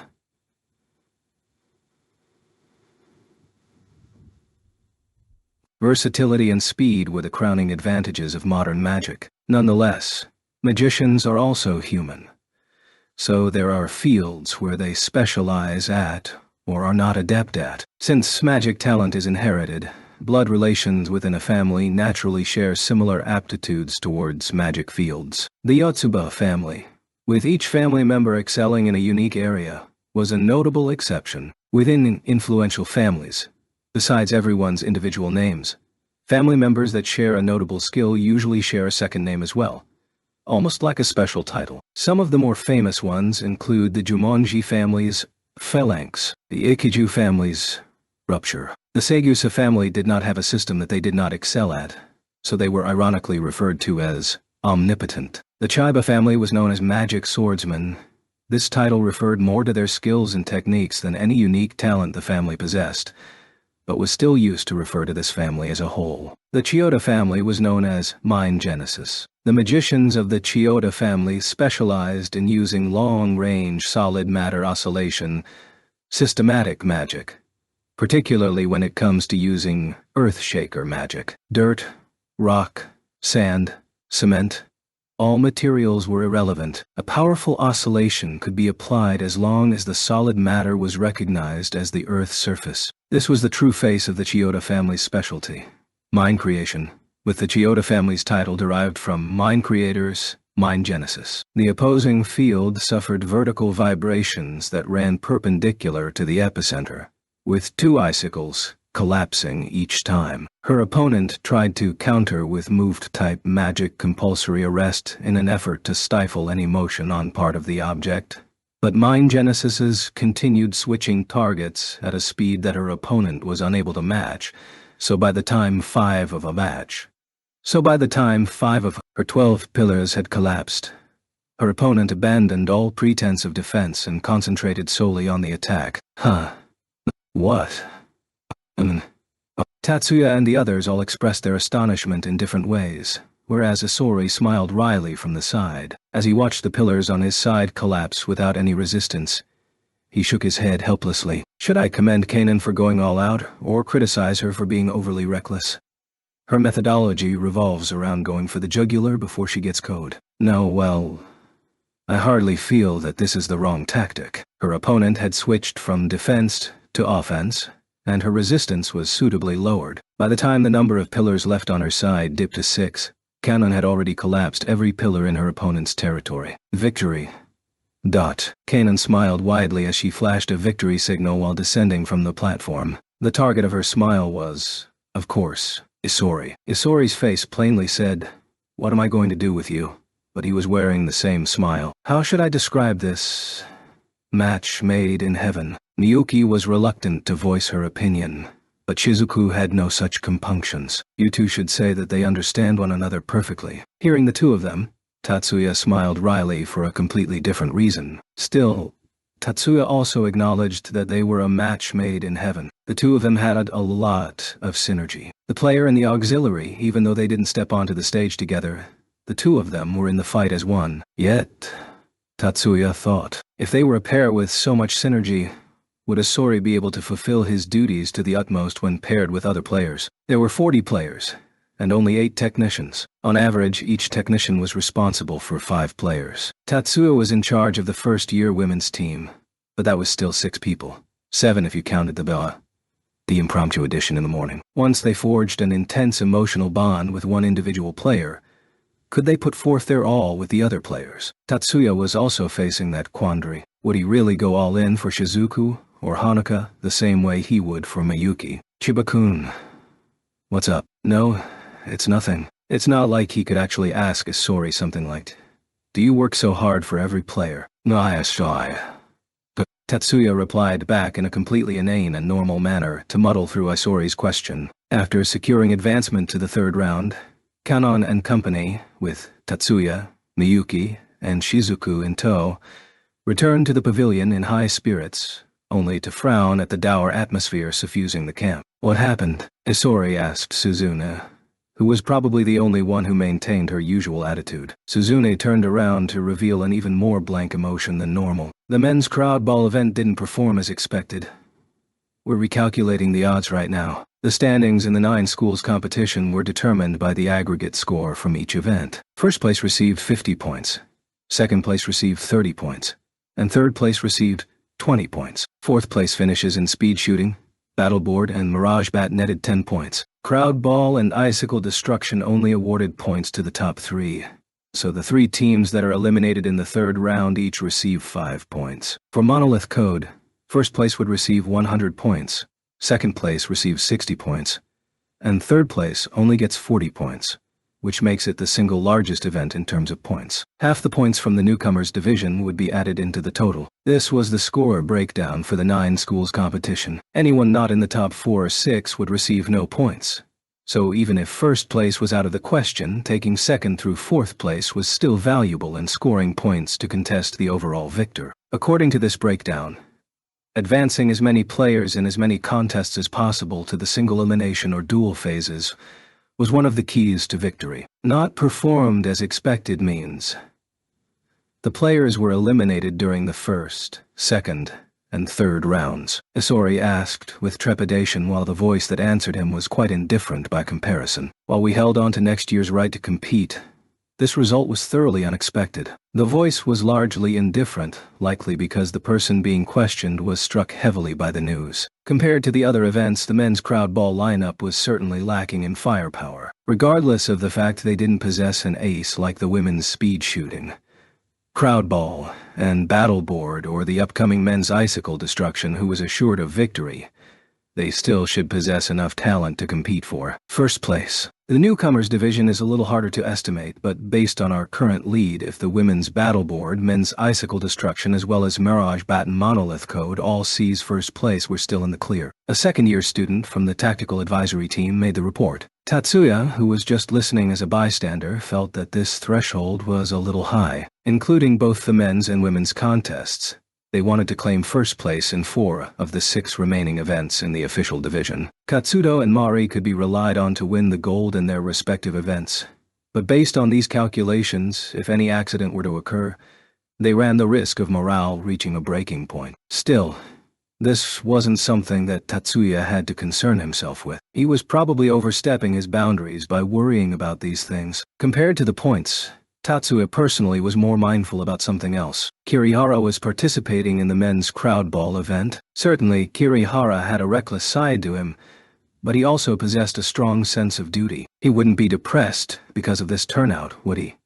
After the day's events had drawn to a close, Tatsuya found Kirihara near the hotel's rest area, close to dusk. Outwardly, he looked perfectly normal. Sayaka was sitting next to Kirihara. Kirihara was working hard to keep up a cheerful appearance, but Tatsuya could tell at a glance that he was forcing a smile. Kirihara-senpai, thanks for your hard work. Oh, so it's Shiba. Of course, Tatsuya could have chosen to pass by the rest area without saying a word, but he didn't do so. I was taken out early in the second round, and quite badly at that. He was definitely putting on a strong front, but he recovered faster than Tatsuya suspected. Maybe athletes were more accustomed to victory and defeat, and were more resilient when it came to dealing with the bitterness of defeat. Tatsuya always lost when he was trading blows with his master, so he didn't have any real competitive experience, and could only rely on logic to explain this. Tatsuya was unable to judge whether this was an appropriate moment to offer words of comfort, so he elected to speak the truth. Senpai was unlucky to draw third high's ace that was favored to win the event in the second round, and only lost by a grand total of 8 points after losing 3 out of 5 matches. This favored player was exhausted from the long struggle with Senpai, and was promptly eliminated in the third round, so this was a Pyrrhic victory for him as well. Man, you're one blunt guy. Tatsuya never bothered to sugarcoat the defeat and delivered a cold analysis that didn't smack of comfort. But Kirihara wasn't angry. He never thought that I would be depressed. Kirihara's tone and expression were more teasing than anything else. I did, but I couldn't think of any consolation. The scene was dead silent for a few seconds. Kirihara suddenly burst into laughter, and he was laughing to the point that he was bent over the sofa, enough to thoroughly discomfit Sayaka by his side. Tatsuya continued to watch him without any expression. Shaba, you really are an interesting guy. Usually now would be the time to wear a total awkward expression and quickly pass me pretending not to see me. Not the time to actually sit down and talk. That choice, intentionally overlooking him, was also on the table, but Tatsuya believed that wordlessly passing by wasn't cordial enough. However, this time, it looked like Tatsuya was being a busybody. Tatsuya realized that he shouldn't even be taking how cordial he was into consideration since that didn't jibe with his personality, but still, I feel a lot better thanks to you. Since you said it was a Pyrrhic victory, then that must be how it was. This shows that I've still got a lot of potential. Looks like that wasn't the case. Whether Kirihara truly believed that was immaterial. Likewise, whether this was truly the result Tatsuya was aiming for was also immaterial. Despite the outcome falling into considerable doubt, the basic personnel duties did not change very much. The ones responsible for odd jobs and errands might claim otherwise, but since Tatsuya was a member of the technician team, the brass from First High wasn't foolish enough to have him work on menial tasks and run the risk of endangering his original duties. Do it. After preparing for the newcomers division 2 days from now, double-checking the physical and mental conditions of the players under his care and running a final compatibility test for CADs, today's work schedule came to a close. Tatsuya received a long package in the mail from the hotel counter and returned to his own room. It wasn't dinner time yet. There was still ample time left, so Tatsuya opted to test the item in the package. He took a glance at the clock to verify when the dining hall opened. There was still a significant interval until he had to meet up with Miyuki. Tatsuya unpacked the parcel and gazed at the contents within. This was something he called 4 Leaves Technologies CAD Development 3rd Division in the early hours of the morning 4. The components were all universal, the shape exceedingly simple, and was assembled to the point that an automatic construction device could do the rest by reading the manual. Even so, the fact that this could be assembled and shipped all within half a day was quite impressive. I hope Oshiyama-san isn't pushing himself again. Should he be saying pushing himself or pushing his subordinates? Tatsuya took great pains to carefully remind them that this item was partially out of curiosity. Regardless, Tatsuya couldn't really turn back the clock, so fussing over these details was useless at this point. After he opened the package and took a look inside, he found a combination seal around a long, thin container. This case was usually intended to transport CADs with the dimensions of a shotgun. Tatsuya punched in the usual code. There was a sword inside the box. The item Tatsuya removed from the box had the outward appearance of a long sword with an upgraded handguard. The entire length measured 70 cm and 50 cm without the handguard. That was how it was shaped. There was no blade. This did not refer to the lack of an edge, but the fact that this tool was never forged to be a sword. The literal meaning of the words seemed paradoxical, but a better description would be a metallic bakken forged to look like a long sword. Or maybe it was flat rod with an added hand guard. This item was plainly not any ordinary rod. After thumbing the activation button and upping the scion intake, a familiar feeling passed across Tatsuya's hand. This item was in the same vein as Erika's police baton in that it was a weapon that concealed a CAD. The utility was even more restricted than a specialized CAD and could only provide one activation sequence. Erika's CAD was a specialized model that retained the ability to switch abilities. In comparison, this was a specialized CAD that possessed only one function, making it a prototype for weaponized integrated CADs. Tatsuya measured the distance to the wall to gauge whether he should take a test swing when someone knocked on the door. The perfect timing caused Tatsuya to chuckle wryly as he placed the prototype on the table. There was some time until the arranged meeting time,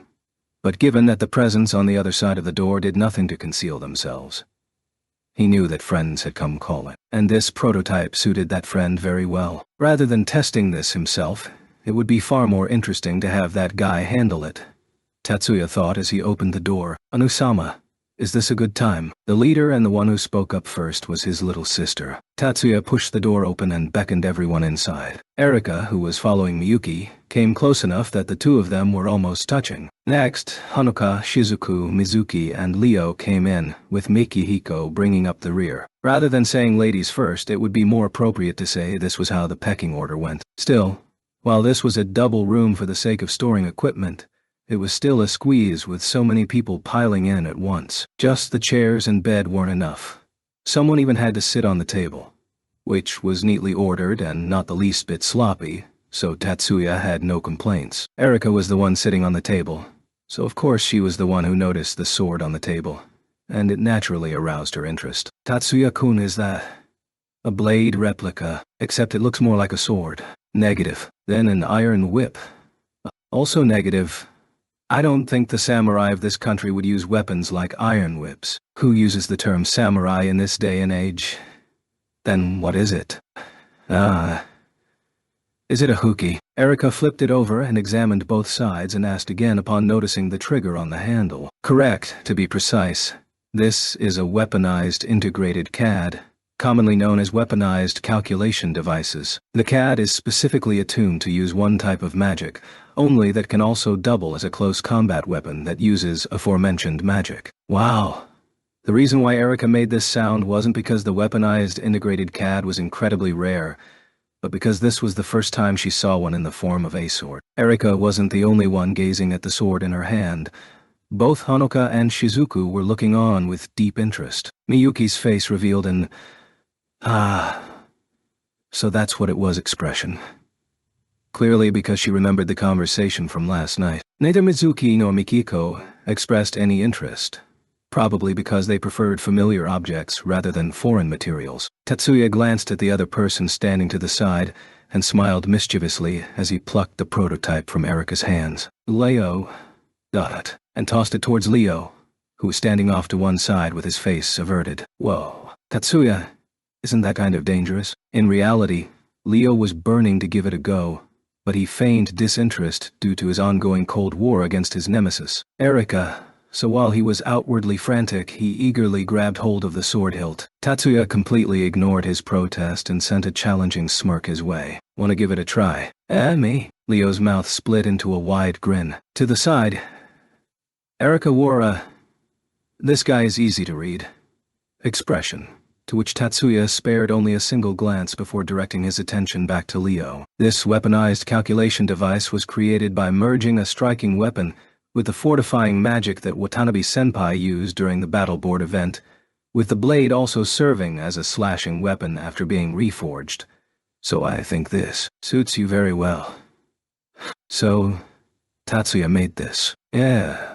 Yes. Hold on. Mikihiko inserted himself into Leo and Tatsuya's conversation. Initially, he wore an apathetic expression, but he was paying attention to the entire conversation. Watanabe-senpai's event was yesterday, so you made this in one day. This doesn't look like a ready-made product. The components themselves are all commonplace. The outer frame is also a generic alloy, so there are no special materials involved. But this still isn't something you can manually forge, right? You shouldn't have that much spare time.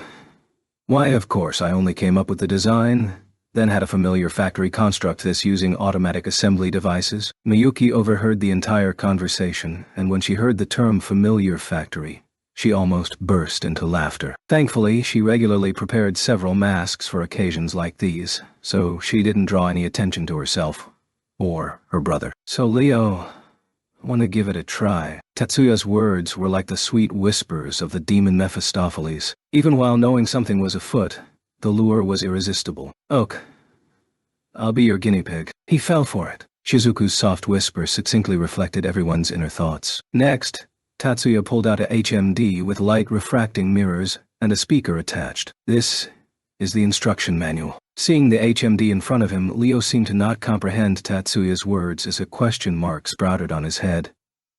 "Take a look. The user's manual for the weaponized calculation device is recorded within." Oh. This object that Tatsuya handed him, more like tossed to him, appeared to have images and sound files stored on it, which included the weaponized integrated CAD instruction manuals. Leo let out, "I get it now" expression and accepted the HMD from Tatsuya's hands. This counts as a virtual terminal device, right? Haruka, who asked the question, wasn't the only one wondering about this. Virtual information terminal devices posed considerable harm to immature magicians. With this in mind, First High forbade students from using virtual terminal devices. Tatsuya himself insisted on using a material terminal device, but asked his friend to use a virtual terminal device. Even if the device was restricted to visual and hearing, everyone held the same misgivings. It's nothing that outrageous, but they do share some similarities. Is this okay? Oh, you're referring to the harm caused by the virtual terminal device.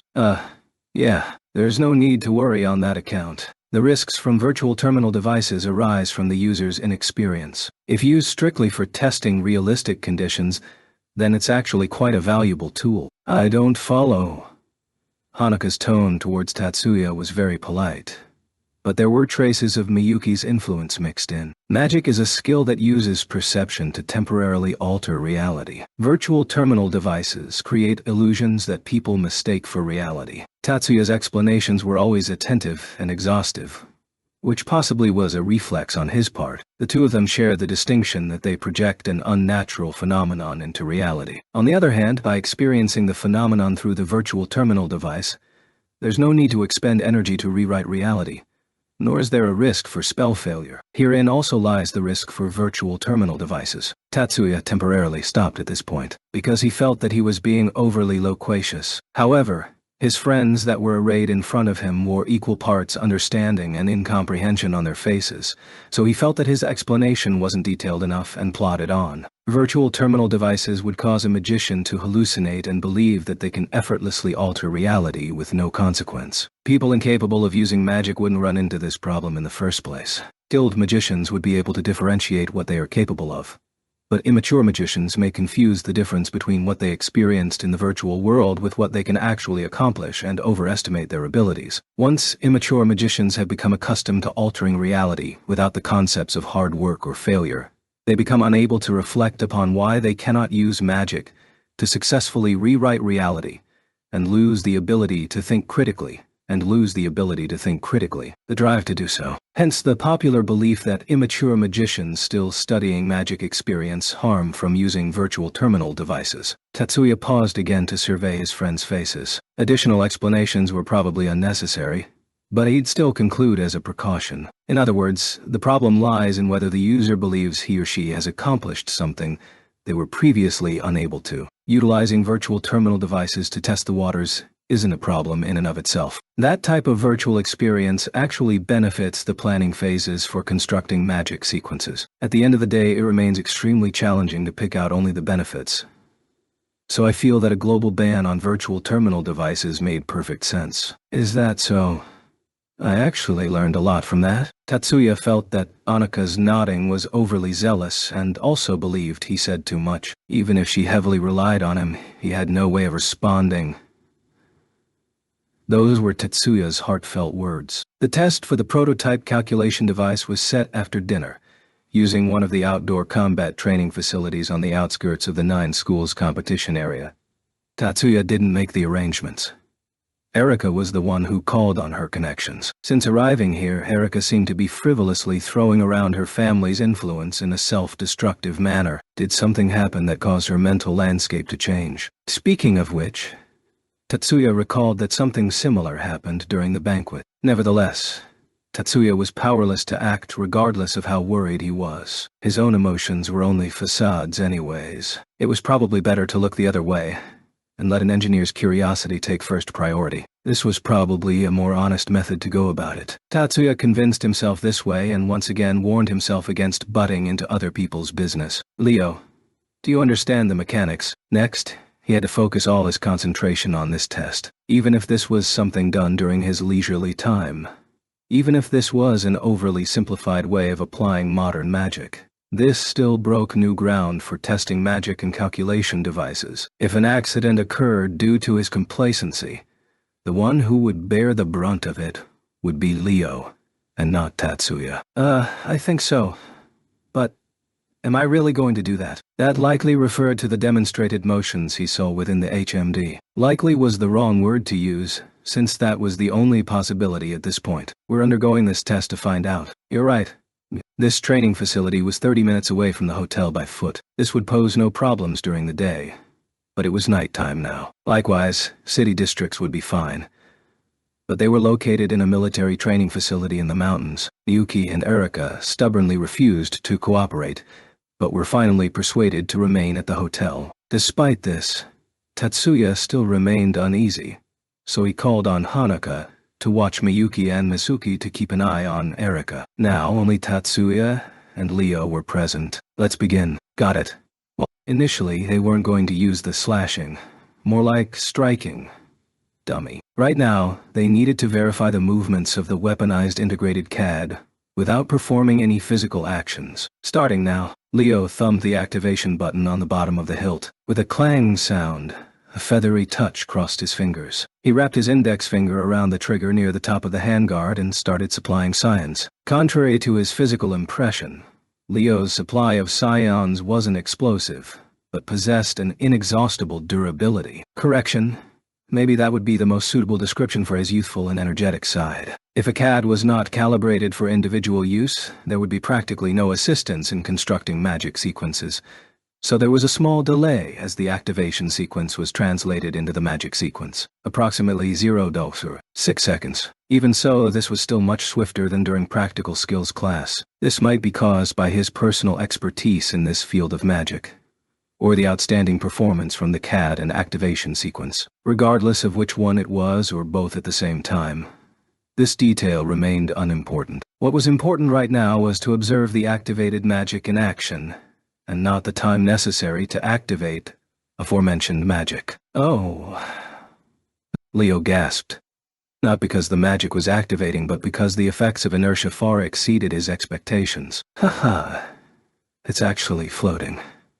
How incredible. Leo revealed a childlike smile and swung the sword that had less than 1/2 of the blade still attached. The other half of the blade floating in midair mimicked his motion and swung in a similar arc. 3, 2, 1. Whoa! Leo stopped upon hearing Tatsuya counting down. 0.1. With the end of the countdown, the blade swiftly reconnected with the broken blade and reformed into a complete sword. Tatsuya, that was a complete success. Leo was wearing a thoroughly delighted expression as he raised a thumb, whereas Tatsuya mirrored his gesture. Still, I'm impressed that you could come up with something like this. Detaching the blade from the hilt, then using fortifying magic to solidify its position and shoot out the blade. I still can't believe I just did that. Now I know fortifying magic can also operate by separating objects. That is because the core concept behind fortifying magic is stabilizing relative positions. And if you ignore all the stereotypes, you find that objects don't have to be physically connected to one another. In addition, the operational form of this CAD is more like extension rather than being shot out. The blade will only elongate in a linear fashion since the middle segment is empty space. I never thought about that. I'll just treat this like a really long sword. Just as Leo said, this weaponized calculation device wasn't like other long-range system weapons that required additional energy to control, but was simply matching the motion of the blade while flying at a set distance until the magic lost effect. Speaking of which, why did the blade come back? I didn't activate any other magic. Oh, that's simple. That's an electric current reaction type recall alloy. So it only separates the moment an electric current is applied to break the connection. Leo nodded to signify his understanding, since this was a popular design in the modern era. So if a large force is applied during the state where magic isn't supplied, this could easily be broken. That's not a problem. We just have to store it in a scabbard when not in use, right? That's true. Shall we perform live tests on dummies, or test the fluctuations during separation? Tatsuya, while this thing is separated, is the length adjustable? That's not impossible, but exceedingly difficult. Currently, the activation sequence tied to the activation button on the hilt is set as a constant, but that can be easily changed to a variable. The challenge lies in that whenever the length needs to be adjusted, a new magic needs to overwrite the previous one. Is that the case? If the return speed could be increased, then there's no need to concern ourselves with the changing distances in between. After all, a real sword can't elongate itself halfway through the slashing motion. Yet, Erika seems to be able to accomplish that feat. What do you plan to do? Well, let's do a dummy test first. Got it. Tatsuya manipulated a control mechanism that was slightly larger than a notepad and called up 3 man-sized straw dolls from the ground. Old school. I wonder whose hobby this is. Even though regenerating products had become mainstream in modern society, the oddly outdated design still prompted the two of them to exchange a helpless glance. Regardless, in terms of sheer specs, they'll do as slashing targets. Straw dolls don't have any specs, but there's no other choice. Leo slapped his face lightly with his empty left hand to focus himself, then fell into a stance against the straw dolls. He thumbed the power switch. The blade flew into the sky. Leo swung the weapon with all his strength. Ahead of his right arm, the detached blade built up rotational momentum to a respectable speed before smashing into the straw doll. Lot of strain on the arm. Leo looked like his hand had gone numb, but he lightly swung the restored medium-length, sword-like weaponized calculation device as he voiced his thoughts. That's because while the flying part is physically small and despite the fact that speed can supplement strength somewhat, inertia still remains an issue. So you need extra arm strength to compensate. No wonder.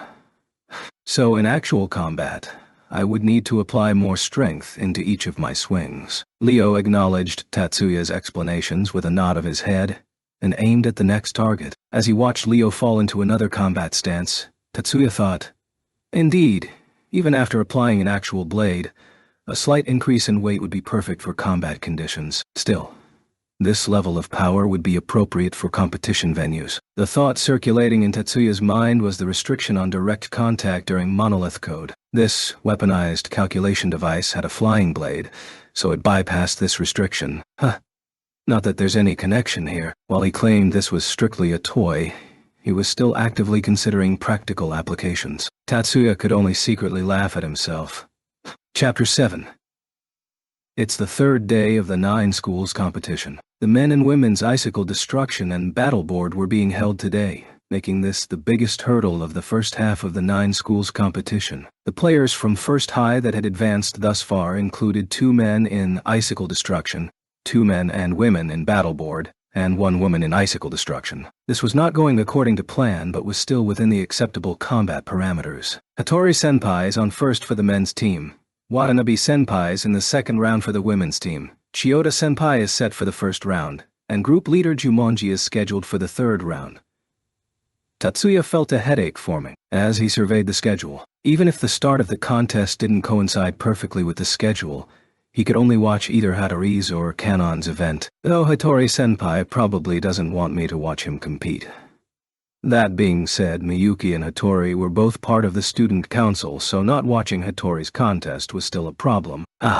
Found you, Tatsuya-kun. Still, Tatsuya no longer had to concern himself with this, or maybe he no longer had to concern himself, period. President, what's the matter? I was hoping you could help. Mayumi dragged Tatsuya towards the engineering vehicles. Ono-sama, it's about to start. In the end, Tatsuya barely got away in time to catch the start of Mari's event. Mari had dropped by when Tatsuya was working and specifically reminded him, "You were going to come watch me, right?" If he stayed away after that, even if he was just a little tardy and missed the opening segment, he would never hear the end of it. Tatsuya thanked his little sister and friends for saving him a spot, then turned to look at the starting line. Looks like he made it just in time. Mari was wearing her customary headband with her hair fluttering as she adopted the set position. There were a total of 3 contestants in the semifinal round, which would run for 2 matches. The winners of the 2 matches would advance to the final round where they would duel one another. The 2 others were tense with anxiety, but Mari fearlessly awaited the starting signal. The get-set whistle sounded. The audience was dead silent. After a split second, the second whistle rang out. The race was on. The first one out the gate was Mari. Unlike the preliminary round, the one in second was right on her heels. The player in third was only slightly further behind. They're tough. No wonder they're known as 7th High of the Waves. I remember that they had the same team in last year's finals. The billowing waves on the surface were clear evidence that their magic was interfering with one another. Generally, Mari would use her position in the lead to take advantage of the waves to disrupt her opponent behind her, hereby achieving greater effect than the sum of its parts. But the player from 7th High adeptly maneuvered her board to compensate for her disadvantage in magic. The 3 players threaded through the snaking aqueduct and rounded the tight corner neck to neck. After passing through there, they entered a passage that couldn't be seen from the observation deck. So now the action had to be watched through the television screens. Tatsuya glanced towards the widescreen TV that was displaying the images from the sharp turn. Tansuro. A small oddity on-screen grabbed his attention. So Tatsuya accidentally missed this moment. Screams erupted from the stands. Tatsuya frantically looked back. The player from 7th High had completely lost her balance. Deed burst. "Hey," someone shouted out. That's certainly what it looked like. The player's board wasn't gripping the water's surface. As if in full flight, the player from 7th High was gliding across the water's surface and was about to slam straight into the railing, under the assumption that no one was in the way. Mari, who had just finished decelerating and was ready to sprint ahead, was directly in the path of the trajectory. Mari faced the railing. Even so, she still kept her head turned behind her, likely because she detected the oncoming presence from the rear. Her following action could only be described as superlative. Mari cancelled her forward acceleration and switched to parallel rotational acceleration, using the waves crashing back from the walls of the aqueduct and her own magic to spin the board halfway around. Next, she used multiple recalculations to use 2 new magics, and prepared to receive the out-of-control 7th high player. First, she used move-type magic to fling away the player's board, and then applied weight-type inertial neutralization magic to prevent herself from crashing into the railing after catching the other player. This would have been enough to avert disaster if the water surface didn't suddenly dip. It was only a minute difference. However, Mari was in the middle of a high-level technique to achieve a 180-degree turnaround. Mari wasn't a surfing expert. She was just using superb magic and personal buffing to change her stance. The moment her flotation faded, her balance was destroyed as well, which in turn caused the activating magic to fizzle. She successfully redirected the other player's board that was hurtling towards her legs, but the inertial neutralization magic didn't activate, which sent the player from 7th high careening into Mari. The two of them slammed into the railing together. Shrill shrieks sounded from all around the stands. Immediately, a flag rose to signal a halt to the competition. Tatsuya couldn't help but rise to his feet. Mari was sandwiched between the railing and the player from 7th high. It looked like she wasn't able to successfully erect any protective measures. Onu-sama. Completely pale, Miyuki was gazing up at him. "I'll go take a look. You guys stay here." Tatsuya had received military and guardian training since youth, which more than qualified him for minor surgical operations. "Understood." Tatsuya's steady voice allowed Miyuki to realize that everyone going to take a look would only add to the panic. So she waved her hands to signal their friends to take a seat and nodded her assent towards Tatsuya. Tatsuya charged down the observation deck and threaded through the dense crowds as if performing a magic trick. She did not wake very quickly. There seemed to be a thick cloud hanging over her consciousness, so it was difficult to grasp her surroundings. What was she doing here? This was the first question that flashed across Mari's mind as she awoke. "Mari, are you awake? Do you know who I am? An evil friend?" Even at this time in the privacy of her mind, Mari still didn't apply the term friend. Could be seen in front of her face. Mari knew the literal meaning of the question, but was unable to comprehend why the question was asked. So she murmured in confusion, "Mayumi, what are you talking about? Why would you ask?" Halfway through her sentence, Mari recalled the reason why Mayumi asked the question as well as her current predicament. "So I'm in the hospital." "Yes, the hospital at Susono Base. Thank goodness. Looks like there was no mental damage. How long was I out?" There was still a dull throbbing coming from the back of her head, which allowed Mari to realize that she didn't fall asleep, but was forcefully knocked unconscious after failing to erect defenses in time, since just after noon. Don't get up yet." Mari wanted to sit herself up, but Mayumi quickly pushed her back down. She didn't apply a lot of strength, but Mari's physical mobility was reduced to less than half. "Your ribs are broken, and while they've used magic to reconnect them, they still need some time to stabilize. I think you know very well that healing magic is ultimately only an emergency measure. There's only the outward appearance of recovery during the stabilization period, rather than instantaneous recovery. Don't worry, I know at least that much." Mari took the words right out of Mayumi's mouth as she murmured to herself and sank back down onto the bed. "How long will I be out?" "At least a week for a full recovery, though you are cleared for daily activities after 1 day of bed rest. Still, to be on the safe side, you are forbidden from strenuous activity for the next 10 days. Hey then. You'll have to withdraw from Miragebat too. There's nothing we can do about that. Is that so?" Mari sighed and closed her eyes. She reopened them after a short interval. What was the conclusion of the contest? The instigator from 7th high was banned as punishment, with 3rd and 9th high advancing to the finals. Kobayakawa-san was highly motivated, so I think we have a chance to seize 3rd place. Kobayakawa is more than capable so long as she doesn't mentally handicap herself. Indeed. By the way, the player from 7th high didn't suffer major injuries, so your efforts weren't wasted. It doesn't really count as helping if I'm seriously injured myself. Mari scowled as she was complaining, though her pretense at negativity drew a light laugh from Mayumi. Mayumi averted her head and feigned ignorance. On the men's team, Hattori-kun advanced to the finals, but Murakami-kun just barely missed out. Yumonji-kun and Kanon-san both advanced to the single elimination portion of icicle destruction on their respective sides, so I'm the only one who couldn't fulfill her end of the bargain. It's not your fault. Mari, you made the right decision. If you didn't halt your acceleration, you might have been able to narrowly avoid the collision and advance to the finals, but the player from 7th High would likely have suffered serious injury, to the point that her life as a magician might be over. That's how dangerous her situation was. Tatsuya-kun also concurs. Hey, why are you bringing up this guy's name now? Because he was the one who escorted you here and stayed on station while you were undergoing treatment. What? Well, of course we didn't leave it all to Tatsuya-kun himself.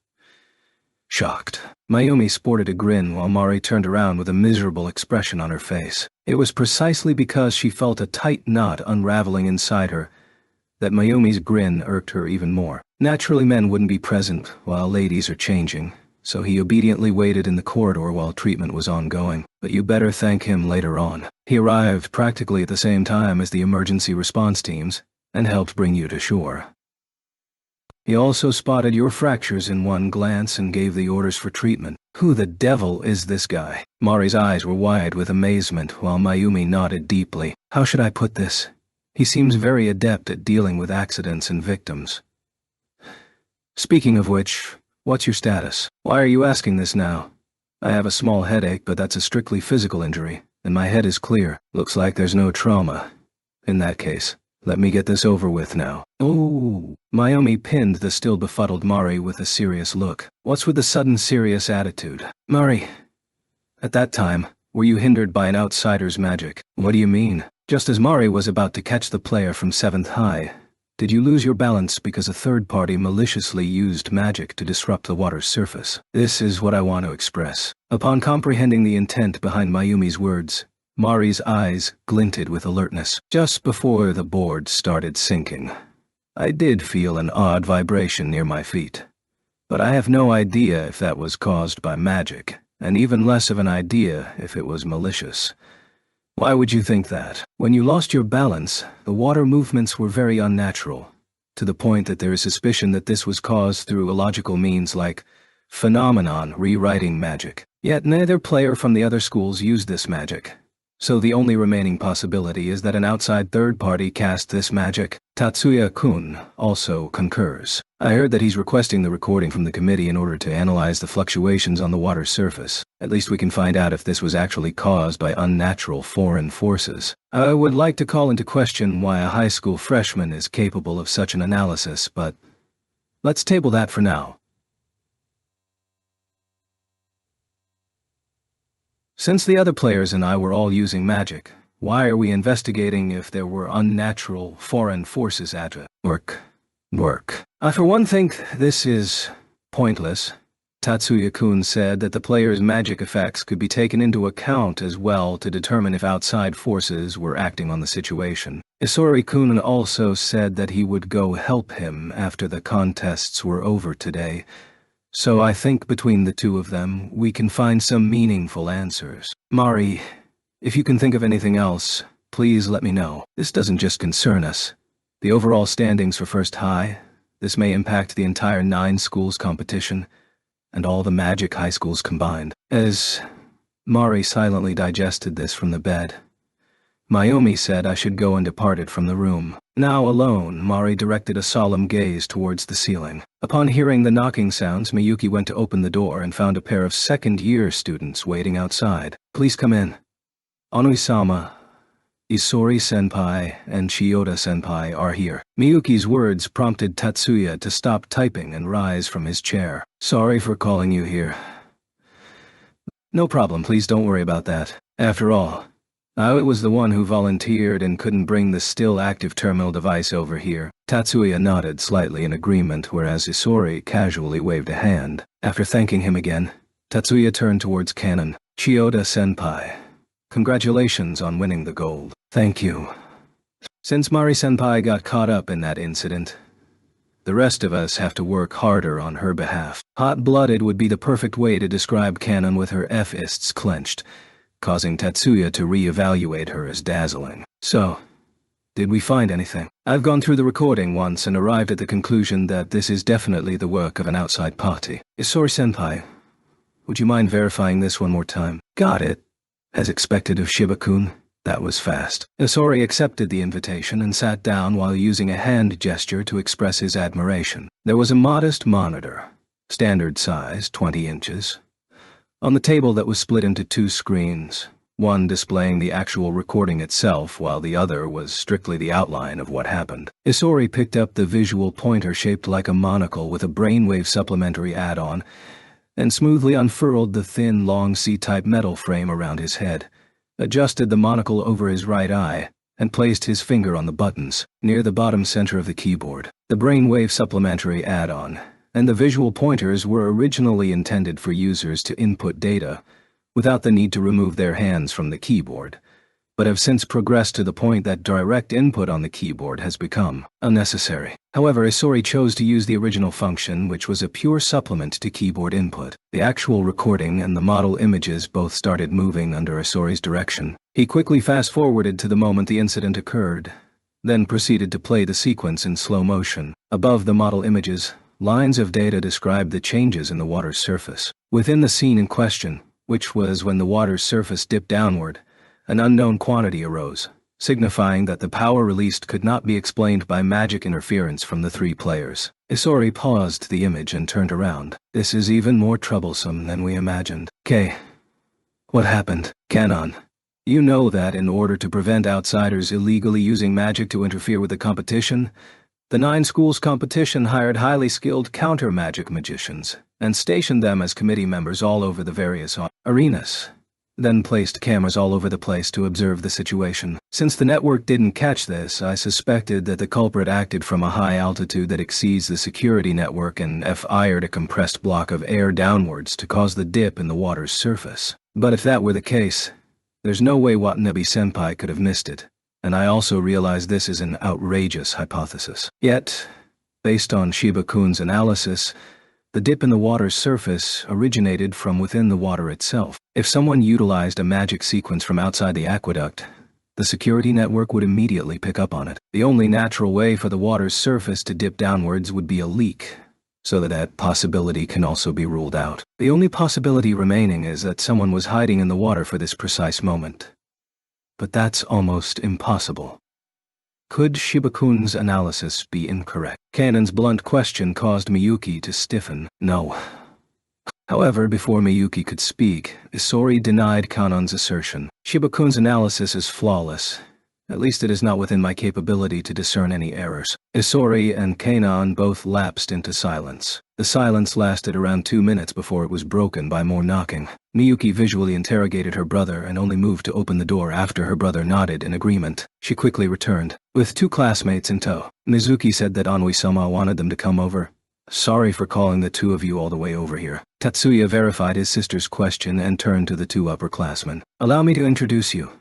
These 2 are my classmates Yoshida and Shibata. I think you 2 know these 2 are Isori-senpai and Chiyoda-senpai from 2nd year. Mikihiko and Mizuki were both a little tense, and after a quick round of self-introductions from Isori and Kanon, Tatsuya used a concise answer to respond to the 5 questioning looks sent his way. I asked the 2 of them to come and identify our culprit. This sentence alone was a little too vague for anyone to understand. Tatsuya knew from the get-go, so he kept explaining without pausing. We are now examining the possibility that Watanabe-senpai's incident was caused by malicious interference from an outside party. This was for Mikihiko and Mizuki's benefit. Mikihiko knit his brows, while Mizuki revealed an astounded expression. As Watanabe-senpai was losing her balance, an unnatural dip appeared on the water's surface, which disrupted the timing for her inertial neutralization magic and forced her to collide with the railing. The change on the water's surface was almost certainly caused by magic cast from within the water. Mizuki still hadn't shaken off her astonishment. Yet,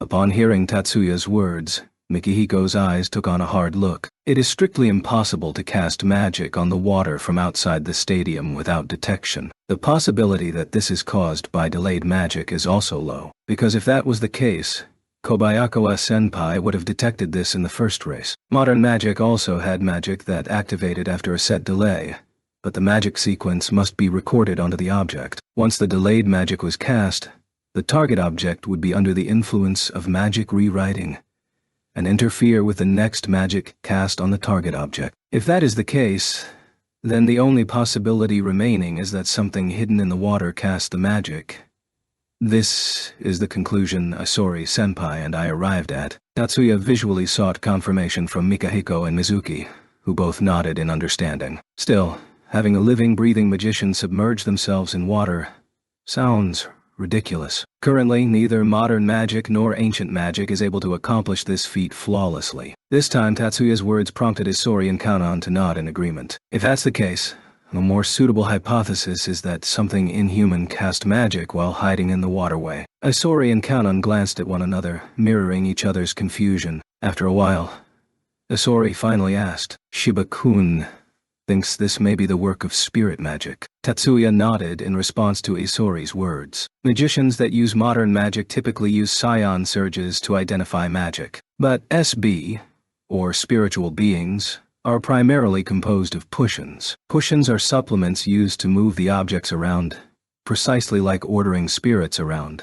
This was the current dominant theory. It wasn't that magicians couldn't identify pushins, yet in ordinary circumstances, they couldn't identify them as readily as scions. For example, even though the human senses could detect infrared rays as warmth, there was no way to distinguish between colors the same way they could for visible light. Magicians could use their senses to identify active pushins, but had a very difficult time identifying inactive ones. In other words, magicians using modern magic couldn't detect dormant spiritual beings. If they were using a spiritual being planted ahead of time, a type of delayed magic using spiritual beings, there was a high probability that they would elude the committee's detection. Yoshida is an expert on spirit magic, and Shibata is especially sensitive towards pushin light, hence why you called the two of them. Tatsuya once again nodded towards Isori and turned to face Mikihiko. Mikihiko, I would like your expert opinion. Is there a way for spiritual magic to delay activating for several hours,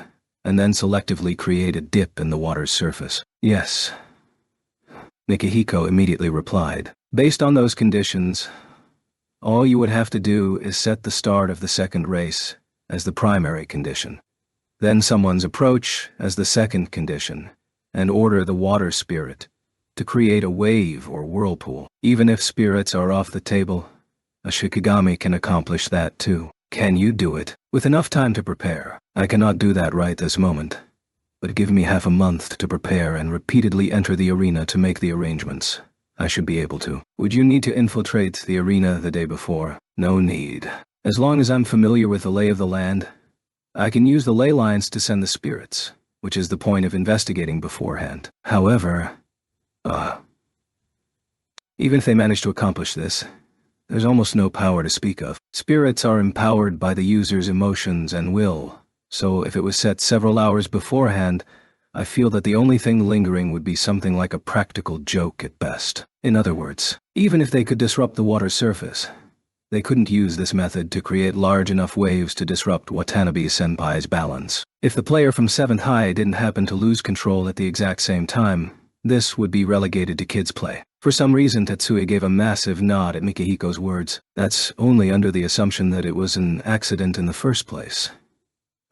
Mikihiko was unable to follow Tatsuya's cryptic words, but Tatsuya didn't immediately reply, and instead turned his gaze on Mizuki. Mizuki, during Watanabe-senpai's incident, did you see the movements of the S-8IS? I was wearing my glasses at the time. Sorry, please don't say that. You're right.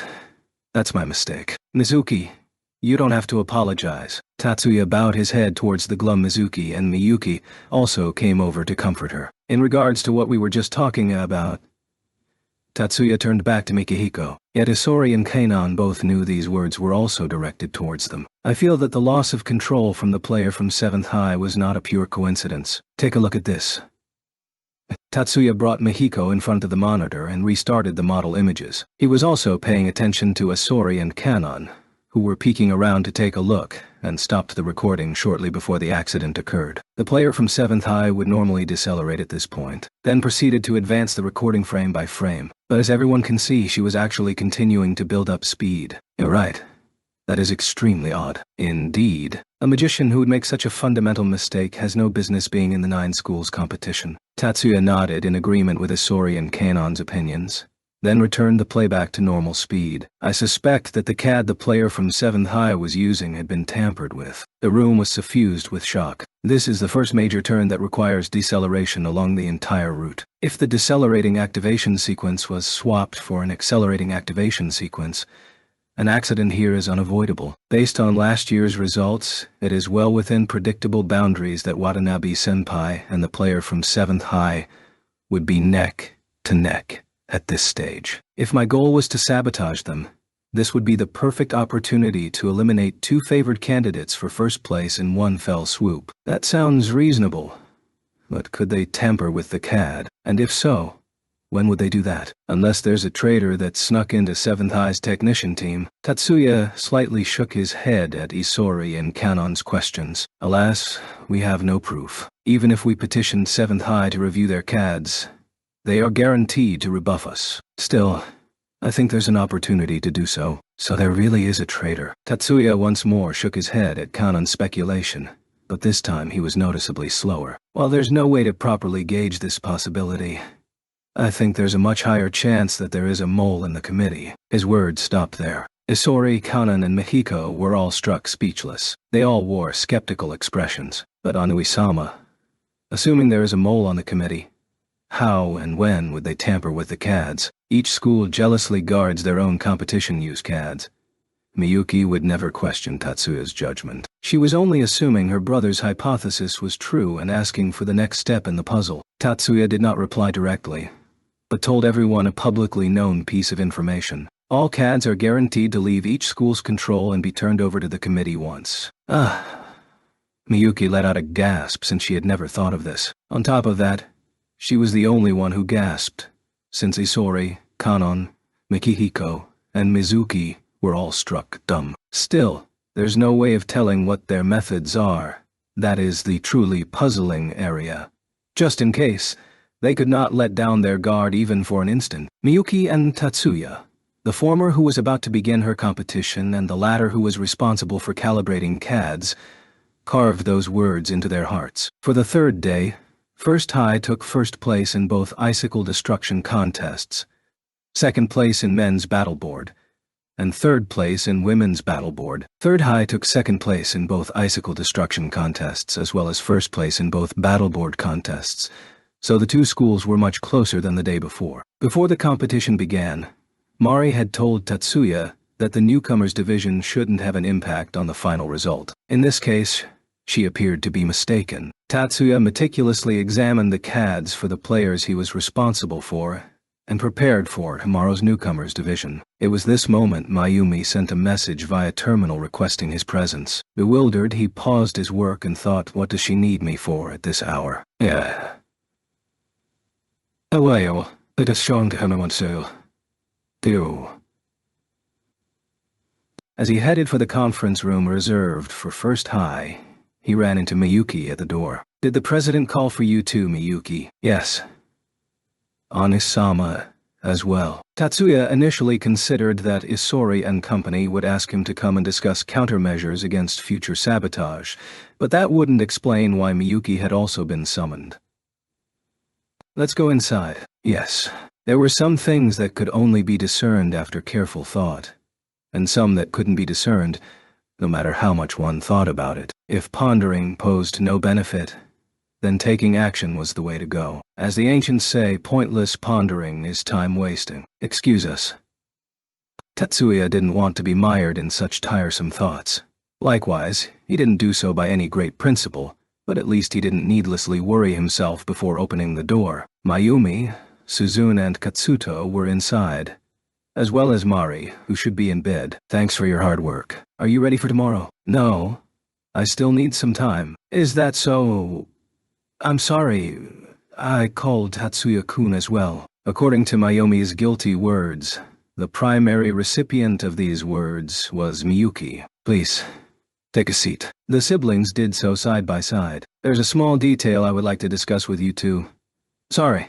It's no small thing. I asked the 2 of you to come to discuss something of vital importance. It seemed like it had been ages since Mayumi's tone was so serious, causing Tatsuya to perk up a little. Rin-chan, can you explain? So she still uses Rin-chan even when in a serious mood. Tatsuya thought as he looked towards Suzune. I think you two are aware of the current standings. This was obviously a rhetorical question on Suzune's part, but Tatsuya and Miyuki both nodded anyway. Although we ran into some unforeseen accidents, our school's running score is roughly the same as our predictions. Unfortunately, Third High's score is vastly greater than we anticipated. So the difference between us is a lot less than we had hoped. At this point, both of the siblings nodded to show that they understood. That being said, we still possess enough of a lead. Even if we aren't the overall winner for the newcomers division, we can still claim the overall victory so long as we claim first place for the last monolith code, and the score differential isn't too large. However, if we fall too far behind Third High, then it may come down to the Mirage Bat event from the official division. Everything that Suzune detailed were all assumptions. So is she telling them to perform well during the newcomers division? And if that's all it was, there should be no need to call them at this hour. Tatsuya was quite confused beneath his poker face. The point total from the official division is worth twice as much as the newcomers division. So our school's tactical advisors have arrived at the conclusion that we should make some sacrifices in the newcomers division and channel our firepower into the official division's Mirage Bat. Tatsuya's brow twitched.